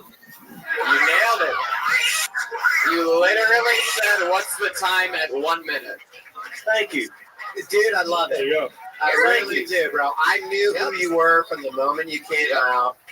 There's a few times, like first world problems, I thought you were saying visceral, and I'm like, do I not know that word? You know, slow down a little bit. And I know it's only a minute, dude, so I'm not, I know it's a minute, you're trying to get shit in. Just slow down a little bit when you talk, bro, but I know who you are. I get it. I like it. Funny. You got funny bits, bro. Like, I don't know how long you've been doing comedy. Just, like, keep plugging away. It would have to be 2 years this March, and I lied to him and Brody Stevens because I was very intimidated. Everyone lies to Brody Stevens. Yeah, well, I did too. Inbred jokes, and they were they were my jokes, but Southerners already done that before me, and I was just so scared of criticism at the time I lied to them and told them, but I told the truth later because I don't like lying. That ain't how I was raised. I'm gonna raise you right, man. You are so fucking funny. Yeah, well, I say I enjoy your personality. Sure. Yeah. So just how you just did that to us, you just deliver your jokes like that. But I also think that it's you should be dressed like that guy right here. You know what I mean? Yeah, you. Yeah. You're dressed like an accountant, and then you're. Well, I like that. I just think it's like a weird, Yeah, that's how like men in my family dress. A lot of them are attorneys and stuff. They're like Southern politicians, and it was just stuff. How would you normally dress? You're going to if you had a date, would you dress like that? Yes. Okay. Right. I mean, I'm sorry to overdress, but I'd rather not look homeless. No, I hear what you're saying, but if that's how you would dress for a big thing. Just be you, bro. Yeah. You don't have to be a stereotypical I'm from the South and I'm. See, I don't wear NASCAR shirts. I don't watch NASCAR. I don't dip. I mean, I'm an okay hunter. I'm a hell of a fisherman. Talk about that shit. Everything you're saying right now is okay to them. out the gate. Yeah. You say that out the gate because people do what Eric does, which is like, why isn't this guy in camouflage with a hat that says Cox on it? You know what I mean? And if you come out the gate and you go, I'm from the South, but I don't dip, I don't beat my bitch, I don't blah, blah, blah, blah, blah. Dude, and now we're all on page. I never thought of that. Thank you. No, thank you, bro. You made me laugh. You made me laugh. Thank you, bro. It's sort of the whole point of this thing. Yeah, that's what the, that's. You got any Hitler jokes? Not this way. I do kind of wish you did dress like in NASCAR shirts and jeans because it really looks uncomfortable to me. I just, the whole tucking in the shirt thing kind of, I don't know, but if that's. But dude, that's what they do. Or you can. But see, I was raised by a single mother, and she was raised by an old school Southern belle. I mean, like, you don't put elbows on the table. I could never use my hands and all that. You got to iron your damn clothes, you know. Right. You know, you go to church every damn Sunday. I mean, it's like that. You know, you got to look smooth. I mean, it just stuck with it. Right. And I never thought about everything you're saying are all setups or punchlines. Tony's so right. He shows right there on that shit. Yeah. Everything you're responding with. So even if you don't change the way that you're dressing, you know, in some way, I mean, not obviously when you have a minute, bobbity bob, but you definitely are going to need to acknowledge that this is how you were.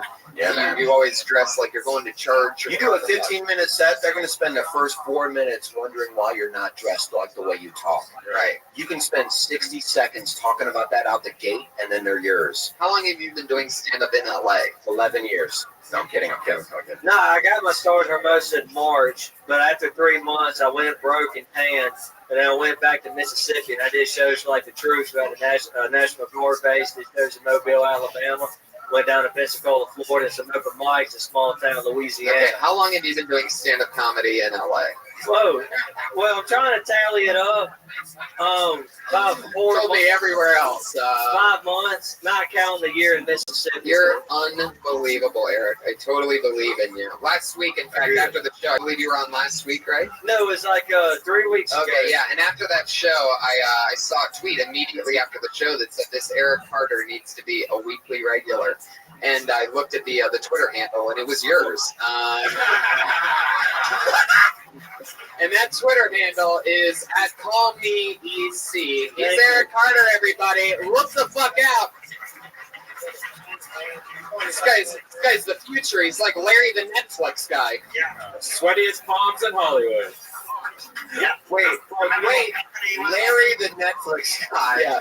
I got to go upstairs on that. That's a funny bit. That's a funny joke. Well, I would say one thing about that dude is that he's got you genuinely like him, right? You know, yeah.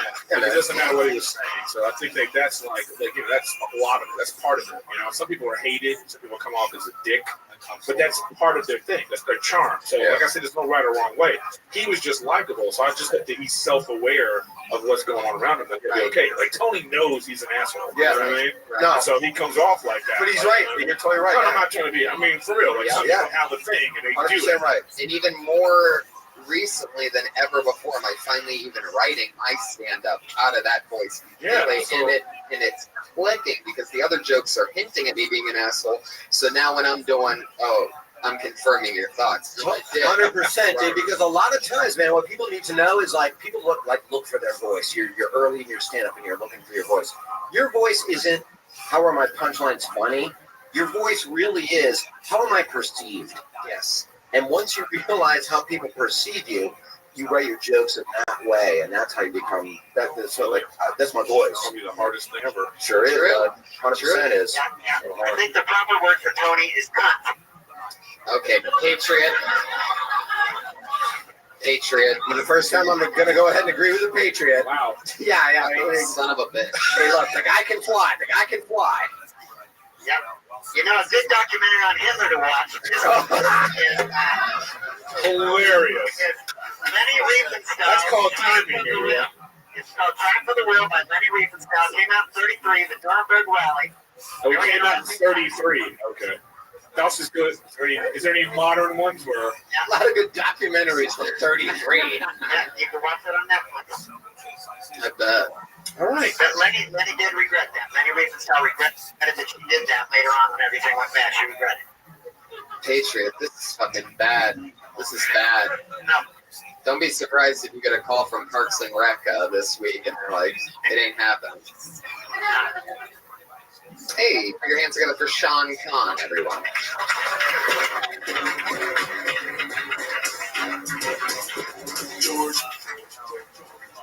All this anti-Semitic talk. Thank you for setting the tone. I went to the store today. Got a Gatorade. Come back home. See this guy walking his dog. Dog takes a shit in the grass right in front of me. The guy just walks away. So I go up to this guy. I'm like, "Oh man, have a little bit of pride in your community. Why don't you pick up your dog?" Shit. Guy takes his telephone out of his pocket, puts up things. Fuck you, man. Now I got the picture. What are you gonna do about it? I was like, "Oh, calm down. It's not like that. Please understand, if I punch you, you gotta take your phone." It's like, what kind of fantasy land does this guy live in? Where he thinks I'm going to get aggravated assault, but I won't commit a petty theft to cover up my crime and get away scot-free. I'm not saying two wrongs make a right, but it will lead to a mistrial, and that's good enough for me. So they give a fellow this guy, just exchanged some words, and as they walked away, I threw him a Gatorade bottle in the street, and I saw him. I hit him. All right. There you go. 55 seconds of Sean Khan. I'd say one thing I had to do that. Your voice, I don't know if you're very quiet or yeah, it was like I tried to turn it up, but it was like, whoa, that's way too loud. I mean, I could understand what you're saying if I really paid attention, but it was just like I went down to the like, and I was like, whoa, I almost not understand. Well, I hate spilling the bits because I'm such a obsessive writer and I need it. Right. That I decided to. You know, I'm very kind of monitoring that's funny that you say that because I felt that you were a little arrogant when you came on stage. I did too. No. Wait, are you being serious? No. So am I. Yeah, I agree. And that's okay, but you know the problem in Hollywood is still an image business. It's still where you have to perform and project. Problem in this business right now, especially Hollywood, is that the pretty comics don't think they need to be funny, and the ugly comics don't think they need to be pretty. And it's like there's like a middle ground. T-shirt. That's a T-shirt. There's a middle ground. There's a middle ground that has to be done. So you can't be up to your dude. Wow, no. What I'm saying is like it's still your job to like project and like do all the performance things that are important in a thing, and then all this swagger that you have, it will come across even better, and people will laugh at you, or they're gonna hate you because of it, and it's still gonna be that's what you want. Yep. Like what I like about you is that you necessarily don't give a fuck if these people laugh at you or not. Okay, but what I'm saying is then you still have to have a little bit of like. A conversation with them. You're still performing. You know what I'm saying? You're still performing. So it's like, even when you came on, the one thing I liked immediately is you came on and you addressed the Hitler lover right away, because that's what's going on in the room right now. And then you went into your thing. But, it's like, project. They still have to hear you. They have to hear those great jokes. It's true. They're not going to be over here like, oh, these jokes are so great. I wish I could hear that. 100% agree. So, agree. Like, you came across, like, with that opening bit where you kind of like, talked about what was relevant in the room and took that control. And then I was like, okay, this is the most confident comic we've had. And then after like the next 10, 15 seconds, I'm like, oh, he doesn't understand his confidence. You know what I mean? Like, I don't want to say you misused it. I just say like you didn't understand it. And you also don't want to get lost into a world of where like you think you deserve shit, because it doesn't work like that. I'm just fucking around. No, but I'm just saying like this is for everybody. Like, for instance, this building is just a building. Okay, and it's run by a person. And if you want to get into this building, that person has to think you're funny. It doesn't mean that you're funny or not. Just that person has to think you're funny. If you want to do all the things to make that person think you're funny, then you do it. If not, you move on to the next thing. You know what I mean? There's a lot of rooms in this world. It's how to get into the comedy store. Wow. When you don't have any jokes. That doesn't help. That doesn't help, man. That doesn't help. Jokes would help getting in the and like we're not knocking your confidence because that's such an important thing to have. But don't misuse confidence when you're a comic, because to the audience it comes across as arrogance, and you have to create that, like Eric said before.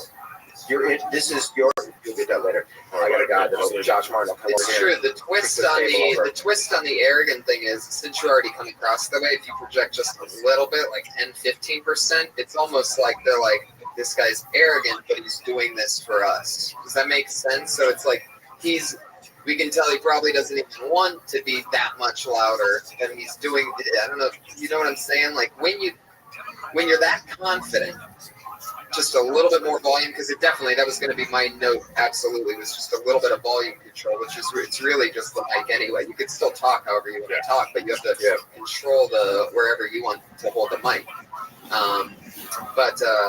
But if you give just a little bit, you get a lot more. In fact, I got heckled during something was going terribly wrong. It was some kind of speech. It was like a Christmas speech or something. Oh God! Yeah, it wasn't even stand up, but I was saying something and it wasn't even going well. And then I remember somebody going project, and I remember it just being this person who I didn't think was that funny, but it had a theater background, and they just know the performance side of everything, and I just know how to sort of think of funny ass shit right off the top of my head all the time. It's like sometimes like I'll give this advice and it really can go a long way. It's like, confidence is cool. It's really great. It's an asset. But just be like, I'm not better than the audience. I'm an audience member that has a microphone in my hand. You know what I mean? And you're having a conversation with 65 people. They just don't have a mic in their hand. What do you think?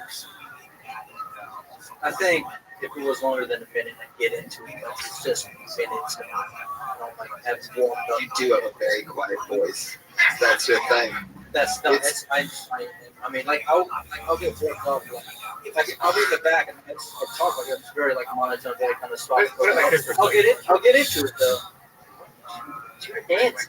Like that. Just like hold the mic like this. Just look at it. I know what I mean, I'll get worked up. Like if it's something that like, because that's pretty much just a score. So I mean, there's no points in it to where like I need to like project. There's always a point. I mean, well, that's something for Tony and his show and his format, and all the people that won't get picked out of this bucket. They came here today to do this. No, I'm saying specifically. Wait, what? Yeah, what I'm saying is like he said, let's wait a minute. So it's like I didn't really get to get into it. That's what they signed up for. Yeah, it always bothers me. I'm just saying you signed up to do a minute. That's relative to this bit.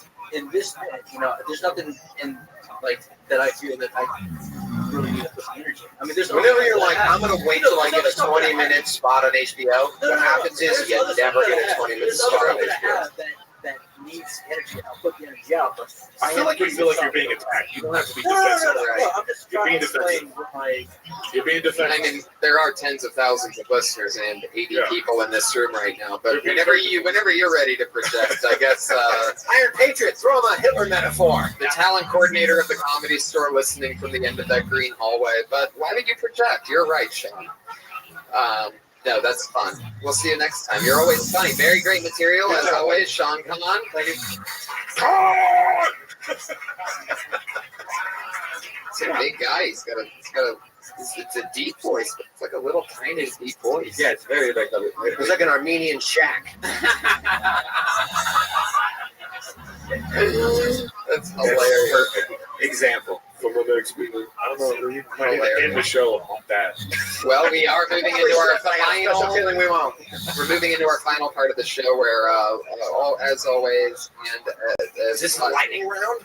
Nope. It's 3 lovely females who do a new minute every single week. Nice. And tonight will be no more buckets. Nope, we're done with the bucket. Bucket with the bucket, everybody. Sorry. There you go. How about one more hand for Eric Carter, who brought the thunder? Sean Kahn, Mark Murray, Mike Grubbs, Frank Castillo. One more time for America, everybody. And Team Garage. Okay, so let's start out with the newest of the ladies.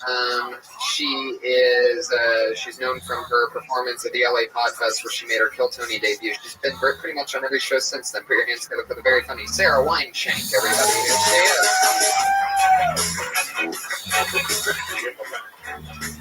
What's up, everyone? Thank you. I hate pretentious artists, right? Like, starting with the Renaissance painters. All those people, they paint a bunch of pictures of Jesus and Mary. All of them look exactly the fucking same. And people go look at them and they're like, wow, Madonna and Child. But it's just like the one right before it, right? It's the worst. Aside from that, Moving along to another type of artist that I don't like is street artists. Street artists, they think they're so fucking cool because they have to go incognito around, you know. They have to conceal their identity. Okay. I watched an interview with a street artist and he said, if it wasn't illegal, I wouldn't be doing it. They douchebags, right? Street artists, they need something with a stencil and they think they're sending out a profound message into the world. They think that they're renegades. You spray a question mark, someone goes, to me, this question mark means to question everything. Whoa. Sarah went to the bear on that one. She pushed it to the angry bear. Is that what happens? Yeah, you go past a minute, you get like a louder animal. You get the bear, then you get the badger, then you get the Wolverine to the face. By the way, normally it happens in the beginning with everybody. And there's another thing that happens that if a comedian ever signs up and they don't get on, if they sign up and they flock at east and they're not here when they get picked out of the bucket, they get blacklisted and the Patriot has to go like this. That's it. Thank God that did. All right. Yeah. So we're giving her stuff too? Yeah. All right, go ahead. A lot of art. I like the beginning. You have a very interesting type of voice and delivery that's different. Like there was a part that made me and Brian laugh really hard where we're just like, ugh, at the end of it. Like, I don't know, I can't remember the exact moment, but there's almost something so different in that I mean, you could also have things that you're saying with it and during it, but it's so real. It feels like you're actually talking about something that is. Do you really not like street art? I hate it. Yeah. Okay, wait. My point is, just how you just said that was more, like, I feel was more, like, passionate than everything that you said. Because that was like real. That's why I asked you a question. So how do you feel about it? It's just a performance thing. Right. So like I wasn't sure if you were gonna be like an alti type comic or if you were, but it's like you're gonna find your voice, I can tell, so you know what I mean? Yeah. I didn't know if you like really, I was like, does she really hate street art? And anytime people ask that question in their head, then you know that you're not necessarily conveying how you really feel about something properly. You know what I mean? So that's like, if you really don't like it, then it's okay to sit there and go like, just how you talk about it. You don't even have to be so matter of fact. You don't even have to say, I hate street art. It could just be like, that's fucking pretentious, whatever. Okay. That's how you feel about it right there. Exactly. Yeah. That's what I was going to say. Where did you meet the street artist that you talked to? Well, I didn't meet him. I didn't talk to him. I watched an interview with him. I should have said, which is like, and I was just watching it and I was like, I hate him like so much. There's a lot. And again, oh, I'm sorry. Because I was going to say that, like, but here we go. Does it have to do with that part? Because I have something too. Since I have jokes, let me go. Wait, was that to me? Eric, that's not how this part works. You can't just make fun of the people. No, because all right. It was a callback from this. All right, no, it's all right. You go ahead. No, I'm just scolded by the host. What is let's start the podcast, everybody.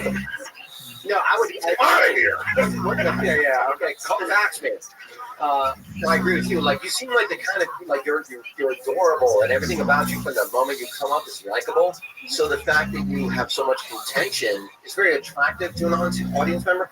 If I have coffee with you, you seem like the kind of person in an hour of having coffee where I would say maybe 11 words, which is not bad. Yeah.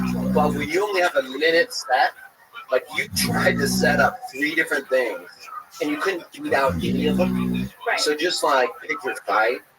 You know what I mean? Like, I imagine talking is not your weak point in your life, and I mean that complimentary time.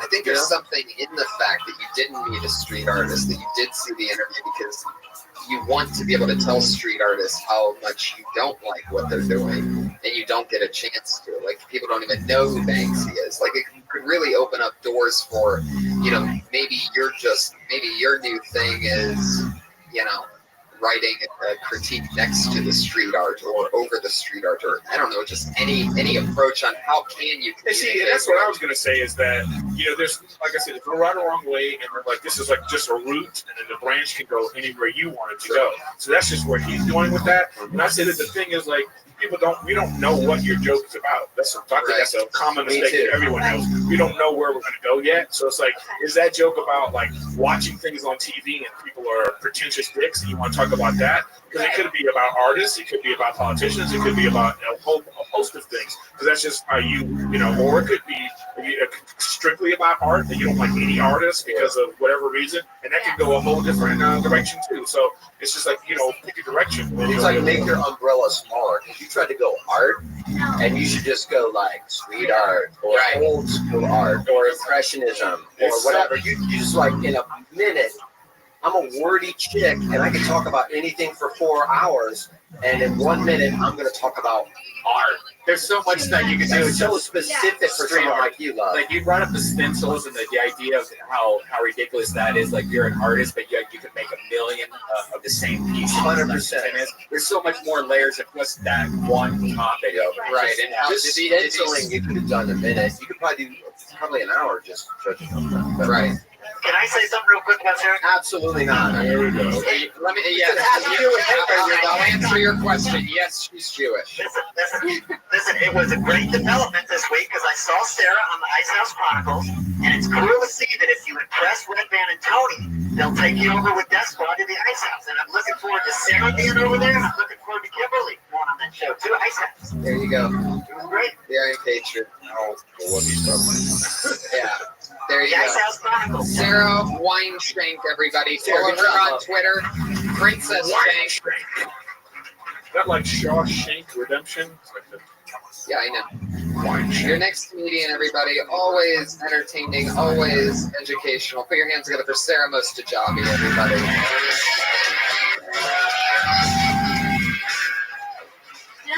Did you guys call my name and I missed it? Did I do that again? Did that happen? It didn't happen? Never just said half over. No, you can't count. That wasn't. All right. Actually, you just made a joke about you to run out of here and go suck out something. You just made this blowjob joke about that's how you get into the comedy store. Actually, it was a cigarette because I'm fucking dying of anxiety. Sick of fucking hearing that. I'm sorry, that wasn't funny at all. That didn't go where I was thinking. I've only been doing comedy for 4 months, and I'm in, and I like do the potluck and shit. And it's crazy that you think that I gave a blowjob for that because it must have been. I got on basically a leveled up open mic. What kind of blowjob did I give? Did I use like teeth? Like, did I not make eye contact? Like, was it just completely dry? I don't know. Sorry, that was the moment I was in. There you go, guys. Sorry. Okay. Well, I'm very confused to what that was. What was that? Wait. You were talking about how. Hold up. I'm not confused at all. Yeah. Okay, one, I'm glad that you recorded yourself. You put it down to record yourself like you're trying to be professional, like that. Two, you came up here and you wanted to do something just in the moment, off the cuff of stuff. I appreciate that. Three, it's okay to acknowledge when something doesn't go well. That's always get to laugh. That's a real moment you were having right there. But then here's the thing I would critique. Why the fuck are you looking over here at us? Don't just look at us. When you said like that, like you were talking about how to get in the comedy store and Brian was. No, I understand, but what about them? Oh yeah, I know. They outnumber us by a little bit. No, I know why you were talking about that, but I'm just saying is once you get over like your nervousness, I think your instincts are correct. Yeah. That's what I'm saying. I'm just trying to be in the. You're not even listening. You don't listen. I can tell. That's your biggest problem is you don't listen. You're waiting to talk. And I'm just saying like just chill. A little. Yeah. I don't know why you're upset. I'm giving you. I thought that. Why are you upset? Yeah, I think that you're. Because when you were talking about how to get into the comedy store and you. And I said blowjob, that upset you? Well, you were doing a little thing and you were like. Yeah, blowjob. Right. So why did that upset you? Yeah, I'm saying if I wanted to get a spot here, I would have to give Tommy a blowjob. Is what I was saying. Are you saying that you had to give a blowjob and now you're just upset if you hear the word blowjob I'm so mad. in the comedy store? It was like the hardest thing. No. Wow, you just called yourself out. Because you were looking at me because you're a cat. Look, we're not 5 years old. I just thought that I thought it was a fucking jab at me. Jab at you, so you think everything's about you. While No, we're talking I about don't. the room. I'm completely confused. No, I just, you know, I really I thought that's I thought funny you were coming because up here. I thought you were coming up here and you were like playing off this thing, but you're actually coming up here with this world shit. No, you're right. Yeah. This is one of those things where you're like, everything that's going on is about me. If you were listening, I don't know if you listened to the podcast, but there was a while ago where I was kind of working on something similar. Again. And I was talking, it's just something that I'm going through in my life, and I'm trying to make it funny so that I can deal with it and get over it. Because it's something that I hear that people say about me, and like I've been doing that for 4 months, and I'm doing like this fucking, you know, I don't know. Who says this about you that you think people are talking about? I've never heard anybody say that you give blowjobs. That's not why you're here. Can I say something real right now for a second? I'm sorry, I'm just hurt. I'm like confused. I'm sorry. This is an issue that a lot of, like, this is like a female comic thing right now, where you feel like this is like the world's against you, and it probably is against you. It's hard. Listen, most male comics aren't funny. You know what I mean? So the issue you're dealing with right now about this, like how people are making you feel, you're going to have to get over that, because it is a boys' club. They say crass things. A lot of bullshit is said. People are always getting on everybody. It's a hard thing to do, especially if you're trying to get into this particular club.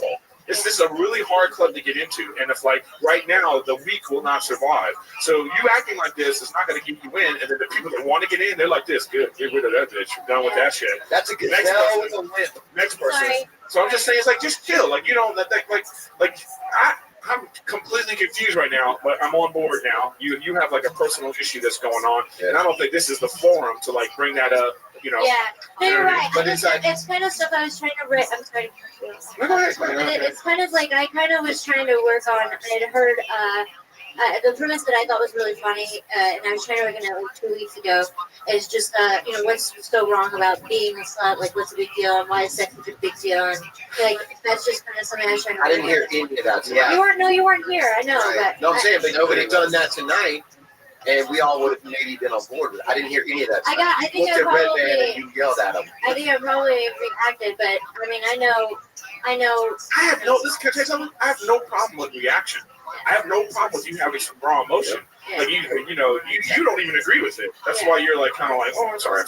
Yeah. You could have just been like, hey, fuck this guy for saying. We would have laughed our asses off. Absolutely right. There she goes. You know, at Sarah Dresses on Twitter. She's Sarah Mostajabi, everybody.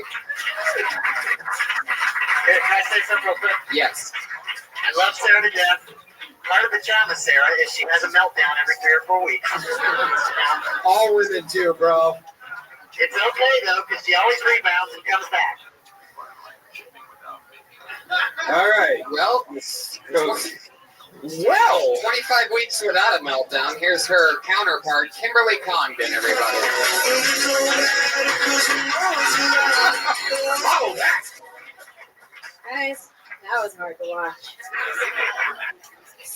You know what else is hard? Mondays are hard, you know, because we all go to work. I went to work this morning. And when I work, I mean like hard work, you know? I fucking get up, walk over to the scanner, scan shit in, print, staple, look cute, hard work, you know, big girl shit. And I'm online and I come across this story of this girl who started her own business, right? She started a cuddling business. I'm pissed. I had two little blood spots on my finger from a stapler, and this bitch is canoodling her way to retirement. I took 5 naps yesterday. You know what I got? A stiff neck. Ooh, killing it. That's it. I don't know. Hilarious. One small little note, because again, like you're likable, you're presentable. Like I like the way you came out and you like acknowledge like the uncomfortable aspect of the room. Canoodling versus spooning.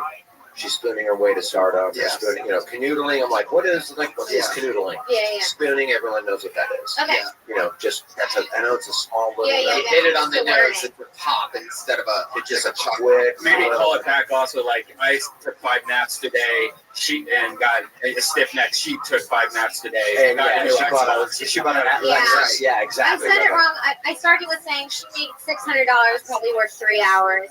I made minimum wage, took 3 naps, and go to sleep. Yeah. Make it a little bit less math. Okay. Yeah. It's like Too much math. algebra. I'm just curious. So, what is to you? What is all that about? That whole. Well, I was trying to make the whole thing like I'm like being a brat and saying my job's so hard, but it's really not, and I'm jealous of this girl that's like napping with weird, gross old men. I was gonna go into like what she can write in her tax write-offs, like and stuff like that, or like what kind of men actually call just to snuggle with someone. Okay, what I'm trying to point out is that that's a completely different joke. Yeah. And when you even answered his question, you gotta laugh. Yeah. Like when you answered what Eric was saying, you gotta laugh like that. All my point is this, like, like I said, I keep saying we don't know what our jokes are about. Like, what is this really about? Is it about the fact that this girl's like has a bullshit job and you're jealous of her? Yeah, that's what okay. Well, then your whole how you express that is going to be, I'm jealous, and you would express it that way. Yeah. And we would get that because you started, listing off all these things, and you were trying to be like, I don't know what that whole beginning part was about. Just like if you say, you could have just gone, I'm really jealous of it. I have a real job, and I'm jealous of this chick who this is her job. That's what it's about. It doesn't have to be that. I'm just saying, what is it to you? Right. Which it seems to be that you're jealous about it. Like, are you snuggling with anybody? No, I was thinking about it like. Let's take a different approach. Do you want to Let's be? hear an excuse rather than a new You would joke. make $40. There you go. How's that for a question? Yeah, I was just saying how like my job's easy and I'm still jealous of this girl. Right. Like I just want it to be easier all the time. And you're cuddling for free sometimes. Yeah. Right. So what I'm saying though is that like that's a layered joke because one, you're trying to make fun of yourself to say that I'm complaining about how hard my job is, and you want us to laugh because it's not really that hard. Right. Okay, that's a performance thing. Yeah. Like that's how you sell that. You didn't sell that at all. We didn't get that message. Okay. And then the next joke is about how this girl, you know what I mean? It's layered. You have to know And we have run out of time. We did it. That's episode 25 of Kill Tony. I'm doing punch drunk tomorrow. Jason, what do you got going on? He's at the Teeb on Twitter. At the Teeb on Twitter, always on Punch Drunk with me, Sam Tripoli, Ari Shafir, every Tuesday at noon at punchdrunksports.com. Tony will be on tomorrow. Yeah. And then this Thursday, if anybody's around, my 3 for 30 show at the Ice House. Me, Sarah Tiana, Whitney Cummings, each of us doing 30 minutes. Wow. Ryan Mervis hosting, and we'll see how sober he is. Eric Griffin on Twitter, E-R-I-K. Thank you, E-R-I-K. At Eric Griffin, and season 4 Workaholic is coming out. Yeah, baby. Montez, motherfucker. Brian Redband. December 12th, I believe, we're going to announce San Jose Improv Red Test Squad Super Show, Christmas show. Just go to testsquad.tv. Youngstown, Ohio. I'm coming home December 21st and 22nd. In a stunning turn of events, I'm performing at the Funny Farm. Anyway, so tickets for that available all through links at TonyHinchcliffe.com or KillTony.com, which I bought recently, which links to TonyHinchcliffe.com. Thanks, everybody. Talk to you soon. Thank you. Thank you, everybody. Good night.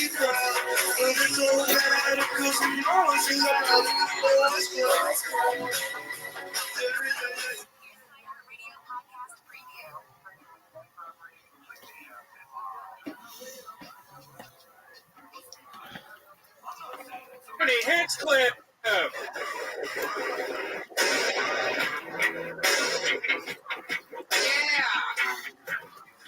everybody. Here we are. How you guys doing? Oh, yeah. You feel that energy in here. That's episode 26 of Kill Tony. We've made it a half a year, Brian. That's insane. 6 months of this. A quarter of this. Yes, a quarter of that. Fuck yeah. Everybody's here. Everything's in position. Good to see you guys. Happy Monday to you. Very exciting to be here as always. You guys ready for a fun show? It's been a fun weekend. Anything crazy happened this weekend? I just got over the busiest week ever. I drove to San Francisco, which is not a bad drive at all. But there's that part where there's just millions of cows where you see where all the meat comes from, and it just smells like shit. They want to roll down the window, but that's a bad idea. You want to turn on the air conditioning, or it's awful. Like, it's almost puke worthy for like a good 15 minutes of that highway. Yeah, it's a weird drive. But there's one of the best steak places. Like, I had to get out of the car. I was like, I got to get out here. So there was this really weird restaurant on the side of the road, and it was really nice. It's an awesome steak place where they just like pretty much take the cows and kill them, and you just feed them to you. It's like awesome. That's great. That's exciting. It's really good. How fun. Yeah. What did I do? I did spots here. Saturday, Friday, we did a Thunder Pussy. Thunder Pussy. That shit is so great. I wish this audience could see Thunder Pussy. It's one of the coolest new it's the newest Death Squad show on the network, and it's Jeremiah Watkins' improvised stand-up show built for a podcast. So it's very exciting to see comedians make material out of nothing in thin air. Fuck yeah. Put your hands together for my friend The Robe, everybody. He's here live in the flesh. One of my great friends. And let's also introduce the one and only. Well, you know him, you love him. He's our head of security. It's the Iron Patriot.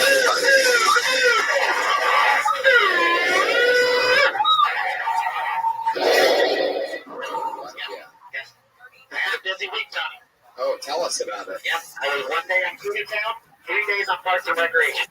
Right, you did extra work on these shows, is what you're saying. Yes. I was also spending time putting together my screenshots of all my background appearances. And I found a very significant one.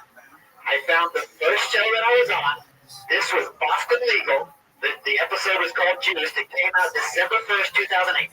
Now, Tony, I want you to try to guess who the actress was in this scene, and I'm going to give you a clue.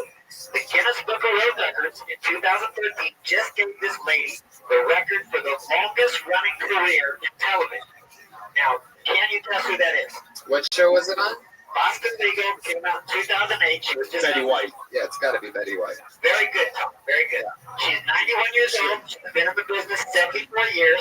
Yeah. It was a very fitting scene for me to make my debut on. Right. Because why? Because I walked across. I was looking very beautiful walking across. You know how I do my background performances. I'm always lurking. I'm always patriotic. When the camera's not on, does Betty White shake and fall to the floor? And like is it like really sad and depressing? Like there's somebody standing behind her, holding her up the whole time? Or... No, she's still alive. I mean, that was 5 years ago, but she still looks like she's doing good. She's on that show Hot in Cleveland, and she looks like she's going to have some more years left. You just jinxed her. Yeah. Red Ben, I want to say something to you. I was listening today, you on Allison Rosen. I was listening to you on a podcast. And I learned something I didn't know about you, that you masturbate with Monistat 7. Yes, I do. Very interesting. Okay. Is this real? Yes. Why do you do that? Because it helps with male yeast infections. It keeps the vagina clean. And it feels a bit better than regular lotion because it's a little bit thicker. Yeah.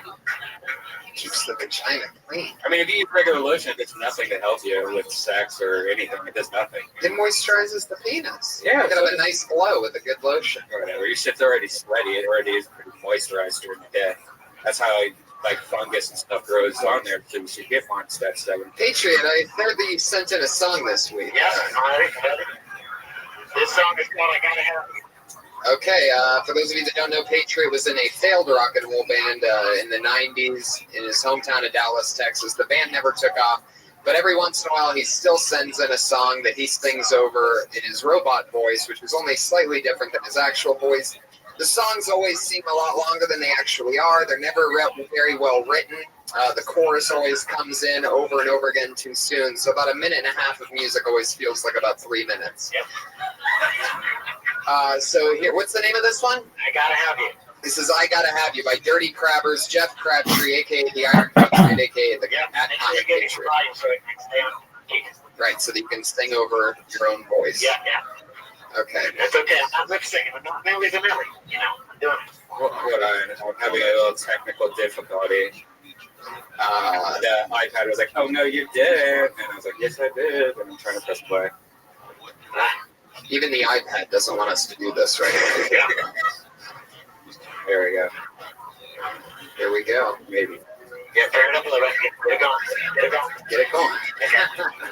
Everybody feel it with me. Put your hands together for the Iron Patriot. Yes, I feel a lot of love in the room. As we ease into episode 26 of Kill Time.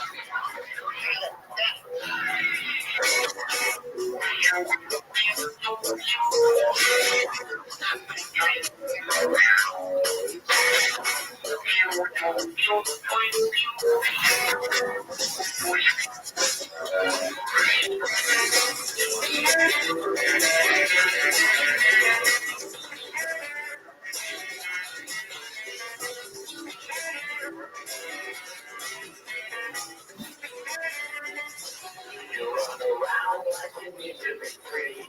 You're up and down the town and it's easy to see. I'm searching all hours for your face. Look, I still see you holding. Oh, I gotta have you. I really need you, yeah. I gotta have you. I really need you. I'm always shaking like a leaf on a stick. I'm making every move and I'm making it quick. I'm feeling that it's you in my mind. I'm wondering where you're going, 'cause you're so hard to find. Oh, I gotta have you. I really need you, yeah. I gotta have you. I really need you, yeah. All right, let's stop that. Okay. All right, I want a random audience member, Lainey, if you had to guess, how long do you think that song this was? If you had to guess, just throw out any number. Yeah, if you had to guess the time on that. All right, forget it, Lainey. You just blew the whole thing. It was a very easy setup, Lainey. I actually like that one. That was like an angrier version of the of your band or your music. Let me tell you a little bit about that song. That song got more airplay than any Dirty Crabber song because it came out in 1991, and a famous DJ in Dallas named George Gamard put it on a compilation CD with 19 other bands. So it got a little airplay. That was the only way you could get on the radio back then. So that was pretty exciting. That song is very significant in the Dirty Crabber history. Well, I liked it. I thought it was darker. It sounded more a little bit like if you were going through your pre-Hate Machine days of It's talking about it's talking about the finest little hussy in the whole damn place. I want her. I gotta have her. Yeah. Get very violent, sex, like rapey. That's what I do when I enter the room. I look for the finest hussy and I say, she's mine. What the fuck are you talking about right now? Wow. Unbelievable. When did you write that? That was back in 1991. What was your life like back then? Like what was happening back Those then? were my glory years. Like what? So tell us about your glory years. What was the typical day like for Jeff Crabtree back in Dallas, Texas? Sleeping on the couch sometimes. Sleeping on the couch sometimes? No, Is that what you? on the couch. Wait. What? Slow it down. Just take your time. Or can you breathe in that thing? Okay. Zooming. So hold on. Still, just breathe. Okay. Relax. When you say zoom in on the pouch, soothing. What does that mean? Putting the banana in the pouch, playing with the soothing on it, stroking it a little bit. I was working hard back then too. I was practicing. It took a lot of time to write this song. We were going to the studios. We were doing gigs, meeting people at the shows and stuff. And I was a rock star in Dallas. It was exciting. All the things rock stars do. A little bit of drug experimentation, soothing on the pouch, like I said. Wait, masturbating or with a girl? Yeah, with a girl. So you're snarking puss. You're soothing on a pouch, is what you're saying. Yeah, I say, yeah, just. That's your way of saying you were getting laid back then. Yeah, you know. Do you ever think you do with a pouch? Yeah, you know. Do you ever think that a lot of the reason why you haven't been laid since 9/11 or whatever it was is that you say things like soothing on the pouch? No, my relation status is complicated. I'm coming back now. I'm going to get my career back on route. I'm going to find the soulmate. I'm going to find the perfect lady. The perfect lady might be on this job right now. Got really quiet after that. A lot of ladies just ducked underneath their tables. Yeah. I see a bright future for me coming. Yeah. The only thing. All right. Fuck yeah. Well, you know what's exciting is that we have over 30 comedians that signed up tonight. And as always, I always have two very funny guests, very funny friends of mine that come on the show and sit with us while we listen to comedians do 1 minute each. And tonight is no different. I have two very, very funny guests. And in no particular order, just go for it. We can go for it. Maybe one won't show up right now. One might be just delayed a few minutes because show business is crazy. All right, so with no further ado, put your hands together for the first person I'll bring up. One of my favorite comedians, a true Comedy Store favorite, handpicked by Missy Shore, super paid regular at the Comedy Store. He travels the country. He's a chef. He's a comedian. One of my funniest pals. Put your hands together for the one and only Mike Favorman is in the house. And you know her from Chelsea lately. You love her from Chelsea. She's not ready yet. Wow, that's great. Thank you. Fuck yeah. Mike Favorman is here, everybody. Check. How you doing, Mike? Hey, guys. Is there a mute button on this thing, by the way? On the Patriot? Come on, yeah. You know you love it. You know you love it. No, I know I don't. Okay. Mike, I was doing some reading on you today. Oh, Jesus. Yeah, I see that you do many things. You direct, you produce, you act. Okay. You got an outdoor cooking show that looks very interesting. I watched a little bit about. Now, what I wanted to ask you, you know, you heard that Tony's a vegan. Where would you cook for something like him? Because, you know, you think outdoor, you think barbecue. Where would you think for him? I would force him to eat meat. That's what I'd do. Oh, come on. What would you make? I'd make you a grilled veggie platter with a big, fat puss in the middle. Oh, he would hate that. He's vegan. I don't know if that's part of the vegan lifestyle. He likes to come sorbet. Brian, settle down. It's hot as fucking here. Yeah, it is. Heck yeah. Hot and cold at the same time. Yeah, Tony, I wanted to say something. I'm basically a vegetarian, and I see the difference between me and you is I drink milk and eat eggs. Yeah. Now, I read something that you need a B12 and an amino acid. Yeah, that's why I don't take medical advice from people like you. Is that true that you need a B12 amino acid supplement? That's if I wasn't getting enough of that in my natural diet that I am. There's ways to get without milk and eggs, you can still get I have so much B12 in my diet that my pee is like golden. It's beautiful. Okay. It's like it looks like fucking 24 carats. Does it matter if the guy shaves or if it's just, you know, full bush? Full bush. I'm just gonna let you think about what you just said. Patriot, what did you, oh yeah, you already asked that question. You read about Mike Favorman. Yeah. Patriot, what do you like to eat? I eat a lot of veggie burgers. I eat a peanut butter and jelly sandwich every single day with a glass of milk. Raisin bran in the morning. Green beans with the veggie sandwich. Also with chips. I crunch up the chips and the rice. Okay, wait, one more time, nice and slow. Let's go over it again. What was it again? Raisin bran in the morning. Lunchtime. Veggie burger and green bean. Peanut butter and jelly at dinner time. And then later on that night, maybe some peanut M&Ms. Another bowl of raisin bran. Another veggie burger. Rice. Bowl of rice with the chips crunched up inside. What kind of chips? Like those mission chips, you know, you get this Ralph. Put tortilla chips in your rice? It's just chips, just like, you know, with the salt on the chips. Yeah. Tortilla chips. Yeah. The mission chip. Yeah. It's tortilla chips. Yeah.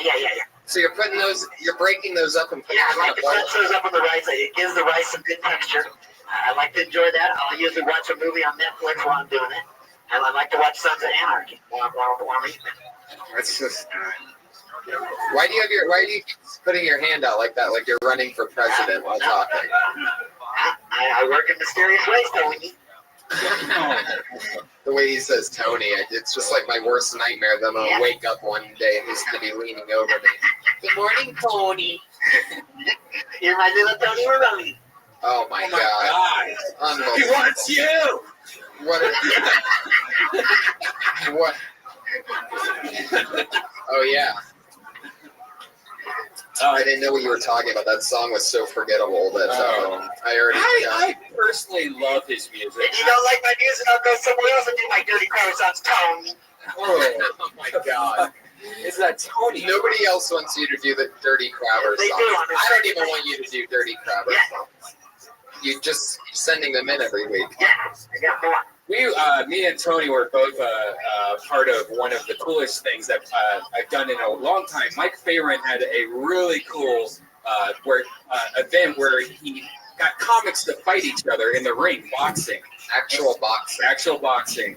And that was one of the greatest times. And I guess you're cutting it up. You might be selling it as a show. I don't know what's going on with that. But I want more. Like, you don't understand that. That was like UFC for comedians. It was fucking badass. It was so much fun. Patriot, if you were going to fight somebody in the ring, who would it be? If you were going to box somebody, who do you think would be in your weight class? Maybe the Iron Sheik.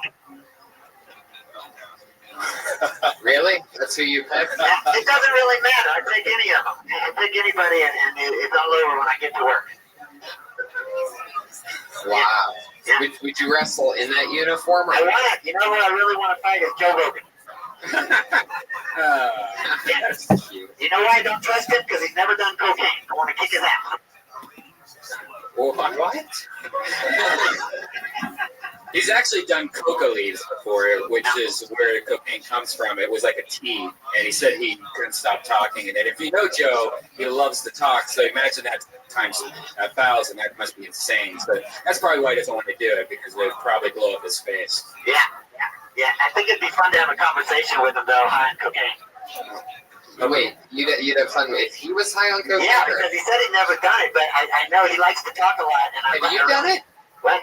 You've done it? Yeah, I've done it probably about 10 times. I never did. I never got addicted, but I did do it about 10 times. A very euphoric feeling. Gets the banana up and hard. Oh my God. Yeah.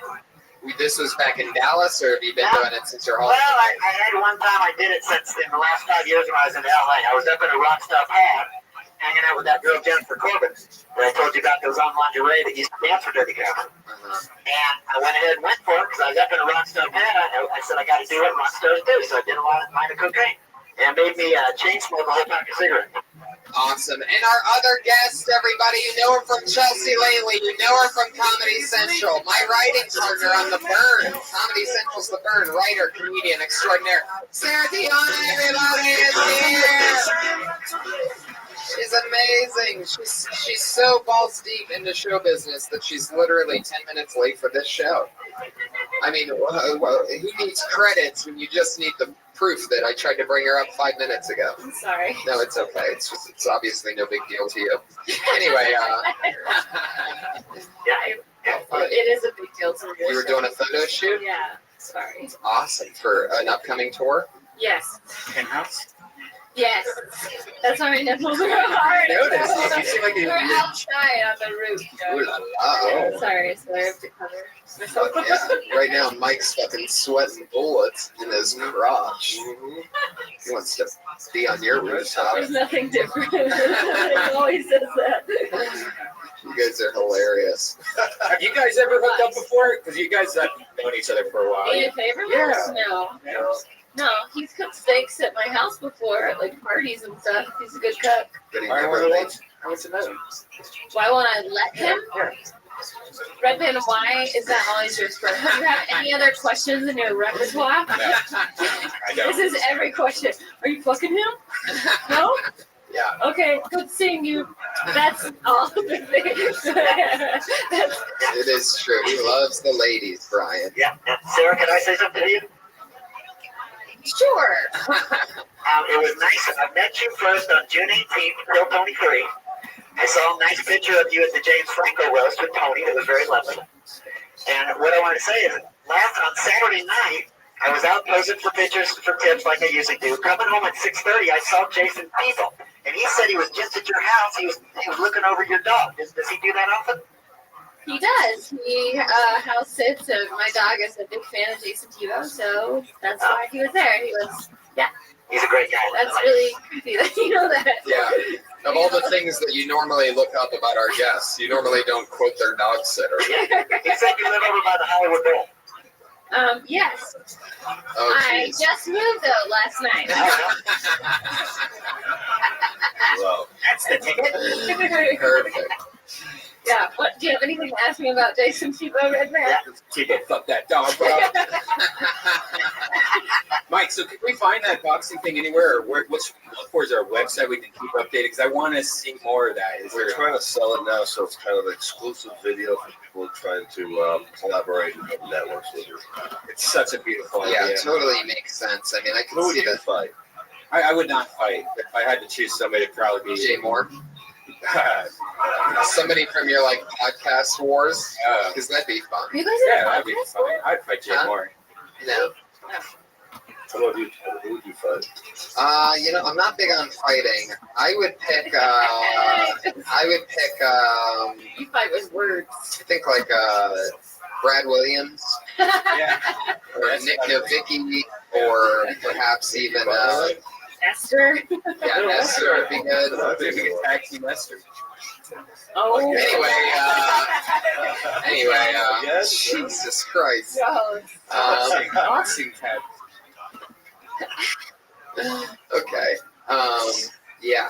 I don't know. I don't like fighting. I can't. I don't like It was great though. You could see like people go all out and beat on Yeah. each other. See, it'd be bad if I did it because I'm actually trained in the martial arts, and I don't want to embarrass all my friends. Thank So you. it's fleeing. Is your move running away? Yeah. It's a new technique. I go for the WWF thing. Like I try to get like 3 inches away from their face with all my punches, and I expect that to affect them. They'd be like, the announcer would be like, in this corner, weighing this many pounds, Tony Hinchcliffe. He's like, those aren't all my credits. Like the team wouldn't even get to start it because Tony would be mad at the announcer for the way he brought him up. It's true. It's true.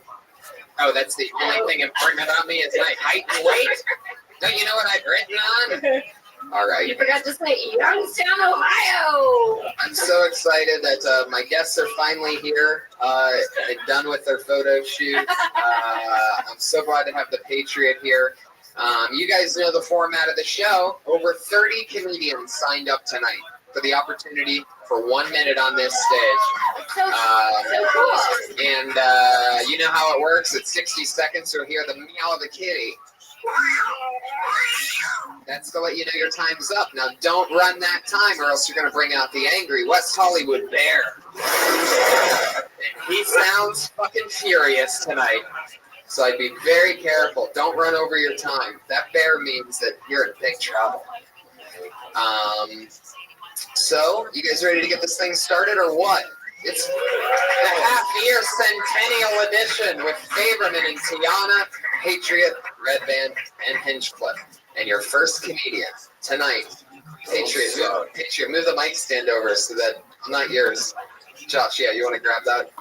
By the way, Patriot, we call him the head of security, but he can't even move. Only his arms move at 90 degrees. Tony, if we got on the bigger stage downstairs, I could do more movement. I could do dance moves and everything. We need to be on that bigger Why room. do you always talk shit like I'm not doing a good job? Like, Tony, if you push the podcast more, we'd be in the main room. Yeah. Talk to Tony Morris. Let's do a Christmas episode down in the big room. Says the guy who his Morris. big night is here. Monday night. Yeah, it's funny that you think Tommy Morris is the one that's booking the main room. Tommy. We should get our show in the main room. Talk to Tommy Morris. You know, you told me you want to do a show down. Oh, how dare you talk about things that I brought up to you before off camera? With confidence. Just because I told you I wanted to maybe do a show in the it'd be fun when we can fill it up. Yeah. I mean, I guess we have been filling up the belly room every week for 6 weeks. No big deal. After only 6 months, but anyway. I pulled the first name, and your first comedian tonight, doing a minute. Okay. Put your hands together for Lindsay Wegler. But I know I'm a million times as humble as Star Wars. I'm the pious guy, the little always wanna be like on my knees day and night, scoring points for the afterlife. So don't be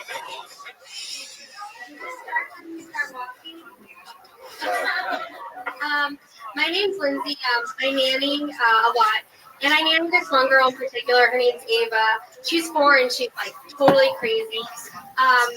And like her mom, like she's really curious, and her mom recently told her that her private part was called a vagina. And so since she found out that information, she like walks up to the women and is like, I have a vagina and so do you. And it gets uncomfortable, but I don't like say anything because she's not wrong. And anyway, she's really weird about bathroom time. She won't go to the bathroom by herself, and she follows me in every time, which I don't want her doing because I just don't think that's a good habit. But it's only hard when I have my period. She'll stay out behind the door, and anytime I open my tampon wrapper, every time she hears it crank on, it's like, hey, Miss Liz, you got some babies in there? Thank you. Okie dokie. Sarah, you were paying them. First of all, Sarah, get in there. there's no right time of the month for a period joke, in my opinion. I don't like it. I don't like period jokes. I also don't like quick jokes, so you can just say whatever you will. But you can just get to that joke. You can cut that joke in half. Like you do that. I babysit this girl who just found out what a vagina is. That should be the first thing you say. You don't need all the backstory about her. We don't give a shit about her name. Okay. We barely give a shit about your name. We just found out who you know what I mean? We just found out about you. Now we got to memorize 2 names. That's a lot. If you can come out, you can hide behind the Iron Patriot. You can bring the microphone. Yeah, bring the whole mic. It's a mobile microphone. It's not that heavy either. Don't be afraid of it. Can you imagine if she'd be like, How long have you been doing stand-up? Maybe like 6 months, but I'm really spotty about it. I do a lot of improv. Another joke about a period. Spotty. No, that wasn't a period, though. She's wearing red pants, guys. they were white earlier. Well, it's not like a vulgar period, too. No, it's not. But I don't understand why she would think there's candy up there. Right. Because she hears the rapper. Oh. Maybe I was real fast. Yeah. That's not clear that the wrapper is why you would have candy up there. Immediately, I'm thinking, does she see the string? Because you just talked about her looking at vaginas. No, she just hears it opening through the door, so she thinks I'm eating candy in the bathroom. Okay. Well, you don't have to say period. You can say anytime I'm opening up a tampon wrapper. Oh. Or unwrapping stuff. But you also, like, if you're talking about how she's staring at vaginas all the time, and then you go into a period joke, they seem like 2 separate things. Yeah. It's really confusing. I was super confused. I didn't follow any of that. It's very hard. I understood it. I understood perfectly. That was a funny joke. Did she tell a joke? I didn't hear one. I didn't hear a joke. I'm sorry. By the way, did you hear one? That is Mike Favorman is here, everybody. I love it. Listen, Favorman perspective. you have to cut to the chase. You're not interesting enough to listen to you to get to that live of a joke. No, that's the fact. Trim the chase. Trim the fat. Get to the joke. Nobody cares. It's true. Also, don't use the word pussy ever. I don't. Unless you look like me. Yeah, And then use it all like the a guy time for who every only punchline. uses the word pussy. Yeah, wound or slit is better, probably. Gash. Don't listen to these guys, please. Gash is a great word. Gosh, yeah. 80s word. And you can always say pouch too. Oh, there you go. You say crotch? He calls it a pouch. Patriot calls the vagina a pouch. Like a 6-year-old. Why? I know he is. He's also let a dog eat chocolate off of his penis. Hey, who hasn't? The worst thing you can let a dog eat off your penis. I thought that my bestiality If it doesn't take too long, it's peanut butter takes longer. Yeah, Like what you said, that's the worst thing that you Because chocolate's poisonous it's for bad for dogs. dogs. Yeah. Meanwhile, that's what he used. Meanwhile, the guy eats a peanut butter and jelly sandwich every day, so you know he's got peanut butter. I love that I'm the dog owner and I remember. You should really look that up, by the way. There's so many things you have no idea that's poisonous to dogs, like grapes. Would you ever think that grapes are No, poisonous? I know grapes are poisonous. Yeah. The other day, What, my dog threw up 2 ketchup packets in a receipt. No, he shit them out, actually. He shit them out. He didn't even throw them up. He threw up the 3 things I had no idea what they were. Lindsay, I know it was a minute, and I know you've only been doing it for 6 months, but it really shows that you're doing a lot more improv than you are stand-up, because there was only really one punchline in the whole 60 seconds. It was sort of a punchline. So, like, how many punchlines should you average per 60 seconds? More than Just one. need one. Many as possible. Yeah, Yeah. a lot. Just If think possible. outside the box. Like, when you think of what the easy joke is, go. Hey. Right. We're just kidding. There's a lot of No. Write it down. Yeah. Write it down and then trim it down to about a third of what you have. Yeah. Yeah. Maybe it'll be fun. And then think, is this the smartest way to end that joke? What would be, could anybody end that joke this way? And what's a better way of ending that joke? How can I one up? So basically, don't do the joke. No, there's nothing wrong with the That's not joke. what we're saying. No. We're saying quit stand-up. That's not. Just kidding. No, we're Shut up. kidding. We're kidding. Yeah, whoever made that noise, don't do that again. That's for the rest never of a the night. solution. We're just starting the show. No. You can We only don't owe it, Kill Tony. Just watch it happen. There you No, we're go. not saying quit. We're saying watch other people who do it well and learn from what you hear is the right way to Yeah, do but you can always save a joke. You can always punch it up and change it, make it different. Don't Definitely. cut out the period part. Right. All the information that doesn't have to do with the, Punchline. if you're gonna stick with the candy thing, which I still don't really get. Like, I don't know. If you normally give her candy and you bring it out of a wrapper on the front end of that, then maybe that would make sense. Like, It sounds like the whole joke's just a tag for another joke. Yeah. it's true. The joke is just the last part about the wrapper. All the other stuff means nothing. That one thing is a joke. So take that joke, put it in another joke or something. Come back next time, do a different minute. Lindsay Wagglers. Good job, everybody. She's on Twitter at Lindsay_Wagglers. If any of you listeners out there want to give her a punch that up or something. Punch that up. Punch that pussy, right? Hey, buddy. Did you guys have any jokes that you feel like when you started out that you feel like now like you would never even go near that doesn't make any sense? Do you want me to do Faberman's? No, You I don't forget even. that you remember? No. He was always funny. I don't know. I mean, like when you first started, like your first 6 months, and you're doing stand-up. Was there ever a joke in which you're like, "Oh my god, I can't believe I did that on stage"? I used to do a joke about how you could get money for sperm now, and then I said I have this towel at home. It'd be worth a fortune. But it's kind of now. We wrote that like 20 years ago. Now it's kind of hacky. How long have you been doing stand-up? 15 now. Wow. 15 years. Long, wonderful years of misery. Do you enjoy it? Yeah, I love it, but I hate having to do it, you know? You know what I'm saying? Like, I love doing it. I feel like I'm, good at it, and I just don't love chasing to get work. It's bullshit. It's like, I'm funny, let's bring on the fucking work.Hat's the problem? Right. They want asses in the seats, and it's all business. That's all. It has nothing to do with how funny you are. But you get a lot of respect here, which is sort of that goes a long way. $15 in the OI. Sarah, do you have a joke that you can't believe that you ever did on stage from your first few months or whatever? No. I mean, I can't really remember because they didn't last very long if they weren't working. Right. I mean, I would try them like 3 to 5 times was the limit. If they weren't working after 3 to 5 times, they're out. Or, but I'll look back. I mean, I used to say some pretty, crazy stuff. Like, guns don't kill people, black people kill people. Which true. is a fact. It's true. But it's not a joke. It's funny. It's only funny because it's a fact. I used to have this one stupid thing in the first couple months that I'd go, I was born with 2 ball sacks. but I had to have one removed because when the two balls stacked up together, there was something about it that was just really gay. That's all I said. That was the whole joke. And then I would change to it. Anyway, supermarkets are crazy.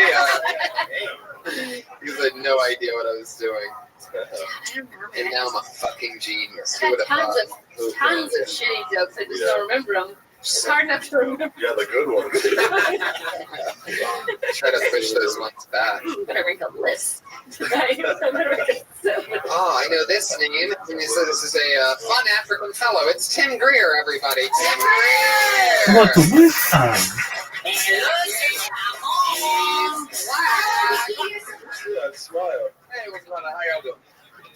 So look, I'm tired of people making excuses for not having fathers. I feel like, fuck you, I mean, you should have had one. Realistically, there's fathers everywhere. Like, seriously, if you turn on your television, there's great fathers. When I leave my children, one day, and every black man should, I'm going to leave my children a box set of The Cosby Show. Word, that's It amazing. was Gift. 9 seasons of a great father. He was there. He took care of him.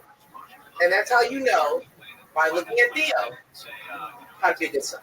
That's my job. Oh, what? Okay. Failing, how to be a good son. That's my job. Okay. Bailing early? All right. They call him Bill Cosby. Am I right, people? Anyway, Split the bill. Split the Bill Cosby. some people are like, hey, do you think the comedians should ever do like 3 minutes or something like that? It's like, dude, some people do fucking 14 seconds and then. What's your name? Tim, right? Don't ever ask the audience how they're doing. You tell them how they're doing. Okay. Yeah. Tell them either they Show suck. weakness right away. Don't do that. You don't have to. Be like, hey, this is who I am. Right. Do you ever feel like, like right away, cut to the chase? And I don't think it's black comic to do with black people don't have fathers and stuff. It's talk about yourself. Do you have a father? Hell yeah. Yeah? Do you talk to him? Do you wish you would leave? Oh, a trust fund, yes. No, you see how that was funny? Yeah. See what I'm saying? No, I'm not putting that. I'm saying be more original. I don't like it. But you've always had a father, so yeah. Do you ever talk about how you break that stereotype? How you weren't part of that? No, you don't have any jokes about that. Your father and you get along? No. No. Why? No. But we're the same. Because you're the same? Exactly. The same age. Not Mexican, Tony. He's your father, though. Your father. Yeah, wait, so you guys are the same? What do you mean you're the same? Like strong-minded. Strong-minded? Okay. So you don't. Where does he live? In Texas. That's where you're from. Is he a Southern black father? No, he's from Chicago. Okay, but he lives in Texas. Yeah. And did you grow up in Texas? Yeah. And do you ever talk about that? Yeah. What do you say? That's hilarious. Wow.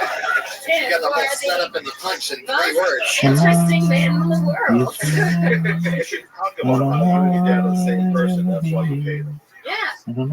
Anything whenever you're talking about something that's real. Because he'll watch my comments, so I want to let him know that I actually hate him. Why not, dude? How often is he watching your comedy? Anything I put on YouTube. Well, don't put it on Shouldn't be YouTube. putting that on Yeah. whatever You you shouldn't have anything on YouTube. No, I'm kidding. I'm serious. I hate putting my stand up on YouTube. He's saying Rothschild hip hop. Well, I feel like No, what I'm saying is talk about you. when you talk about you, no one can steal jokes from you. You know, because no one can be anybody else. Like no one can take anything that's already yours and really personal. Right. And it takes a while. Like how long have you been doing comedy? 3.5 years. 3.5 years. You should be past that right now. You should already be talking about yourself. And definitely don't say how you can go in and hold the mic a little closer. And it's not going to be easy, but that's what makes it good. You know what I'm saying? It's not going to be easy to talk about yourself. But if you make it funny for everyone else, that means it's really funny. Vulnerability makes everything funny. True. Give some perspective. Okay. Tim Greer, everybody. Tim There. Greer!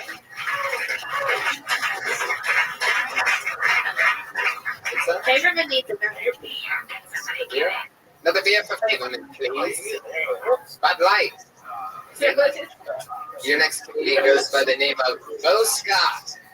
Bo Scott. San Diego, though. Hey guys, you ever get so high you turn your blinker on going around a curve? I got so stoned yesterday. I went to the Rouse and I was looking at the eggs, trying to figure out which one I wanted for like 30 minutes. They have A eggs and they have double A eggs. I was like, come on, man, one of these is B eggs. It's right next to the almond milk. I was like, how the fuck do you know the almond? I was all stoned, so I was like, the almond brothers, no. You do, I guess. They have Christmas shit out in the grocery store, which I guess I'm okay with. I like Christmas. The only thing I don't like about Christmas is that they have ugly sweater parties and I can't go. Because all my Christmas sweaters are stuff as fuck.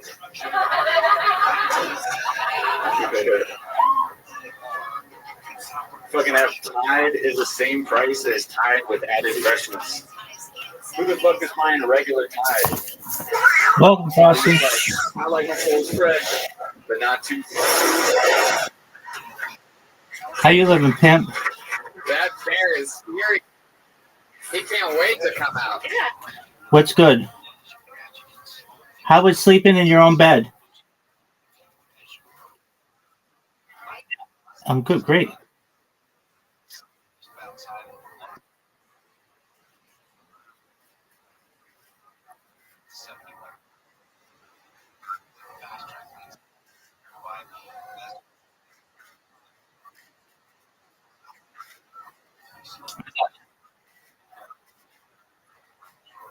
There you go.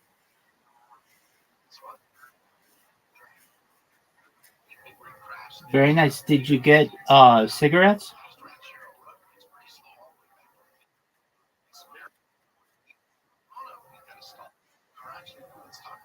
Very cool. Just smoking away.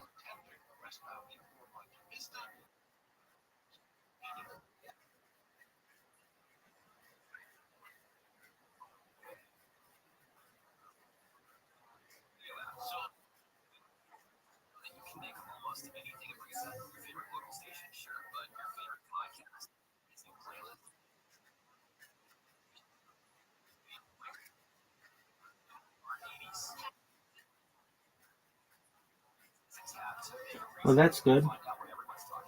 Glad to hear that. We're just watching Kill Tony from the beginning. It's really interesting to see this thing that went from like absolutely nothing to millions of dollars a year grossing. It's pretty cool to see.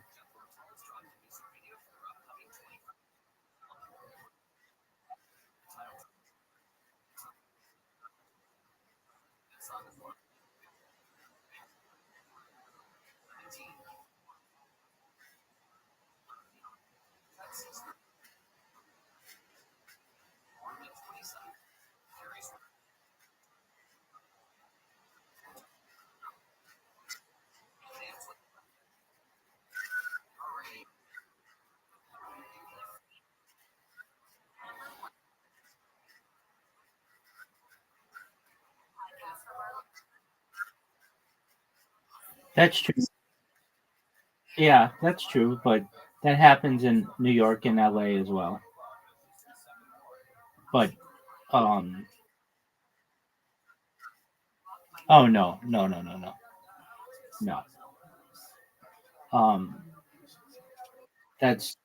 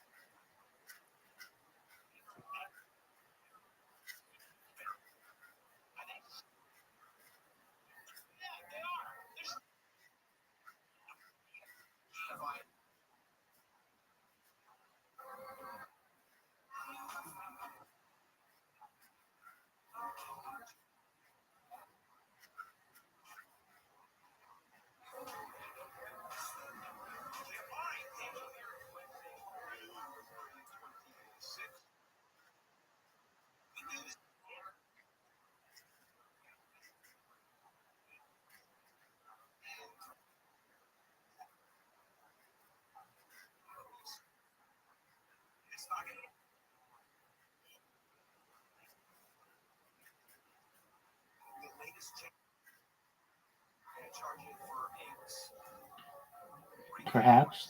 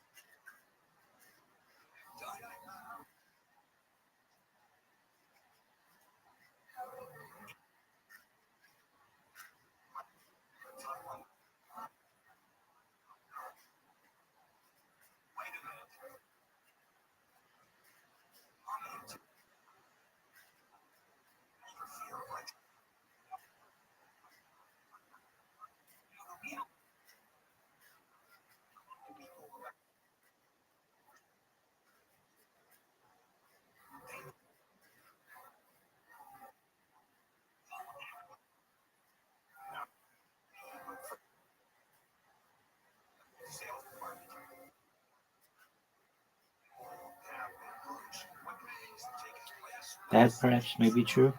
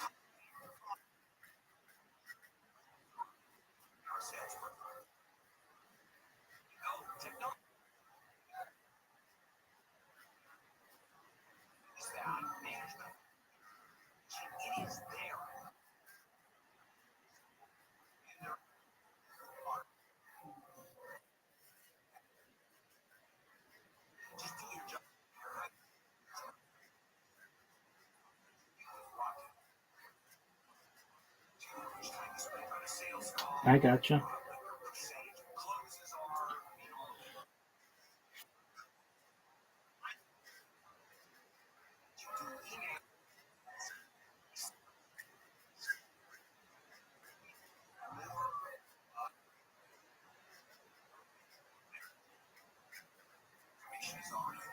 Okay, feel free to do what you'd like.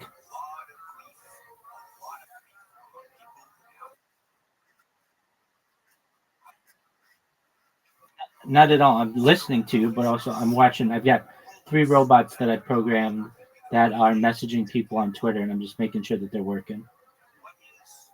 And they are. They're working really nicely. So it's really hard to message people on Twitter because Twitter has all kinds of like blocks against people from sending messages. Like there are different levels. Some people only make it so that verified accounts can send to them. Some people make it so that only not just verified, but like they have to like turn on their messaging. That's a different one. Like on Discord, you can send messages to people automatically. But on Twitter, you have to turn on your settings to be able to send messages to people to receive messages. So over the course of an hour, it'll send out like 10 messages and I've got 3 of them going, so that's like 30 messages.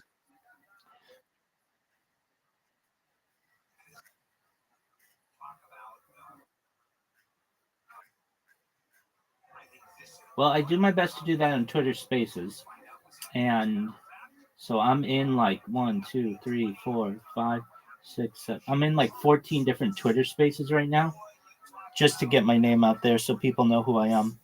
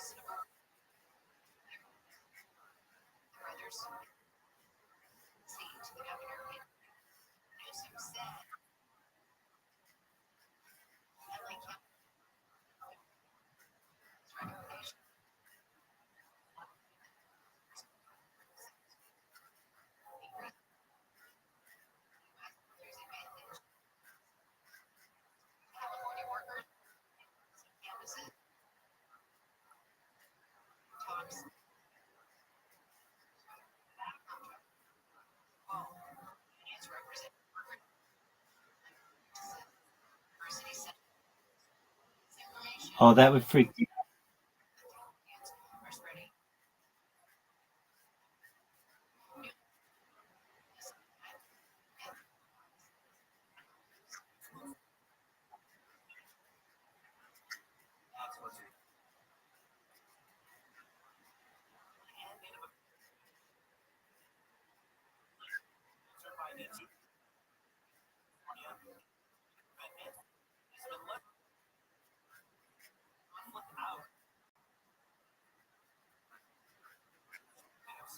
So who lives in the house in Goa when you're not there?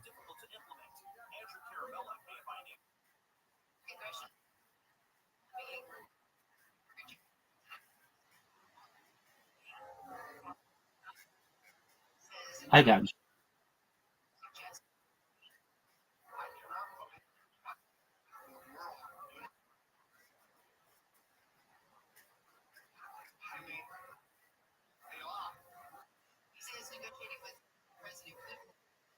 Well, couldn't somebody just like break in and live there?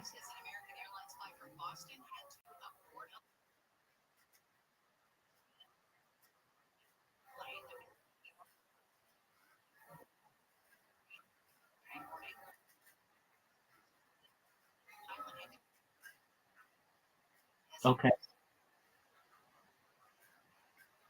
How far are you from How far are you from the ocean?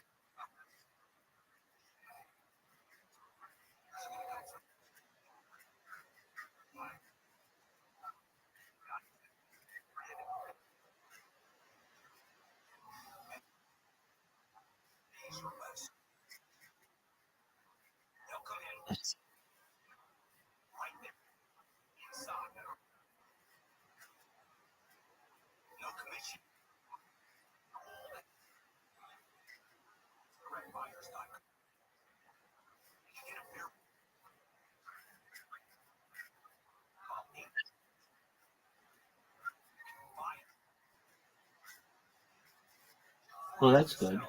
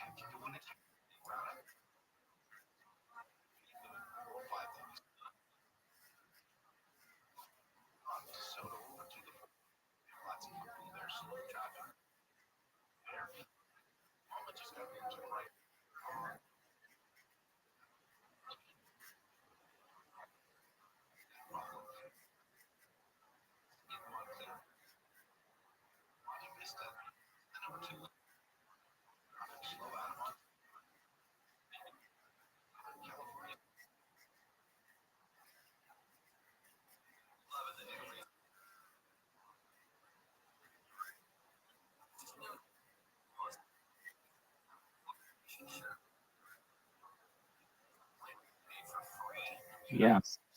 Are there monsoons?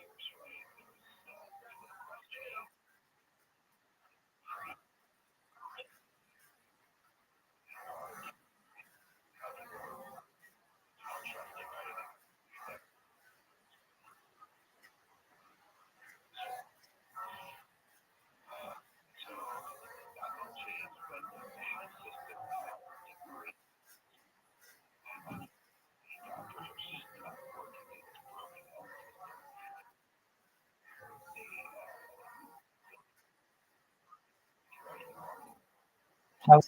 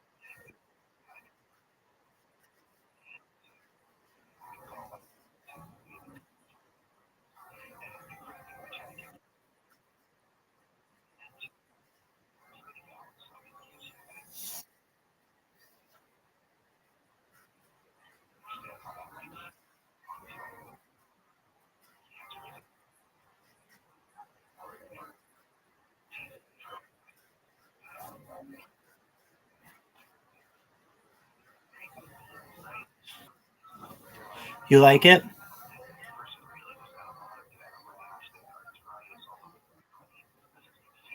You like it? The Tali or whatever?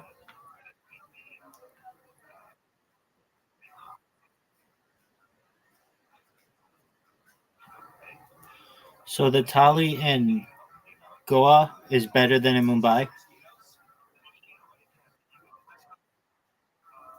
Why?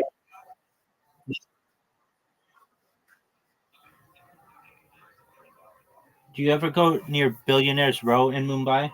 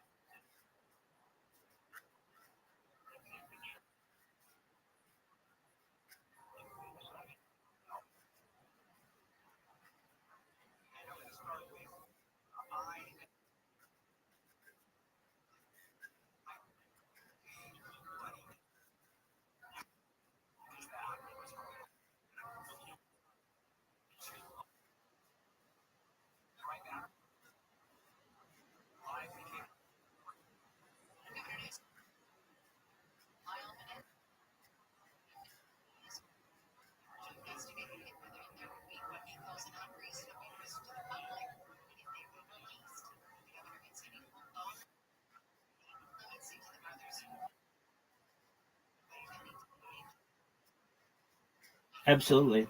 Do you have siblings? Do you have siblings?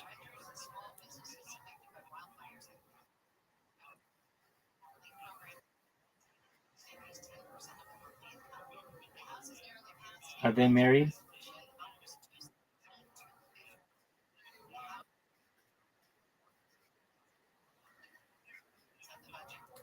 Do you hang out with them ever?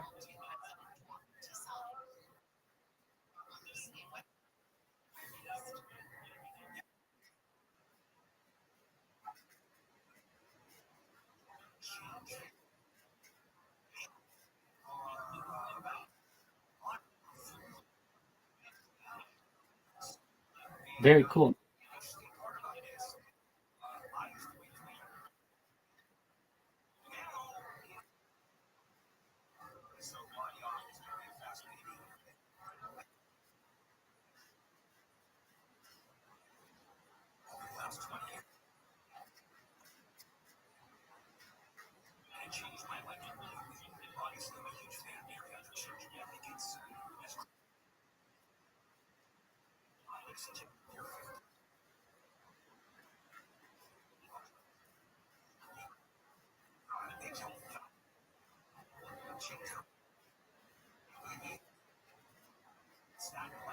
Yeah.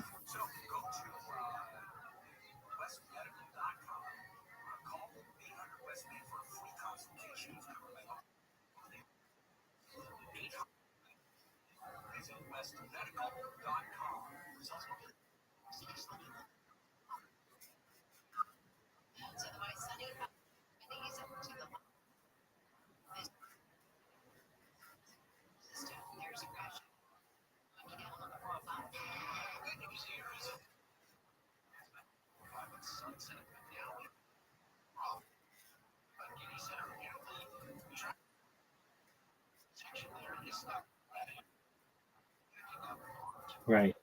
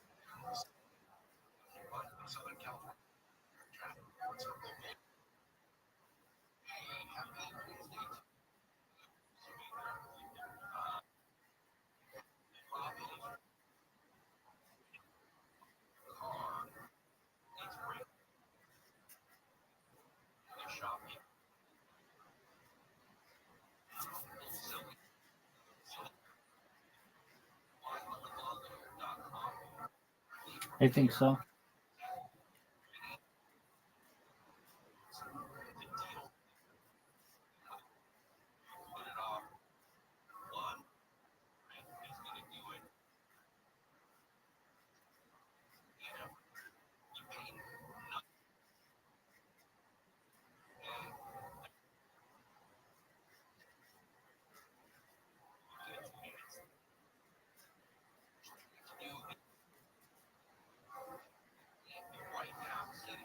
What kind of drugs does he like?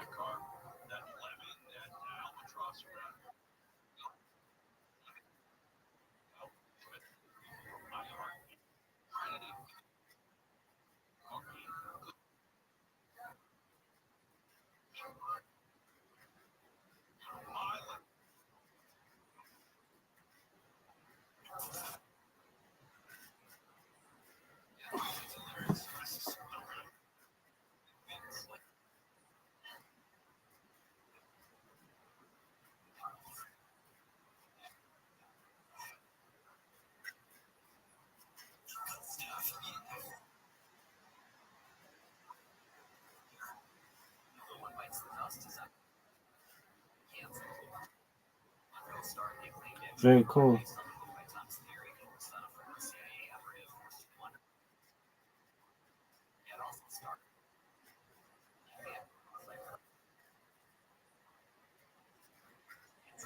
Why is it?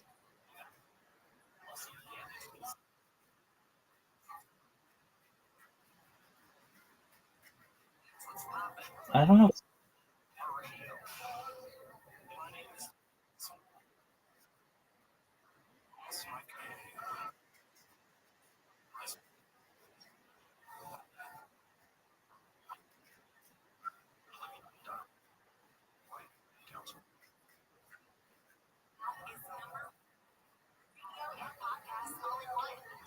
Well, that's good that you're able to stay away from it.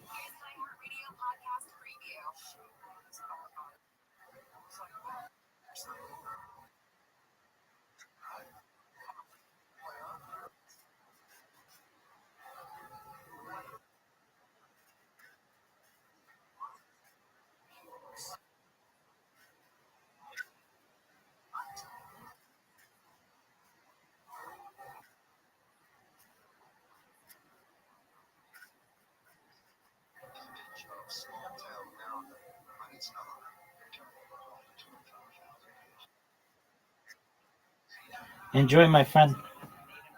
Good talking to you. As always.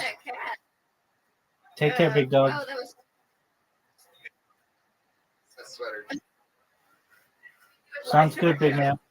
Glad you're home. Take care. Tony's like, I can't believe I did. But I will be doing it at 10:30 in the original tonight. So thank you. I appreciate that. Fuck yeah. He knows how to write a joke. Yeah. Yeah, you know what to do. He's from San Diego. So the girl would get offended by us helping her. That's how you write a joke, quick and to the point. But the first one, when you were like, you get so stoned, you turn your blinker on going around the curve. I don't like that was like you started really slow, and then until you got to the sweater part, wasn't really laughing. But like the grade A eggs and the AA eggs, I don't think to go to B from there. Do you guys think to go to B from there? I sort of like that. I'd rather have that in there than the curve. I would lose the curve completely. What I was saying you know why that's funny. You know what curve you were on when that blinker was on. Like I can sort of picture it, but people don't really, especially, I have a thing where, because I like smoking pot and I also obviously write a lot of material, but I find it hard to write good pot jokes. You know what I mean? Like so many of them are. Yeah. It's hard. Yeah. Right.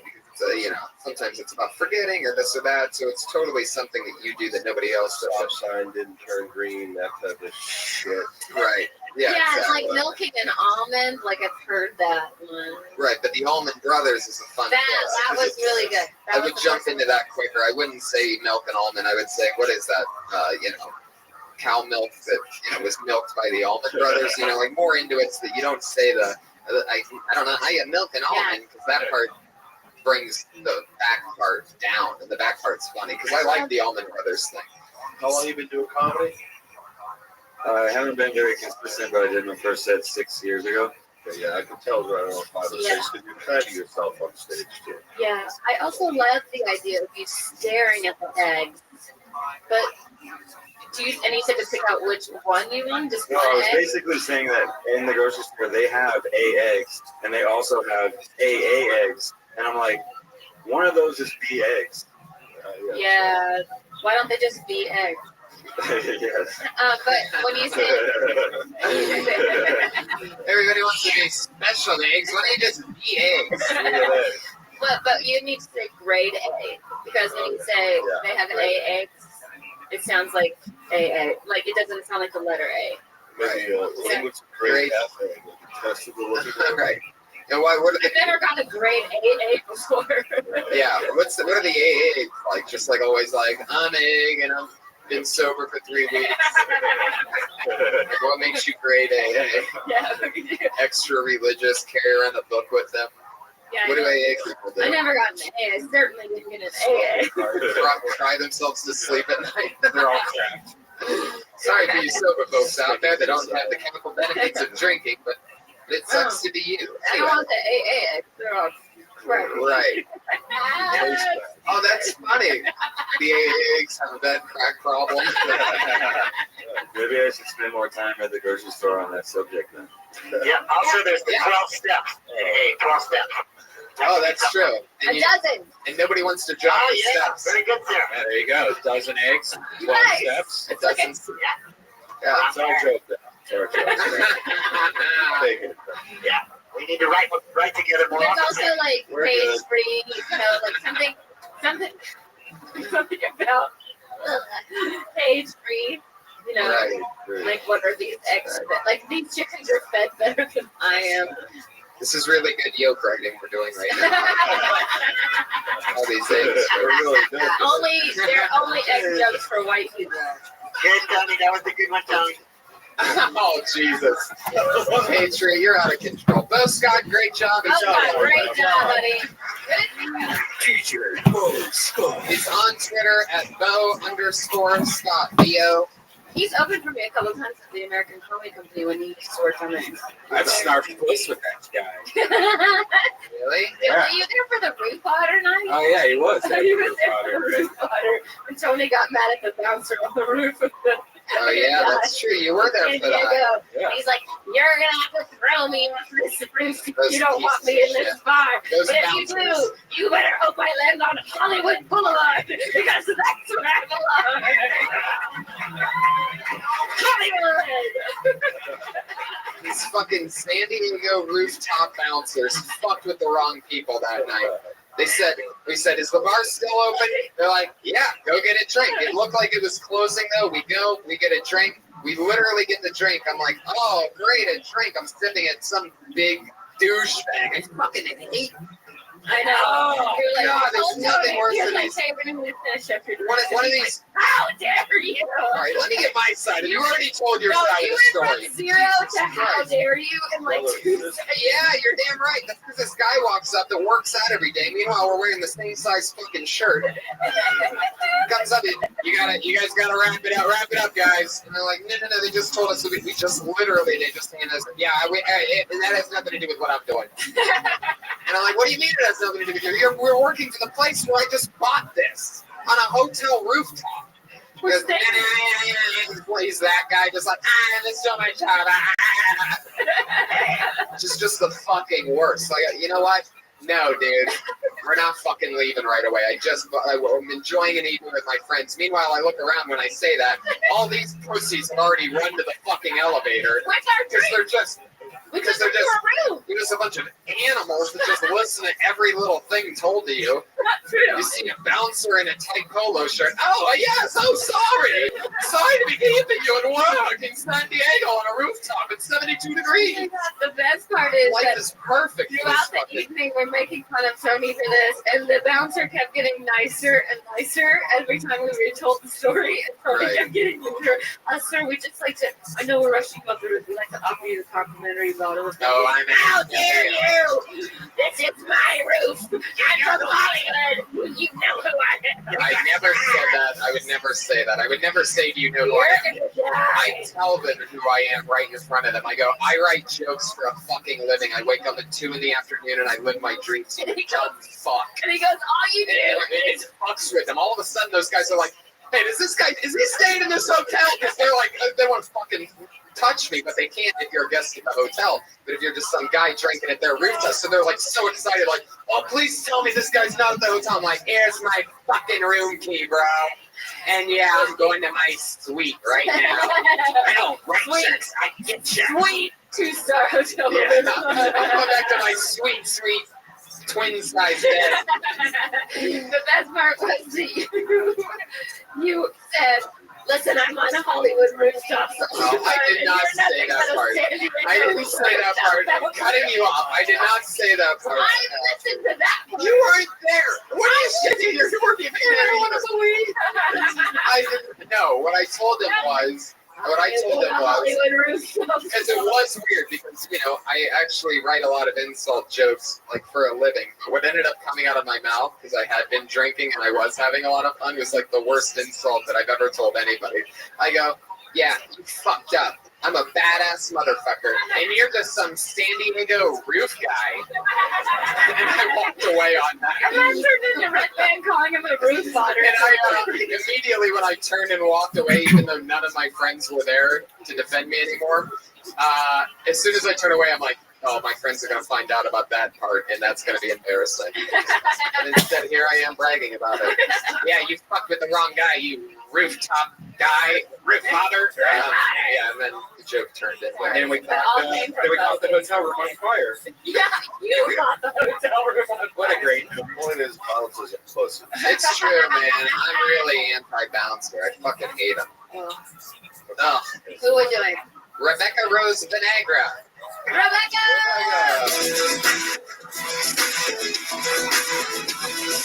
Video game music from the 80s.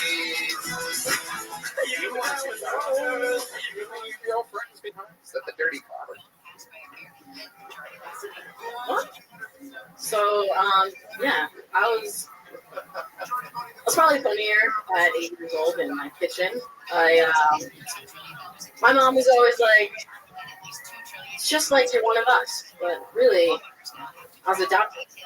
So my family thought I was a really good actor, and my brother would always have me doing these impressions in the kitchen.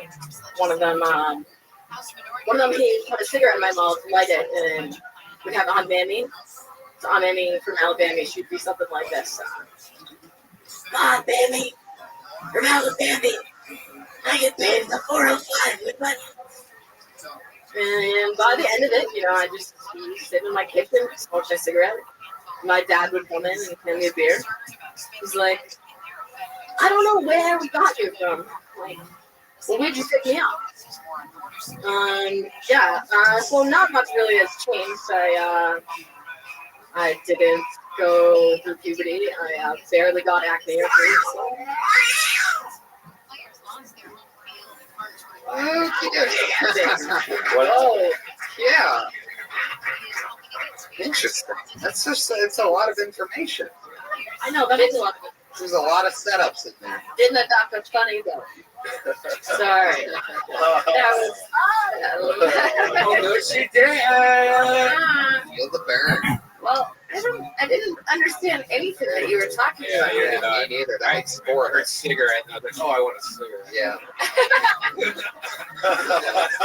It was good. That's a really good idea.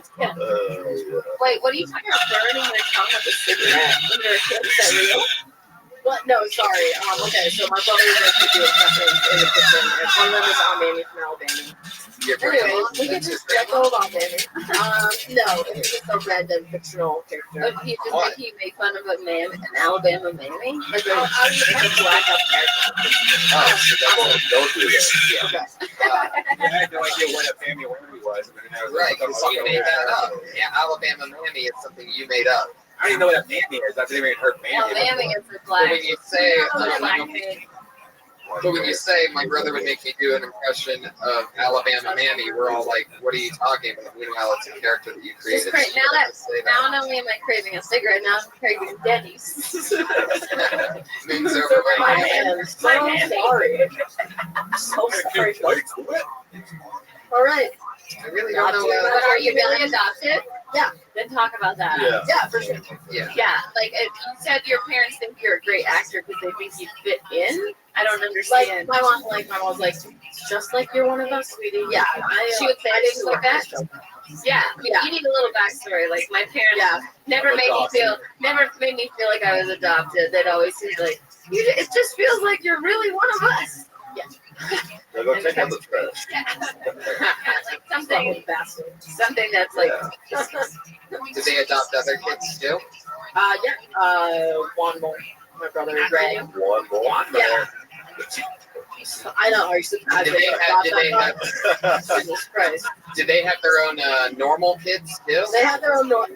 Like normal ones that came kids, out of like vaginas. Yeah, my mom had 3 kids, and then she adopted 3 more. Actually, Was there competition? Is there a reason? Like, was that for like team sports, like 3-on-3? Like, why did she adopt 3 outsiders? Sure. Yeah. You guys have a big house or something? No. My mom did foster care for a while. My parents are really sweet. My brother, my whole family is like not that sweet, but my mom is really nice. So she just she adopted kids because she felt sorry for them. No, well her sister died when she was really young, and she Talk about that. she You should talk about why you were adopted. Okay. Yeah. The adopted thing is great. And then you can use that as a metaphor for everything in life, like how you don't fit into anything. You know? So sorry. But lots of things can fit in me because I'm adopted. I'm adopted. Who is it? No, you're fine. You just need to Patriot, slow is that down your when you're talking and Okay, pace yeah. yourself. Okay. Like you might just be nervous. This show's probably just not that good. It's not.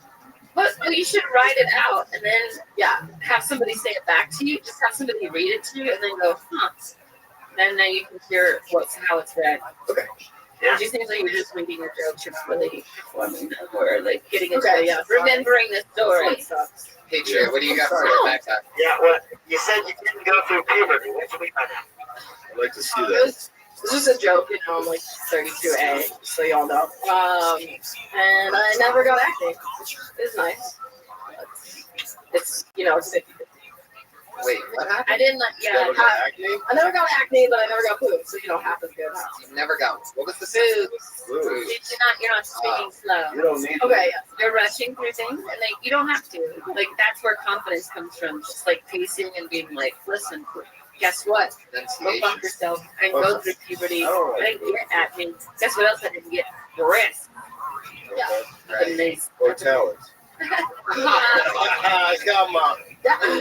Favorman drops the hammer again. I love it. He's the Simon Cowell of this. I'll take it easy for you guys. Simon. Hey, I'll use that. It feels like you're part of my family. I'm adopted too. Are you really? Yeah. You're adopted? No, the highway he lives on is I adopt the highway. I kill it. Favorman Road into You were adopted very dirty. Very dirty. I was adopted into a white trash Jewish family. I would Really? Yeah, we ate filtered fish sticks as kids. No way. That's part of the joke. Oh. I was once in the Jewish mafia. Oh, Yeah, I slept with the gefilte fishes. You know why Jewish people like America? Because it's a free country. Stop owing. Stop being pussy. Who's the O? That O's coming from the middle of the room, and it's coming in loud. That's like the grassy knoll shooter somewhere in there. There she goes. At Rebecca Rose on Twitter. Rebecca Rose. Get rid of that joke. Vinagris? What is that last name? You actually write the way that you talk because you can't really tell exactly. That looks like an A and an I. What is your last name? That's an O after that R? It's Italian for pussy. Wow. Vinagre. Vinagre. Folks, you should see me live sometime. Let's get alive. We've had a lot of ladies up so far. That's exciting. Sure. Heck yeah, a lot of Thank you, Amy. That was sweet. Mentioned on Twitter. a lot of estrogen. And it's gonna keep going. It's Leah Nauer, everybody. I love it. All these female There's Tiana bringing that feminine. Here she comes. Whenever I go to the gym, I always see these girls that are wearing like tight booty shorts and like full hair and makeup, and it's fucking ridiculous. So I wrote a poem about it. Stop it.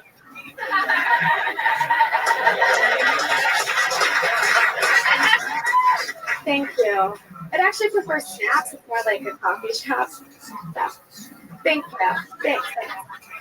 I can't be the only idiot that thought the cursive D in Disney was a G, right? Thank you. Which spells Disney, which is a completely different production company. Like, I'd like to think if Disney was a real thing, it'd be like slutty Disney porn with like cute pop princesses. I don't know. My favorite though is Beauty and the Beast because it teaches children not to judge others by their appearance, and also that bestiality is okay.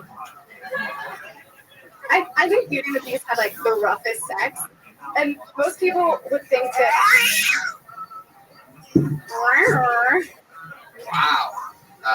Very aggressive kitty. Sorry about that. Wow. Like Leah, you're afraid. Yeah, that's funny. You're afraid. I love the poem. I mean, the poem was great, and then it kind of like went a little down for me. Hey, yeah, for me Hey. too. well, there's this potential in the Disney characters, the names of them. Also, there's a lot of sex, like just because every Disney movie has like a penis in it somewhere. So the fact that you're not mentioning that, I'm like waiting for you to mention that. There's more to it. Yeah. Okay. More to it. Leah, how long have you been doing stand-up? Almost 2 years. Where are you from? I'm from Philadelphia originally. How long have you been in LA? A little over 2 years. What's your address? We're asking for the Patriot. We're asking for the Patriot. Oh, Yeah. God. It stocks another neighborhood. I remember seeing her before. You were on the show. You're good. Patriot remembers. How many times a week do you get up on stage? I try to do at least 3 mics or shows a week. You should start doing 5. Yeah. Doing what? 5. Oh, okay. At least. Okay. Because you have a lot of potential. It'll make you write more. Thank you. And but you should also like. She needs longer I like how sets. sarcastic. Yeah. Longer sets would be helpful for you. Yeah. Longer sets would be helpful, but also Definitely sets longer than a minute. I wouldn't only, Right, yeah. I wouldn't only do minute-long sets everywhere you go. What else do you talk about? Well, the last time I was on here, I talked about how I was a virgin until I was 20. Because I was waiting for love. So I have like a big chunk about that. What happened? Well, Did they not like that one? I had sex. No, but did they like that one or no? Oh yeah. Okay. I thought so. Yeah. When did you finally have sex? Why? Or what age? Oh, when I was 20. I'm 21 now. Oh my goodness. Yeah. So you've never been crushed before. What does that mean? I'll show her. Okay.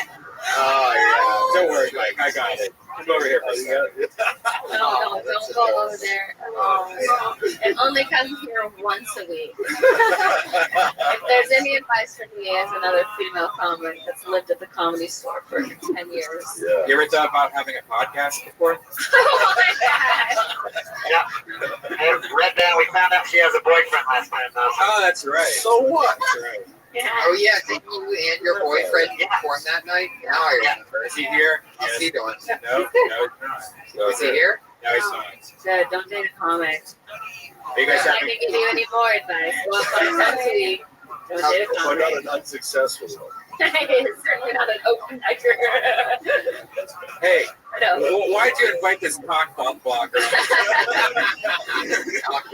It always amazes me, like, I'll start dating a guy and then he'll be like, you know, I've really thought about doing stand-up.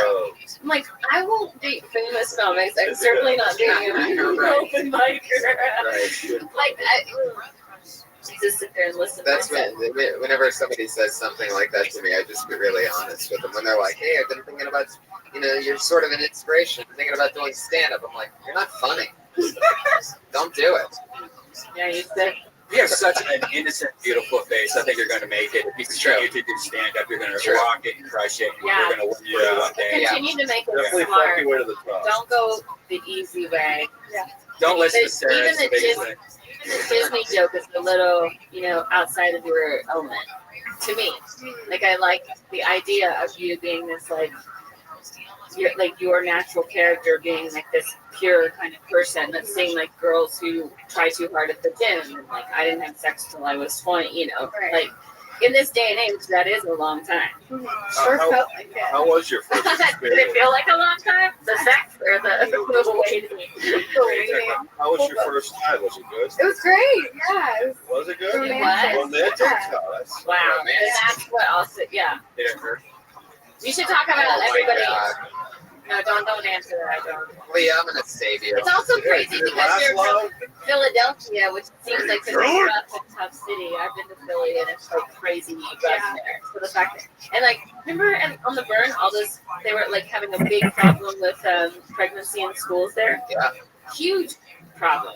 Leah, go up more often during the week. At Go up least 5 10 times spots a week night. and dump your comic. Leah Knauer with a Good job, Leah. Keep working hard. 5 times a week. K-N-A-U-E-R.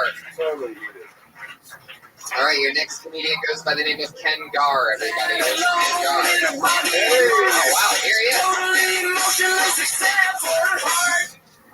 I was married for a while, but it was gross, so I quit. It's a lot of things involved in marriage. I had a lot of rules. I had a bedtime. I don't know what that was about. I was 30 years old. You know, wasn't that we talked about going to bed? She just shut the television off and it was time for bed.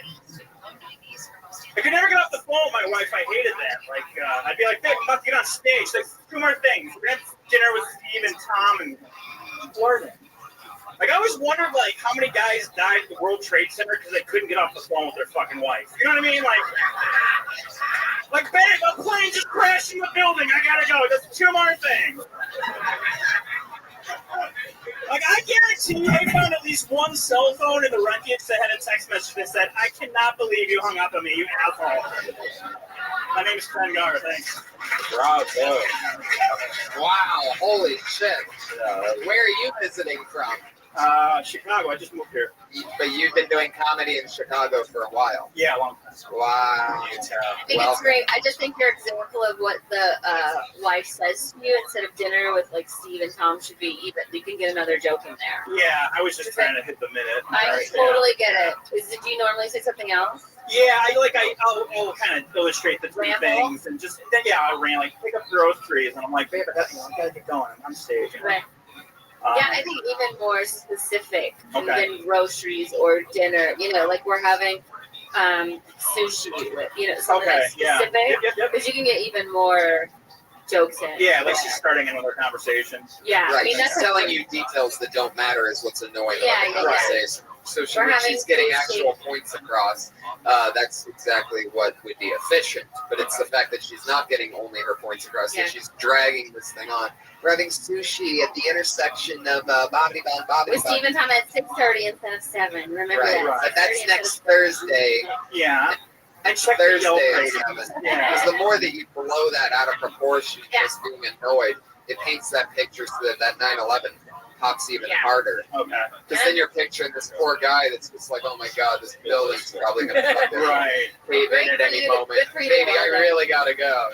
Good for you to go there. Yeah. You Yeah. should. It's great. Good perspective. Yeah, so I love that funny. one. That's great. What's your Twitter handle? Is that your Twitter handle? Comedian Ken Gar? Yeah. G-A-R-R? That's it. I'm Fuck gonna yeah. follow you on Twitter. I think you're so funny. Oh, there you go. Comedian Ken Gar. Coming in, slaying, beautiful. All right, thanks, stuff. guys. That's so refreshing, right? Seeing somebody just own, not even a minute, he just owned that So you shit. get up and you start. Yeah. Hey, Not how you do it. That's Nobody that's a cares. classic. Yeah. Get with it. Get started. Hey, put your hands together. I think he was on last week. Fun to have him back. Put your hands together for Skylar, everybody. And deep in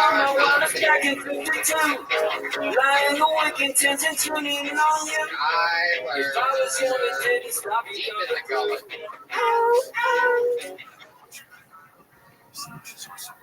So, my grandmother has popcorn ceilings, and I was laying in bed staring at them, and I did the only thing a sensible person would do is eat them. And I was laying in bed, I passed out, staring at the ceiling, and I tried to avoid it, so I had to put my blanket over me.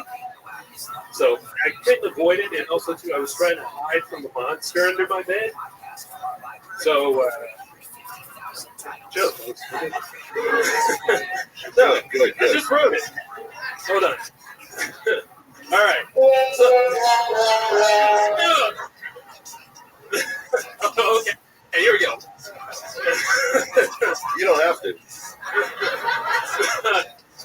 So I was gonna run off with the monster in my bed, like where the wild things are, but I decided to tell my ex-girlfriend to stop hiding under it. God. Wow. He was done, and the bear still wanted to chime in on that one. I think the funniest part about that whole thing was his first sentence. I was in my bed at my grandmother's sleeping at my grandma's house. Then She had popcorn ceilings. The funny part is that you know what popcorn ceilings are. Yeah, I don't know what they are. What are they? They're the ceilings that have like the drippy paint looking thing. Oh God, that's what they call that. That's crazy. Yeah, why do you know what popcorn ceilings are? They do look like popcorn. They do? Yeah. They look like the bottom of the popcorn. I was Not the getting top. really high. It looked like I could eat it. But nobody believes that you would really eat them. I mean, after hearing your set, maybe I believe that you would eat them. wait, Sarah, what's the bottom of a popcorn? You mean there's like a, You know, like at the bottom of the bag, the tiny little crumbs? That's kind of what the ceilings like the look like. Not the top, though, which is the perfect. Popcorn is my favorite thing in the whole world. I literally carry around ranch flavored popcorn seasoning in case I go to a movie. Oh. I know, I don't have it on me now. I ran out. The white cheddar's better. That is so down south. If I had dill pickle flavor, I would bring that. Sarah's such like a little Southern belle. Like we work together every day writing on the burn.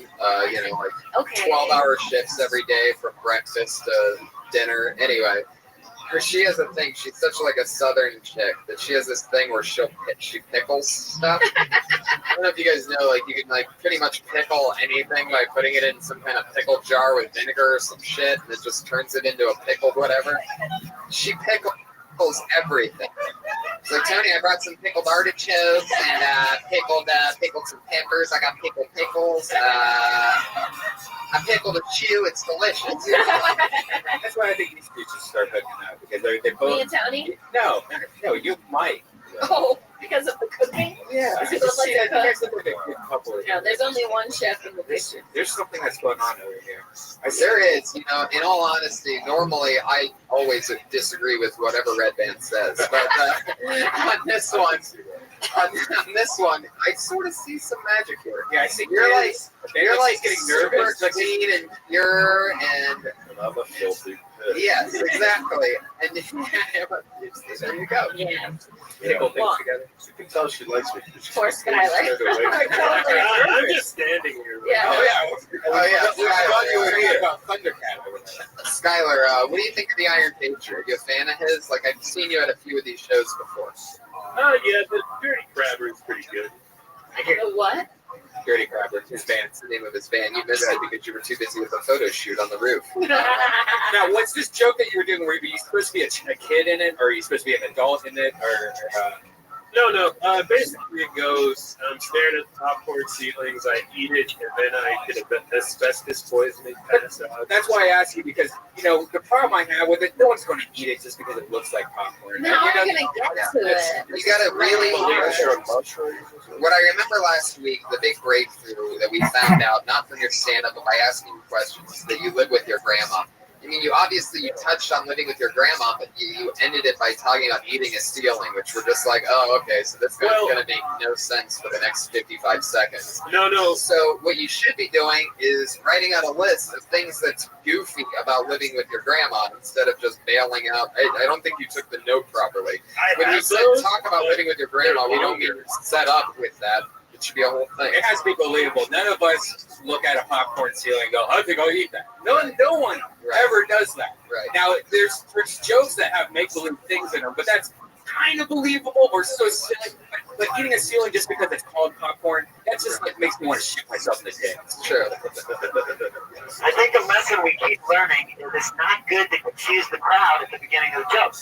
Very good, Patriot. I wish you would have learned that about 13 episodes ago. I'll take that note. Skylar, there you go. He's at Skylar Comedy. I get the feeling it's not the realest Twitter handle. It's more like at Skylar Drama. But, oh wait, nothing on that one. It worked out earlier. Patriot, how's it going? You hanging in there? Yeah. If you had to guess who Sarah Tiana's texting right now after showing up to the show late, who would it be? Mike, how are you doing? They keep on bringing you up. Should we just tell them? No. How fun! This guy has been getting a lot of buzz on Twitter. One of the big upcoming comics here on Kill Tony. Pleasure for me to bring him up. It's the one and only Mississippi assassin Eric Carter. Everybody is here. This lucky fuck gets his name drawn every week. Come on, Eric. Get the straps up there.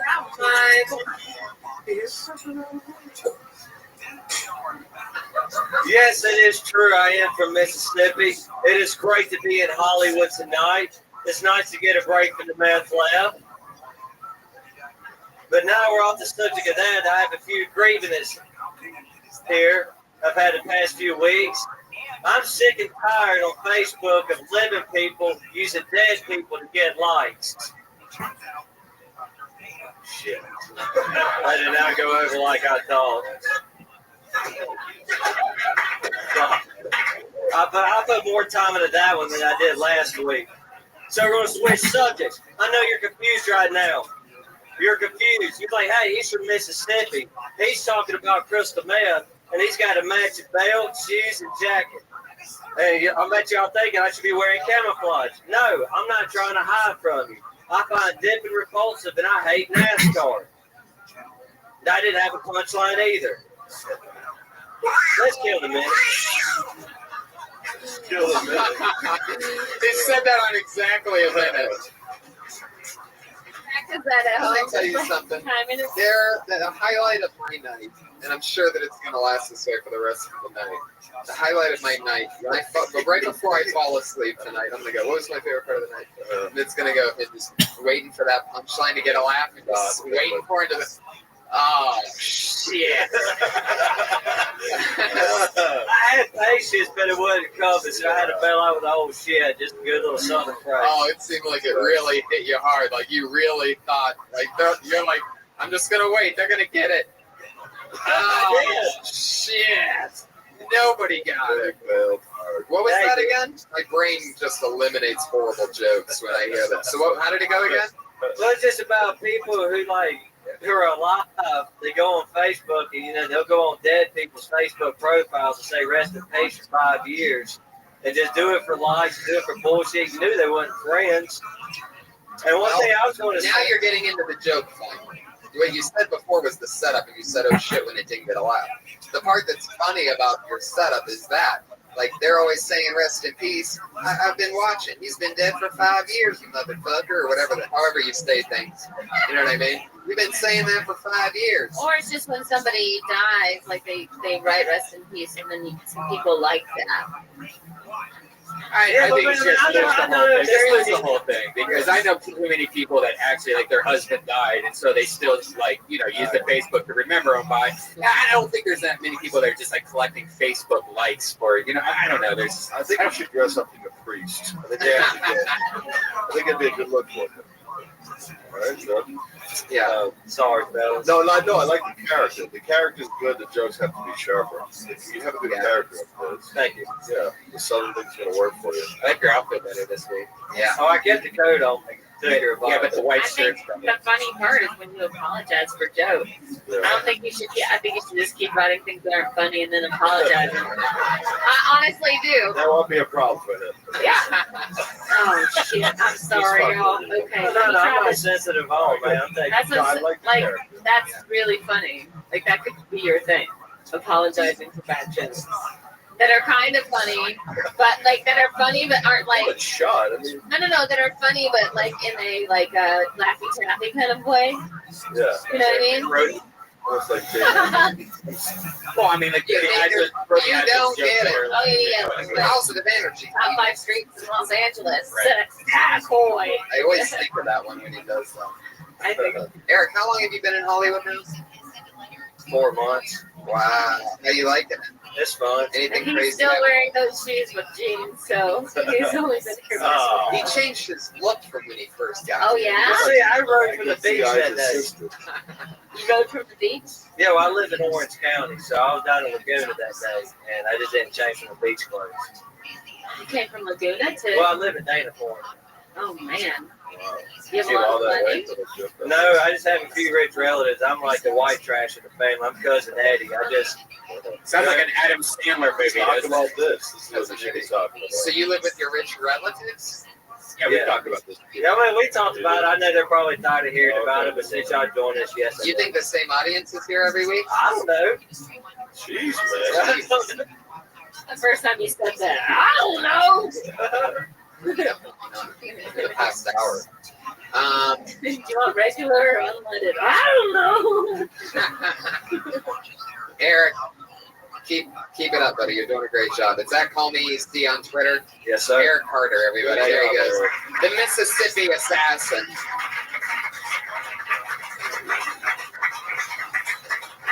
Fuck yeah. Well, you want more? One quick one. We could do one super quick one. Super quick. One more super quick. Jesus, somebody really wants to get up. Put your hands together for Demetrius Smith, everybody. Here he is. Demetrius Smith. Oh, he's coming. Here he is. Need a blind spider. Took the wheel. All right. So I had to take my car to the shop, so I had to resort to the city car, the LA transport. So I go to the bus stop and I see this kid. He's sitting on the bus stop, and we're in front of a gas station. And this crackhead comes by and he asks the kid, "You got a dollar phone?" The kid said, "I don't have no." Crackhead goes to the gas station, comes back about 2 minutes later. He said, "Hey, look, brother, you got a dollar phone?" The kid say, "I don't have no dollar." He asked me again, "I'm gonna stop you on my economics book."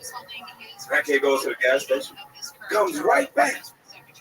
He said, "Hey, you got an economics book?" He said, "No." He said, "All right, you got dollar tomorrow?" It's like an actual joke. That's a street joke. That's a street joke. Street joke. Did you tell a street joke that you got from like a forwarded email? No, I didn't. It's original. I did that one. That's true. Okay, that's respectable. You write a lot of street jokes like that? I write some street. I actually write jokes about my life, so I just kind of twist them a little bit. It's fun. Yeah. Is that real? Yeah, it is. Street jokes are always an interesting thing because it's a long setup for one punchline, depending on what you pick. I mean, I've just heard that same joke a lot, but with different props. So to speak. Right. Yeah, yeah. Oh, yeah. Grapes. Got any grapes? Got any grapes? Oh, yeah. Okay. Right. You know. Do you have any reason? No. Okay, got any grapes? You know, like it's the same joke. Can't do that. It's good though. It was fun. You know what? We needed something short to fill in 40 Why were you? seconds. I mean, is that true that you really had to take the bus? Yes. Did you saw I really crack? had to take the bus. You We really had to stop at the bus. Okay. Sorry. And that's really what happened? Yeah, I just added a little bit to it. I just twisted it around a little bit. He really did ask for $1 3 times? Yeah, he came. He asked for it twice. He came back. He asked for a change last week. Oh, so change it. My favorite part is that he said, "Can you borrow it?" Like, who's gonna borrow it? Is he gonna give it back? Have you heard people ask to borrow some money? That's what's funny to me. So I've heard that. Like, you're not gonna give me one fucking money back. Right. Well, then why don't you? Yeah, I would definitely acknowledge that. That's a The part fact that it's a borrowing, because like yeah, most of the time I hear like, "Do you have any change? Do you have any change? Do you have any?" Not can I borrow it while there?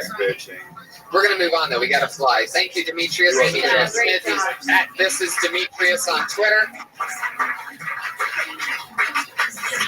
This is the part where we get our 2 regular lovely ladies that are here every Monday, that we do every single Monday. Our 2 regular women. This Monday is no different. Going first this week, you know her and you love her from podcasts like Kill Tony, and Kill Tony. Put your hands together for Sarah Wineshank, everybody. Oh, Neil the Princess. Middle school fucked me up permanently. I'm still angry from middle school. I was such a loser, you know. I got a chia pet at a thrift store, brought it to 8th grade, asked my teacher if it could be the class pet. He said yes. It was a lamb chia pet. That's what I was into. I wasn't even embarrassed. I brought it in like it was a normal thing. Like, can this be the class connect? Fucking ridiculous. I always had a polo shirt with like stains all over it, pizza stains. My good friend's screen name was Buddha Girl. She was like obsessed with cheese. She spat when she talked. We tie our shoelaces together and scurry about during recess. That was my reality. I saved a manatee. I saved all my allowance to mail in for Save a Manatee. And then I was pissed because Buddha Girl and I both saved the same manatee. And I was like, I thought I was going to get my own fucking manatee. Needless to say what? I'm still angry. Oh, that's funny. You have such a funny delivery. You're so different. It was cool fucking up. Yeah. She's always very passionate about silly things. That's what I've noticed. I just feel like in there somewhere you should be like, I'm glad that's all changed. Yeah, you know what I mean? Like, right. I'm glad I'm better now. Right. You know, and then like if you said she adopted the same manatee, like I wanted to be an individual. You know, like I think like that anger of like middle school fucked me up. Like in the every 20 seconds you should have a beat. We're like, I'm glad it's different now. Yeah, but I'm not like and when you get back to Buddha Girl and she does whatever, you sort of lost me on the manatee, but it doesn't matter because whatever she does with the manatee, that's the same as what you did with the manatee. There should be a callback because that's so funny to the cheese part. Not only did she do the same thing as me, but she did it with a block of Parmesan in her hand or something like that. You know what I mean? Making a callback to the fact that this chick, for some reason, is so obsessed with cheese. Yeah. Like so gross. Yeah. Man, I like your character. You should go a little more over the top. Yeah, I agree with that. Yeah. Everything you do, you have one of the best deliveries. You have a character which is like there's certain comics that have characters. Like Brody's a good example where like he plays himself, but he plays it so over exaggerated, and you do such a good job of doing that that it's really hard to pull off. Yeah, we'll put it in the next 20% more, and it's a fucking firework. Yeah, you don't even need jokes. You can just talk. Right. Good jokes and characters like that, you'd be good. And you're gonna get better at jokes as you go on. Better jokes. More jokes. But I don't want to sound like telling like cheesy jokes. I'm trying to talk about If they're funny, it doesn't It matter. doesn't when you're telling the truth, it sounds like a joke. Right. As long as you're still talking about the stuff that you're passionate about, it'll always organically get punched up if you're doing a lot of spots during the week. And also, up 20% on the thing. Yeah, take a risk with that character. And also, if you're both saving the same manatee, like that seems like a real but it's also like my man. I have a fat cow in the ocean. You get your own fat cow in the ocean, and then also just like it's kind of like two girls wearing the same thing to a party. That's my man. Yeah, maybe get your own clothes. Do twice the amount of sets that you normally do when you're on your period. Stop it. Preacher, did you have something you wanted to say? I got an impersonation I can do of Sarah. Wait. I'm gonna do it right now. Me? Yeah. No, which one? Wine Shank or Tiana? Wine Shank. Okay. Oh shit. Went to writing, get some Q-tips in a twit. Q-tips in a twit. Patriots stop it. Left with a flu shot. Where's our missiles? Waiting to see if I get latent autism. There she goes. It's Sarah Weinstein, everybody. Bringing the thunder and the lightning. And she's at Princess Shank on Twitter. Please follow her. It's always follow her. I would totally follow her. Please follow her. Not to her cock, favorite. Anyway. And as always, the other regular here, put your hands together for it's Kimberly Condon. Always stop by if you like it so. Hey guys, I want to talk about something that I'm tired of. I'm tired of getting fooled. And ladies, you know what I'm talking about in relationships. I'm not getting tricked anymore because it always happens. I start dating a guy. We're fucking doing cute shit. We're picking filters together on Instagram. And all of a sudden I'm like, hey, my cousin's having a wedding. And he's like, bitch, we're not dating. You know, like, I'm like, okay. So I've been getting really suspicious. I went for drinks with a guy the other day. And we were drinking wine. I came back from the bathroom and he had a brand new glass of wine waiting for me. I came back and I was like, that's so polite. Thank you so much. But it's also kind of rapey. So we can't drink that. So I made him drink it and order me a new glass of wine. And I was like, what if he did refuse? and I just drugged him. I'm gonna get him back. I'm gonna rape this motherfucker. I'm gonna do it. I'm gonna fuck him. And in the middle of me raping him, I'm gonna, give him the good stuff, the stuff my mom taught me. And he's gonna wake up and be like, yeah. There you go. Reverse psychology rape joke. Kim, you're back. That was great. Yeah. Thank you. You're gonna roofie me. I'll roofie you. That's what's up. I'm about roofies. You can go more into it. I think you have to set it up more about like the things that you're Instagramming, like we're picking out filters. Like you need to describe more relationship things that you're doing, and don't say the word fucking in front of it because it sounds like you're saying fucking. Oh, okay. You know what I mean? We're fucking Instagram. We're fucking like that little beat sounds like two things and not one. I wanted to get into detail about how guys want to date girls and they do all this fucking cutesy stuff and you feel like you're together and they're like, no, we're not dating. Yeah. It's so serious. Yeah, but you need to really. That's why you have to really amp up the setup. Yeah. Because then that makes him. If you ask him for something to do something more simple than going to a wedding with you. Right. Because that is definitely like a dating thing. Yeah, a little serious. Like, hey, do you want to go to a movie? Whoa. We're not together. Right. You seem a little too sweet for rape jokes. Yeah. No, she doesn't. No, hold on. She could have the same content without being so abrasive about it. Because you have a sweet look to you, and this word rape and all these other words coming out of your words that doesn't fit your character. I feel like you should quit Be more forcing clever with great it. jokes on us. You should quit forcing great jokes. Yeah.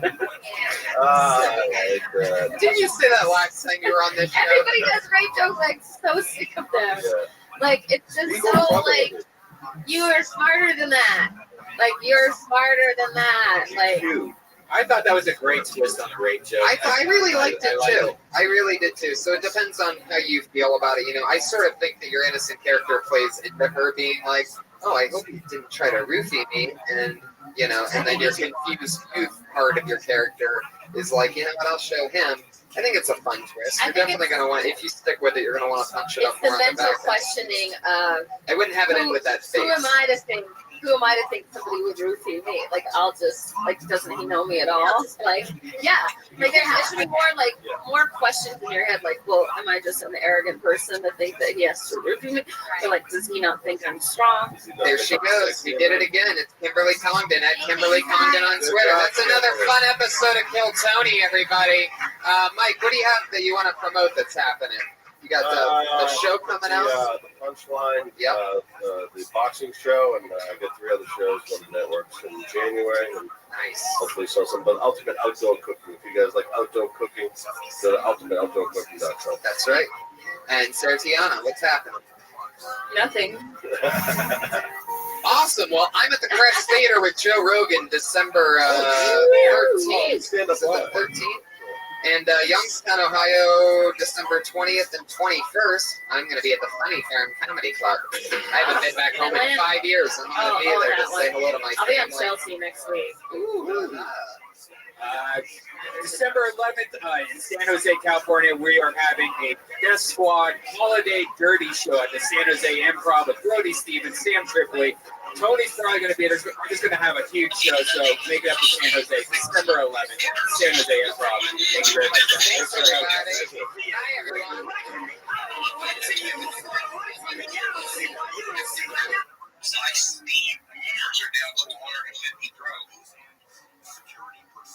That I see you. A 150 pro for Boomer. Grade 15. You think someone jumped the gun here? So that was a big oops. Yeah.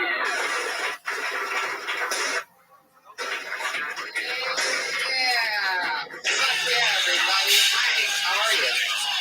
Yeah, it's like a live audience. How's everybody doing? Happy Monday to you. Here we are settling in for episode 27 of That's right. An internet sensation. I think we have our first true internet star that we created, Eric Carter. This week. I saw your Twitter blowing up, right?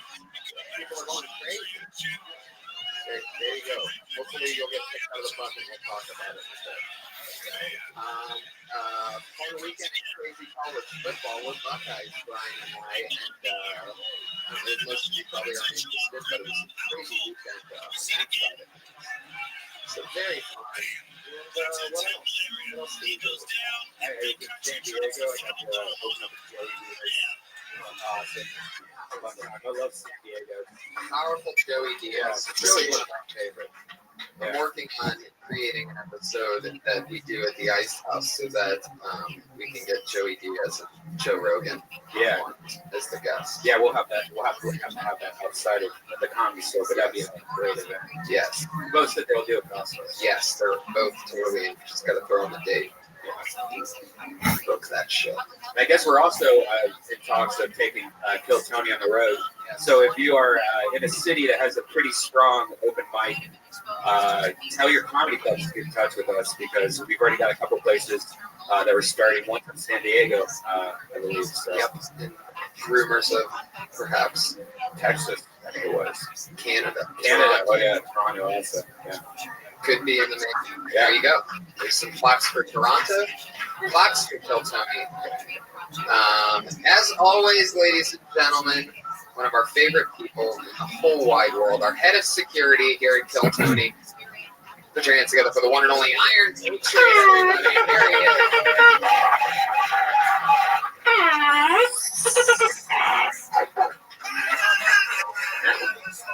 He was only making some of those noises. The Iron Patriot, the superpower that he is. How's it going with you, buddy? Yeah, I took it easy, Tony, this week. I watched the Cowboy game on Thursday. That was good. They beat the Raiders. You're from Dallas, so that's exciting for you. Yeah, I wanted to talk to you on Saturday. I watched the video of Ice House Chronicles. And I was looking forward to see that because I wanted to see Kimberly and Sarah on HD, and I wanted to hear them talk. But it was a crazy episode. You know, you were so close to not being creepy for a second. And then you said you wanted to see the girls in HD. Yeah. You can see them in real life, which is way better than HD. Yeah. You see them every Monday. We're talking about two regulars on this show. Yeah, but I had to wait a long time to hear Kimberly talk because Brody was out of control. You know, I've seen Brody on 10, but this was Brody on 15. If you guys haven't watched this, you got to see this. And I love Brody. I think his show is going to do good. I know his mother's having trouble. She's in the hospital. She's getting out soon. But it's like no matter how much... He's talking about the great Brody Stevens, everybody. Yeah.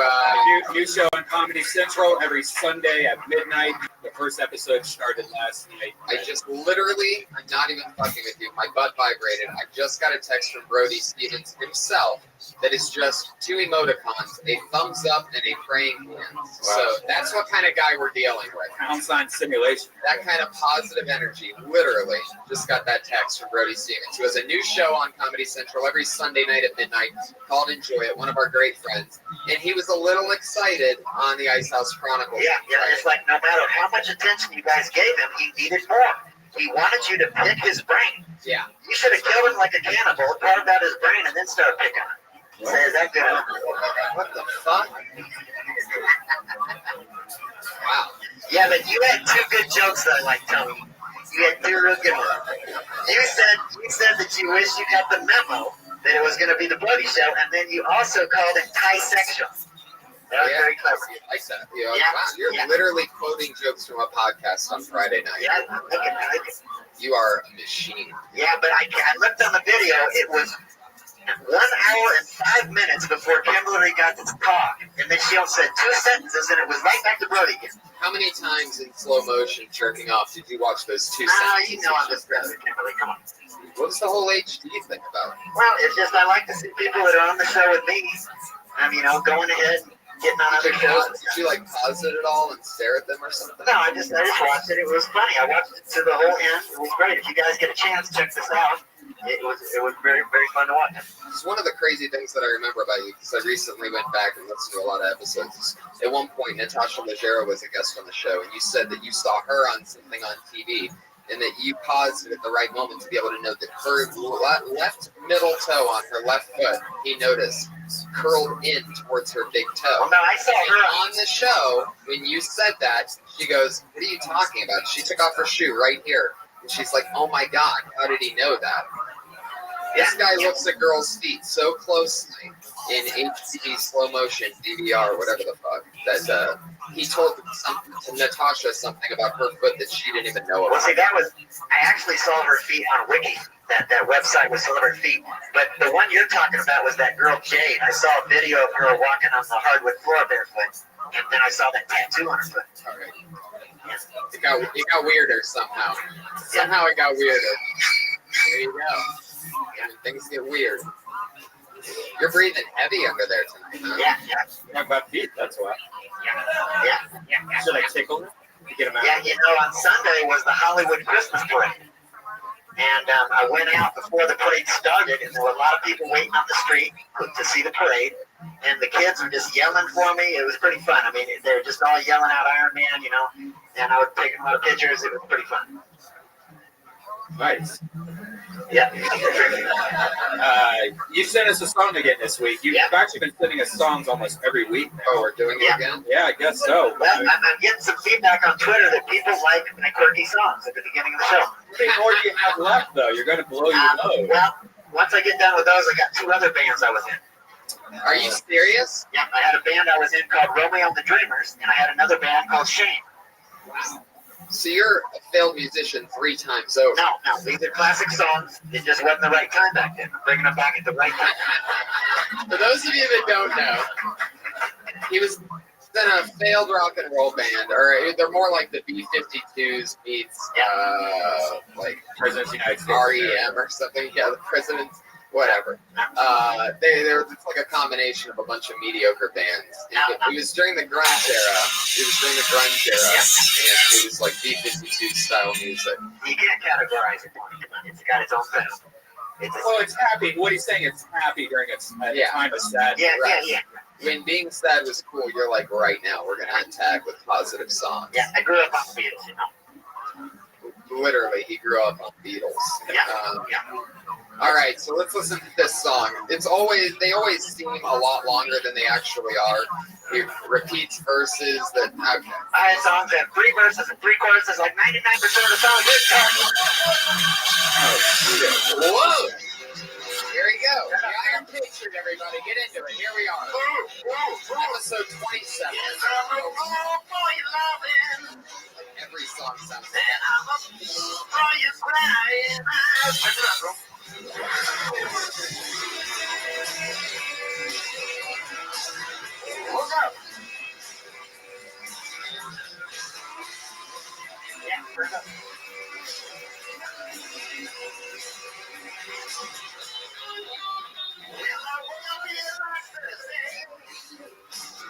I was sleeping with a Bible by my side. I was hoping you might tell me what it means to be loved. Cause I need you.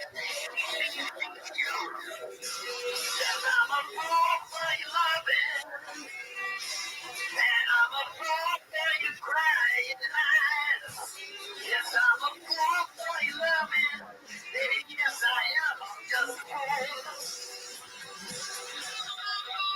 Well, I'm sending you this postcard. Cause I'm hoping that you're coming on back to me. I say some things are gonna be different, some things will be the same, but I need to you. Cause I'm a fool for your loving. Yeah, that's more than enough. There he is, once again. You know what, can I hear what that sounds like without him singing into the mic? So don't say anything into the mic, okay, Patriot? I just want to hear what the original track sounds like.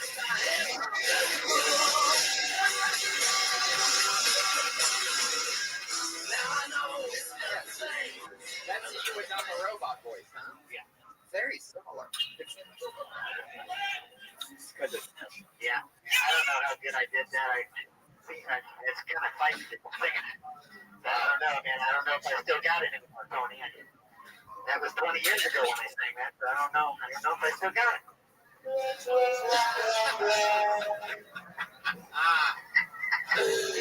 Oh, under all that armor, it's just a big saucy under there. They got a band security. There you go. That's right. There you go. It's a lot funnier when I say it, Patriot. Yeah, Yeah. yeah, you know, I try my best. So, like, when you wrote that song, I'm guessing that's called "Fool for Your Lovin'." Yeah, I've been a fool for love many times.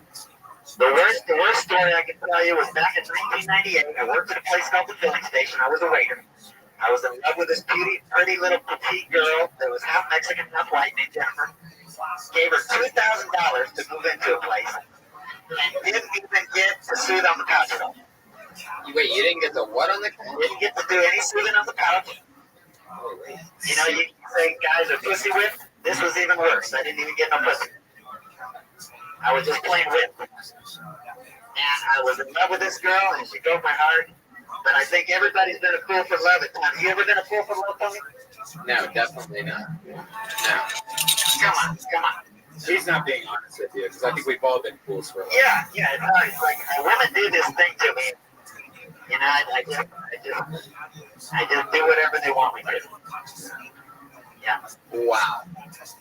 That is. So how long did you live with her? No, I didn't live with her. I was working with her at the filling station, and we hang out a couple times. And, it might have been the cocaine. Wait. I tell you what, when you get a girl on cocaine, you think it's gonna be good, but it's not bad. It's not good. It's not good. It might have been. Oh man. Wow. Yeah. Well, that's the Iron Patriot, everybody. You guys ready to see who our guests are tonight? It's always fun, always exciting. I'm so lucky to have so many hilarious friends, and tonight's no different. We always have two guests on. Put your hands together for this week's guests, everybody. You know them, you love them from things like, wait, who do I want to bring up first? I don't care. Wait, that's right. Okay. But no, I have to think about it because then that decides who's next to me. What did we say earlier? Who's first? Okay, you know this first guy from Chelsea lately and other fun things. Bring it together for Justin Martindale, everybody. He's a paid regular here. He's a big deal on TV. And my other pal is Sean Halpin, everyone. The Texas Rattlesnake, one of my funniest friends, creative mind, hilarious. Here they are. They're both from Texas, everyone. Literally, they are both from Texas. As is the Iron Patriot. Did you guys ever come across the Patriot before he became the Patriot? Yeah. He was just a proud American. No, but I do love that song. Yeah, you like it? Yeah, I'm not from there, but I lived there for 28 years. That's what they all say. Justin, I did some reading about you today. Oh, did you? We're talking. Before we get the show started, I want to say some things. You're from San Antonio. You started comedy in 2008. You came to the Comedy Store in 2009. Mitzi liked you so much, she made you paid regular right away. Very impressive. You opened up for Whitney Cummings. You even went on a cruise and did some comedy. Now, what I want to ask you is, sometimes you write for the fashion police for Joan Rivers. Now, what do you think Joan would say about my outfit? That you were the Iron Patriot. Boom! Damn. Boom! Damn. No, that was very impressive. Thank you for that Wikipedia. What'd you read about Sean? Okay, Sean. I was listening to your podcast today, the Full Count podcast. Yes. And a particular episode took my attention. It was the one where you were talking about Motorhead. Now this guy Lemmy, he's quite a character. He's got two words the size of bonzo beans on his face. He plays the bass guitar like it's a rhythm guitar. He's lived in the same apartment for over 20 years in West Hollywood. Rent control, $900 a month. Right.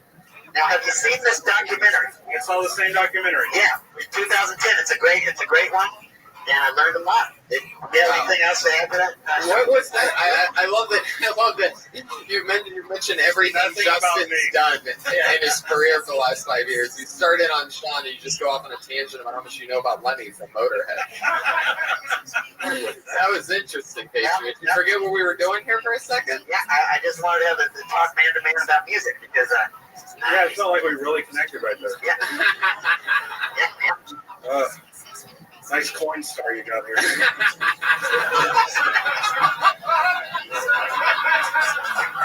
Can I get a receipt for that?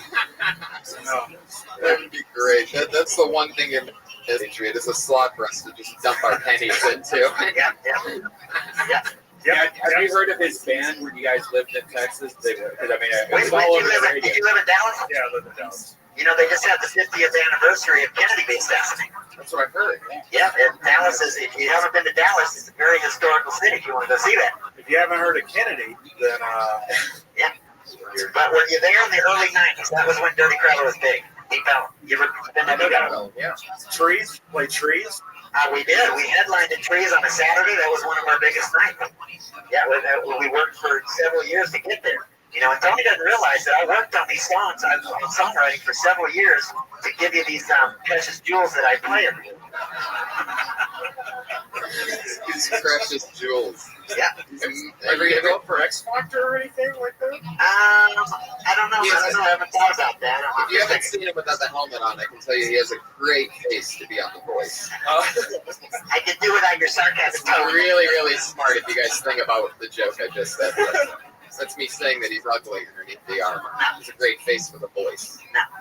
I didn't get anything, so I'm just making sure. I do like the songwriting skills though. If you've never written a song, just put I in front of everything.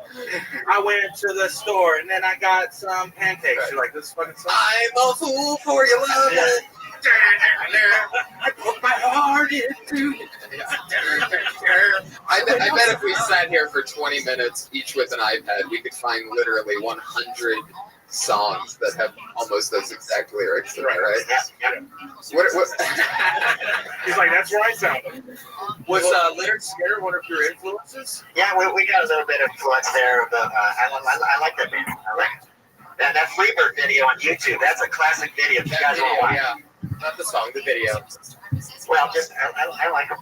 There's a lot of mixture in our music. It's a combination of everything. And then my own style.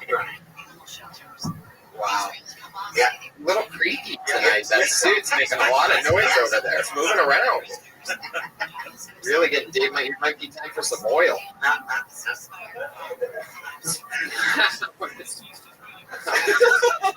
I like it trailing off.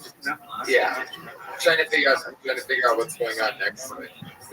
Making noise. Oh, okay. Yeah, we know. Yeah. You're really good at them. Fuck yeah.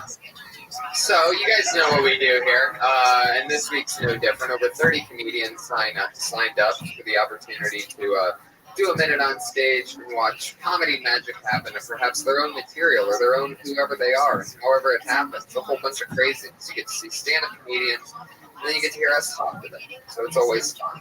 You guys ready to get this thing started or what? It's fun. I mean, let's do it. Yeah. I've been doing comedy with you guys for years, so I know that we all have fun opinions and different perspectives on things. So I know for a fact this will be exciting. For those of you that don't know, perhaps you comedians out there, you get 60 seconds. At the end of that 60 seconds, you know your time is exactly up because you will hear the meow of a kitty. It's going to sound like that. That means stop doing material. If you keep doing that, if you run your time, you're going to hear the sound of the angry West Hollywood bear. That bear sounds That was Sean Halpin. extra angry tonight. So you don't want to bring him out. So what do you say we get this thing started, huh? Okie dokie. All right, 2 people are excited. It's all happening. 2 people. Our front row is reserved right now, if you're wondering why it's empty. We're expecting them to come in, a bunch of big producers and stuff. Yeah, service. Yeah, they made the reservation a week ago. It's the whole staff from the Fast and the Furious, and I'm really surprised that they're not here. I hope everything's okay. I wonder what they're doing. Yeah. You know they have a new movie coming and everything. Anyway, maybe like a preview or something. Anyway, your first comedian tonight, put your hands together for Skylar, everyone. Skylar. Oh, coming from deep and the farthest possible walk. Make an entrance, Skylar. Make an entrance. There he is. Skylar, everybody. Wow, he made it. Guys, is a Thundercat, that's for sure. So, if you guys don't know this, I just moved to LA, and I did the sexiest thing you could do for women. I moved in with my grandmother. Yeah, I know. It's weird. It's weird dating, like living with your grandmother, because I invited a date to watch a movie because that's all I can afford, and my grandma kept chiming in with like, "Hey, are you hungry? No, grandma. You want something to drink? No, grandma." And we started making out sure it was, "Do you want a condom? No, grandma." But I should have taken her up on the condom because asking her for a ride to the abortion clinic was a bit awkward.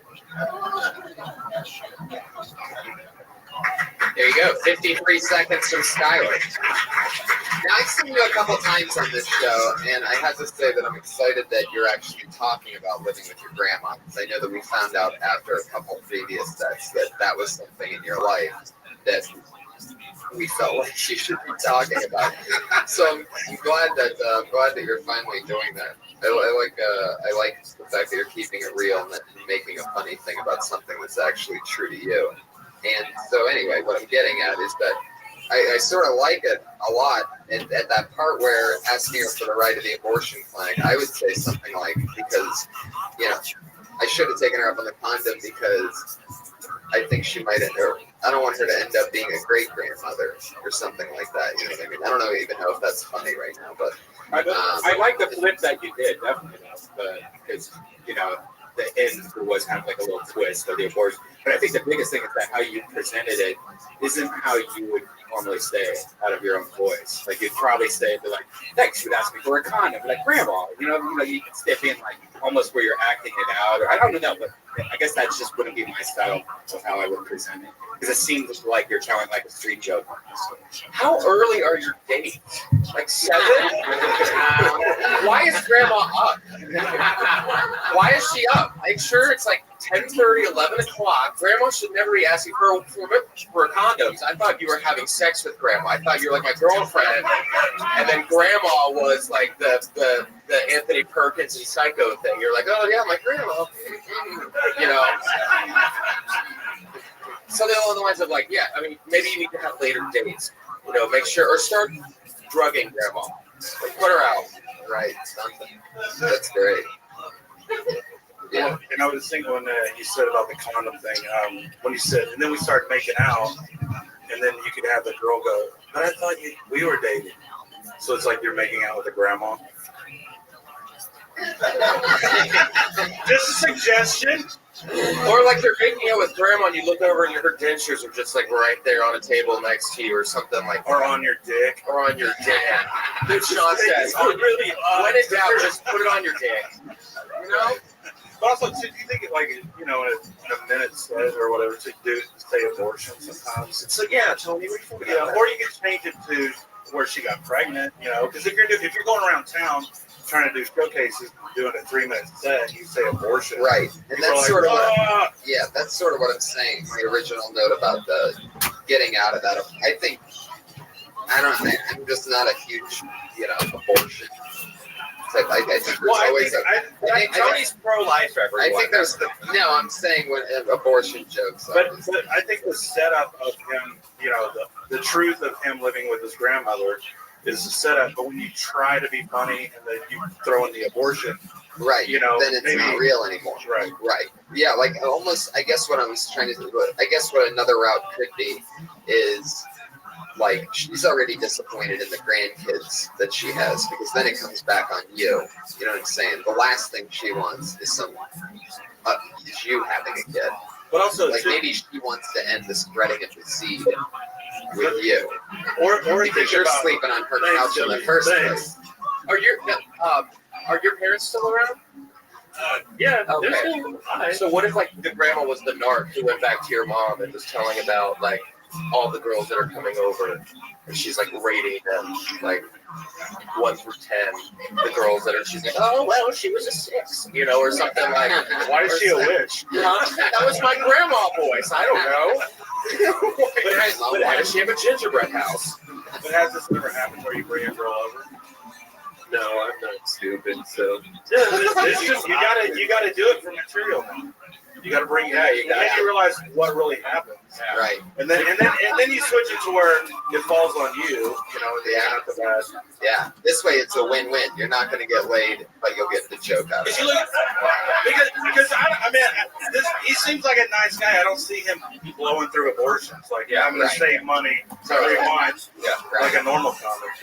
Abortions. Or like grandpa's coming in trying to hit on her too, or something like that. You should really start doing more things around your grandmother just for jokes. Like start humping furniture and shit like that. It's true. Just put your dick on it. Yeah. Awesome. That's Skylar, everybody. Good job, Still don't have a- Skylar. Still don't have a Twitter account? At Skylar Comedy. At Skylar Comedy. You didn't write that down. You wrote down the word bombing. Did you do that? Right. Okay, that's enough. Skylar, everybody. There he goes. Too late to explain yourself now, my friend. Heck yeah. How long have you been doing it, Skylar? Not long, right? Oh, wow. Okay. Anyway, your next comedian, this looks like a new name. We're getting together for Carlos Escobar.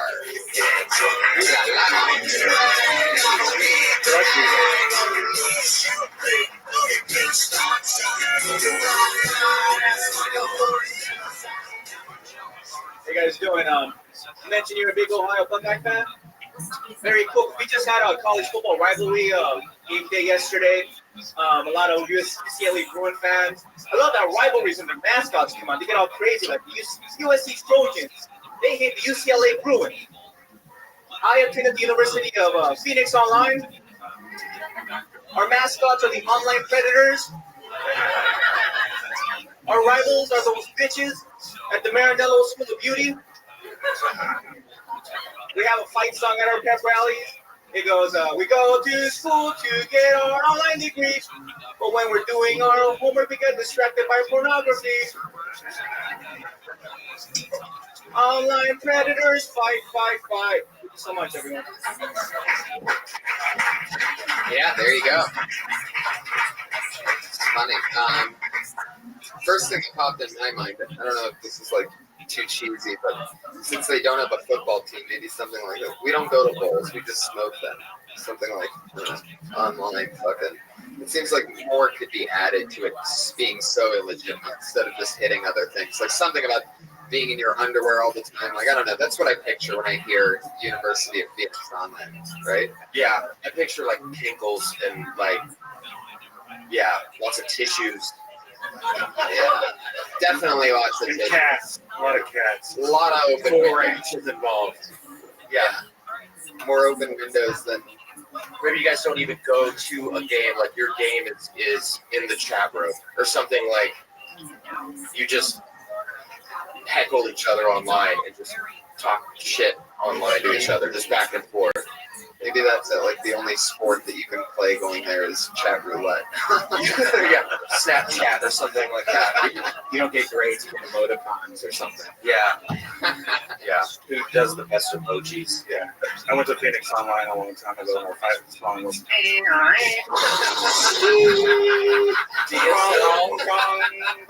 Dial up. Yeah.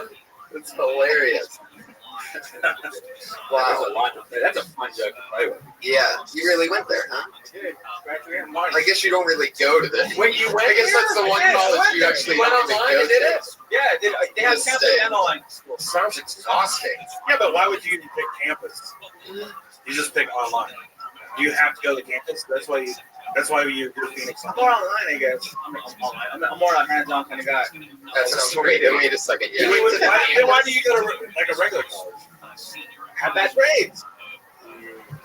They have a campus for the online. Yeah, they have several campuses. Diamond Bar, they got one in. What's Diamond Bar? Do they have unicorns and shit too? Did you ever go to the campus? What? It's like a The Diamond Bar you heard of? Office building. It's like a storage unit. It's an office building. They just changed the placard on the front. Yeah, so one day it's insurance, next day it's just school. Welcome to school, everybody. So is it basically just? Are you sure that the campuses for University of Online are just like internet cafes, or They had a snack, a cafeteria. Oh shit! I'm going. Easy, Sean. Fucking go. That's what makes it legit, right? Hey, that's when you know. It was a microwave, and the guy sold like sodas and sandwiches on cooler. There was a riot on campus. 7 people got banned. There's so much material. Yeah, Play with it. So where did you take your test just online? You never had to go in at all? Yeah, it was open book or open Wikipedia. Yeah, you cheat like Google. You can, yeah. A lot of Scribe.com. Yeah. All you did is just get a Scribe.com account. What did you get your degree in? Business administration. The future. It's amazing how hard. Like it makes me honestly just so jealous that I grew up when I did, because I used to have to work so hard to cheat off of other people, and to think that I could have had an iPhone in my hand the whole time. Well, we used to do the TI-81. Remember, you just sit there and that calculator, and you had to like write it out, or I had sex with you want. Remember. Like it makes me honestly just so jealous that I grew up when I did, because I used to have to work so hard to cheat off of other people, and to think that I could have had an iPhone in my hand the whole time. Well, we used to do the TI-81. Remember, you just sit there and that calculator, and you had to like write it out, or I had sex with my teachers. Oh wow, man! Did you have like? Did you really do that? Yeah. No. Jesus. Did any of you guys get molested by your gym teacher? Okay, thank you so much for coming. Carlos, that's really funny. Take some of that stuff. I especially love your fight song one. That's so funny. Yeah, that was a good fight song. Yeah. Great. You can follow Carlos or tweet at him at CEELOSESCO. Very, very good. Whoever your marketing manager is, you should fire them, Carlos. Celosis Co. Or Phoenix Online. Say Carlos? Yeah. Yeah, it should just be like carlosonline.edu or something. I hate when people make Twitter things like so complicated. Right. But it could just be like Carlos likes pie. You will remember that way more than like CELL. Anything you have to spell out doesn't make any sense. Yeah. Don't put numbers in. No. He's in business administration, you guys. Oh. Is that what it was? He's being clever. Right. When you guys started stand-up for him, when you guys started stand-up comedy, was there any joke that you guys had that you can't believe that you used to say? I still say all this. Anything that pops in your head of like an old joke that you would never do now, but you remember doing it when you first started out? Oh, you guys were all perfect. Yeah. Well, I'll have to think about it. I'll think about it. I can't remember. I had a joke about gay people on my list. Oh yeah, what was that like? How did that go? Yeah, Sean, how did it go? Like gay people, they always have that list out there. You're so silly, and I didn't know what that was until I found out that's the sounds that T cells make when they leave your body. Should I keep that one? Should I keep that too soon? You should keep that. Why did you retire that? Yeah, that's so weird. Even after World AIDS Day, how would you retire that? Opened up as a. I mean, it's December 2nd. Come on. Bring out the AIDS joke. Do you guys have any jokes that you retired because they died and they just weren't relevant anymore? Like I have an Amy Winehouse joke. There's Christopher Reeve's joke. Oh, I did one when Corey Monteith died. The guy from Glee? Yeah, I said I'd kill myself too if I was dating Leah Michelle. Oh, that's like that kind of. You're like that gossip fellow. Yes. I have no idea what that joke I just went there. I was mad. I was having a dark week. All the girls in here were like, what? Yeah, exactly. He did heroin. Say that about Leah Michelle. Yeah. No idea who that came from. Yes, you do. No, you're great at that though. Like that's like part of your stand-up style is like knowing what people are actually into. Thank you. Like you are a topical guru. Yeah, I learn a lot of my information about what's going on just from walking in the back of the room and hear stuff. He really does. Yeah, it's like a news report. So Kim Kardashian, you know, I don't really talk about him as much. Well, I still hate him. That new girl, the one that just turned 18 now, Zoe Kardashian. That's not her name. It's not, her name's not White Kardashian. I said the one Kardashian. Oh, I thought you said the White Kardashian. Hey, Trey, you into the Kardashians at all? Yeah, you know those young twin girls that are the daughters of the Bruce Jenner guy? Yeah, that's the one. Kylie and Kendall. Yeah. I saw them in Hollywood in my old Iron Man costume, and I got to talk to them for a few months. What? They were dressed up as Iron Man? Well, in my old Iron Man costume, the one that I had the big butt. Why were they dressed up like that? No, they were there for some event, and they walked by, and I talked to them a second. I said I like the show, and it was just a small exchange, real quick. Yeah. Heck yeah. Did they try to mace you or anything? It didn't go through the suit? No. That's true. Fuck yeah, picture it. Yeah.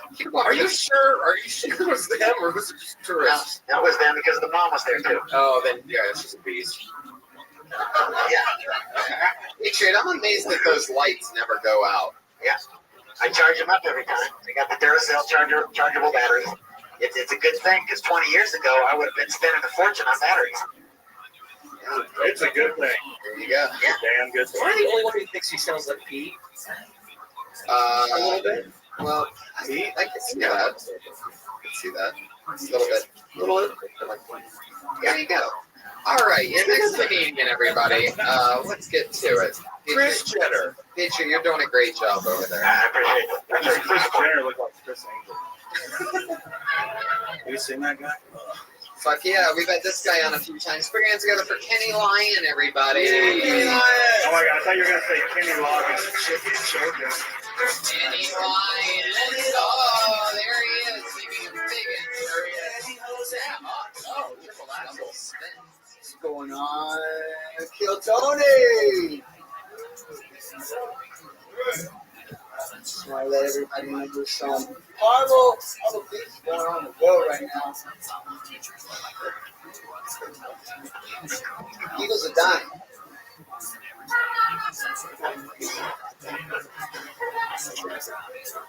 Eagles are dying. Windmill farms is getting shitted on because Eagles are flying straight to the heavens. I mean, how are you going to be the greatest symbol of this great country when you're going to act like a cunt? You can see miles away. Somebody's wheels going on. Again.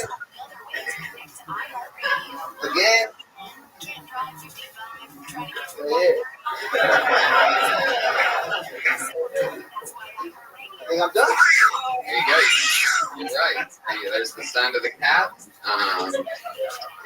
So that makes it official. You were just going to keep doing that until it ended? That last bit? Well, I'm glad you came prepared. Yeah. There's some interesting thoughts in there. They can't see far away. That part should be closer to the front. That should be where the joke starts, I guess. Right? All that front end stuff before that. You could trim all that. But even then, it's still sort of like a... I don't know, maybe I'd like to hear... What do you think the Eagle's thinking when it sees an airplane? I think they're either getting fucked with chemtrails or they're just like going through some like emotional stuff. Depression. Really depressed. Or how ironic would it be if an eagle flew into an American Airlines jet? You know how the government's been spending money on drones, to spy on other countries. We should put bombs on the eagles since they're, trying to kill themselves. Is the reason why you feel so connected with eagles is because you both get extremely high sometimes? I was high when I read the article, so it was just jokes to write themselves. Oh, were you reading the article right now? We can tell. Actually, by the way, they don't write themselves. That's the part you're supposed to do. You say they don't just write themselves. It's not that easy. It's so funny. I just like jokes that that personally affect you. Like, how is that? Yeah, it's observational, but how's it? Electricity bills are going high as fuck. I mean, and the windmills are supposed to make us go green, and Eagles are just fucking chemtrails. Why even argue with this right, you guys? Chemtrails. He's right. Whack helicopters. I say you just commit to what you really have going on, and that's fucking being stoned as fuck and talking about, like, and getting lost in it and shit like that. I think that more paranoid route of saying that the government's killing eagles, I don't even know what you're saying, but it just sounds funny. Like a conspiracy. What's your conspiracy stoned out, like, just fucking, because I can tell you sort of know what's funny.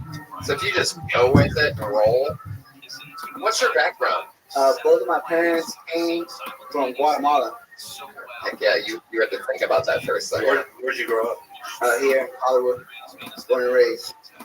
See a lot of eagles here in Hollywood. I see a lot of trannies. Trannies. Talk about that. So trannies Talk about are your trannies American walking into Eagle. Windmills. Trannies walking into American Eagle outlets. And not leaving because the music's so Yeah. good.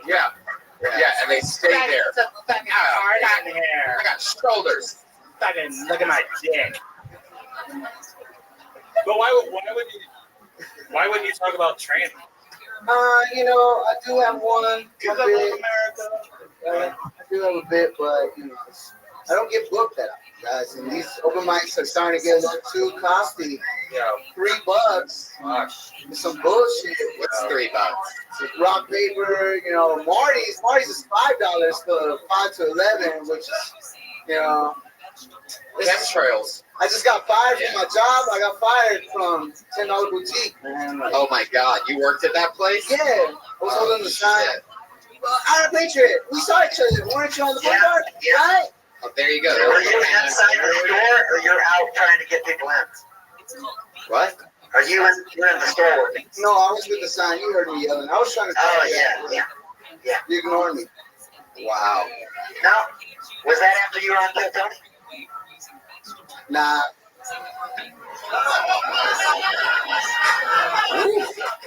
Man. It's good conversation when I get dizzy and almost pass out there again. I'm just trying to figure out what the fuck's going on. You're trying to connect everything. I'm like grabbing onto Red Bank, trying to fucking stay. I feel like I'm on chemtrails right now. Can we hear his tranny joke? Yeah, let's hear the tranny joke. I was not expecting to do this. Everybody, it's just really, really, really ironic that a male, comes up with these nifty tricks. Are you writing this right now? Well, the whole premise is that guys are smarter than women, so they That is not true. Guys are smarter than women. Males are smarter than females. Basically, guys. The fact that no woman booed him, I'm appalled with it. Come on. There you go. Standing That's right. Do you have any sisters? Do you have any sisters the age of 18 to 20? I have a sister, older sister that's 1 year older. How old is she? 22? Oh, cool. Yeah. How old are you? 21. Fuck yeah. Are you really, or are you just saying that so you can be inside of this club right now? I've used up all my life. Tony. Yeah. There you go. Fuck yeah. Well, good job, Kenny. There he goes. Kenny Lyon. Fuck yeah. Good job, Kenny. He always makes me laugh. So. Yeah, totally. It's always fun to watch Kenny. I like Eagles. Yeah. There is something there. Like, I can't believe that's our national bird and they're that stupid to fly in the plane. It's a mosquito. I mean, the last national, thing, what would be the proper? The last, what do they call that thing? That bird, like a national bird, like it's like a The albatross. fuck. What? Like a symbol. Like someone said a symbol. Yeah. That's great. The last big American symbol to fly into an airplane was the World Trade Center. Next comedian, everybody. Usually World Trade Center jokes get a much bigger. Tony Brody said you'd be ready for the Tonight Show in 3 years. I think you're ready right now. Patriot, the fact that you said that right after the one joke that didn't go well in the past 45 minutes just goes to show me that you're actually against it. You kind of giggled a little. You're ready. Yeah. I just want to say, Tony, you're ready for the Tonight Show after that one. No, I believe in you. I want you to take me with you when you go to the Tonight Show. Oh yeah, I'm sure that I'll just cruise right through the X-ray machine with you. You need your security there. You have to take off your belt and hand me your cell phone, and also that 300-pound guy standing right behind you can't come in at all in a million years. Fuck yeah. All right, I pulled the name for the funny guy, Sean Conn, everybody. Here he is.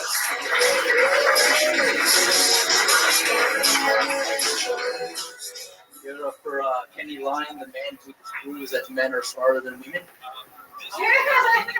I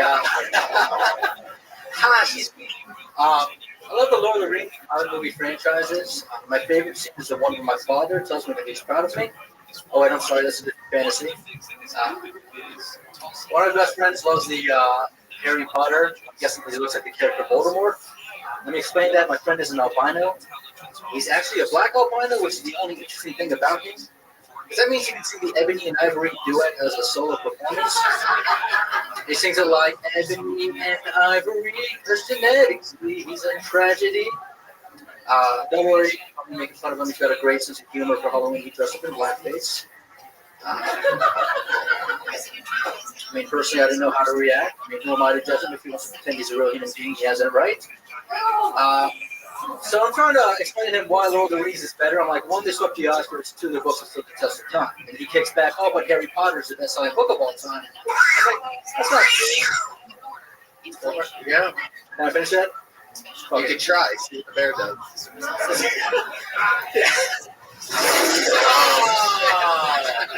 There you go. Scary bear. Why does it sound like you're starting a car? He's ready for NASCAR. Sean, as always, extremely funny. I'd like to hear more about having an albino black friend. Like, he probably gets to pick and choose when he's what. You know what I mean? I like hanging out with my albino black friend because he can sit in the passenger seat and I won't get pulled over. You know what I mean? Like, he's my white friend. Right. What do you mean, officer? Look at his skin color. Right. When he gets called powder, it's racist. Yeah. His actual baby powder. That's my name. Anyway, yeah, that's it. That was good. I thought there was lots of. I could understand you, by the way. I think it's very. Yeah, definitely. You were quiet last time. That's great. Huge improvement. Late night and day. But then when you, which is also night and day is also what they call your albino black friend. Patriot, where are you now, fucker? I want to be on Leno, you piece of shit. No, I'm kidding. Anyway, go on. Now, when you talked about your dad saying that he's disappointing, can you do an impression of your dad? Just sounds like a regular guy. I don't know what I was picturing. Well, that could also be funny though. Like you could say I'm gonna do an impression of my dad. You sound exactly the same, and then afterwards it just sounds like me. It's just me, but more angry. Really you seem like from your looks, I would guess that your dad is like some type of fucking like Aladdin, like purple robes and like wizard hats and shit. I don't know. Like it seems like he'd be like a giant. Jafar. Yeah, exactly. Is your dad Jafar? That's what he's. Is it really? No. Are you fucking? His name's Jafar? Jafar's a cartoon character. Well, that's what I was saying. I thought you said his name's Jafar. I'm like, I fucking nailed it. What? No. Thank you. Yes, I His deserve name's that. actually Muhammad, which is even more.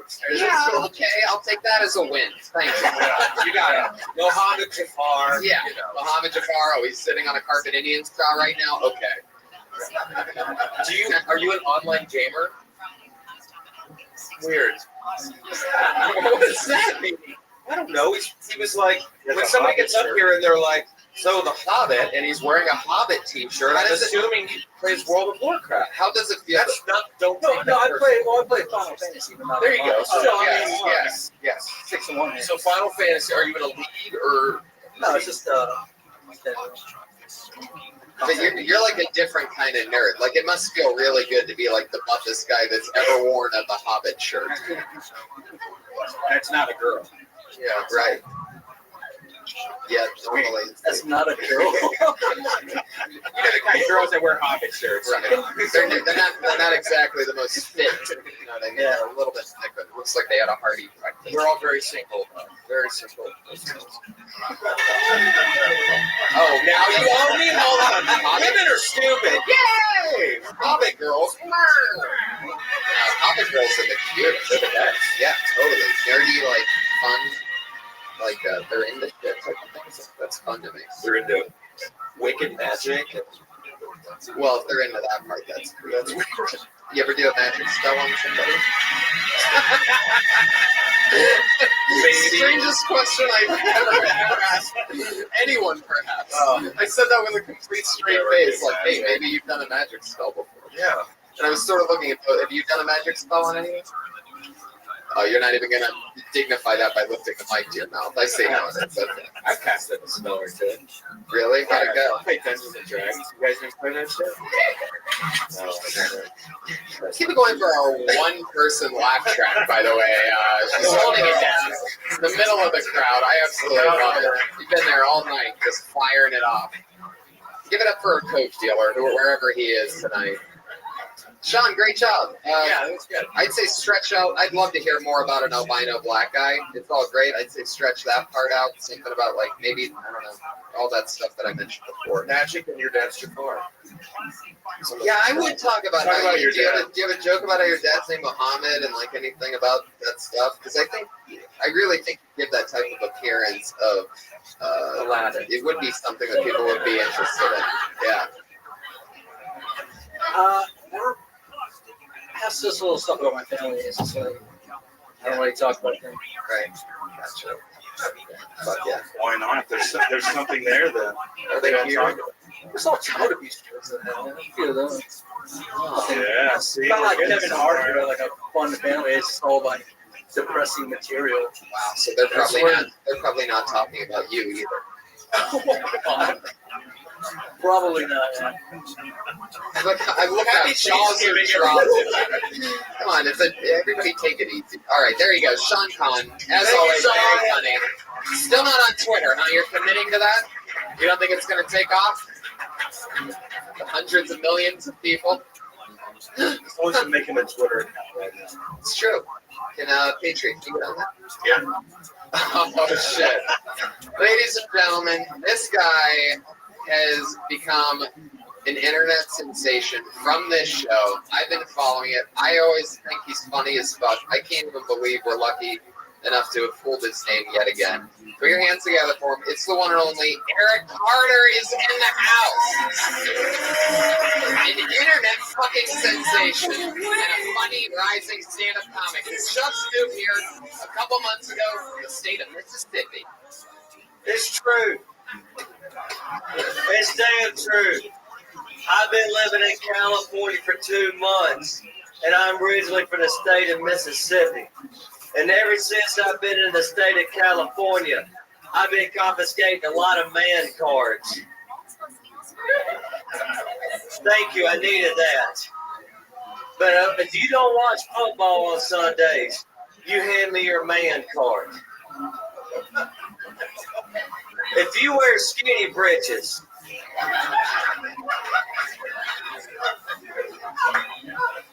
you hand me that man card.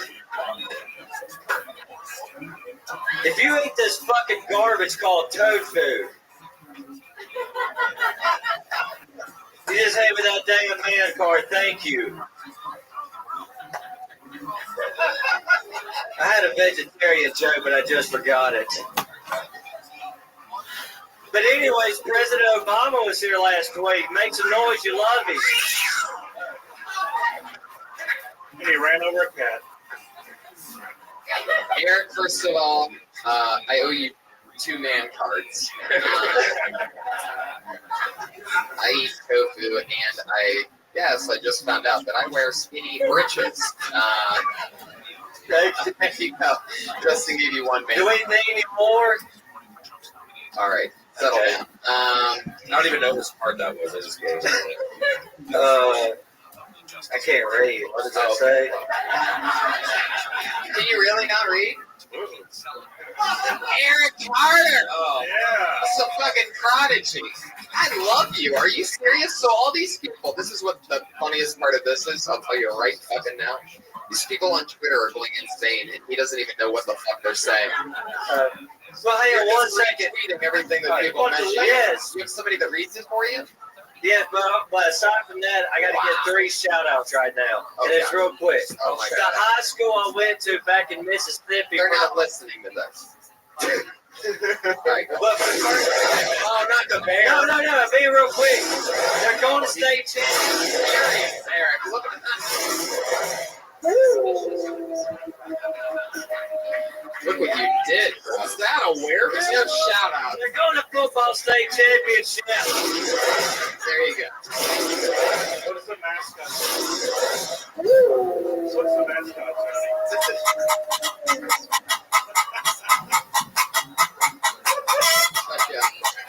Jeez, I didn't know that. I feel assaulted. Right after we find out he can't read, he gives his high school a shout out. Yeah. I can't read. What high school did you go to? Just a quick shout out to them who didn't do a damn thing for me. The Hickory High Bulldogs. No, our mascot is what? The Billy Goats. I'm watching his fingers. Okay, no, the high school I went to, they actually are the Bulldogs, but they're the Aggies. They're going to state championship for the first time ever. Hell yeah. And I'm proud of those boys. They're good boys. I just want to give a shout out, giving them some damn love. Where are you from in Mississippi? Hattiesburg. It's 90 miles east of New Orleans.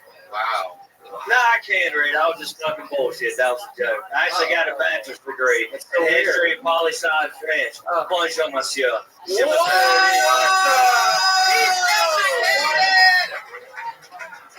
Valedictorian. Asante, monsieur. Oh, all right. So I'm guessing that's your extent of French that you know. So trying to get those last 2 words.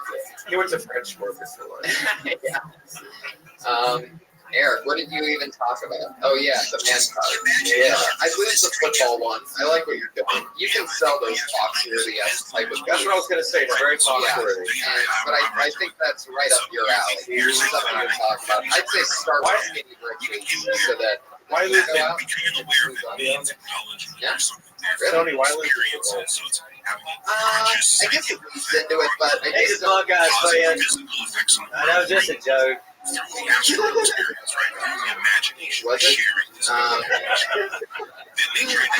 I was going to win Michigan. They went for the 2. I just like it when your writing is in the actual picture, like skinny bridges. That's one. I remember bridges. Well, my mom's from Tennessee, so like I was. And I Switched. Yeah. Bridges? It's when you pull the stick off and they can switch your legs.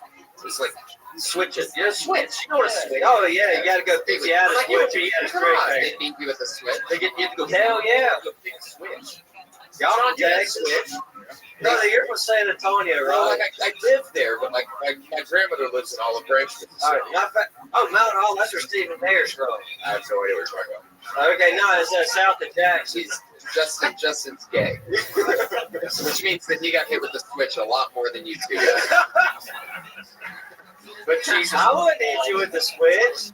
Right? Can I say I wouldn't hate him with the switch? All right. We can tell just because you said that that's not true.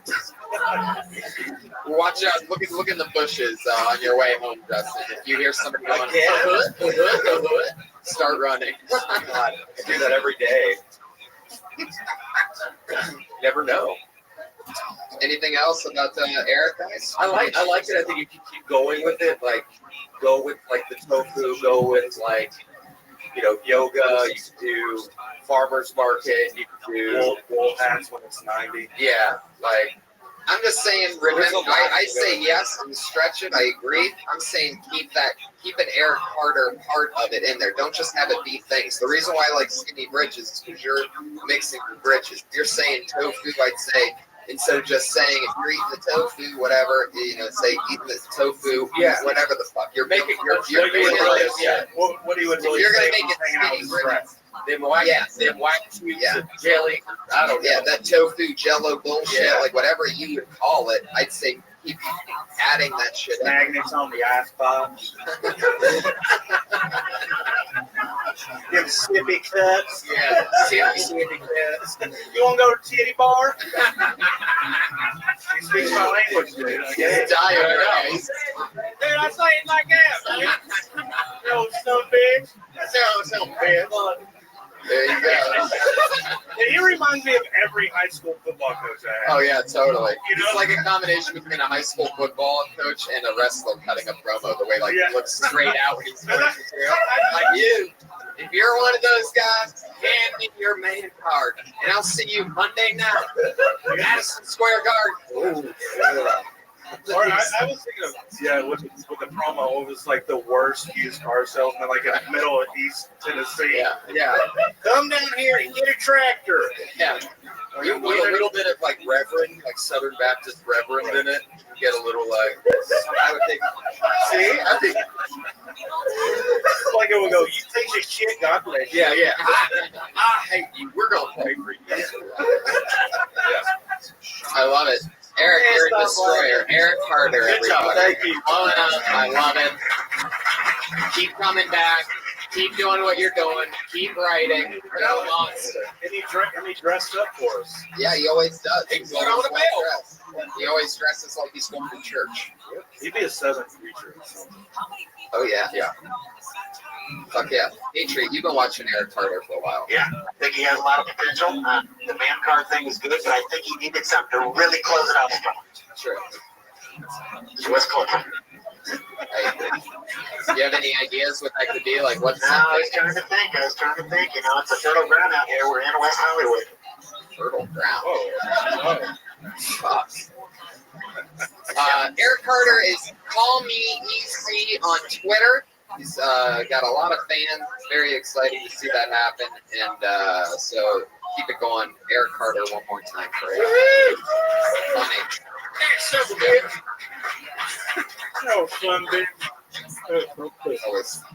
Oh, this guy's interesting. We're here together for GT, everyone. You know what that means. There he is.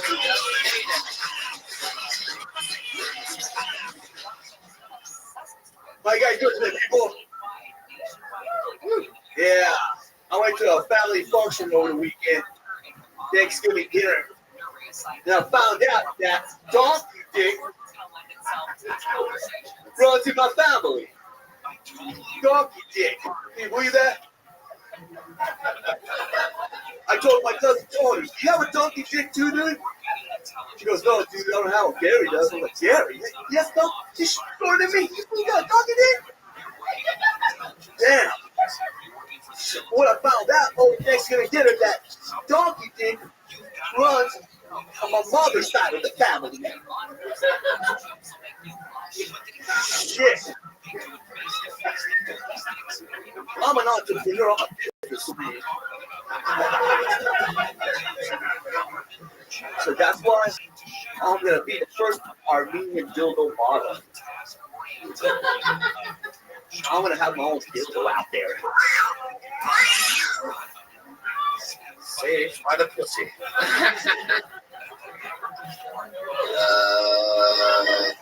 Okay. Oh, what a weird thing to do. Donkey dick, huh? Now, what is donkey dick? Donkey dick? Yeah. That's what my prostitute comedian girlfriend called my dick. Because you have a biggest. I see that that's like you got a donkey dick in your face. So it's a large Like a dog dick, yes. I thought it meant Hangs down like. So, yeah. Okay. You come and it goes. Your girlfriend is both a prostitute and a comedian? Yeah. Really? Wow. Yeah. What is her name? Can we give her a shout out? Can we get a discount? Yeah, that's good. Is she here? No, she's not here. She's working. She's working. She's out getting laid. Yeah. Wow. Which is working. She's out busting a real good nut. Well, I think that would be something to you. I mean, you don't really have to say that she's a comedian. You could just, I think, you could go into along the lines of you have a prostitute girlfriend, yeah, who says that you have the biggest dick ever. She validated. Okay, calm down. Yeah. How would she validate it? She put a tramp stamp Like on a the little circle with a little white. All this time I thought I was normal. I thought I was average. So this whole time you thought So you were she said, you have like I'm gonna validate this shit. Yeah, at all times. You have elephantitis apparently. Yeah. How would you think you're normal? What is elephantitis? Like elephant dick? Really? It's a little bigger than donkey dick. Yeah. Yeah. Two different size animals. I used to work at the LA Zoo after I graduated from high school, but I've never really checked out an elephant's dick. Well, you should check it out. It's everything. So I think something along the lines of that, like, you know, you have this girlfriend whose job is to just get plowed. And I think, like, you know, how is her vagina? Tasted pretty good. Oh. I ate her vagina. Like donkey vagina. Does she have donkey? It's really sensitive. It was really sensitive. Is it like throwing a hot dog down a hallway, or is it like this? I mean, is it? You went down on her? Like, what is that? A prostitute's vagina? Is that just like a latex casserole, or? It smells like throw up. And like Selena Gomez perfume. Retired cheeses. It's just like fucking Like you want to have slow glitter drip. Like you want to have sex with her, and she comes home and she's like, "Oh, I put a hard day's working." Oh yeah. Hey baby, made a lot of money today. Sweetheart, I'm a little tired. I'm going to bed.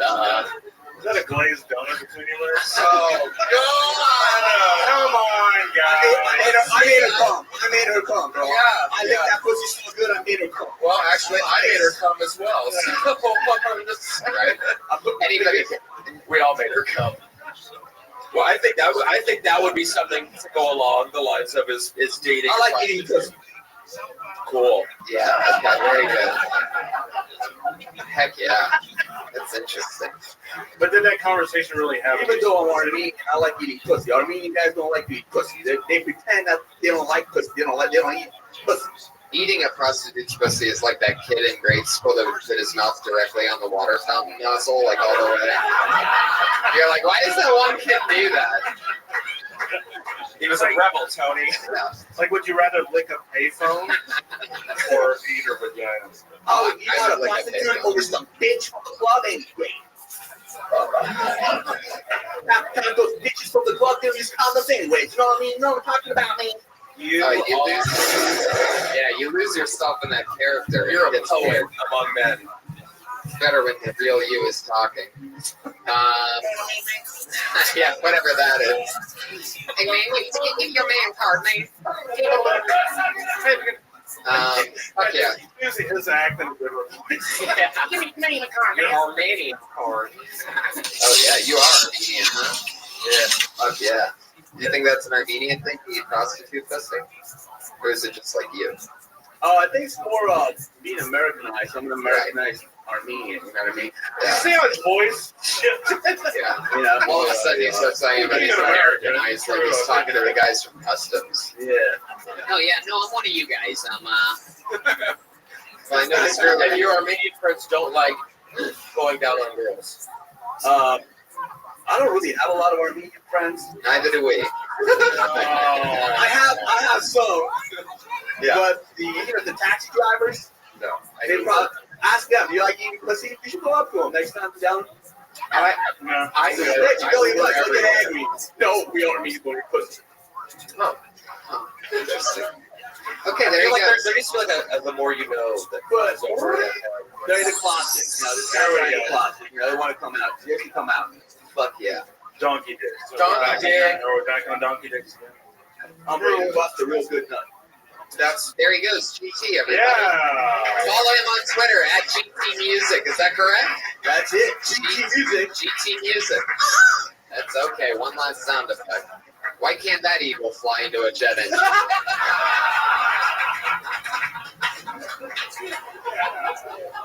Fuck yeah. GT Music.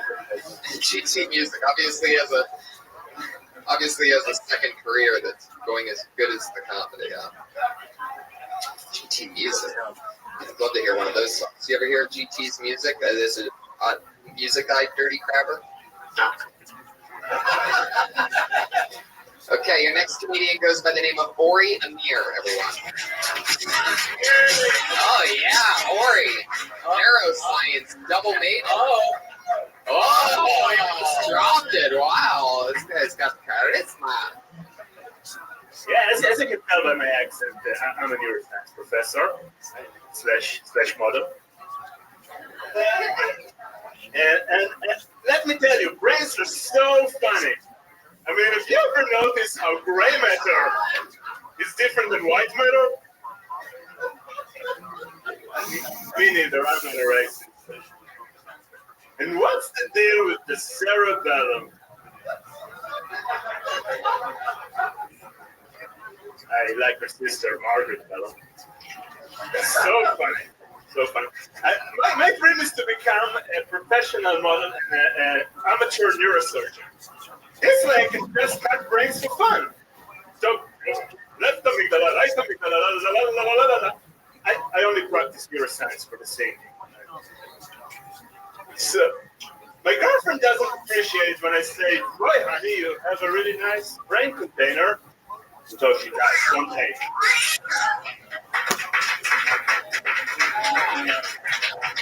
Fuck yeah. Well, you're talking about what you're into. You're going to college to get a neuroscience. Yeah, to be a doctor of the brain. So you are there. Fuck yeah. There's just nothing funny about the brain. There's a lot of funny things about the brain. Yeah, and you're onto something the way that you start the jokes with a lot of excitement and then trickle away slowly as you get to the punchline. That's something that's very.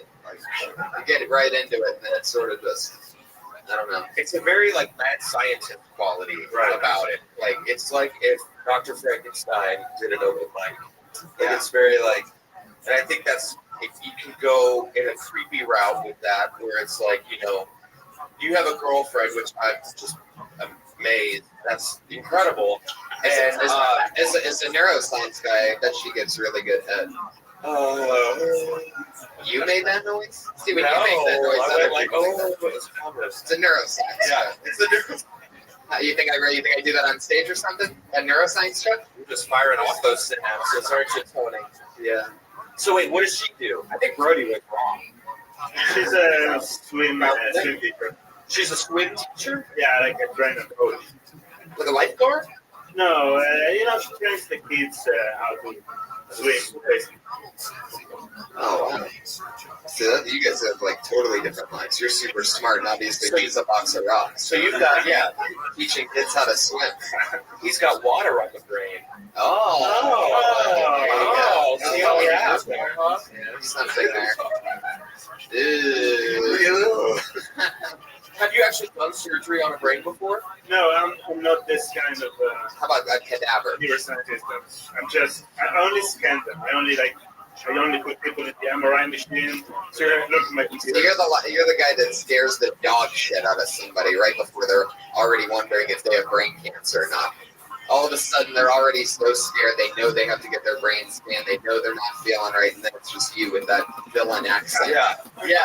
What's the thing that you say to them right before they go into the MRI machine? Give us an example, but say it a little bit slower than you normally would, and a little bit more German, just like 20%.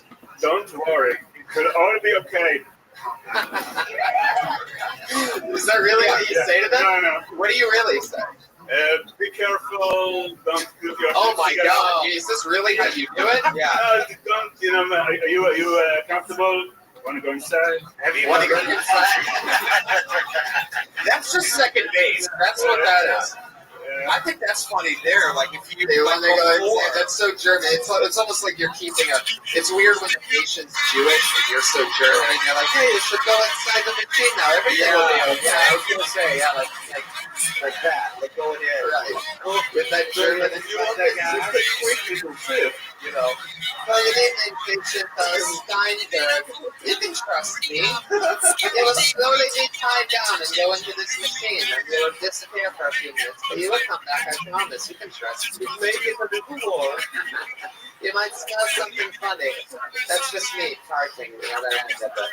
Or even like saying, like giving up, like what you were saying about when you go in like classes, like when I go to the MRI, you know, just like I will believe in God, or something like like actually scaring them just to like see what they do. That's really what's great about what you're doing, because that plays on. I can't be the only one that would be deathly afraid and sort of picture that moment of like having to get a test run. And I think delving into things like that. I was actually standing right sometimes. Really? Is that true? Like, I know where you are. Can you do that? Can't find out. I might. So. At UCLA? Let me know. Hit me up. I'd love that. I want to see what the fuck's going on. Yeah, I want to see if everybody dies sick. I want to see if my beliefs are confirmed and I have an oversized, ultra-electric brain. Oh yeah, let it get quiet. I want to see if there's cancer all over. She's got that donkey brain. Yeah, the brain of a donkey.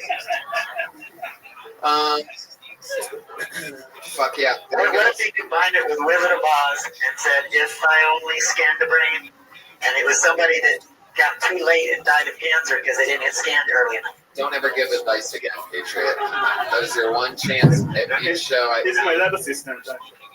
I love it. There he goes, Ori Amir, everybody. He's on Twitter, Ori Amir, O-R-I-A-M-I-R. O-R-I-A-M-I-R. Ori Amir. He's got an interesting perspective. Can you speak French, Ori? No. Wow. To think that there's something that he can't do that Eric Carter can. Isn't that scary? There's one little thing, but maybe it's just the 5 words that Eric knows. But. All right, so we are in our final portion of the show, making our smooth descent in, and every week we have 2 regulars that go on and are always doing a new minute. It's always fun. We get to watch them grow every single week. Always a blast. It's no different this week. Put your hands together for your first regular. Her name's Kimberly Congdon, everybody. Hey, cutie. What's going on? 4.5 months ago, I dropped out of college to do stand-up comedy. I did, and it was really scary because college is important to my family. Everybody's like, you don't need college once they came here. It's not important. You're doing production. It's fine. But I disagree, you know? I think school had a lot of core values and, like, things they taught me, you know? Like, when you're in college, they teach you responsibility. Like, if your friend drinks too much, you don't offer them more to drink. Give them a bump of Coke to level them out, you know? When your friend's night didn't go as planned, you always have a plan B for her. Because you don't want her to get pregnant and fat. Loyalty. I don't remember that part of loyalty. But, I don't know. That's it. Thank you. There you go. Smooth 55 seconds. 30 seconds of it was filled up. I was looking at the watch just because I was noticing, you know, you were telling the story. Yeah. You don't need that to build up. Yeah. Yeah. What was it even about? Somehow I forgot. It's like everyone in your chairs are stones. We're just all just good. People are telling me college isn't important, and I was just saying the stupid things that you don't actually learn in college.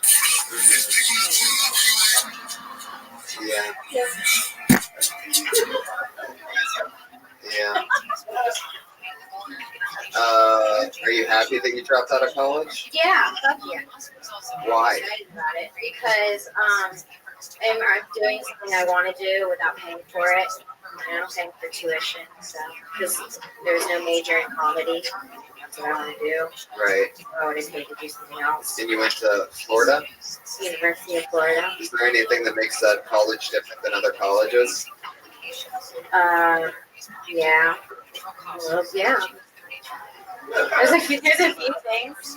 Like what? Make it unique. We had Aaron Hernandez who killed someone, which is fun. Allegedly. It's in Florida, which is a whole different thing. Did you go there when he was there? My first year, he was the senior. Yeah. Yeah. Did you ever see him on campus? Yes. I served him. Restaurant. Oh, I was there. Yeah. Served it. Yeah. What restaurant were you working at? It was a place called The Swamp. It was yeah. It's like a Hooters. It was like right on campus. It was like where everyone went on campus. We all dressed up like slutty. Do you remember what he ate? No. Awful beans. No, I don't remember what he ate. No. We went to Florida. I did, yeah. Tim Tebow was there. You mean Janet Nicole Smith died there? Yeah. People do bath salts there. Trayvon Martin happened there. Casey Anthony. Wonderful. A lot of good stage. stuff. A lot of really good comedy stuff there. It's weird the tourism's Asian down. spot, yeah. Where are you working now? I'm a PA at Fremantle Media. It's a production company. What types of things do you do for them? Well, today I almost ran the company. Cool. Yeah. Let's talk about that. Well, they asked me to do 2 things, and I did one of them wrong. And I almost shredded all of the production binders from all the American Idol shows. Wow. Yeah. At least you did do it. No, I didn't do it, but it was close. Now they're all in one big pile loose leaf, and I have to put them all in order from like 11 years ago. But I think it's okay because I'm only a 10, so that just gives me more hours. Well, and watch this American Idol anymore. Just when you couldn't hate American Idol anymore. I know. Imagine you could have been a martyr having to rebind all those things. But that's what's good about being a temp. If you're a temp, you can just go, oh shit, and leave. Yeah. You're like, dude, I fucked a lot of shit up there. Yeah, if nobody would have told me, I would have just She got like played dumb. a call from The Voice. Do it. Just shut up. Christina Aguilera called you. No, that's why I moved here. Yeah, maybe talk about that. I don't know. I think college thing. It's like just you're beating a dead horse with that because it's like Can I tell you guys something? I am the only member of Kill Tony that has a college degree. I graduated from the University of North Texas in Denton in 1991 with a major in radio, television, film, and a minor in psychology. That's why I can read people so well.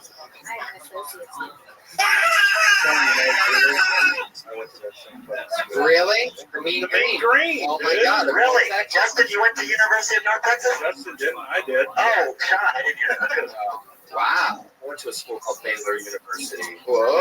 Never heard of it. All right, there goes Kimberly Condon, everybody. Follow her on Twitter at Kimberly Condon. Get that American Idol thing and do what Justin said and delve more into it about how you almost ended American Idol. Go back tomorrow and shred all those papers. Yeah, and shoot Nicki Minaj while you're at it. Nicki Minaj. Oh yeah, she is part of that. Well, she was. Good. And our other regular, as always, put your hands together for it, Sarah Weinstein, everybody.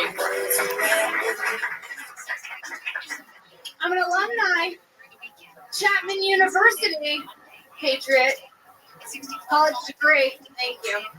Moving along, just want to let everyone know, communication. Okay, moving along rapidly.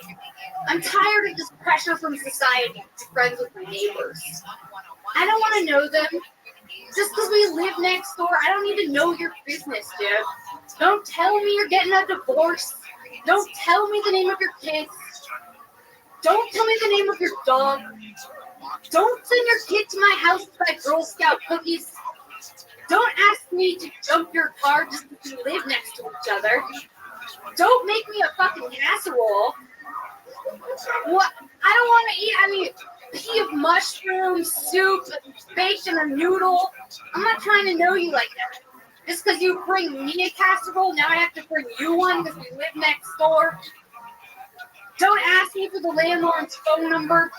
I don't have it. Your neighbor's cat is acting. You fucking hate your neighbor. Okay. I think we should get the pressure that you have to be friends with your neighbor. Yeah, it is true. Yeah, it does feel like that's something like Larry David would come up with, like the new neighbor thing. Now I have to get him a casserole? Like, that's funny. But isn't she major in communication, and that's the one thing she doesn't want to do with her neighbor? Oh, yeah. There you go. I don't want to communicate with anybody. Right. You sound like you love life. I do. Yeah. Who doesn't want a fucking casserole? I want a casserole right now. I don't want to. Strange casserole is creepy. I mean, it's creepy if anybody gives you anything food-wise. I'm not into that. But if it's something that's slow-cooked, like in a bacteria pit, then that's even worse. Canned tuna. Is this a guy or a girl? It's just any neighbor. It's obviously a tranny, by the way. It's a tranny neighbor. Someone lives above me, someone lives next to me. It's like, and if they live above you, that's still a neighbor technically. So you just want to live in solitude. Yeah. So you're walking to your apartment, someone goes, "Hey, you want a casserole?" And you're like, "Fuck you!" You slam the door. In hell. Oh wait. Cookies. Holiday cookies. I do hate that. I hate being friends with neighbors. I'm not friends with my neighbors. And I see them all the time, and we live literally outdoors or looking at each other. And they like fence in the back, like they dress up like warlocks and shit. They're really they're like huge nerds. They seriously, they Renaissance all day long, like a Ren fair. Yeah, and I just know like my ex-girlfriend accidentally talked to one of them once. I'm like, oh great, now she is friends with them. So I broke up with her, so I don't have to worry about that. But I hate neighbors. I don't want to know them because I think everyone maybe talk about how everyone's made that mistake of actually talking to a neighbor. Then that's the worst shit ever because they just open it. Yeah, like oversharing. Yeah. I hate when I have a girl neighbor and we're walking down the hallway together, and then she goes to her apartment, opens the door, locks it real quick, like I'm gonna rape her. Like, come on, you're not that hot, And then I raped her. Am I right? That's just a deadbolt. I have a powerful leg. Goodbye, door. I've heard my neighbors have sex, which is very strange. Yeah, they were terrible, and I at sex they were terrible at sex. Like you could tell what was going on. Yeah, well, not like position wise, but you could just hear like it was just like the moaning was really bad. Ooh. Like there was it sounded like they were in their late 40s, early 50s. It's so good. Yeah, and I never saw my neighbors, and I was always afraid of what they looked like because it happened so frequently that I actually started picturing what they look like. Yeah, it's like a neighbor edition of The Voice. Welcome. There was Hope you're living a beautiful life. And then and then Christine Aguilera turns her up. You actually meet them, it's just two guys in wheelchairs. They're not even fucking, they're just trying to pick up their cup that they dropped on the ground. And I'm like, they're totally having sex. And they're like, oh, I dropped my apple. I put it in cuppings on the ground. My ears are full. I wish I had a neighbor that could come over here and help me right now. My battery's repaired. I'm just like, this is so hot. I can't breathe it. Oh. All right, there she goes, Sarah Weinshank. Good job, Sarah. Yeah. She is Princess Shank on Twitter. Kimberly Congdon is Congdon with the C, and Princess Weinshank, Princess Shank, SHENK, and Kimberly Congdon with the C are our two regulars. The Iron Patriot, you're at Comic Patriot on Twitter. Need to get a passport, buddy. Need to get a passport. There are rumors of Kill Tony going international, and it is time to prepare. Ready to go, Tony. Let's do it. Fuck yeah. Halpin and Martindale, thank you guys so much for being part of the show. Do you guys have this coming up that you want to promote? You guys are on Twitter, you have podcasts. Twitter, the Full Count Podcast on the Network Studios. And I'm also at Twitter at Sean Halpin, SHAWN, HALPIN. And I'm at Just Martindale. And got some stuff coming up soon. I'm going to talk about it right now, but I do. You guys are two of my funniest friends. Thank you so much for being with me today. Sacramento, December 13th. I'm at the Crest Theater with Joe Rogan. December 20th and 21st, I'm in Youngstown, Ohio at the Funny Farm Comedy Club. And, yeah, some other crazy stuff happening. Come see a Kill Tony live sometime in Hollywood. Mondays, free, 8 o'clock in the Belly Room. And tell friends about this show, people. You're getting it for free. Red Band's nice enough to not play commercials before this. So go tell friends how much you love the show that you listen to and tweet about. And then you get your word of mouth advertising out there. And this way it'll always be free. Brian. Death Squad 30 Show, San Jose, California. December 11th, it's going to be me, Sam Trickley, Brody Stevens, and a bunch of other comics are going to be coming up there. Also, the new Death Squad sticker is at shopsquad.tv. Check us out at deathsquad.tv. Thanks, buddy. Letting all the time go by ever since the fire chief came, not having the control over the fire chief.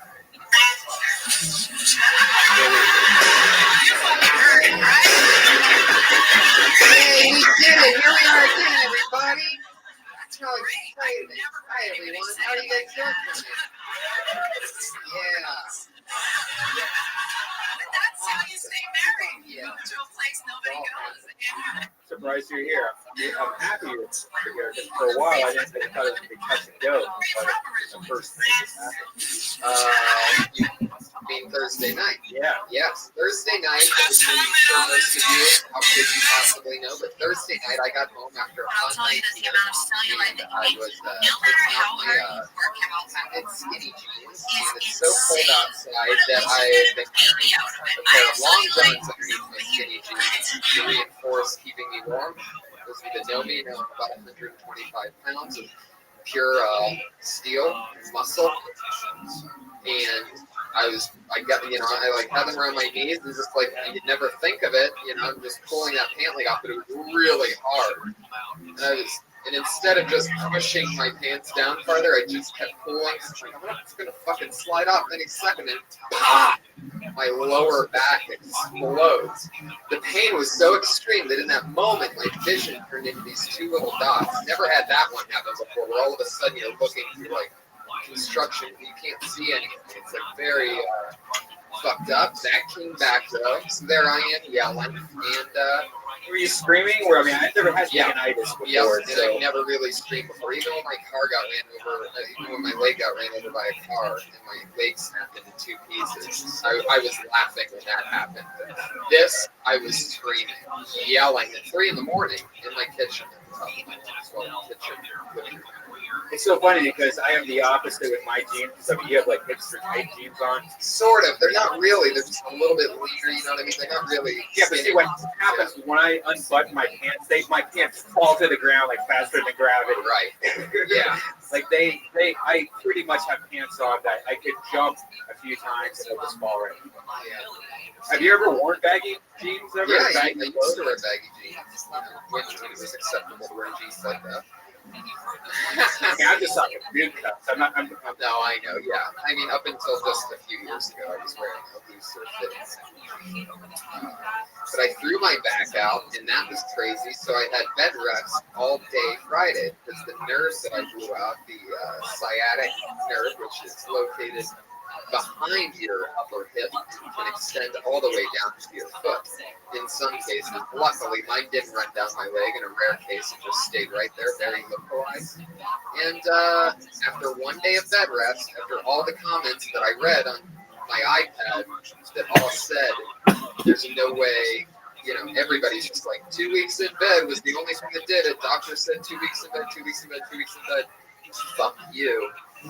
Next day after one full day and one full night, which is the first day and night I've spent in bed, literally like closer to a decade. What is that? Patriot, where are you eating something? What's going on over there? Just play it cool. We haven't introduced you yet. Just trying to get through my backstory, okay? What's going on in there? Do you have like a candy in your mouth or something? No, there's something going on. He just can't even contain himself. What's probably thinking that you're 29, you shouldn't be pouring out your back. Well, yeah, I know. This type of injury happens all the time to anyone, even super athletes.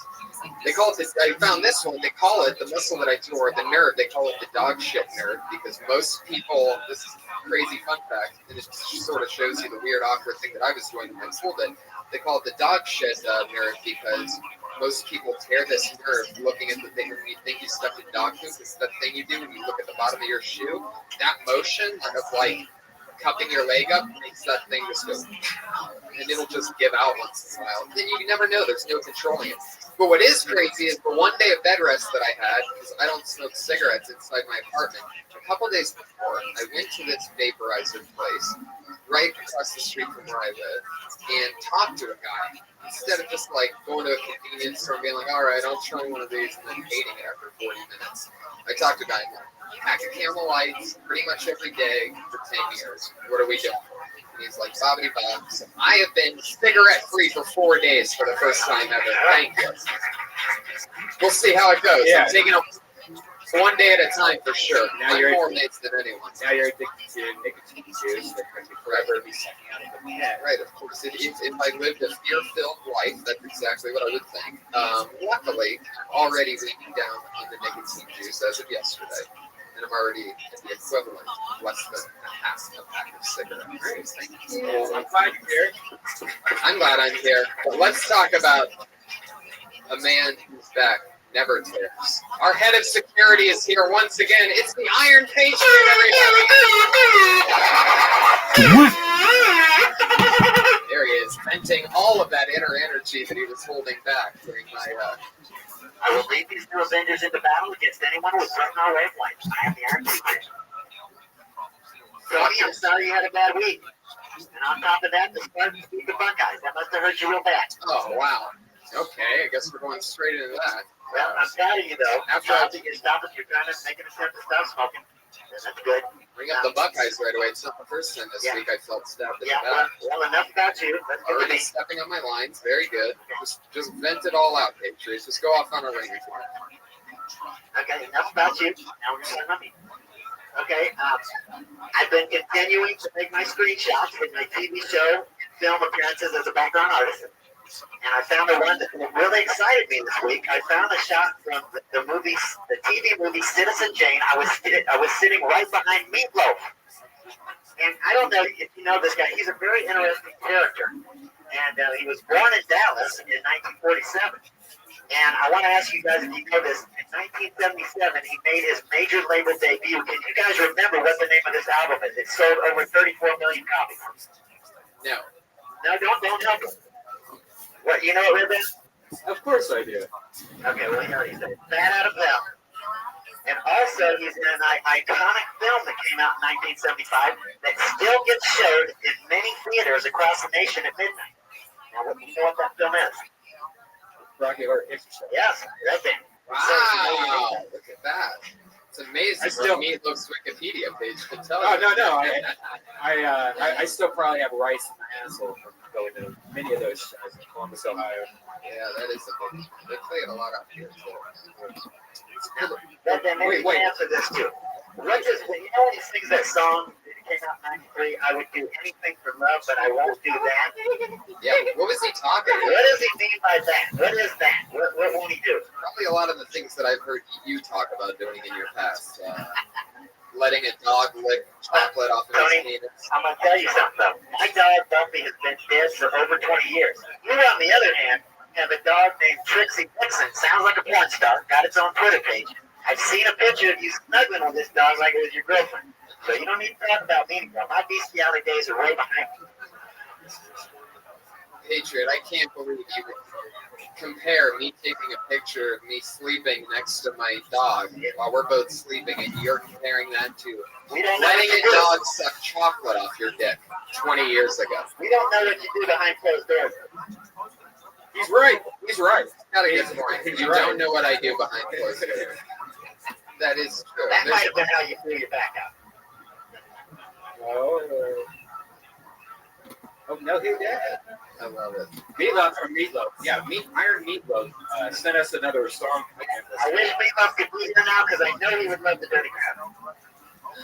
I have a question actually, Patriot. Last week you mentioned that you were in multiple bands, not just the Dirty Crabber. Yeah. Did those other bands have the same kind of sound as the Dirty Crabber? Kinda, a little bit different. I'll get to that in later episodes. But the first band. All right, whenever you want, I guess. The first band I was in high school, and I started that band when I was a sophomore. It's called Romeo and the Dreamers. We had this song, Run It Run. Maybe we'll do that later. But after that, in the late '80s, I had a band called Shane, and after that was Dirty Crabber. But all those songs have different fans that are those bands that remember those songs. Say fan or fans? Fans. Okay. You have, first of all, how many people do you think are big Dirty Crabber fans out there? Pre-Kill Tony era of re-promoting this band from the '90s. I've been sending that music out for 20 years, so who knows? I mean, it's spreads across the globe. It's in the underground. I'll admit. Just because you mail copies around the world doesn't mean that it's stretched around the world. But I'm just saying, it travels. The music's good, and that kind of buzz always spreads. It's been I don't know. I'm unaware. I don't know exactly how many fans are out there, but I know they're ready to unite and bring back the Dirty Crabber. What's the song you sent this week? Is this Dirty Crabber? This song is called "Go Insane." You sent another song in? Yeah. I'm on a wow. This is every week. Yes, I'm hot. I'm hot. I got to keep it going on. Oh my god.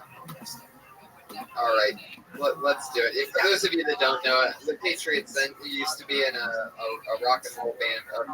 It's not really rock and roll. What would you call that? It's a mixture of a lot of things. Got a rock, got a little saxophone. It's like B-52s meets. That was one song, the Mailman. There's the other songs don't really sound. It's always really bad. It's like if King Kong was from Texas. All of his songs are always like 6 minutes long, but we only can possibly play like a minute and a half before it feels like it's been 6 minutes. So, all right, that guy's lost. Don't take it out on me, Kong. Oh, do your fucking song. Oh, now the song will play. Yep. Where'd you go to college? University of North Texas in Denton. The Mean Green. Yeah. Turn up, Whoa. Feedback this artist. Oh, no. He can only move certain directions. I need a change. Looks like I'm gonna go insane. I need a change. Looks like I'm going insane.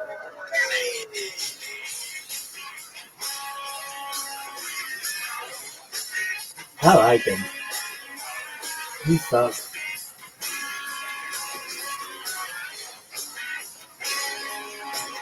There is magic in the air. With lots of loving everywhere. What's that? There's a love you just don't find. Looking on the back line. And it goes on and on again. Fever keeps running through my head. And it goes on and on again. Fever down my backbone. This mystery is kind of crazy, but it's meant to be. Looks like I'm gonna go insane. I need a change. Oh my god. Yeah. All right. You guys don't really have to clap. He's not gonna kill himself. So how long ago was that song from? Which band wrote that song? Was that the Dirty Crabber? That was at the end of Dirty Crabber in 1993. do yourself a favor, go to iTunes. Never listen to it again. This is the first song on the Dirty Crowd album. Go to iTunes, download this, listen to all 9 songs, because the musicianship is outstanding on this record. Now we got a guitar player on there named Rothschild, that was the original player of the Edie Patel and the New York. Do you really think anybody gives a shit about this? Like, in what possible world would you be name dropping a guy from '93? What does he do now? What is he wearing a Batman costume on Marin's podcast? Like, what's going on? He lives in Argentina, but I'm going to get him back once he gets this revival. Now, the guitar solos on this album sound like Buckethead on heroin. They're intense. Now, this album will take you on a journey. If you want to smoke a little reefer before, that'll make it better. It'll take you on a journey to the roof of your apartment building to jump off. Yeah, it jams in. It's a good clean recording, and I have that band tight as shit, man. I had them practicing the fun. They went in that studio, we did a few overdubs, but basically that was the fun. That's a real band and rock. All this shit today is so overproduced. This shit is raw, right? Oh my god. Okay, there you go. Everybody, the Iron Patriot, everybody. There he is. Let's move into the main, let's slowly descend into the main frame of the show, everybody. As always, there's tons of comedians that sign up for the opportunity to do 1 minute here. And as always, I always have 2 of my funniest friends, 2 amazing guests. This week, as always, is so special because it really doesn't get much more exciting than the 2 guests I have here. In no particular order whatsoever, this guy, one of my favorite comedians I've ever seen and gotten to even make friends with. You can start clapping now. He's done the road with the likes of Sam Kinison, one of the top favorites and regulars here at the Comedy Store. It's Jimmy Schubert, everybody!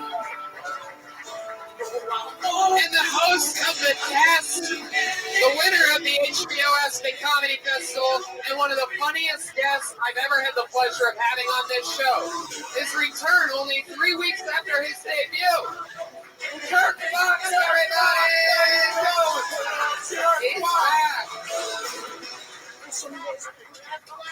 Yeah, there he is. We're all here. Welcome. Thank you. Thank you, Tony. Kirk, it's good to have you back. Thank you. This is a place to be tonight. Fantastic. Do you ever do a show next to specimens like that? No, but he's a background artist. But I'm right here. Are you looking at me? No. I'm right here. Talking to me. I love it. Let me say something. I'll fucking pull your Duracell battery roll and you'll fucking shut down quicker than the motherfuckers, please. Don't get me. We're just getting to know each other. All right. Okay, Jimmy. I don't know if you're aware. What time do you have that suit back by? What time you get the rental till? I will say you do look a little shinier than last time, so you did an armor on, correct? Not bad at all, but what I want to say is, I don't know if you're aware, but yesterday, on December 8th, was Sam Kinison's birthday. You would have been 60 years old. Really? And you don't think I fucking know that? You all of a sudden I'm a fucking dope? Really? Well, as Tony says, he went out on tour before he died. Can you tell us anything about what that was like? Excuse me, buddy. I'm going to talk to somebody who's fucking not in the fucking suit. I'm going to talk to you in bed. I'm going to talk to somebody dresses up like fucking Aaron Patriot. Patriot, could you possibly have asked a more, like, regular question than that? Just what was that like? Well, I think it was good timing because his birthday. What do you think it was like when your best friend dies? What would happen? You're like talking about it? Yeah, I'll tell you what it was like when my best friend died. Listen, if there was a transformer you were fucking, and then all of a sudden it stopped and just wouldn't transform into anything, how would you feel about it? What was the tour like? When you went on tour? Yeah, we heard that question. Yeah, it was 29.5 fucking podcasts, right? It was fantastic. It was a lot of fun. I think you might have had a chance to open for him if he was still here. I think you would have liked it. He actually crashed into a car that looked just like you. That's right. The guy was that outfit was made for the fucking car parts for the car that crashed into. First thing he saw was a truck with one headlight. Yeah, great. Good. Glad you could fucking show up with the car parts for the car accident. Can you say something to me? Before we do so, I want to talk to you for a second. I read something about you that was very interesting today. Back in You have a lot of free time. That's awesome. Go ahead. Yeah, I got a lot of free time. 1999, you were married to Clint Eastwood's daughter, Allison, for 10 months. Now, why did that end so quickly? How did you meet her? And did you spend any time with Jesus her? Christ. Goodness. Well, listen, I will say it ended when I found out that she wasn't living with Clint anymore. What else you want to know? Where'd you get your first Listen, it was a great marriage. I miss him, and I wish it had worked out. I will say the last thing he did say to me was, he's like, you son of a bitch. And I was like, he called me son. I'm so excited. That's all I ever wanted. Did he tell you to get off his lawn after that? No, he said, get off my daughter. No, it was great. It was. It just didn't work out, but you know how that is. I'm sure there's been a lot of celebrity daughters that he's married. Yeah, I'm sorry, the last vagina you saw was the one you came out of. Where'd you get your, this guy's got a charming white wall from damn cloth. This fucking hateful cocksucker. I just like how low the mic is. That to me is my favorite part of this. It's like his biggest. I got speaking on my chest, so the sound's coming out this way. Yeah, I don't care where it's coming from. I don't listen to much of it. Well, we are already off and running. I'm so glad to have you two guys Tony, here. what else would you do? Exactly. This week is actually pretty exciting. You guys know comedians come on and do a minute and then we chat with them. Today we set a record for all-time highest amount of sign-ups of 38. So that's a new. Wow. 38 Nice. comedians. So you're saying we're gonna be here at least 38 minutes? No, not everybody gets up. We run into a certain clock. We have to be done. Jimmy, how you feeling? You feel good about I it? feel good. Hey, Brian, what's up, Brian?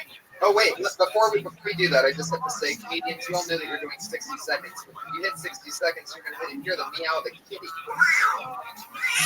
You better wrap up then. That is an angry kitty. It's true. You better wrap up then, because if you run the light, you're going to hear the West Hollywood angry bear. And that bear sounds extra angry tonight. Holy shit. Always extra angry. Wow. This guy has been on the last 4 weeks, an internet sensation. Proves you how crazy the show is. Schubert just picked this out. The return of Eric Carter, everybody! Sensation.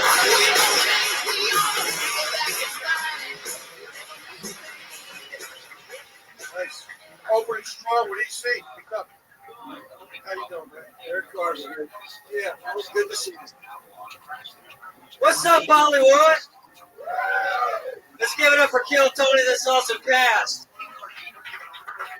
And for those who've never been here before, my name is Eric Carter, and I am from the deep south. I am from Mississippi, and I have been living in the state of California for 5 months. But it doesn't matter where I've been or how many countries I've been to or how many languages. I always get treated like a damn idiot every time I first meet somebody over here. They always get the, hey, where are you from? And I'm like, I'm from Mississippi. Cool, I bet it's different from here than the South. No, it's the fucking same. Same diversity and same everything. See, just as much Confederate flags in Orange County as I do back in the South. Holy shit, I bought more pistols in Dana Point than I've had in Death Valley.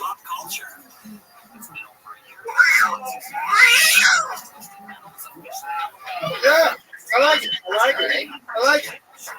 I gotta say, Jimmy, he reminds me a little of you. You know what? He comes out with that confidence and swagger. I do have a question. How many countries have you been to, and how many languages do you speak? I've been to England, I've been to France, I've been to the United States, and that is a country. And I studied French for 2 years in college, and I did it at a stone. So then, tell me what this means. The Rabbi que le quiere contract for all right, sorry, motherfucker. I think call your bluff, bitch. All right, yeah. Hey, it's fluent. Because I got a Montreal over here. What do you think, Jimmy? I like Je dis français, il doit essayer politique américaine pour 12 ans. I mean, like I said, I know. I love a guy who speaks a French accent with a southern drawl.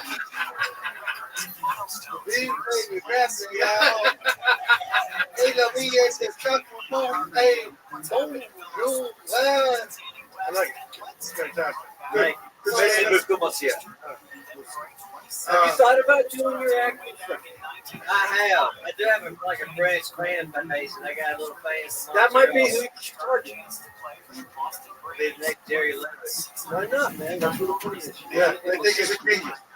It took you a long time to get to the part about the Confederate flag. It did. I don't know. I got a bit intimidated. I'm a big Sam Kinison fan. I've seen your stuff. But Sam's not here. I don't know if you heard. I don't know if you heard the Iron Idiot, but it's a 20-year anniversary of his death. 21. It actually was 43 seconds till you got to your first guest tag. 7 hours already. But I like your swagger, I like your confidence, and I like you get the very southern I like it. Just get to the punch quicker. Yeah. So, Because then if it doesn't work, get to the next one. Here's Norman. Here's one question. So, 5 months, a couple months. Yeah, I'm busy. I got to You keep your chest, man. Keep at it. Definitely going places. right I now, hope it works out with you and Rosetta Stone. That's All right. at Call Me EC on Twitter, guys. That's Eric Carter. Eric You Carter. like picking? I like picking, man. I like picking. Jimmy the Picker. Mixing them up, mixing it up. Mixing it up. Oh, shit. Brad Stacks. Oh, shit. Oh, shit. Here we go. Oh, wait. Oh, man, how are you, man? Fucking on top of New York. That's right. I'm engaged, guys. I recently got engaged. Thank you. Thank you. My fiance hates comedy. She does. She hates that I do comedy. She used to like comedy, but then she saw me do it.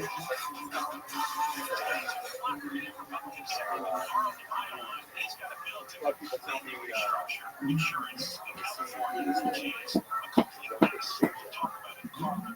they do that, but then someone will sing with the game job. They're like, "Oh, you."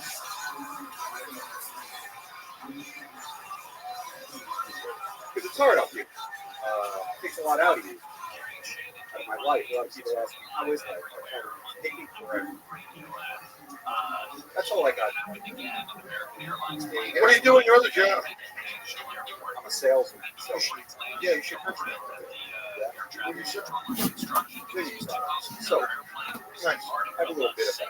And I'll also say, if you have 60 seconds, and you get to 40 seconds and you're done, find another 20 seconds.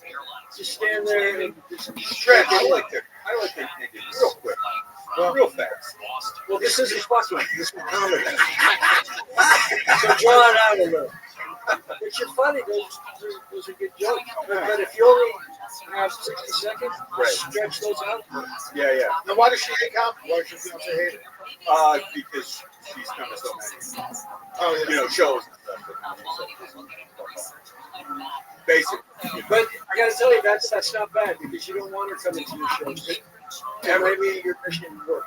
Yeah, I don't want to. Because then I got to, it's like, it's like hanging the Christmas lights. You can't fuck other people at your shows. Right. Which I do. I do that.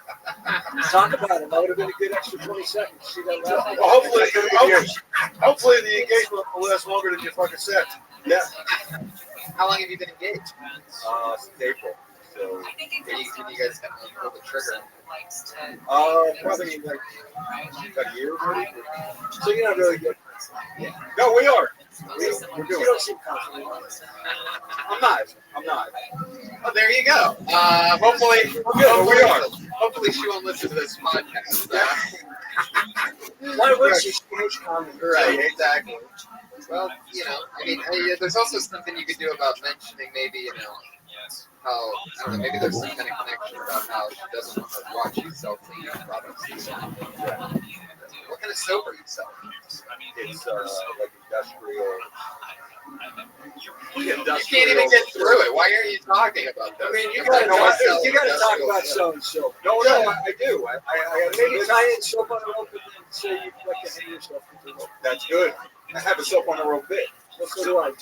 Oh, you do? I do now. Just stop doing it. Sonny, I said it first. I've been working on a bit. I've been working on a bit like that for 6 months now. I did a soap on a joke last year. You're so dirty, but you should also hang yourself. Soap on a joke. Industrial strength soap. Yeah. Industrial, like, and paper products. And I gotta tell you, no one has an industrial strength. So you talk about orange fluoride, keys, and that shit. Industrial strength, like cleaning products. So like, oh, yeah, all kicks and stuff. Yes, correct. Basically, you're asking if they'll come clean. No, fuck no. It's got to be really dirty people you need to sell to that they need that kind of cleaning stuff. Oh, yeah. Where do you try to like figure out like murderers that just got out of jail and stuff He like just that? murdered the hooker, and now all the DNA's in the rug. How do you clean it up? Get my new fucking industrial strength. You're gonna have a lot of jokes. You're gonna just keep diving into those. Go back into the woods. Yeah. Okay. I'm gonna do some industrial strength jokes next time. That would be great. There he goes, Brad Sachs, Brad everybody. Sachs. All right. He's on Twitter at Brad Sachs. He is on Twitter at Brad. SACHS. Yes. I think that marriage will work. Yeah. I think there's a chance. You mean him and Well, marriage not with him, between. but she's getting married. Yeah, totally. We got one. This is Carlos Escobar. Wow. Carlos Escobar.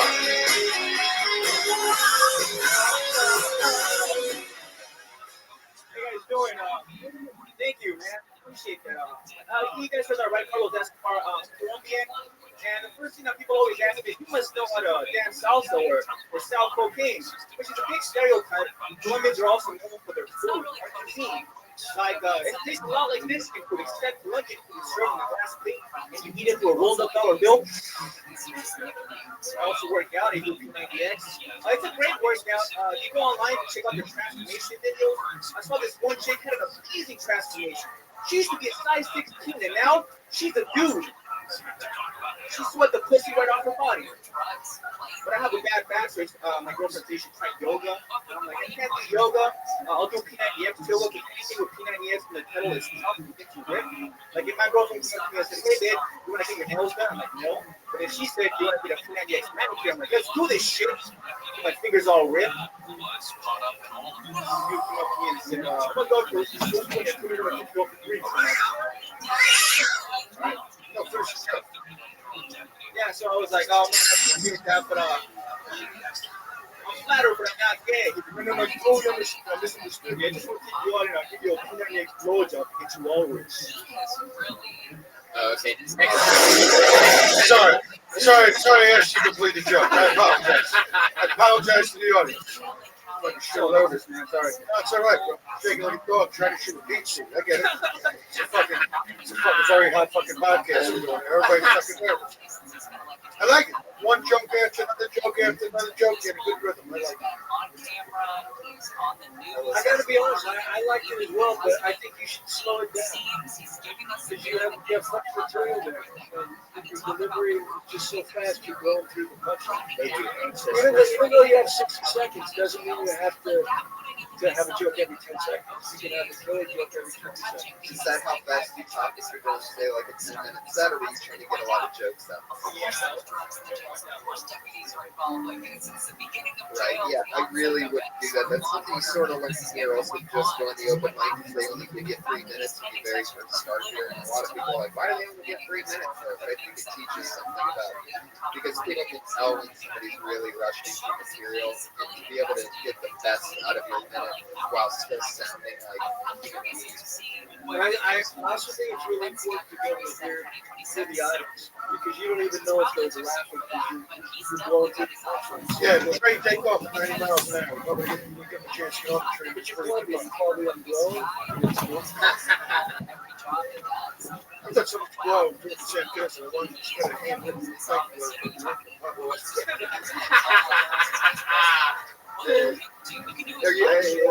How long have you been doing stand-up? Do you have a lot of like cocaine jokes and Escobar jokes and things like that?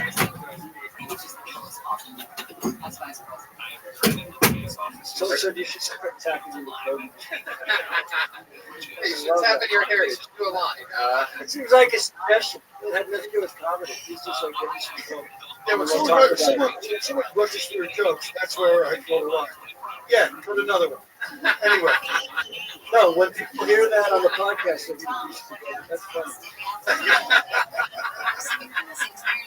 A lot of the shit won't hit here, but later, when people can play it over and over again. Those time release jokes. $2.90. That's where the money is. That's right. You invented it. Not if you do a joke. That was in P90X net. Let's do it. Until I got a workout. And when you say that get your nails done, I would say, you know, if you're gonna take that route, which I wouldn't, I would say manicure because nails done really doesn't make any sense. Manicure, because nails done and then doing, but I would change it to manicure altogether. Make something else seem more extreme, especially that last head. Do that first. And I didn't know it was before I asked you. no, I know. There was no way you could know. No, I just wanted to. Yeah, but because you do, we all suffer. even the bear came out on it. But that was fun. Carlos Escobar, everybody. Carlos There you go. Escobar. You're funny. He's on Twitter. It's Kilos Esco. Who do you got to show your tips around here to get a drink? That's what I What want. do you know about the rock? Oh. Fuck yeah. Who is this? Let me see. Is this actually happening? Oh, wait. You got to show it to the judges first. Oh my God. Oh, yeah. Hold on. Let's see those. What are all those dollar bills? All right. You just come right from the strip club. Look at all those dollar bills hanging out. Those are fantastic. Okay. We knew that. Your name's Crazy. You're a comic. You're a shocker. You see, You never been a fucking crazy comic. yeah, your minute has already started. You take off those gloves, you can do whatever the fuck you want. Welcome. By the way, there's a lesson in show business for everyone. That just went down. Like, how do I get to be 38 fucking people waiting for the chance to be 1 minute? Hey, who wants tips? We do. By the way, I did that to make up for fucking making Carlos tell the other fucking joke. All right, so now we're even, audience. Now we're fucking even. The reason that I wanted to get up here is because my best friend is right there. And I was at the boat, by the way, that's near his first birthday. Wait, are you take a bullet for I him would take a also? homeless. Wait, what do you think? Listen, what's really funny? You had a minute, cupcake. The tits weren't big. The tits weren't big enough for 3 minutes. Yeah, I'm sorry. You only have 30-second tips. 30 seconds. Can I have the mic for 30 seconds? Go. All right, go. Count down. Everyone shut up for 30 seconds. No, now you're losing it. Be careful. Okay. Wait, just 1 second. Can everyone please give me the floor? 7 seconds. Okay. So the reason that I wanted to come up here is because honestly, I'm not a person who has attitude at all. Okay. And the funny thing is, listen. No, I have a person. No, listen. No, I want to tell you what. I want to tell you. This is a funny joke. So I said to him here, I took a bullet for you. And he goes to me, I wouldn't take a bullet for you. And that's so funny. And then he goes to me, but I'd fast and you died. He's fucking hungry. There you go, everybody. There you go. Killed it. You gotta pay me for that. That's what the other guys paid me. That's what they gave me in the other room. I just performed there, saying "Happy Birthday, Marimar" and stuff. Nice. Yeah, there you go. There goes crazy, Well, everybody. at 9:30, if you're done. Crazy. Done at 9:30 or something. Yeah. Oh, okay. All right. Crazy. Lost a few tiles on the re-entry, everybody. Keep going for Crazy. She take a bullet. All right. I thought when she said her homeless friend too that she was going to try to like raise money for him or something. I'm also single. I'm also single on Smart Study. It's a real fun, my whole story. I'm also on Siobhan's show. Okay, right now you're trespassing. Get Right out now. of here. No. Jimmy, you want to pull another name for the love of God? Well, yeah. This show's a fun one, huh? Oh. Can I show my tits to get a minute? Is it Tim Greer. Tim Greer. There he is. Tim Greer. We got Tim Greer. Tim Greer.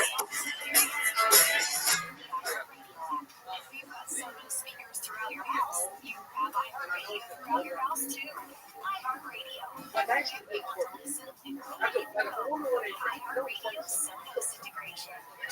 I don't give a damn how much you shake your ass. It's trash. I think work you, man. Like, seriously. Like I'm getting old. Like I even people say YOLO. This is the thing. If you don't know what YOLO means, YOLO means you're this is what they culture. Like seriously. And if I'm gonna follow somebody, why would I follow somebody that would? Follow somebody that's 60 times. Megatron. Anybody would have, you know? Like seriously. Like one black kids I went to 2013. We have rapists, pedophiles, terrorists. All them niggas keep it real. They don't need to. That's all I'm saying. You know? Like, women, they say the dumbest shit in the world. I'm looking for my finger. Don't take a nap. This is one thing. I think it's only fair to read women as long as you do the same shit. That's my thing. Ah, There you go. There you go. There you go. Well done. Well done. Not easy to follow synthesis, but well done. I like it. Oh, no. Yeah. What was that last thing that you just said? It's okay to root for it. That's more of a fact, not really. No, comedy's just a funny way of being serious. Here's what I think. I think your delivery is strong, epic. You have wild confidence. But I think everything you're talking about, each one is a setup. Like, I don't think there were any jokes in that minute, but I think you had 5 or 6 amazing premises. So I think you should take each one of those premises and then just start adding punchlines. Punch them up a little bit. That's what I'm not saying it in a negative way. I'm saying you're very engaging. You should say right on those premises a little more, punch them up a little bit. You also have something you can't learn. Because you could take one of those premises and get 5 or 6 tags. You know, you did 10 or 12 jokes, and you could have done 2 jokes and got 6 tags for each one. Yeah. And for $5,000, yeah, you look like you got money. So we'll talk after. All right. No, but you're on the right track. Wait. Hold on a second. What are you guys doing? Hold on. Wait, shit, what are you doing? You're already posting I love it. I'm so happy to have you. Yeah, you know, spread that stuff out. Like, if you're gonna say something about roofing a girl to only have her shut up, like, there's gotta be more. You gotta say it. There's gotta be a reason why you need her to shut up. Yeah, right. Like when you engage, like do your impression of her, going on and on and on. Right. So I think it's okay to root the girl just to get her to shut the fuck up. Just to get you on information.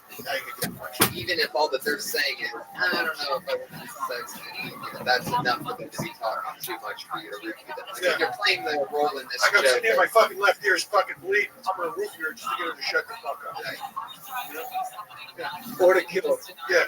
Things you gotta do to get some pussy. You gotta hear the fucking whole life story. And then when I was 2, well, there goes the rookie. Flap, flap, fizz, fizz. There you go. But you're on track, man. I think you're going to be great. There he goes, Tim Greer. He's do you, Jimmy? Let me ask you a question before we pick our next comedian. Do you remember any? Like material that you did when you were first starting out, like a joke that you did? Yeah, he's still doing it. Yeah, man. Yeah. So I actually got the first couple times I was before on stage, and it's to watch it and just it's like watching yourself in a gay porno. What? Fuck this, I think. It's just fucking horrible. Yeah, when I first started, I was like 17. I was in Philly. I was in Comedy Factory House.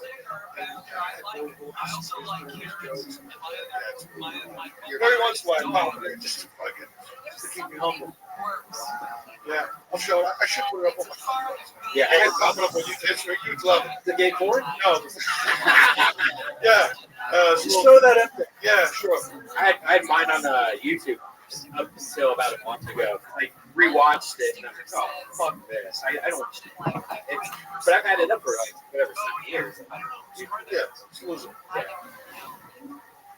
All right. Hey, Jimmy. I'm a Dallas Cowboys fan. It looks like we're head to head with the Philadelphia Eagles this year. No, you're fucking your ass kicked by the Chicago Bears. I'm not even watching. Well, we won It's the like last 41 to 27. Yeah. What's up with you in sports all of a sudden? You know, for a guy that wears a fucking comic book suit, you would know an awful lot about sports. I'm missing Monday Night Football tonight to be here. I hope you appreciate it, Tony. There's still time. You can still catch them last minute. You Yeah, gotta run out. this game's still on. You can still catch them. I mean, you've also missed the last like 17 Monday night footballs to be. Yeah, but the Dallas Cowboys are playing tonight. Oh, that's right. He's Dallas. Yeah. Speaking of Dallas, There you go. Next committee. we Death Squad is coming to Texas in January. Me and Tony are doing a Texas tour, and I believe it's already coming. But January 9th in Houston, January 10th in Austin, January 11th in That's Dallas. San Antonio. Yeah, but Oh, it is Tonight, awesome. Jimmy and I will be at Uncle Padres drinking margaritas. Margaritas and playing with our mariachi band. do you hang at El Compadre Locker? Because I actually seen you there twice before. Yeah, every day I stop in and make sure they're doing it. Every once in a while, you catch us down at that little bar called Coke and Horse. I mean, Coach and Horses. Coach and Horses. Uncle Padres is an important part of it. I love it. Chicken tacos, margaritas, appetizers. It reminds me of like a Mexican version of that restaurant that they walk into. It reminds me of a Mexican version of Uncle Padres. Yeah. All right. He's got a new name, everybody. We are ready for our next contestant. Jokes are right. Annie Malik. Anye Malik. Big booty. Big booty. Hey, Vanya Malik. What's going on, y'all? How you doing? Nice. Good. I'm a bachelor. I like to say that I'm a bachelor more than I like to say that I'm single. I just don't like to describe myself as single. You know what I mean? It sounds hella weak. Like I'm single, like your voice. I don't know the D place right there. Make you just really single, like you sound like a victim of something, like you got stabbed or something, like, you know, like, oh, I'm single. Oh, it hurts. Oh, I'm so alone. Oh, like I'm a bachelor. I applied for this job. It's like the difference between a janitor and a custodian. You know what I'm saying? Like I got credentials. I'm a bachelor. You're single. She comes with a pad. A small ass pad at that. My apartment is real small. Like I gotta go outside to think. Like it's not enough room for me and my thoughts in my room. I still get female company though. I show them over like a player. Yeah, come on in, baby. Yeah, come on in. It's the living room. It's the kitchen. It's the dining room. I give the whole tour standing in one spot. It's real convenient. It's the lobby. Y'all got a lobby. There you go. There came out quick on that one. I love it. Fuck yeah. First thing I would say is that when you're talking about single, I would give like examples. Like I would get into that more. Like I don't know when's the word single used? Like craft singles, right? Like something like that. I would make an example like that, because you're talking about how you don't like being called single, right? How you go by what's the other thing? Bachelor, right? Versus single. How about sexual philanthropy? I like that. You don't mind if I borrow that? No, that's why we're fucking here, to help you fucking become a middle-aged. You think I'm fucking wasting my time? I'm missing Monday Night Football too, bitch. Good looking out. Yeah, and I also missed it. Like, was there a tie to you saying that you like being called bachelor in first in your apartment all in one room? Oh, it was a transition from using referred to the bachelor instead of saying single. Gotcha.